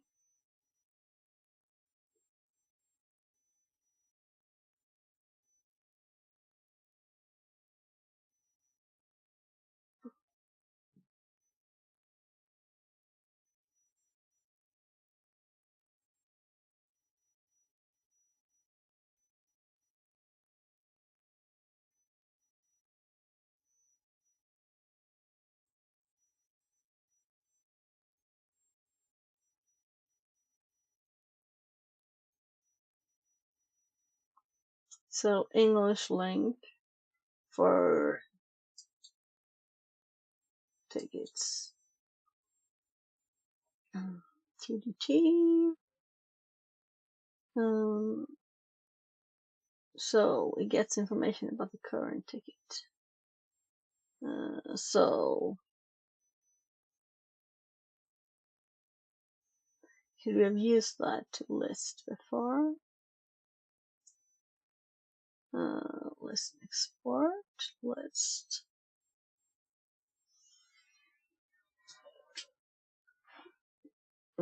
Purge all tickets. So we can do only what we want. So the question is how long I should be going for. So I like someone saying, sorry guys, you don't get it. Yeah, that's nice.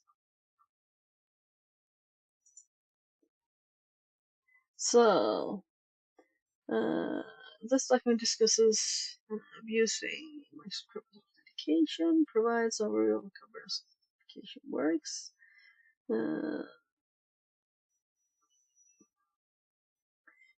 I'm looking at the download button. This is the Blackit 2014 he was talking about, I guess.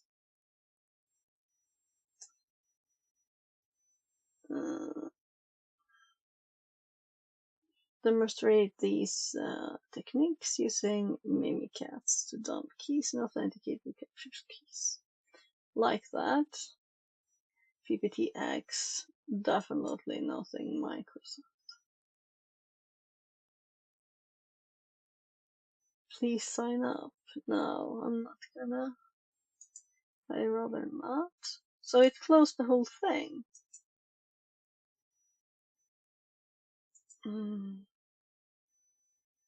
So slideshare. So nice. We can see here 2019. We have another one. Kerberos thing. That's recommended. Download free for 30 days. Then it costs money. Credential dumping in Windows. Oh. This is a nice site. Red team methodology. Bypass AV. We are fantastic red team attacks. I mean, well, again, help us too much.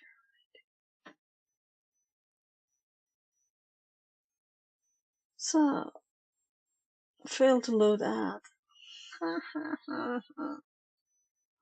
I was like, why is there such distance there? I don't know. Who might I skip?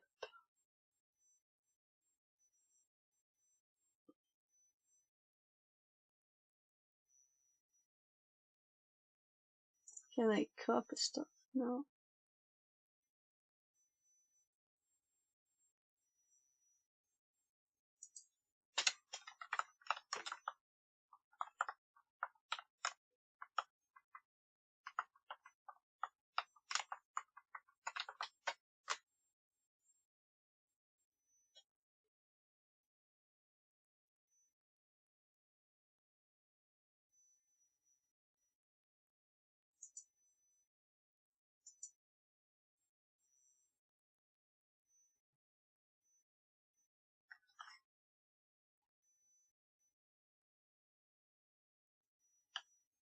Still pausing the hash.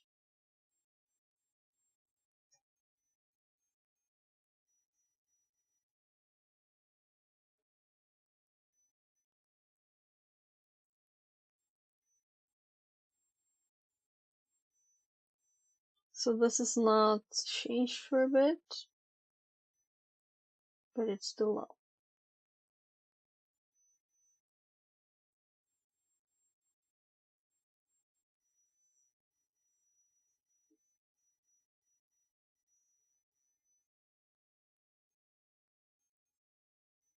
The background is a little bit annoying, right?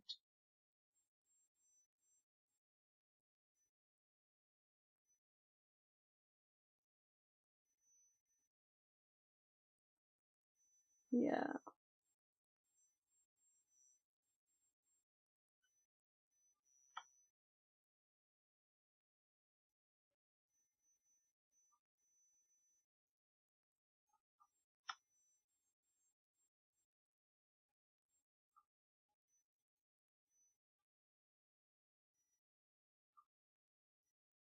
No, Microsoft hasn't fixed silver.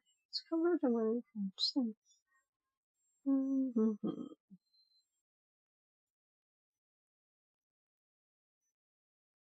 Yeah, I'm not gonna spend more time there. Let's continue. This one we've already been at. Yeah, author of Mimikatz. So let's zoom in a bit. No, they don't grow more. They could shrink from there.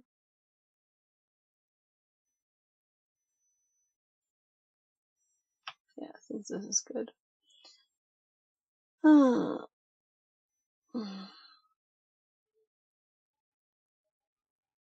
So I'm just gonna check if I can get rid of these.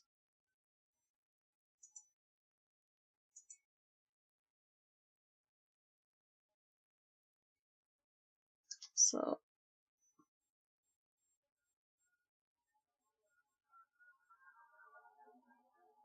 normal, LM, anti-LM, plus the hash, just the hash.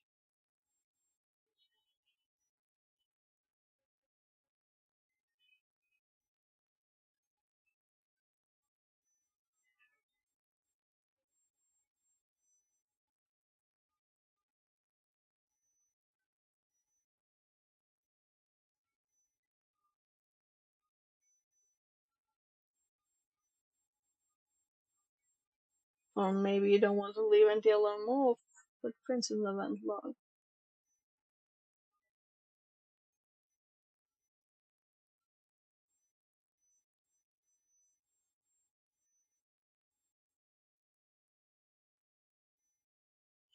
Administrator.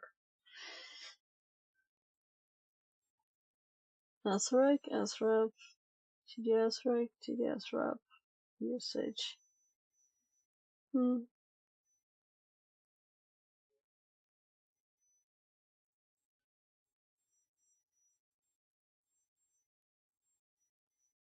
I like this. Let's put it in the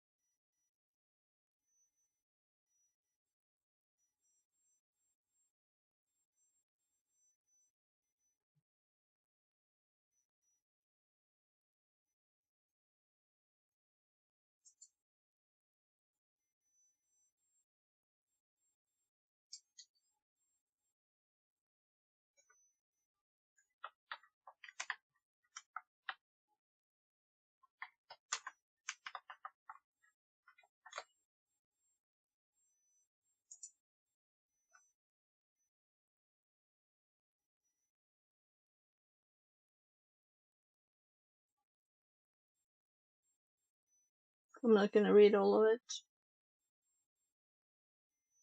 Yeah, something else at overpassage. I'm like, overpass? Pass the key.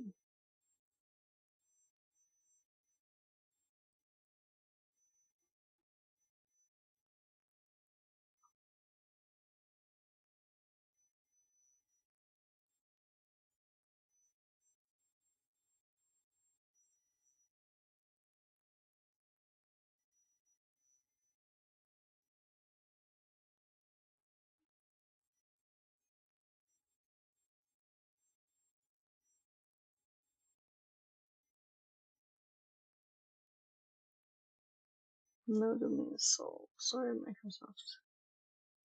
Read it. Sorry, Microsoft. We don't get it, but your RFC? Yes.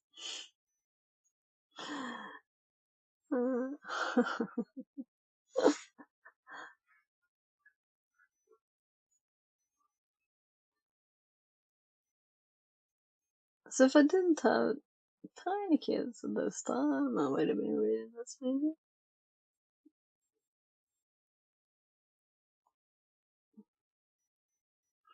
So, is there like a...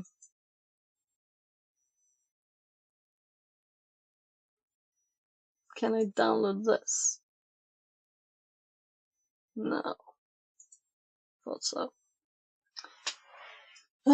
Worst case, we do funny stuff. Like that.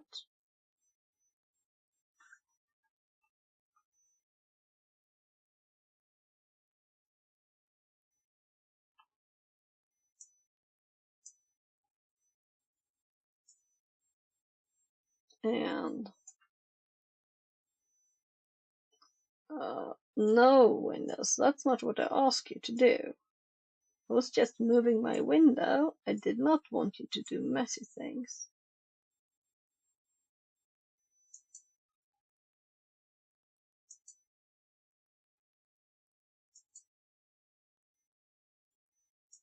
So I guess I pull the edges to make it into the spot I want. Because it'll misunderstand easily.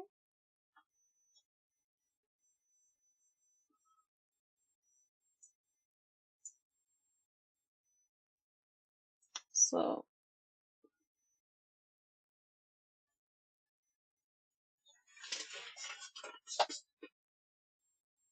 oh,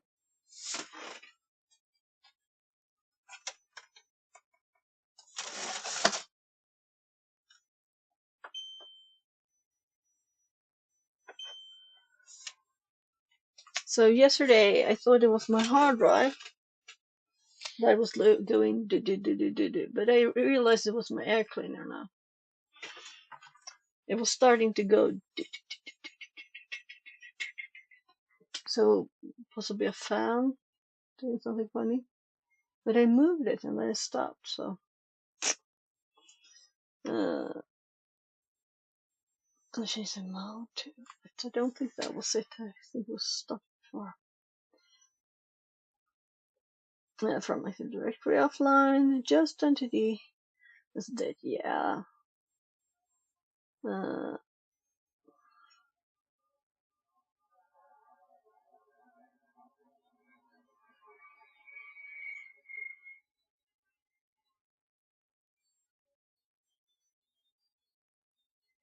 So I'm reading 11 years old stuff, but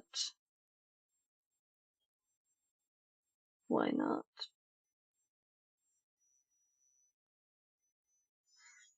And I thought the box is old, which is from 2020.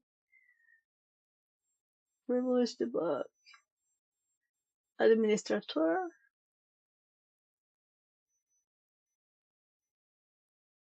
Yeah, and here are the Kerberos NURI keys. AS. Yes, I've seen this when you do DC DOMs, right?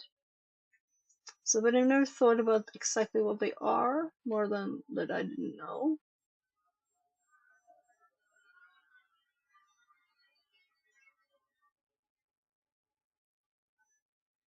So another case too, we can trick the site by using 3 screens.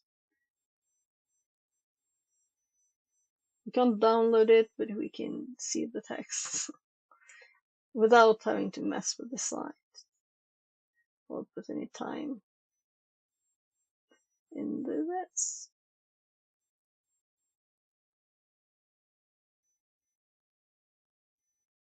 E keys. So what was the last one? It was the one we did. LSA dump LSA. So I recognize the output there. And this was from Active Directory Online. So LSA dump LSA goes to Active Directory.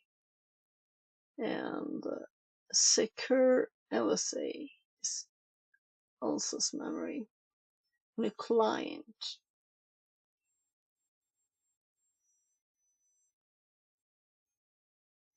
So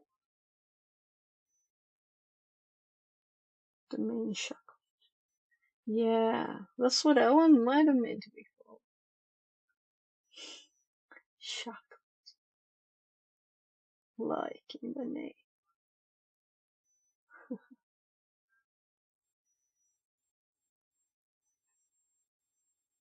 So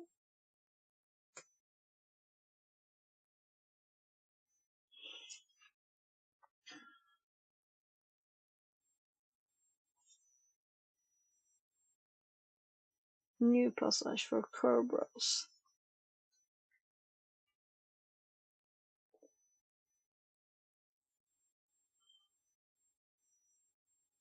Yeah, so I did save it, right? So I'm going to actually make it tinier again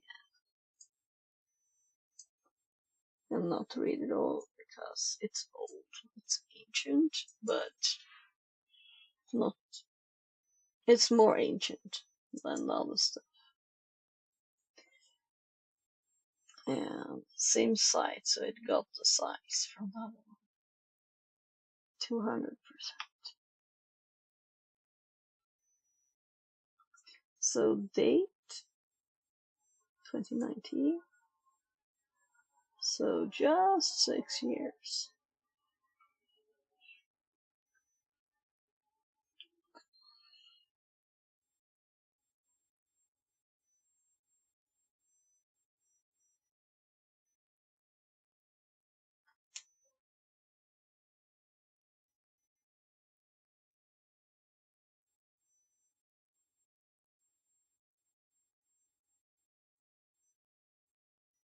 Yeah, I'm not gonna read all of it.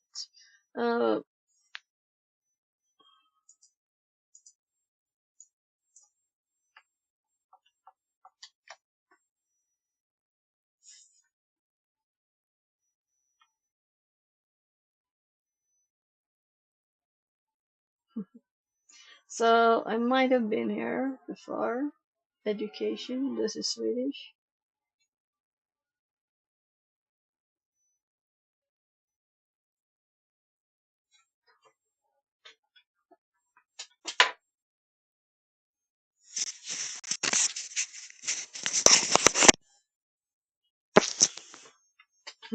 No, I liked what I saw before more.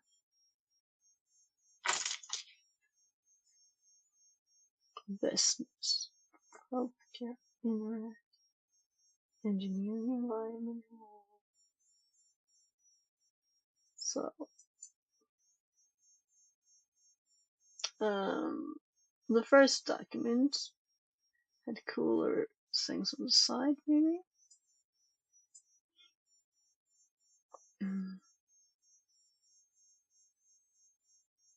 I kind of want to open several in there,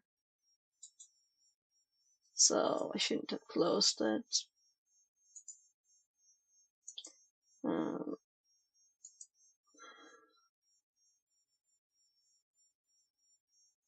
We can just search too for like red team and stuff. And we can have a date.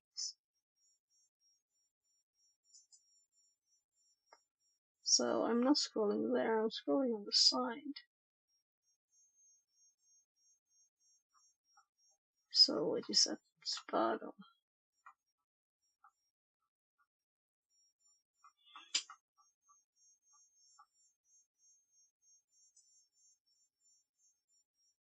There.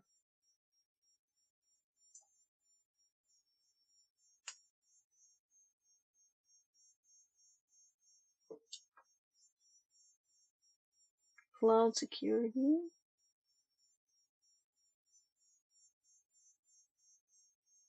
So red team, bypass AVDR. Red team.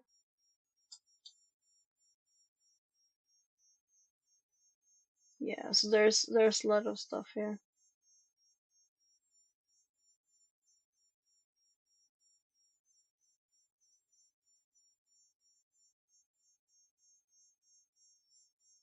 GPO.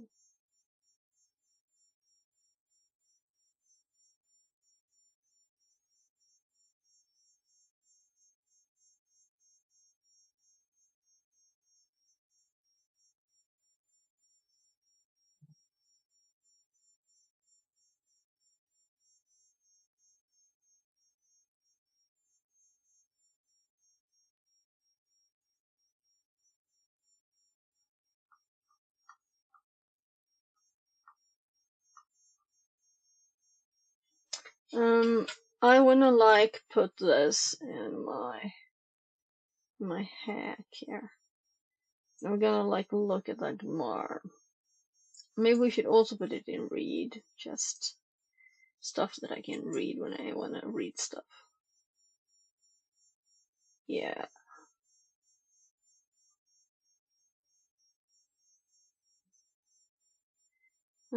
Let's scroll down a bit. Let's look at the middle of it.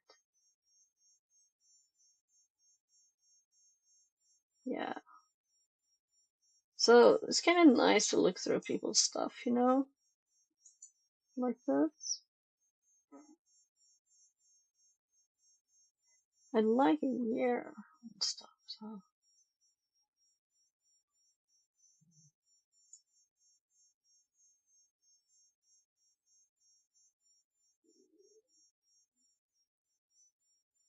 DerbyCon.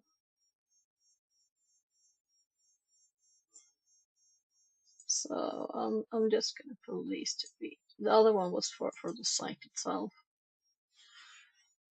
I've been here before in culture.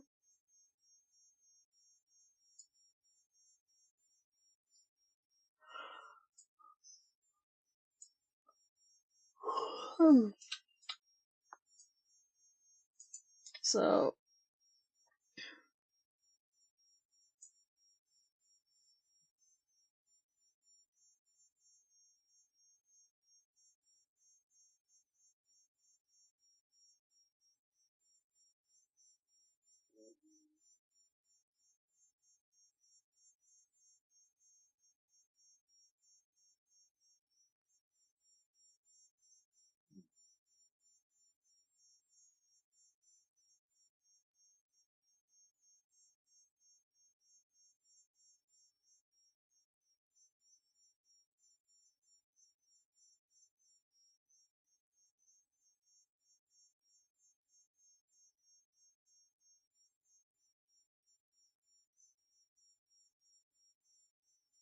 Mm-hmm.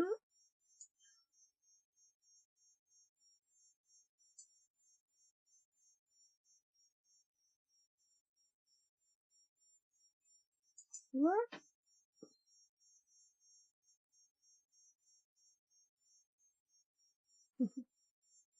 Similar list of mine, but I don't have the username.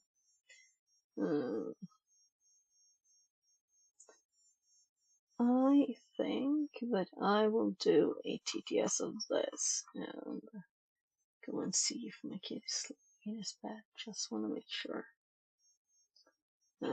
So I'm gonna mute and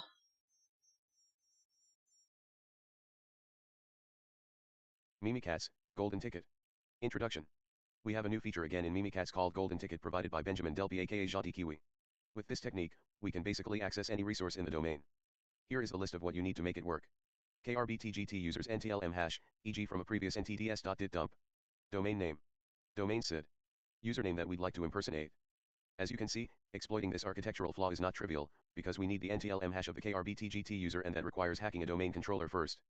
But once that is done we can play with it for some time, because the hash of the KRBTGT user will not change for a while.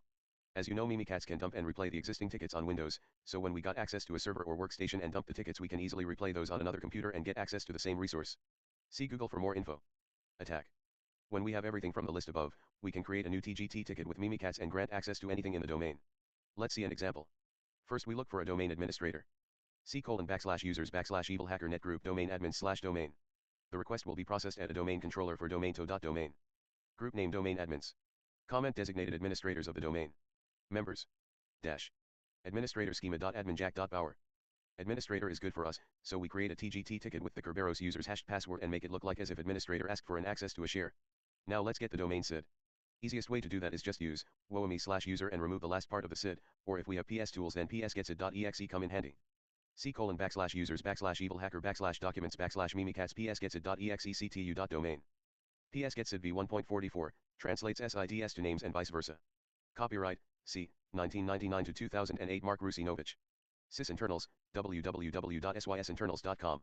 SID for ctu.domain /ctu.domain. S1-1-12-123456789-123456789-0-123456789. Now we have everything to start the attack. First we list the existing Kerberos tickets, if there is any we can those with the purge command, but it is not necessary, and then we can create the golden ticket and pass that. C:\users/evil hacker /documents/mimikatz mimikatz.exe.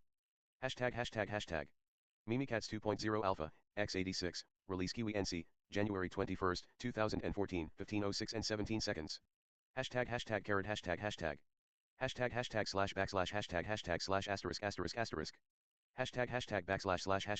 Benjamin Delpy Gentil Kiwi, Benjamin@gentilkiwi.com.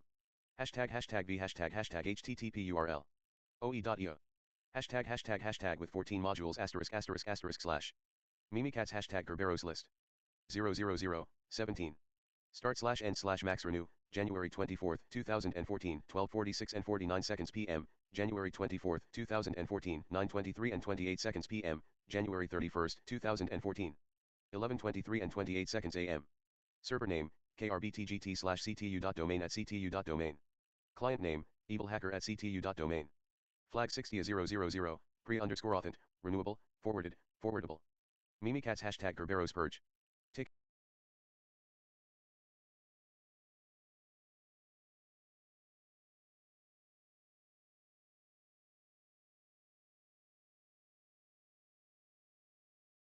I just said I don't think we have anything new here.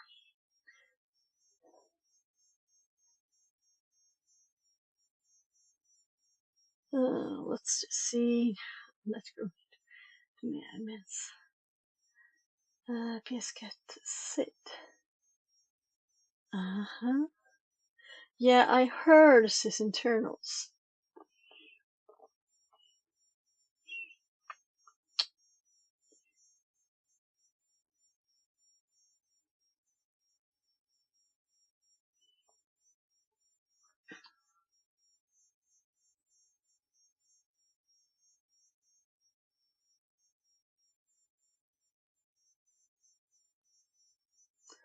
The purge golden administrator. Domain said KRBTT ticket, and just the file name. Funnel ticket file, PDT,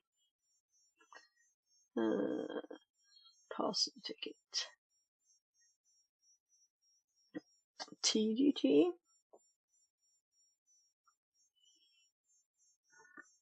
Oh, sorry.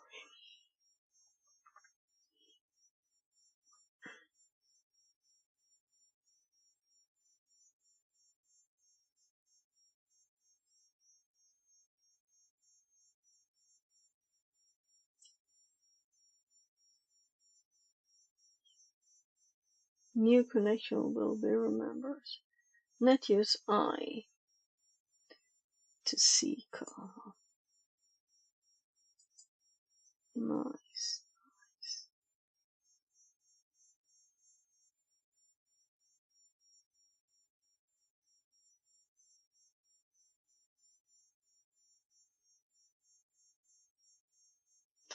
So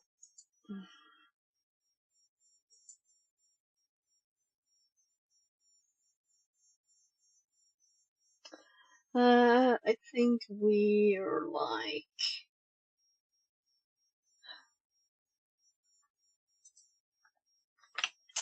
I guess we put this one in the notes for tickets, which is still on my other screen.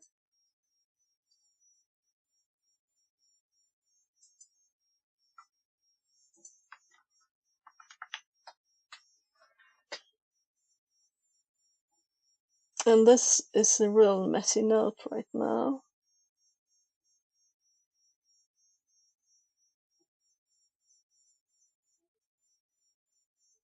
And I think let's check the time on the machine, and let's like finish the track me room. We don't have to fix the notes before we're finished with the room, right? So it doesn't time out again. My timing is sometimes kind of funny. Just past where we could do it. Yeah, nice to have a selected text there. So we did this. We didn't do this. MISC CMD will open a new elevated. Yeah, that's in my notes already. Access machines you want. What you can access will depend on privileges of the user that you decide to take a ticket from. However, if you took the ticket from KRBTGT, you have access to the entire network, hence the name Golden Ticket. However, silver tickets only have access to those that the user has access to. If it's a domain admin, it can almost access the entire network. However, it's slightly less elevated from a golden ticket.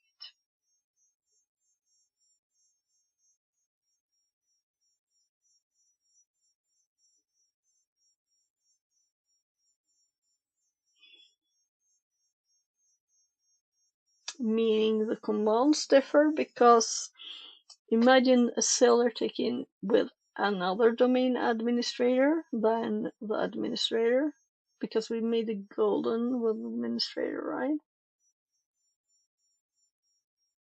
500 administrator.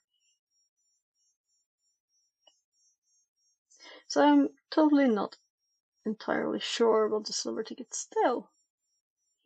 I did actually have videos up, and then I put them in Watcher because we're cleaning out. So we have lots of gold and silver. I just opened several tabs from a YouTube search. I'm not gonna watch that now, but it's gonna be hard to just clean out all that because I'm not gonna watch them all. This deck will not work without other machines in the main.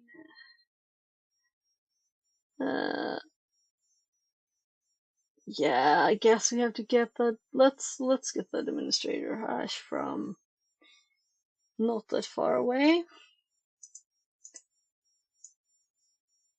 because it was still up.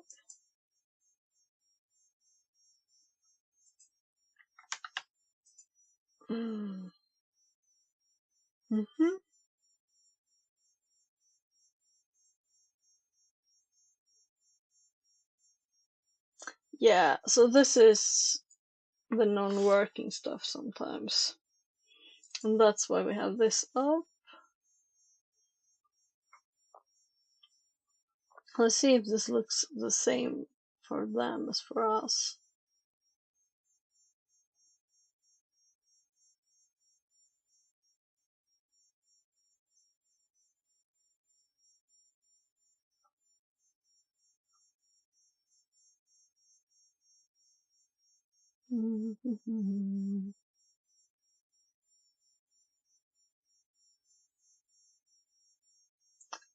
They had CD. This is this other one. Yeah, this is definitely not on our machine. But it is lots of time since this one. Oh gosh. Yeah, I actually gave it Kirby TDTs.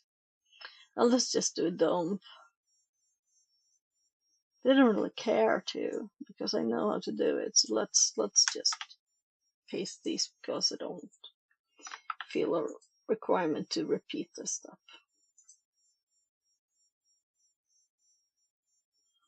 I pasted it in the wrong place. So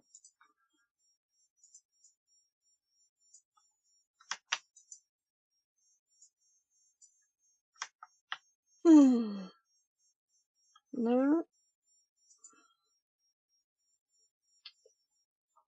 Kerberos backdoors with the Mimikatz. Along with maintaining access using golden and silver tickets, Mimikatz has one other trick up his sleeves when it comes to attacking Kerberos.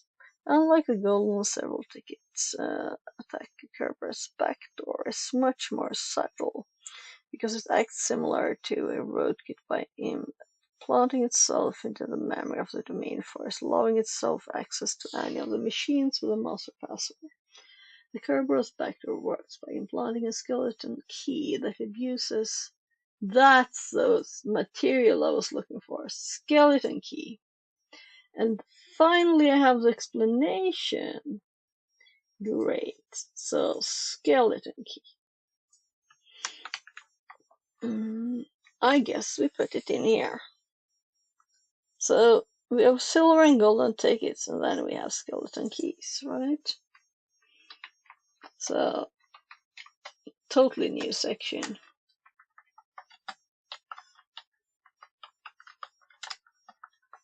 What's this thing?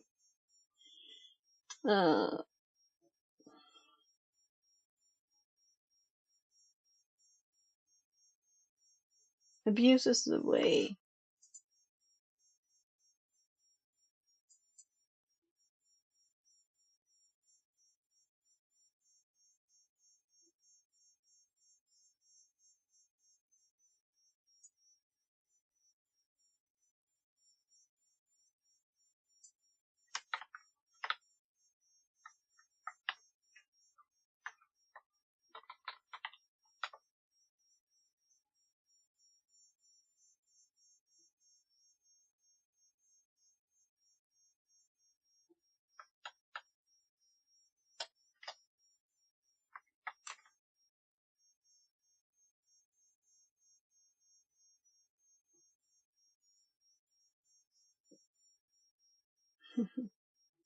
Password Mimikatz. This will only be an overview section that will not require you to do anything on the machine. Yeah. So let's do that too. Default hash.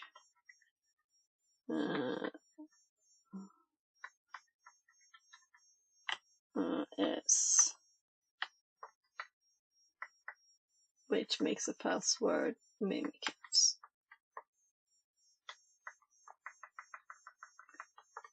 There.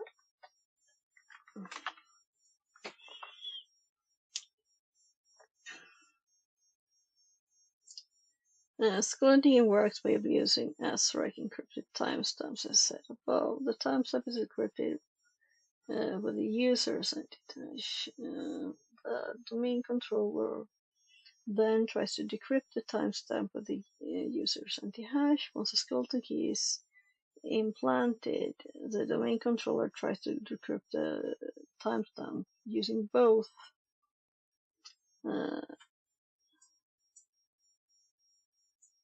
the user anti-hash and the skeleton anti-hash, allowing you to access the domain first.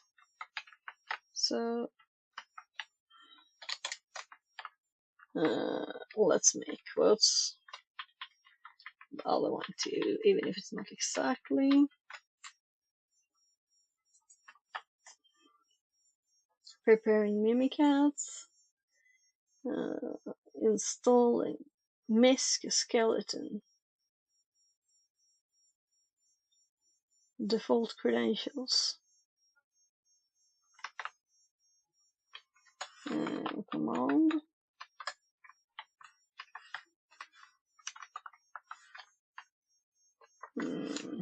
For installing the skeleton key vector.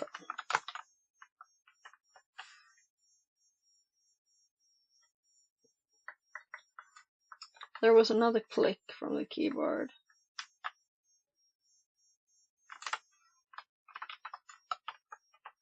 Meaning it's getting better, but it's still some stuff in there. The use command. Yeah.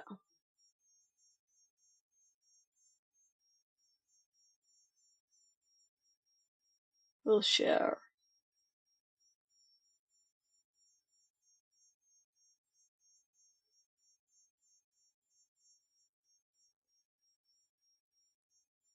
Yeah, we don't need to do that, that's obvious.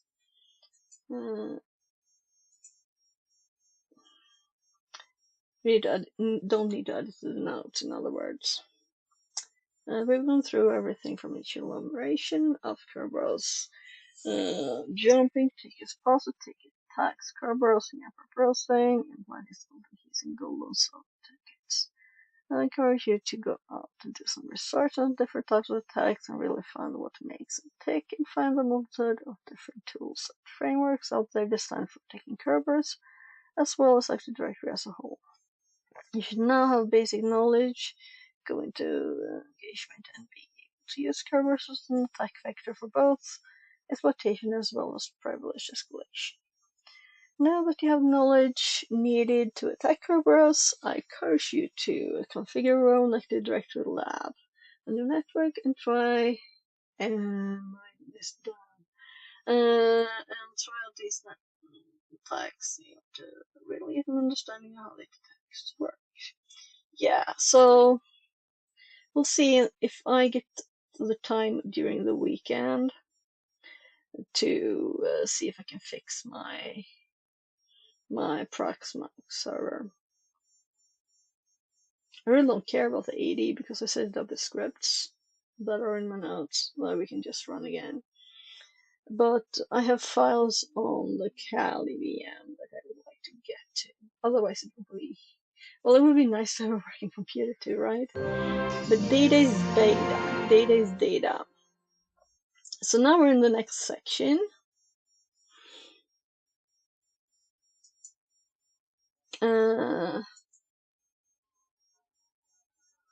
My God, come on.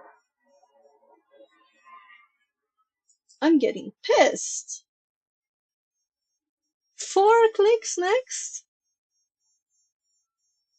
So we're on volatility, and I want to be not 3 a.m. when I do this. And it is 1000, so it's almost, well, it's more than 800 days newer than the other one. And volatility, I guess it is old, right?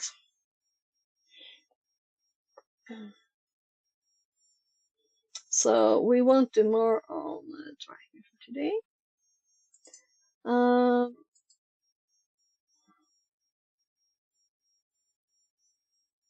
So I kind of want to make sure that I don't lie on my CV or just keep this thing there. But someone also said that doesn't that look better with one? So maybe I should do more tracking.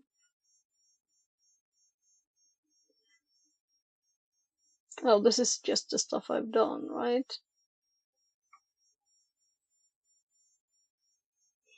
I'm kind of thinking.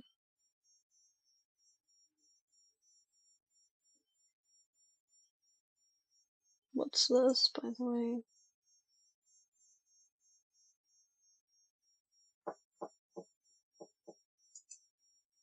Yes? Oh, my kid.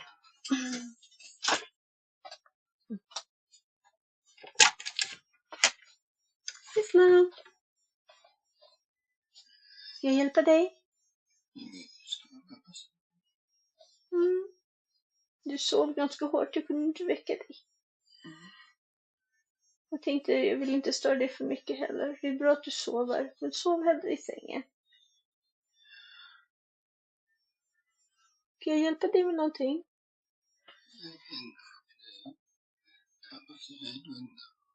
Gardinen är lite trasig där uppe, rullgardinen.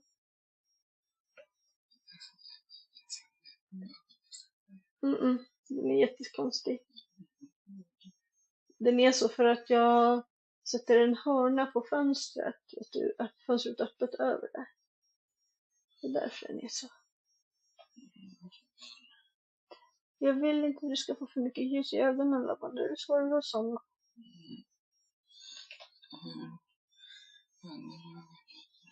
Ja, men det är för sent nu. Klockan är 3. Okej. Ska du ha yoghurt? Då får du fixa det. 3. Jag tror inte du sover bra. Vet du, man ska inte äta när man ska sova. Jag tror inte du kommer somna om du äter yoghurt. Sov först och så får du dubbla yoghurtar sen istället. Okej?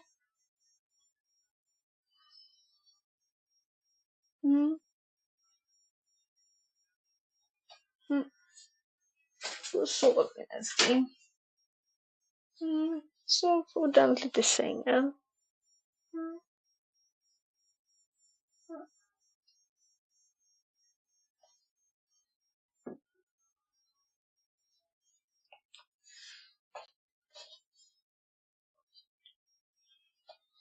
Jag behöver gå och göra klart det så jag kan sova sen också.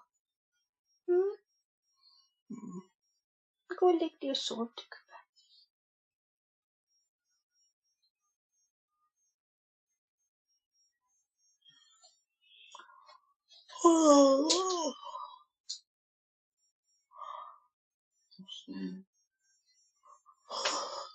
Det är så påse.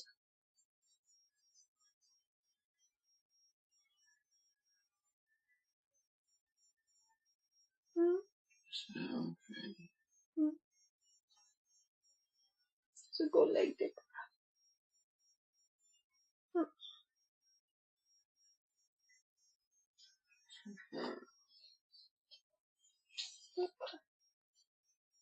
Gå och sov, gubbe. Jag ska göra det också, okej? Va? Ja, men nu är det sent. Eller tidigt. Gå och sov igen, du kommer inte kunna somna bra annars. Gå och lägg dig i sängen.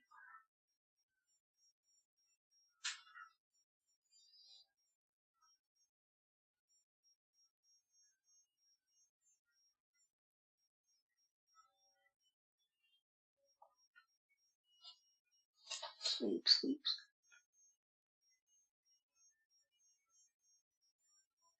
Okej, love. Vi går in dit igen och så kommer jag och kliva upp i sängen snart, okej?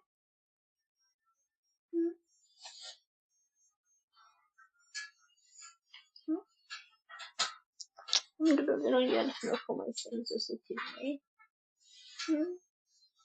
Behöver du det?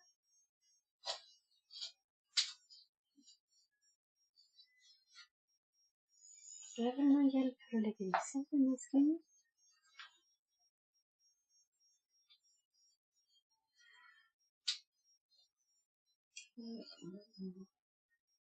Ska jag följa med in dit?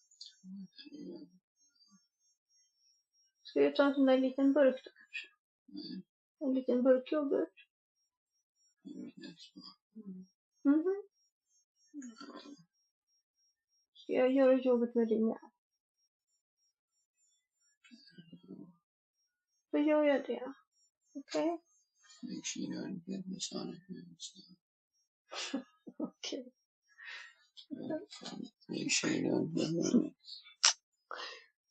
Du har skämt även när du sover.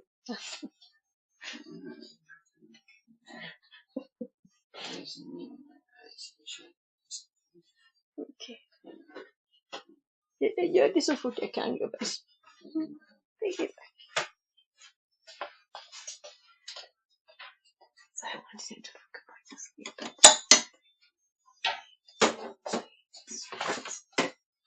So just give it to you.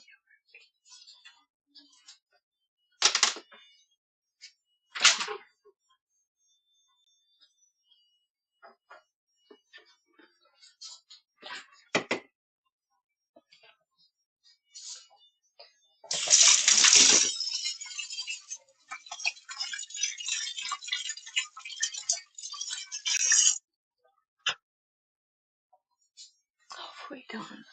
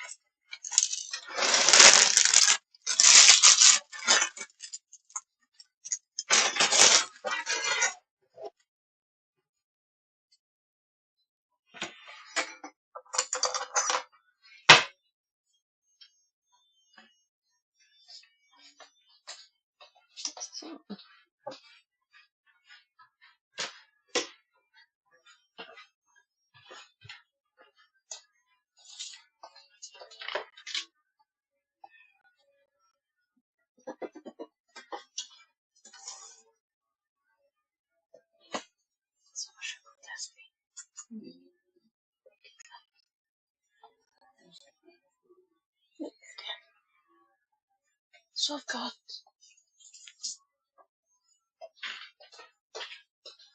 there. Let's see.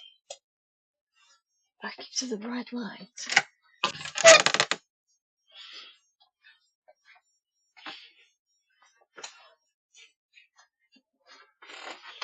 Yeah.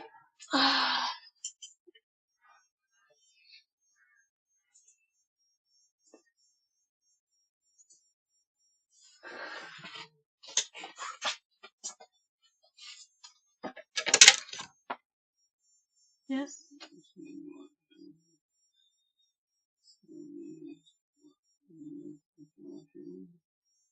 Yes. Jag vet inte det där, va? Stoppa det lite under badrumskranen om du inte känner dig säker. Okej? Yes. Love you. So good.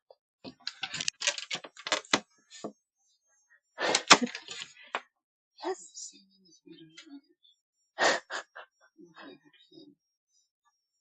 Jag tror att det är blåbärsyoghurt. Eller citron kanske. Det ser ut som jordgubb.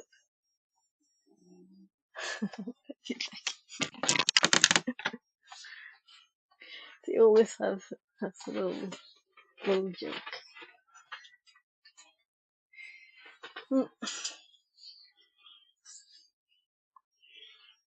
Mm. 3. So yeah, I thought I would just do like 8 hours today because I started late.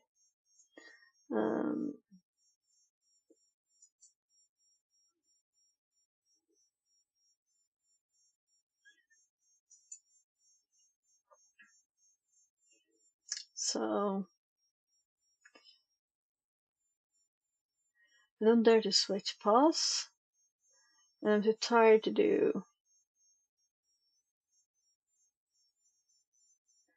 advanced endpoint investigations. Is that new? Defending is sure. We can't do this, right? I think you need to pay. Yeah. We'll see if we can go to these rooms. Yeah, thought so. That's not the same price. I don't like that. I think if you're paying, you're paying. Then you should get everything. Same with Hack the Box and other stuff. To have suddenly add stuff that you need to pay more for. What is it now?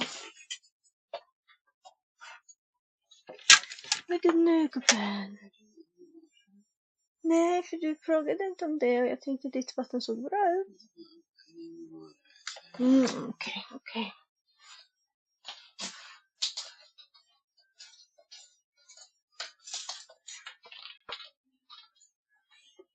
Yeah, I could guess. I just wanted to go back to sleep. I was sleeping in this chair and I wanted to go sleep in the bed.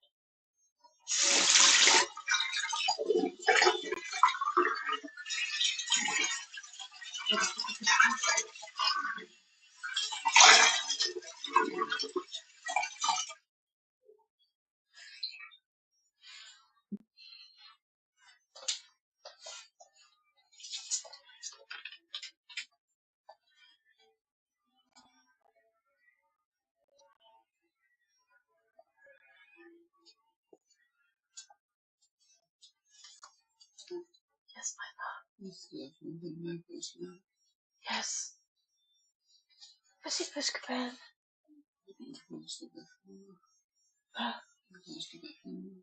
Okay.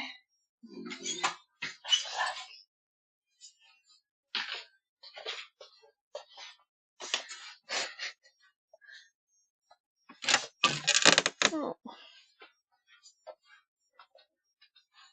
I need it. Well, little baby.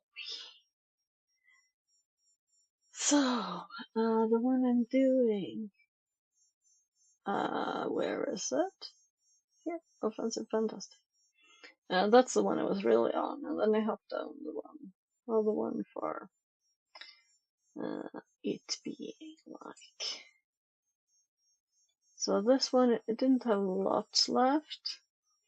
I think we're on one like this, or one of these, right? And then I might have done this one. I don't know which ones I've done here. And I can't see if I don't join the pass, so that would probably make me never be able to go back to the one that doesn't exist anymore. So is this one also pay more?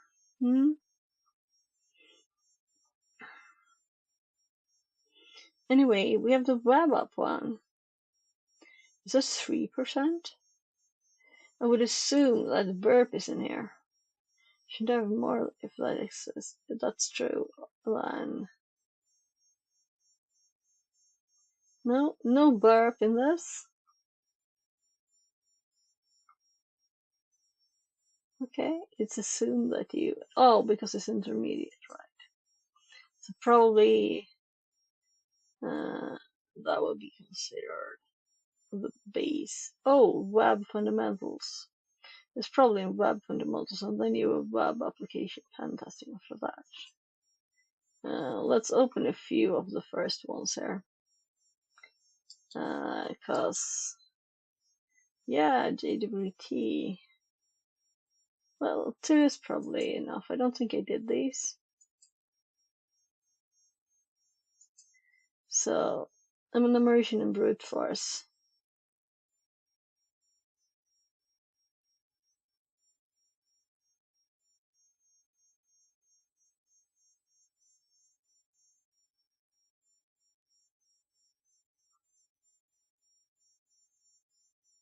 Yeah, experience using burp. Linux command line. Yeah, as I'm a bit tired by now, I'm gonna TTS stuff. Authentication enumeration is a fundamental aspect of security testing, concentrating specifically on the mechanisms that protect sensitive aspects of web applications. This process involves methodically inspecting various authentication components ranging from username validation to password policies and session management. Each of these elements is meticulously tested because they represent potential vulnerabilities that, if exploited, could lead to significant security breaches. Objectives? By the end of this room, you will understand the significance of enumeration and how it sets the stage for effective brute force attacks. Learn advanced enumeration methods, mainly focusing on extracting information from verbose error messages. Comprehend the relationship between enumeration and brute force attacks in compromising authentication mechanisms. Gain practical experience using tools and techniques for both enumeration and brute force attacks.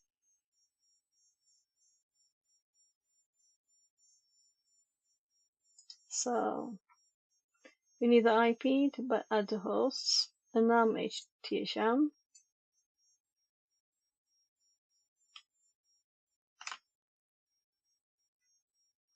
So, mixing it up a bit, not just doing only one thing. Let's exit. And I didn't close it down, so it shouldn't be locked. Frozen. They did start another machine, though. I don't think that's, like, means it can't do it. So, for every room, I have to click this dude and say I don't want him to be shut up. Can't I do this for everything? Yeah. Yeah, can I just down this? No, because it's not an answer.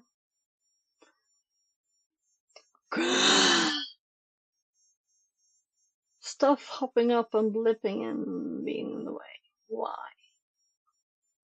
Why? So, we have an IP.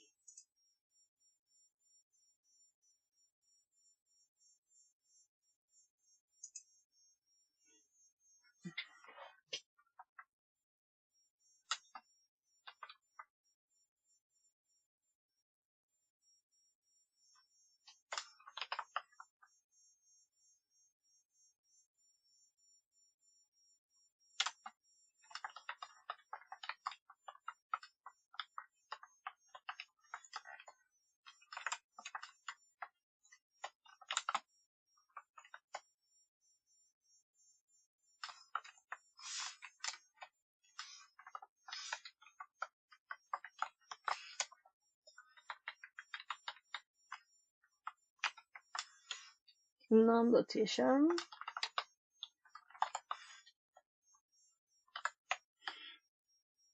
And I'll just close other tabs. Yeah, comply. This was the one that I gave up on closing before. Let's just check up. I'm quite sure I got everything here, and it was long, so. And then we have the current one, which should still be on.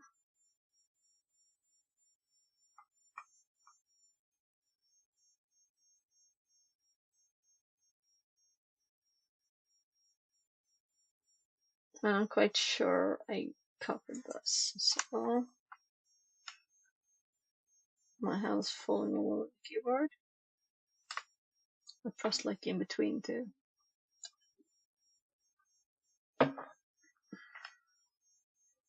So let's just do that.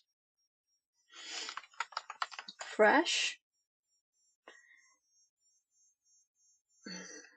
Let's nmap the thing.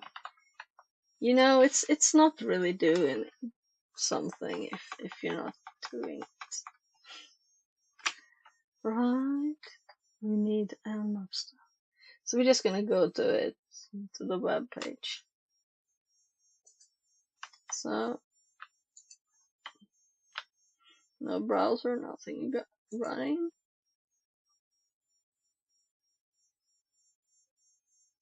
Yeah.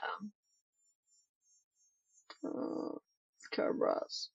No, Bloodhound, I mean. So let's close Bloodhound. Bloodhound.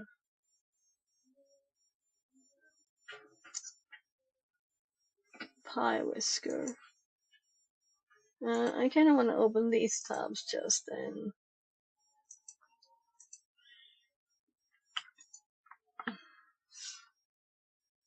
Oh, I failed to copy again. Of the IP.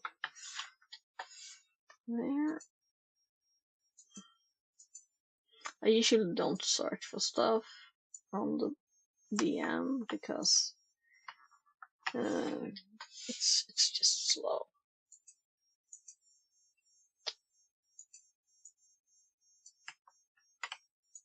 I don't remember what we were looking for, but let's just scan this page before it closes. And I don't want to do that on this machine.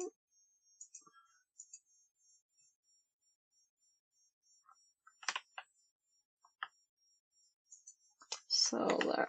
Now we have 4 new tabs. And that's teaching. Okay. Seriously?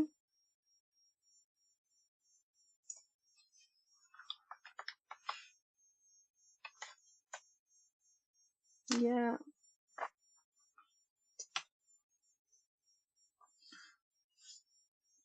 Oh, did I do this already? Well, that looked very familiar.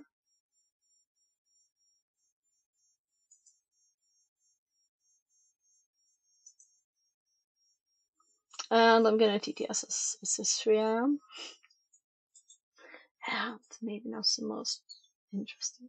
Authentication enumeration. Fingerprint icon. Or Think of rather, I yourself as don't a think digital it's detective. complicated. It's not just about picking up clues, it's about understanding what these clues reveal about the security of a system. This is essentially what authentication enumeration involves. It's like piecing together a puzzle rather than just ticking off items on a checklist.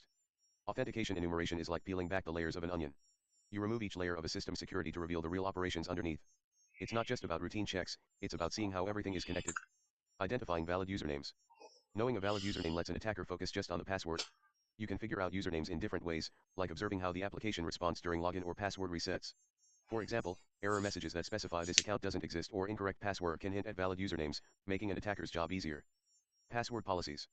The guidelines when creating passwords can provide valuable insights into the complexity of the passwords used in an application. By understanding these policies, an attacker can gauge the potential complexity of the passwords and tailor their strategy accordingly. For example, the below PHP code uses regex to require a password that includes symbols, numbers, and uppercase letters. Yeah, regex. That's not my best strongest thing, right? So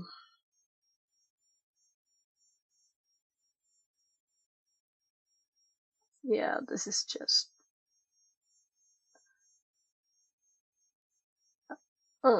something.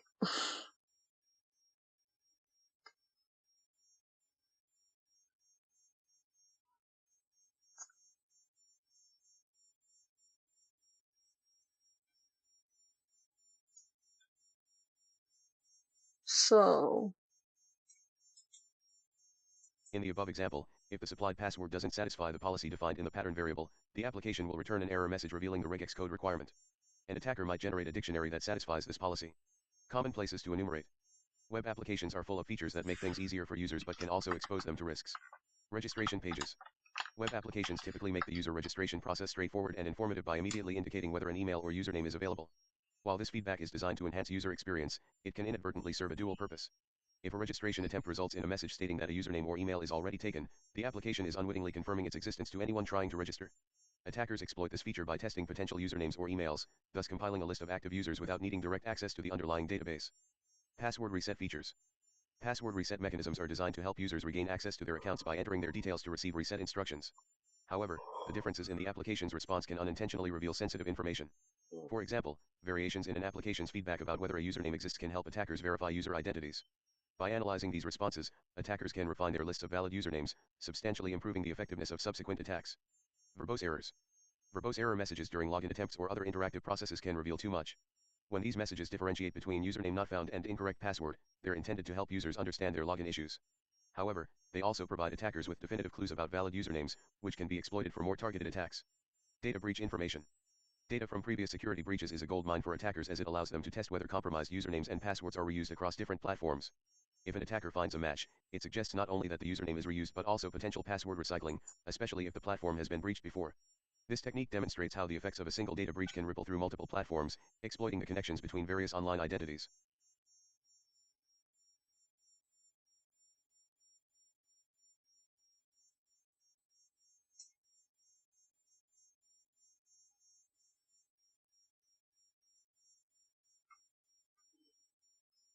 So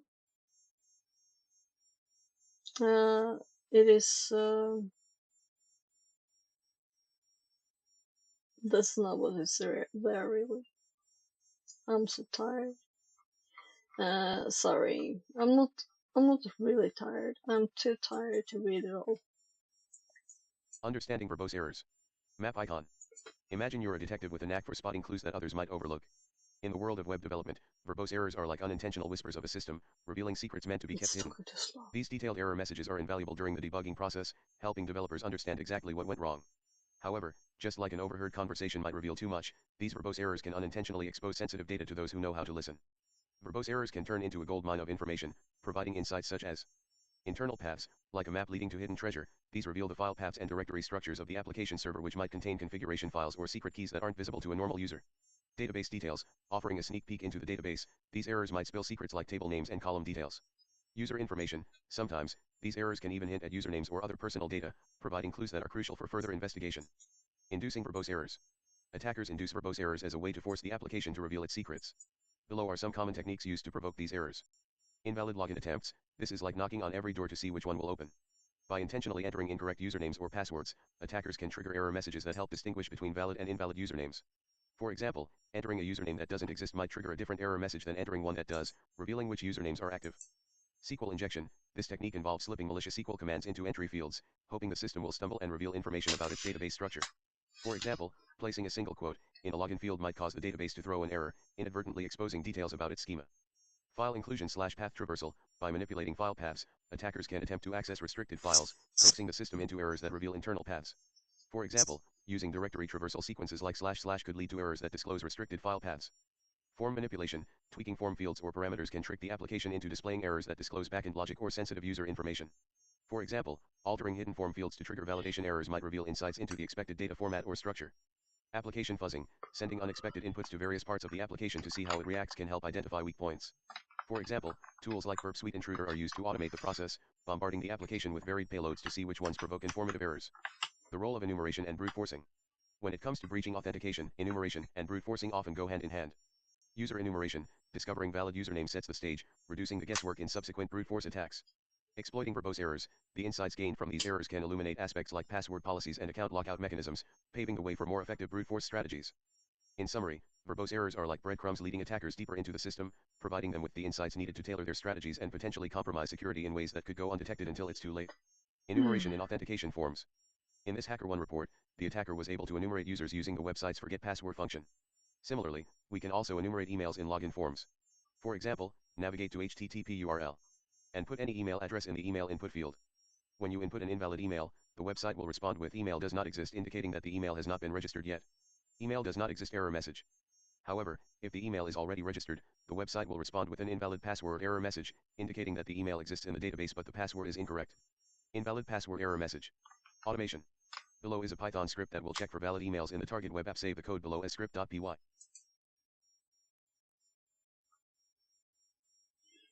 So, as I'm not gonna run it with Python, it's gonna need its own little start, and we just did these yesterday, so why not just copy?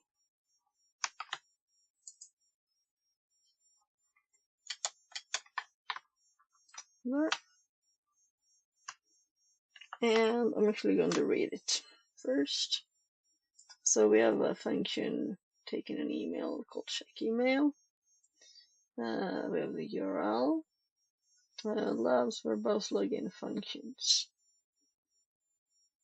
We have headers. Nothing special. Connection close.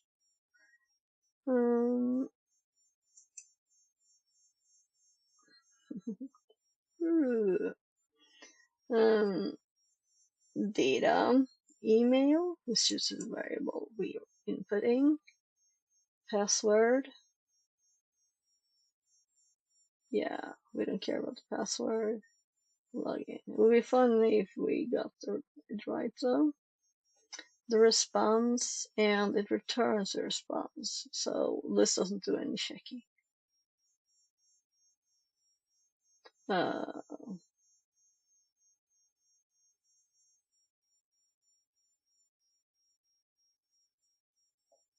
In my line,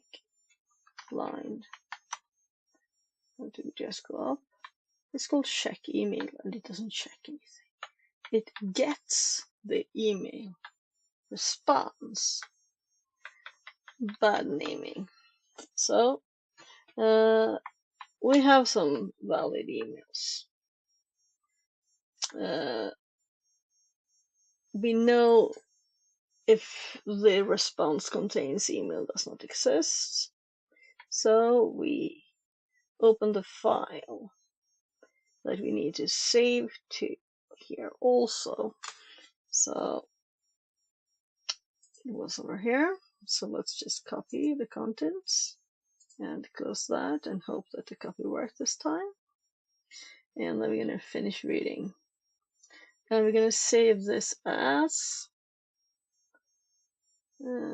oh, it's an argument. I don't like that in simple script like this. It's just making it more complicated for no reason. For emailing emails, read all the lines. I was gonna say it strips it. Yeah, there it strips it.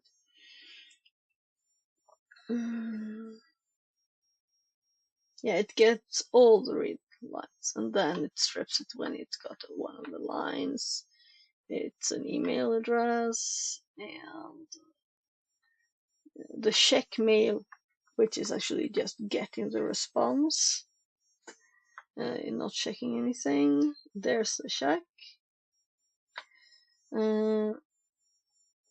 So if status is error and invalid error in JSON. So yeah. So if the message contains the text we had up here, email does not exist, then it is invalid. And otherwise it's valid and they will print that. So we could also not print anything here.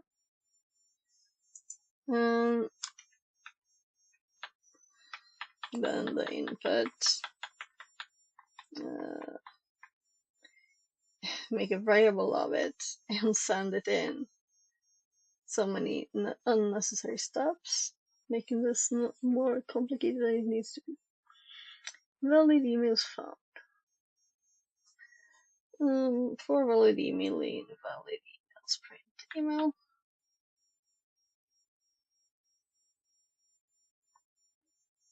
Okay, so it also saves valid emails and appends.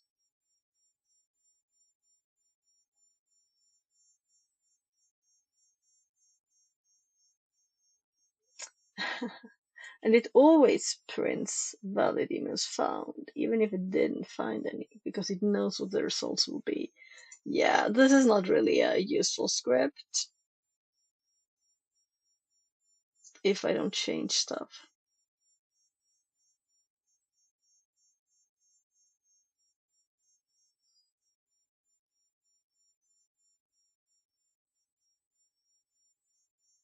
Yeah, I want to add a check if valid emails contains something.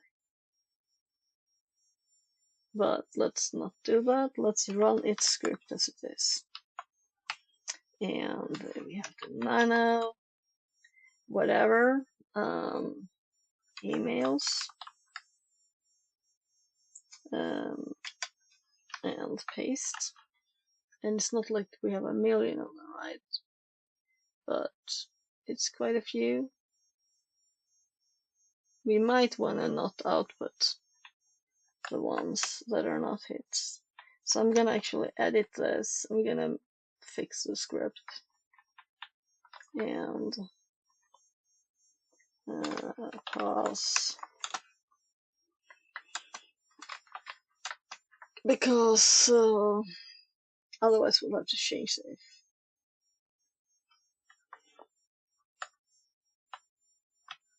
And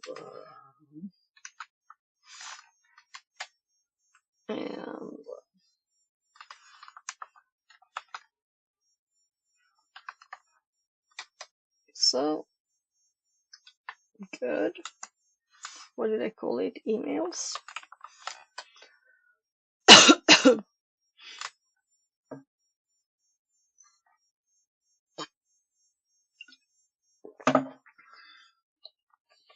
So we could have output it at 1 dot or something. There. Instead of having to read through lots of invalid ones, we didn't. Copy. So this is the answer here.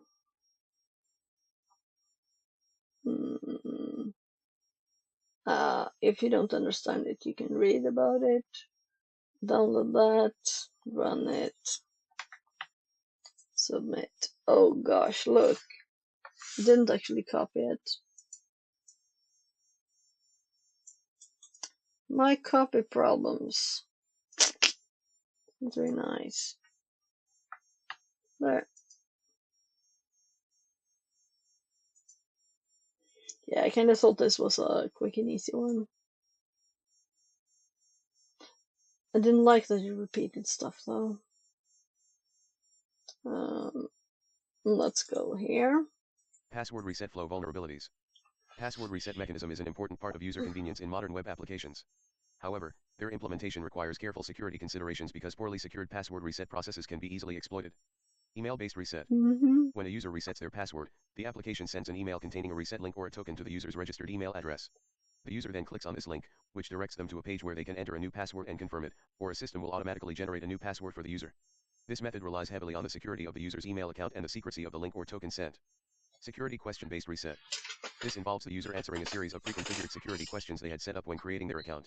If the answers are correct, the system allows the user to proceed with resetting their password. While this method adds a layer of security by requiring information only the user should know, it can be compromised if an attacker gains access to personally identifiable information, PII, which can sometimes be easily found or guessed. SMS-based reset. This functions similarly to email-based reset but uses SMS to deliver a reset code or link directly to the user's mobile phone.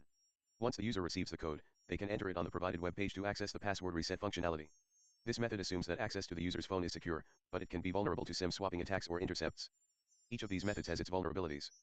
Predictable tokens. If the reset tokens used in links or SMS messages are predictable or follow a sequential pattern, attackers might guess or brute force their way to generate valid reset URLs. Token expiration issues. Tokens that remain valid for too long or do not expire immediately after use provide a window of opportunity for attackers. It's crucial that tokens expire swiftly to limit this window. Insufficient validation. The mechanisms for verifying a user's identity, like security questions or email-based authentication, might be weak and susceptible to exploitation if the questions are too common or the email account is compromised. Information disclosure. Any error message that specifies whether an email address or username is registered can inadvertently help attackers in their enumeration efforts, confirming the existence of accounts. Insecure transport. The transmission of reset links or tokens over non-HTTPS connections can expose these critical elements to interception by network eavesdroppers. Exploiting predictable tokens. Tokens that are simple, predictable, or have long expiration times can be particularly vulnerable to interception or brute force. For example, the below code is used by the vulnerable application hosted in the Predictable Tokens Lab. Exploiting predictable tokens. Tokens that are simple, predictable, and have long expiration time can be predictable or vulnerable to interception or brute force. For example, the below code is used by the vulnerable application predictable tokens tab. Token random.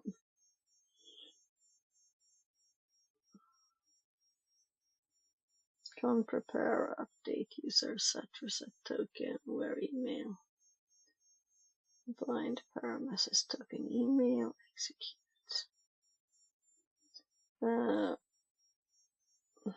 I guess I'll TTS all the text. The code above sets a random 3-digit PIN as the reset token of the submitted email. Since this token doesn't employ mixed characters, it can be easily brute forced. To demonstrate this, go to HTTP URL. So I guess we go there. We didn't even go to the first one.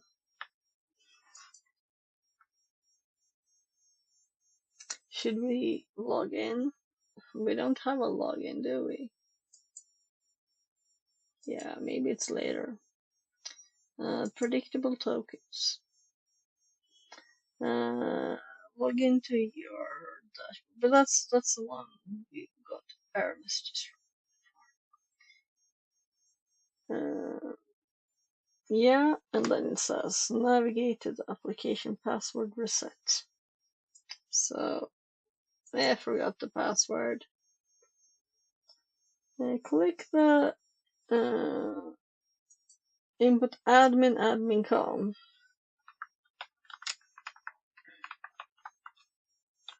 .com and click submit.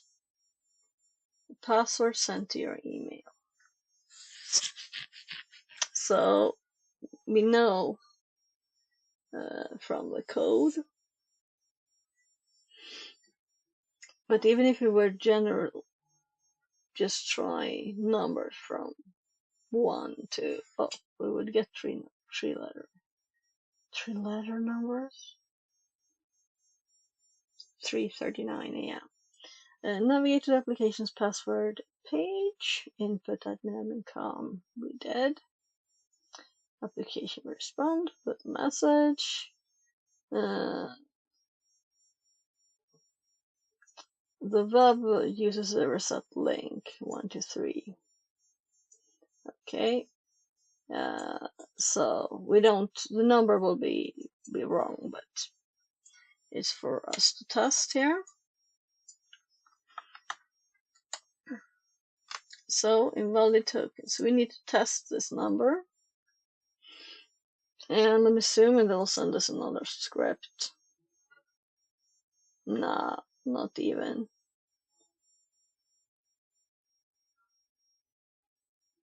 Yeah, sure.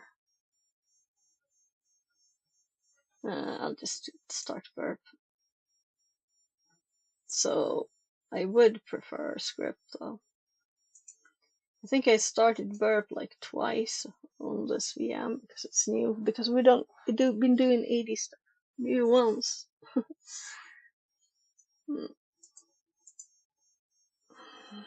So using the attack box or your own attacking VM. Use Crunch to generate a list of numbers from 100 to 200. The list will be used as a dictionary for the brute force attack. So, and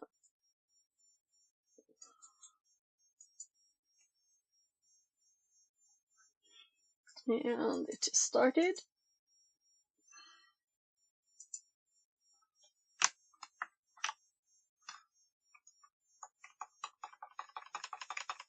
That was a long thing.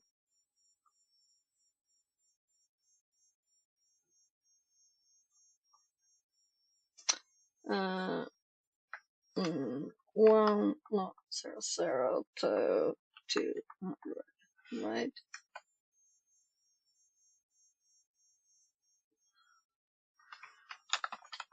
There, the file.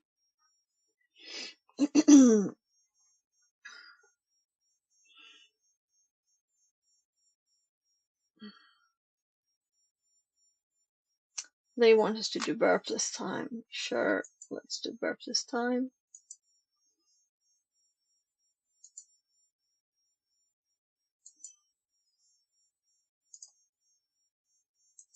I've not been running Bloodhound, so you should be happy. Good.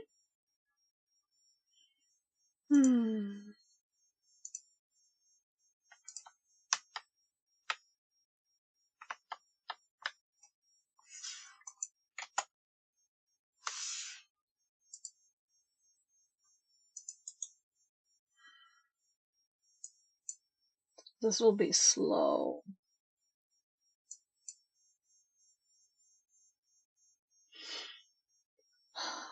I'm assuming this is where we're going.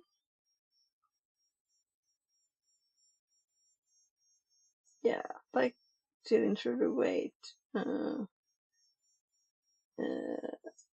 Yeah, TTS stuff is that. Notice the token is a simple numeric value.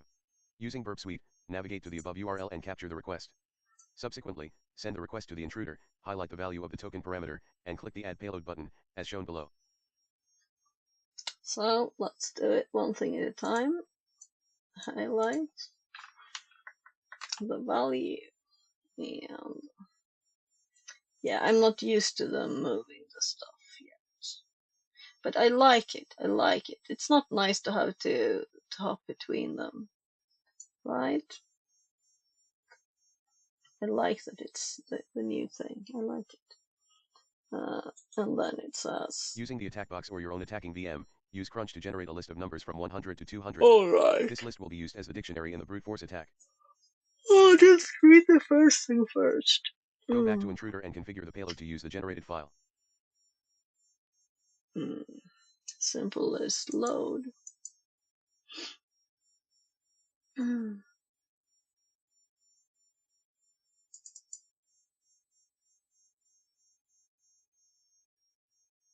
I'm like, where's T in the alphabet?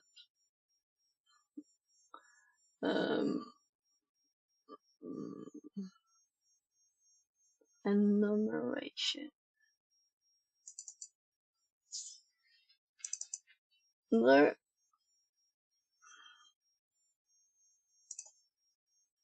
Let's save some time there.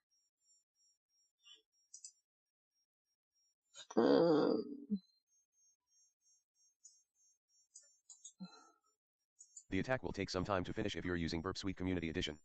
However, once successful, you will get a response with a much bigger content length compared to the responses with an invalid token error message.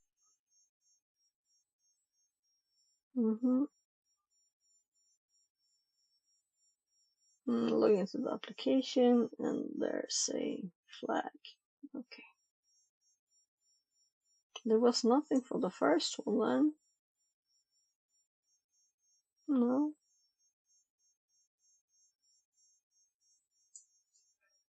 Yeah, the next one.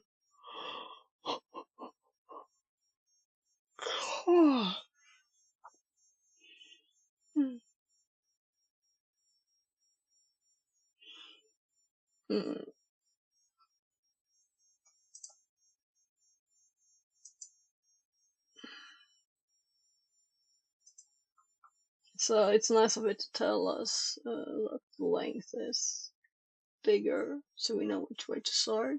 Don't have to scroll.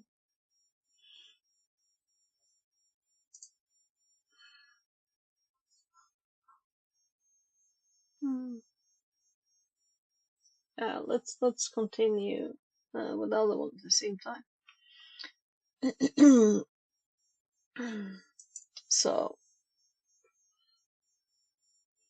log in. Note that most web applications use a 6-digit code instead of 3. We are using a lower value in this demo because we are using the community version of Burp Suite. So if we had made a Python script, it would have been quicker. And we might just make one. No, I'm too tired now. Basic authentication in 2K24. Basic authentication offers a more straightforward method when securing access to devices. It requires only a username and password, making it easy to implement and manage on devices with limited processing capabilities. Network devices such as routers typically utilize basic authentication to control access to their administrative interfaces. In this scenario, the primary goal is to prevent unauthorized access with minimal setup. While basic authentication does not offer the robust security features provided by more complex schemes like OAuth or token-based authentication, its simplicity makes it suitable for environments where session management and user tracking are not required or are managed differently. For example, in devices like routers that are primarily accessed for configuration changes rather than regular use, the overhead of maintaining session states is unnecessary and could complicate device performance. HTTP basic authentication is defined in RFC 7617, which specifies that the credentials, username and password, should be transported as a base64 encoded string within the HTTP authorization header. This method is straightforward but not secure over non-HTTPS connections, as base64 is not an encryption method and can be easily decoded. The real threat often comes from weak credentials that can be brute forced. HTTP Basic Authentication provides a simple challenge response mechanism for requesting user credentials.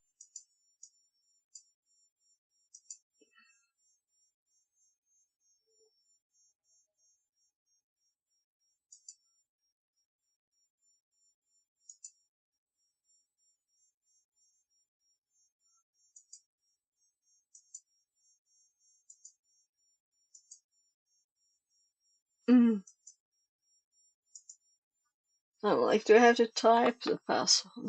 The admin@admin.com.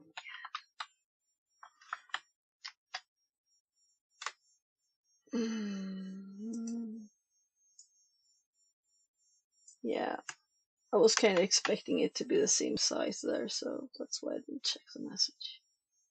But it was nice of it not to let us wait to the end of it. It was nice.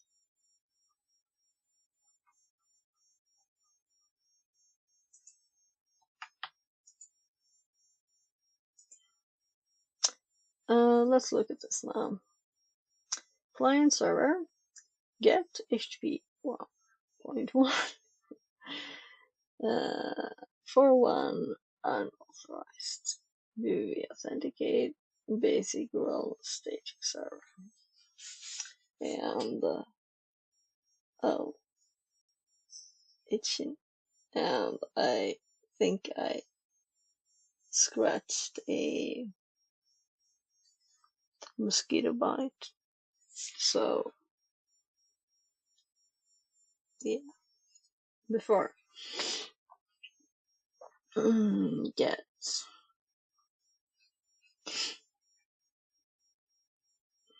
respond. Yeah, so why are we looking at this?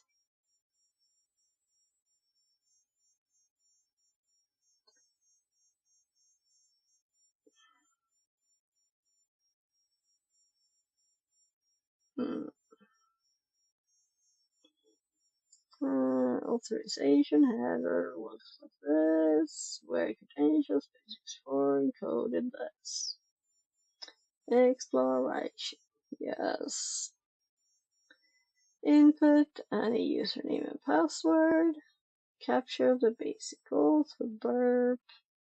And I'm glad they don't go into details because I would go crazy. So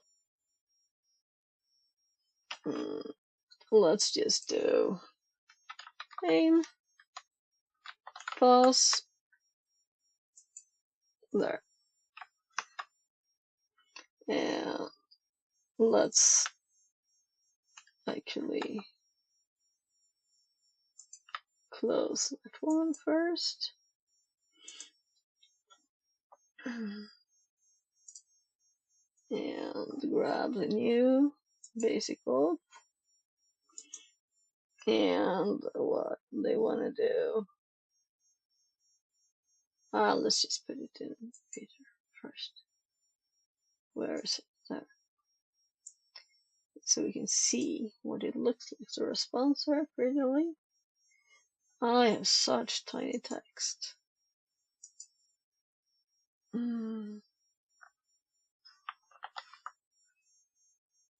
13. That's crazy. Crazy, crazy, crazy. So, there. But I don't like this. It's too thin. Much too thin. Why did they put this tiny thin thingy in here? Whatever, I don't care.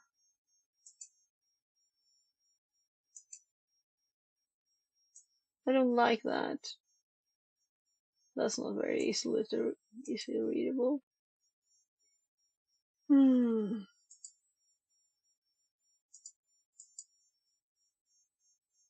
Let's try that. That's as bad as the first one. What if we do that? Oh, it's even worse.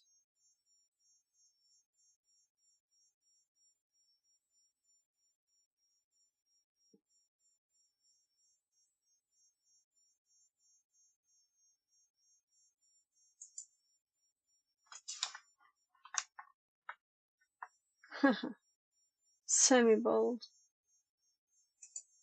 Is that what it requires? That was the ugliest font I've ever seen. Awesome. Hack. Should we hack it? No. Why is it so ugly? It looks like it's like stretched, right?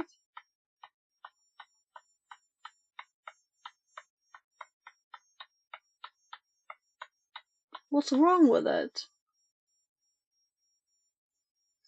Look.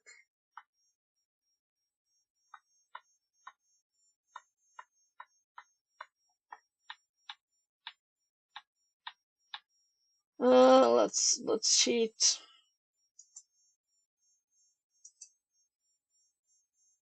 Fira code. Fira code.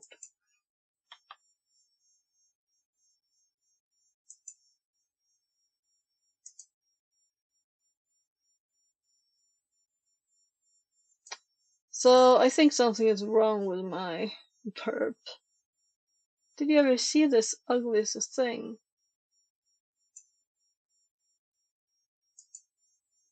Font smoothing.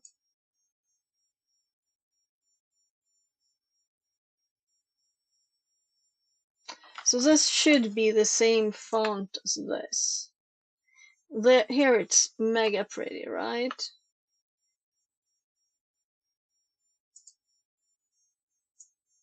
Let's just make it 18 then, I guess, or 17 at least. That's not prettier. I had it 18 before. So this looks tinier than 17 did, but it's better because it's more distance between the letters. Yeah, it just looks odd. Everything looks odd. So let's do this like 15 too. And let's make it dark. My god. Maybe that's what's wrong with it for me. I always had it dark mode and it wasn't dark. Maybe. So should we try 14? No, that's tiny. 15. 15 will have to do. I don't want the GUI to take all the place. So once in a VM's life we do this. Worth it. Yeah, so the basic. Let's do all of this, and we see name pass here. I made a very short one.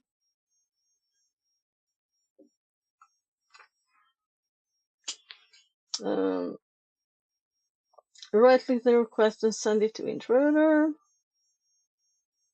Burp intruder, go to positions tab and decode. Well, we don't need to. Authorization. Yeah, and it will encode it.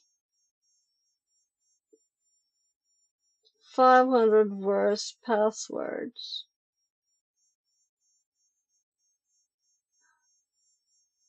Let's actually read the text, or let's TTS all those things.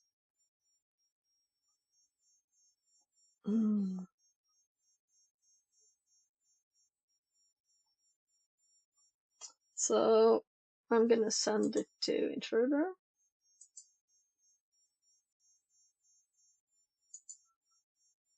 And I think it magically will hop there. The focus.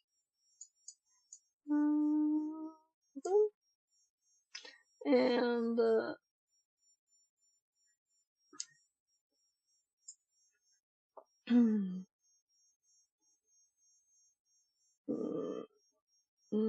positions tab.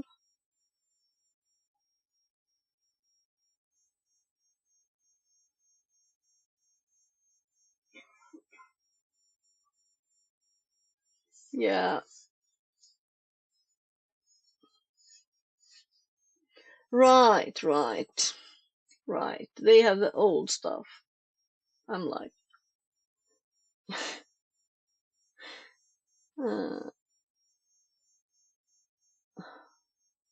positions is just the base stuff, what it used to be called.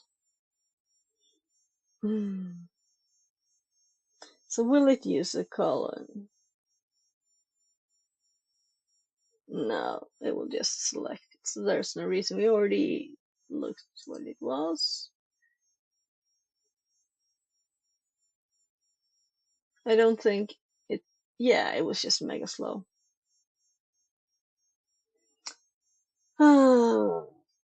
And then my throat is starting to feel a little bit. Next is configuring the payloads. Go to the Payloads tab and set the payload type to simple list and choose your preferred word list. In this demo, we will use the 500 worst passwords.txt from SEC lists. If you're using the attack box, you may use the same word list located at /usr/share/wordlist/sec/list/password/common credentials/500 worst passwords.txt. Meaning we do this.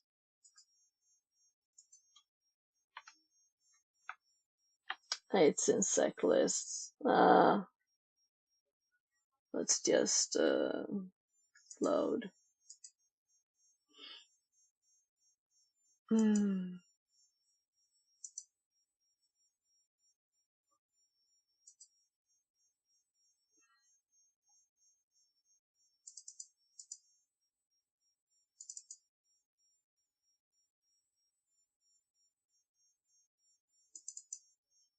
Typing is quicker than clicking.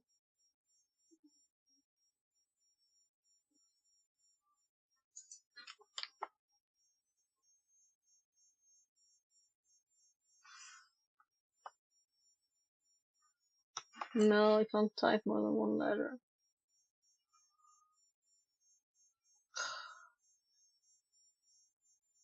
Yeah, I don't have word lists here.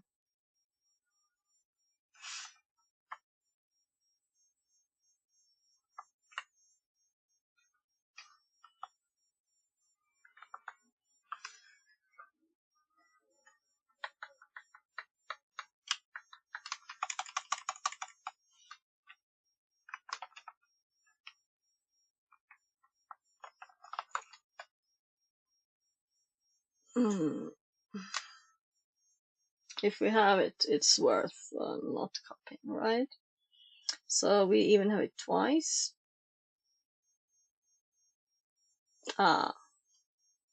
One is BC2. So user shares sec lists, meaning S sec lists passwords common.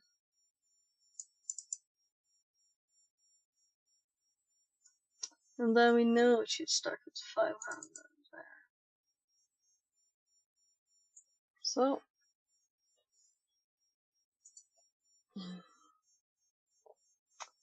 so the header is base64 encoded. We need to add two rules to the payload. First, automatically adds a username to the password. So instead of the payload will be admin.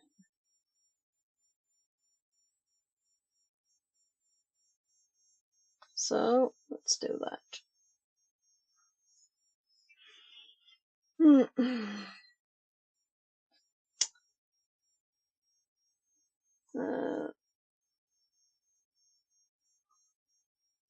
Different, you know. So simple list configuration and must be processing, or is it the settings here? I don't think so. Oopsie. Wrap payloads. Yeah, I don't think so. So I think yeah, it's payload processing. It's actually called out there too. I'm just asleep. So let's add prefix, yeah, something. Admin column. Okay, that's like cheating. I was thinking we would do something with those too. So I'm just following along here. The second rule will base64 encode the combined username and password from the supplied list.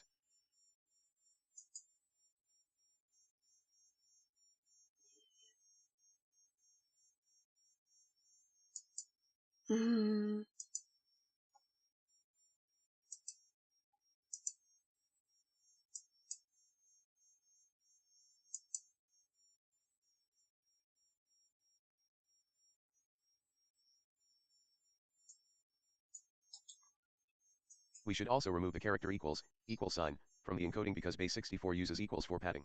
To do this, scroll down and remove the equal sign from the list of characters in the payload encoding section.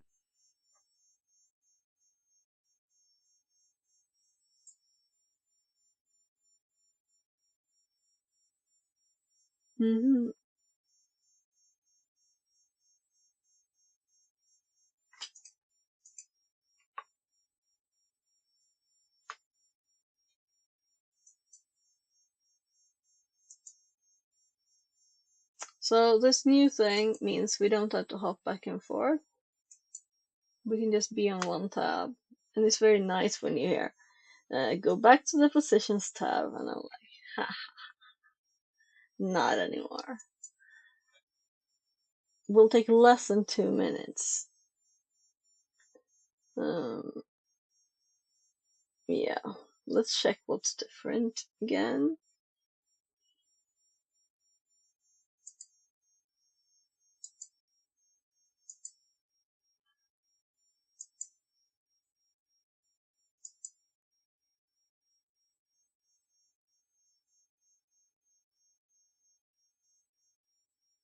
It's on 40 or 400. It says less than 2 minutes. I will try. This is better than scrolling. But if we had a script,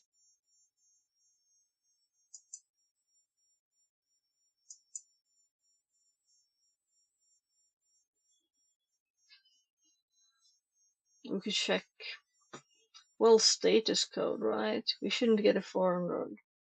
Should be 200 now. But I don't know which direction. That should be 200 at the top.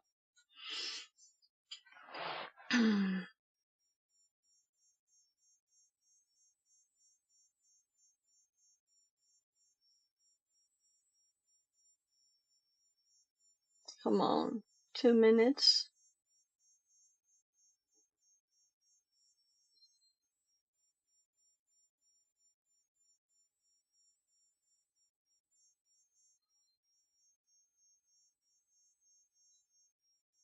I'll just scroll down for the next thing to do, if there's anything more.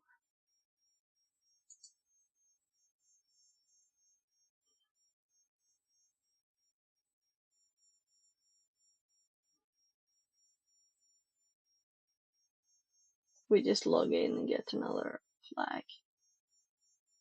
That's what we do when we get it.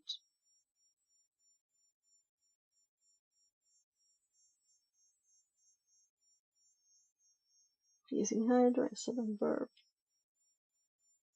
But I'm not going to do it because I missed it before. So.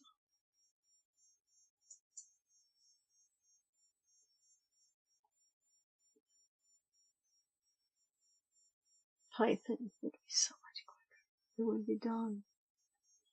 So let's just check. It just appeared. Look. So let's just see that I didn't have. Yeah. I should have had it the up. I thought that would mean start sorting with the from the bottom and I'll go up. But it's opposite. Good thing I checked. So here we have it. This time we don't have a little field to just check. So, convert 364, decode, yellow. Okay, so admin yellow.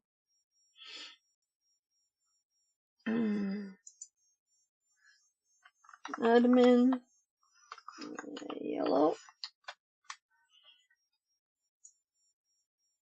Basic of.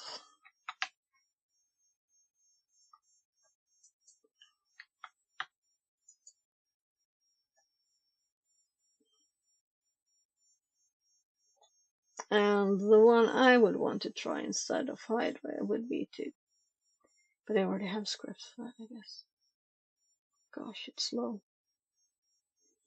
So, and it doesn't have annoying sounds anymore. Wayback URLs and Google Dorks. Digging into a web application's past can be as revealing as examining its present. Wayback URLs. Think of the Internet Archive's Wayback Machine, HTTP URL, as a time machine.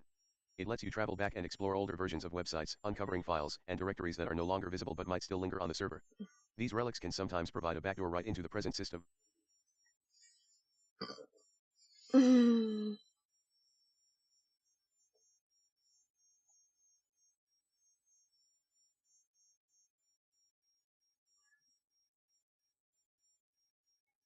To present, don't.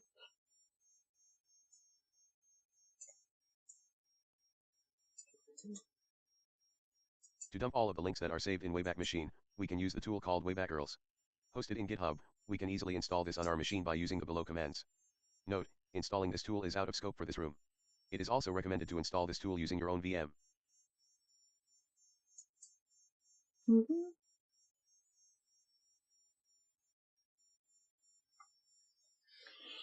This is cool. Cool. We found something in this one to make notes of.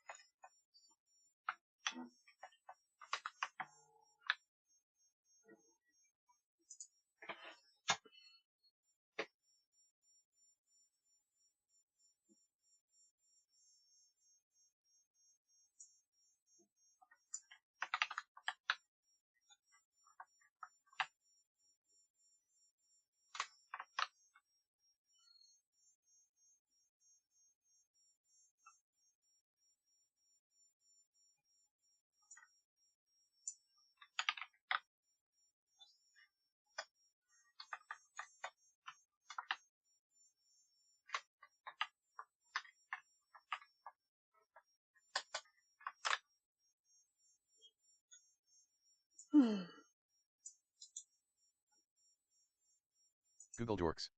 This is where your savvy with search engines shines. By crafting specific search queries, known as Google Dorks, you can find information that wasn't meant to be public.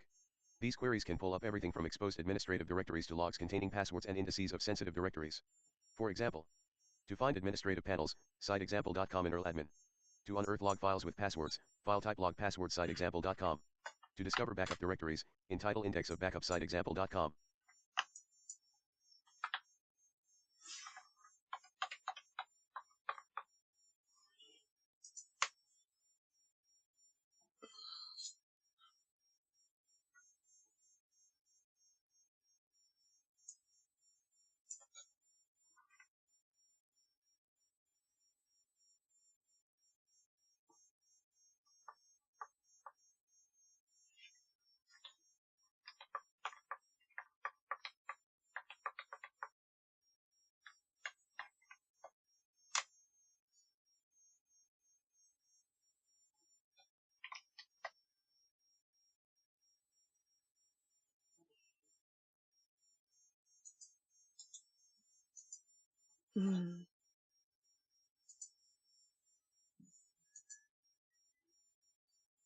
Yeah, I think I will.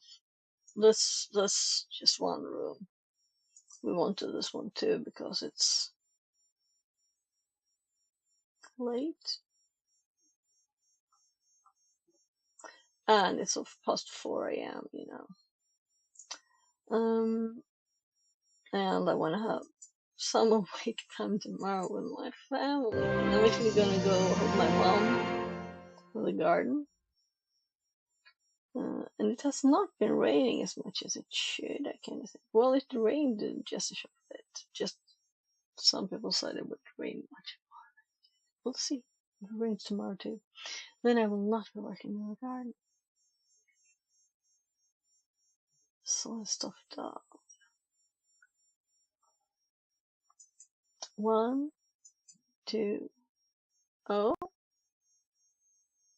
So as this was separate, it didn't go like next room is.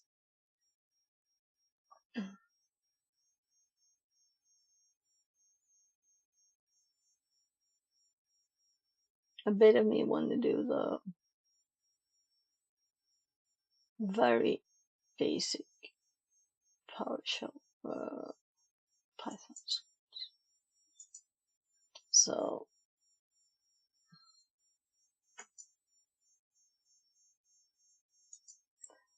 oh let's use this tab to go back to learn, I guess, and learning paths. And what we did was do one room in this. Now we have 6% here. Web application pen testing. And it is possible that I should have made a note of the list of the obvious things that I think right now are obvious. But maybe still have a basic list of this. But let's see who's online. Oh, we're just at 11 hours. Did YouTube die again? No? It shouldn't have.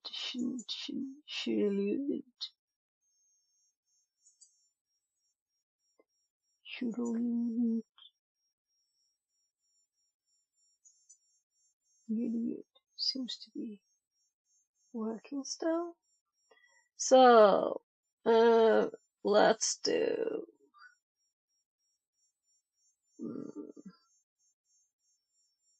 We did Hack Smarter yesterday. Let's see how long it's been going. So, 14 minutes. He'll be going for a bit. So let's go to me and raid. So I don't think I raided him. Maybe. Alright. Echo.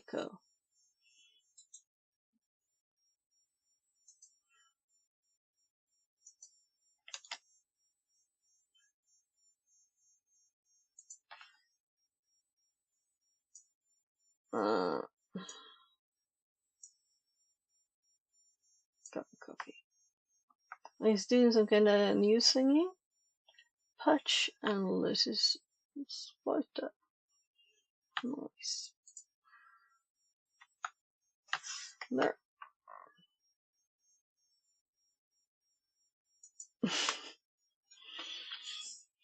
That's always funny.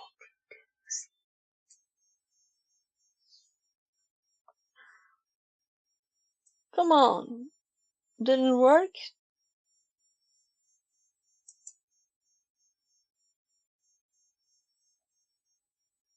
Welcome to chat room. Maybe they don't have raids on.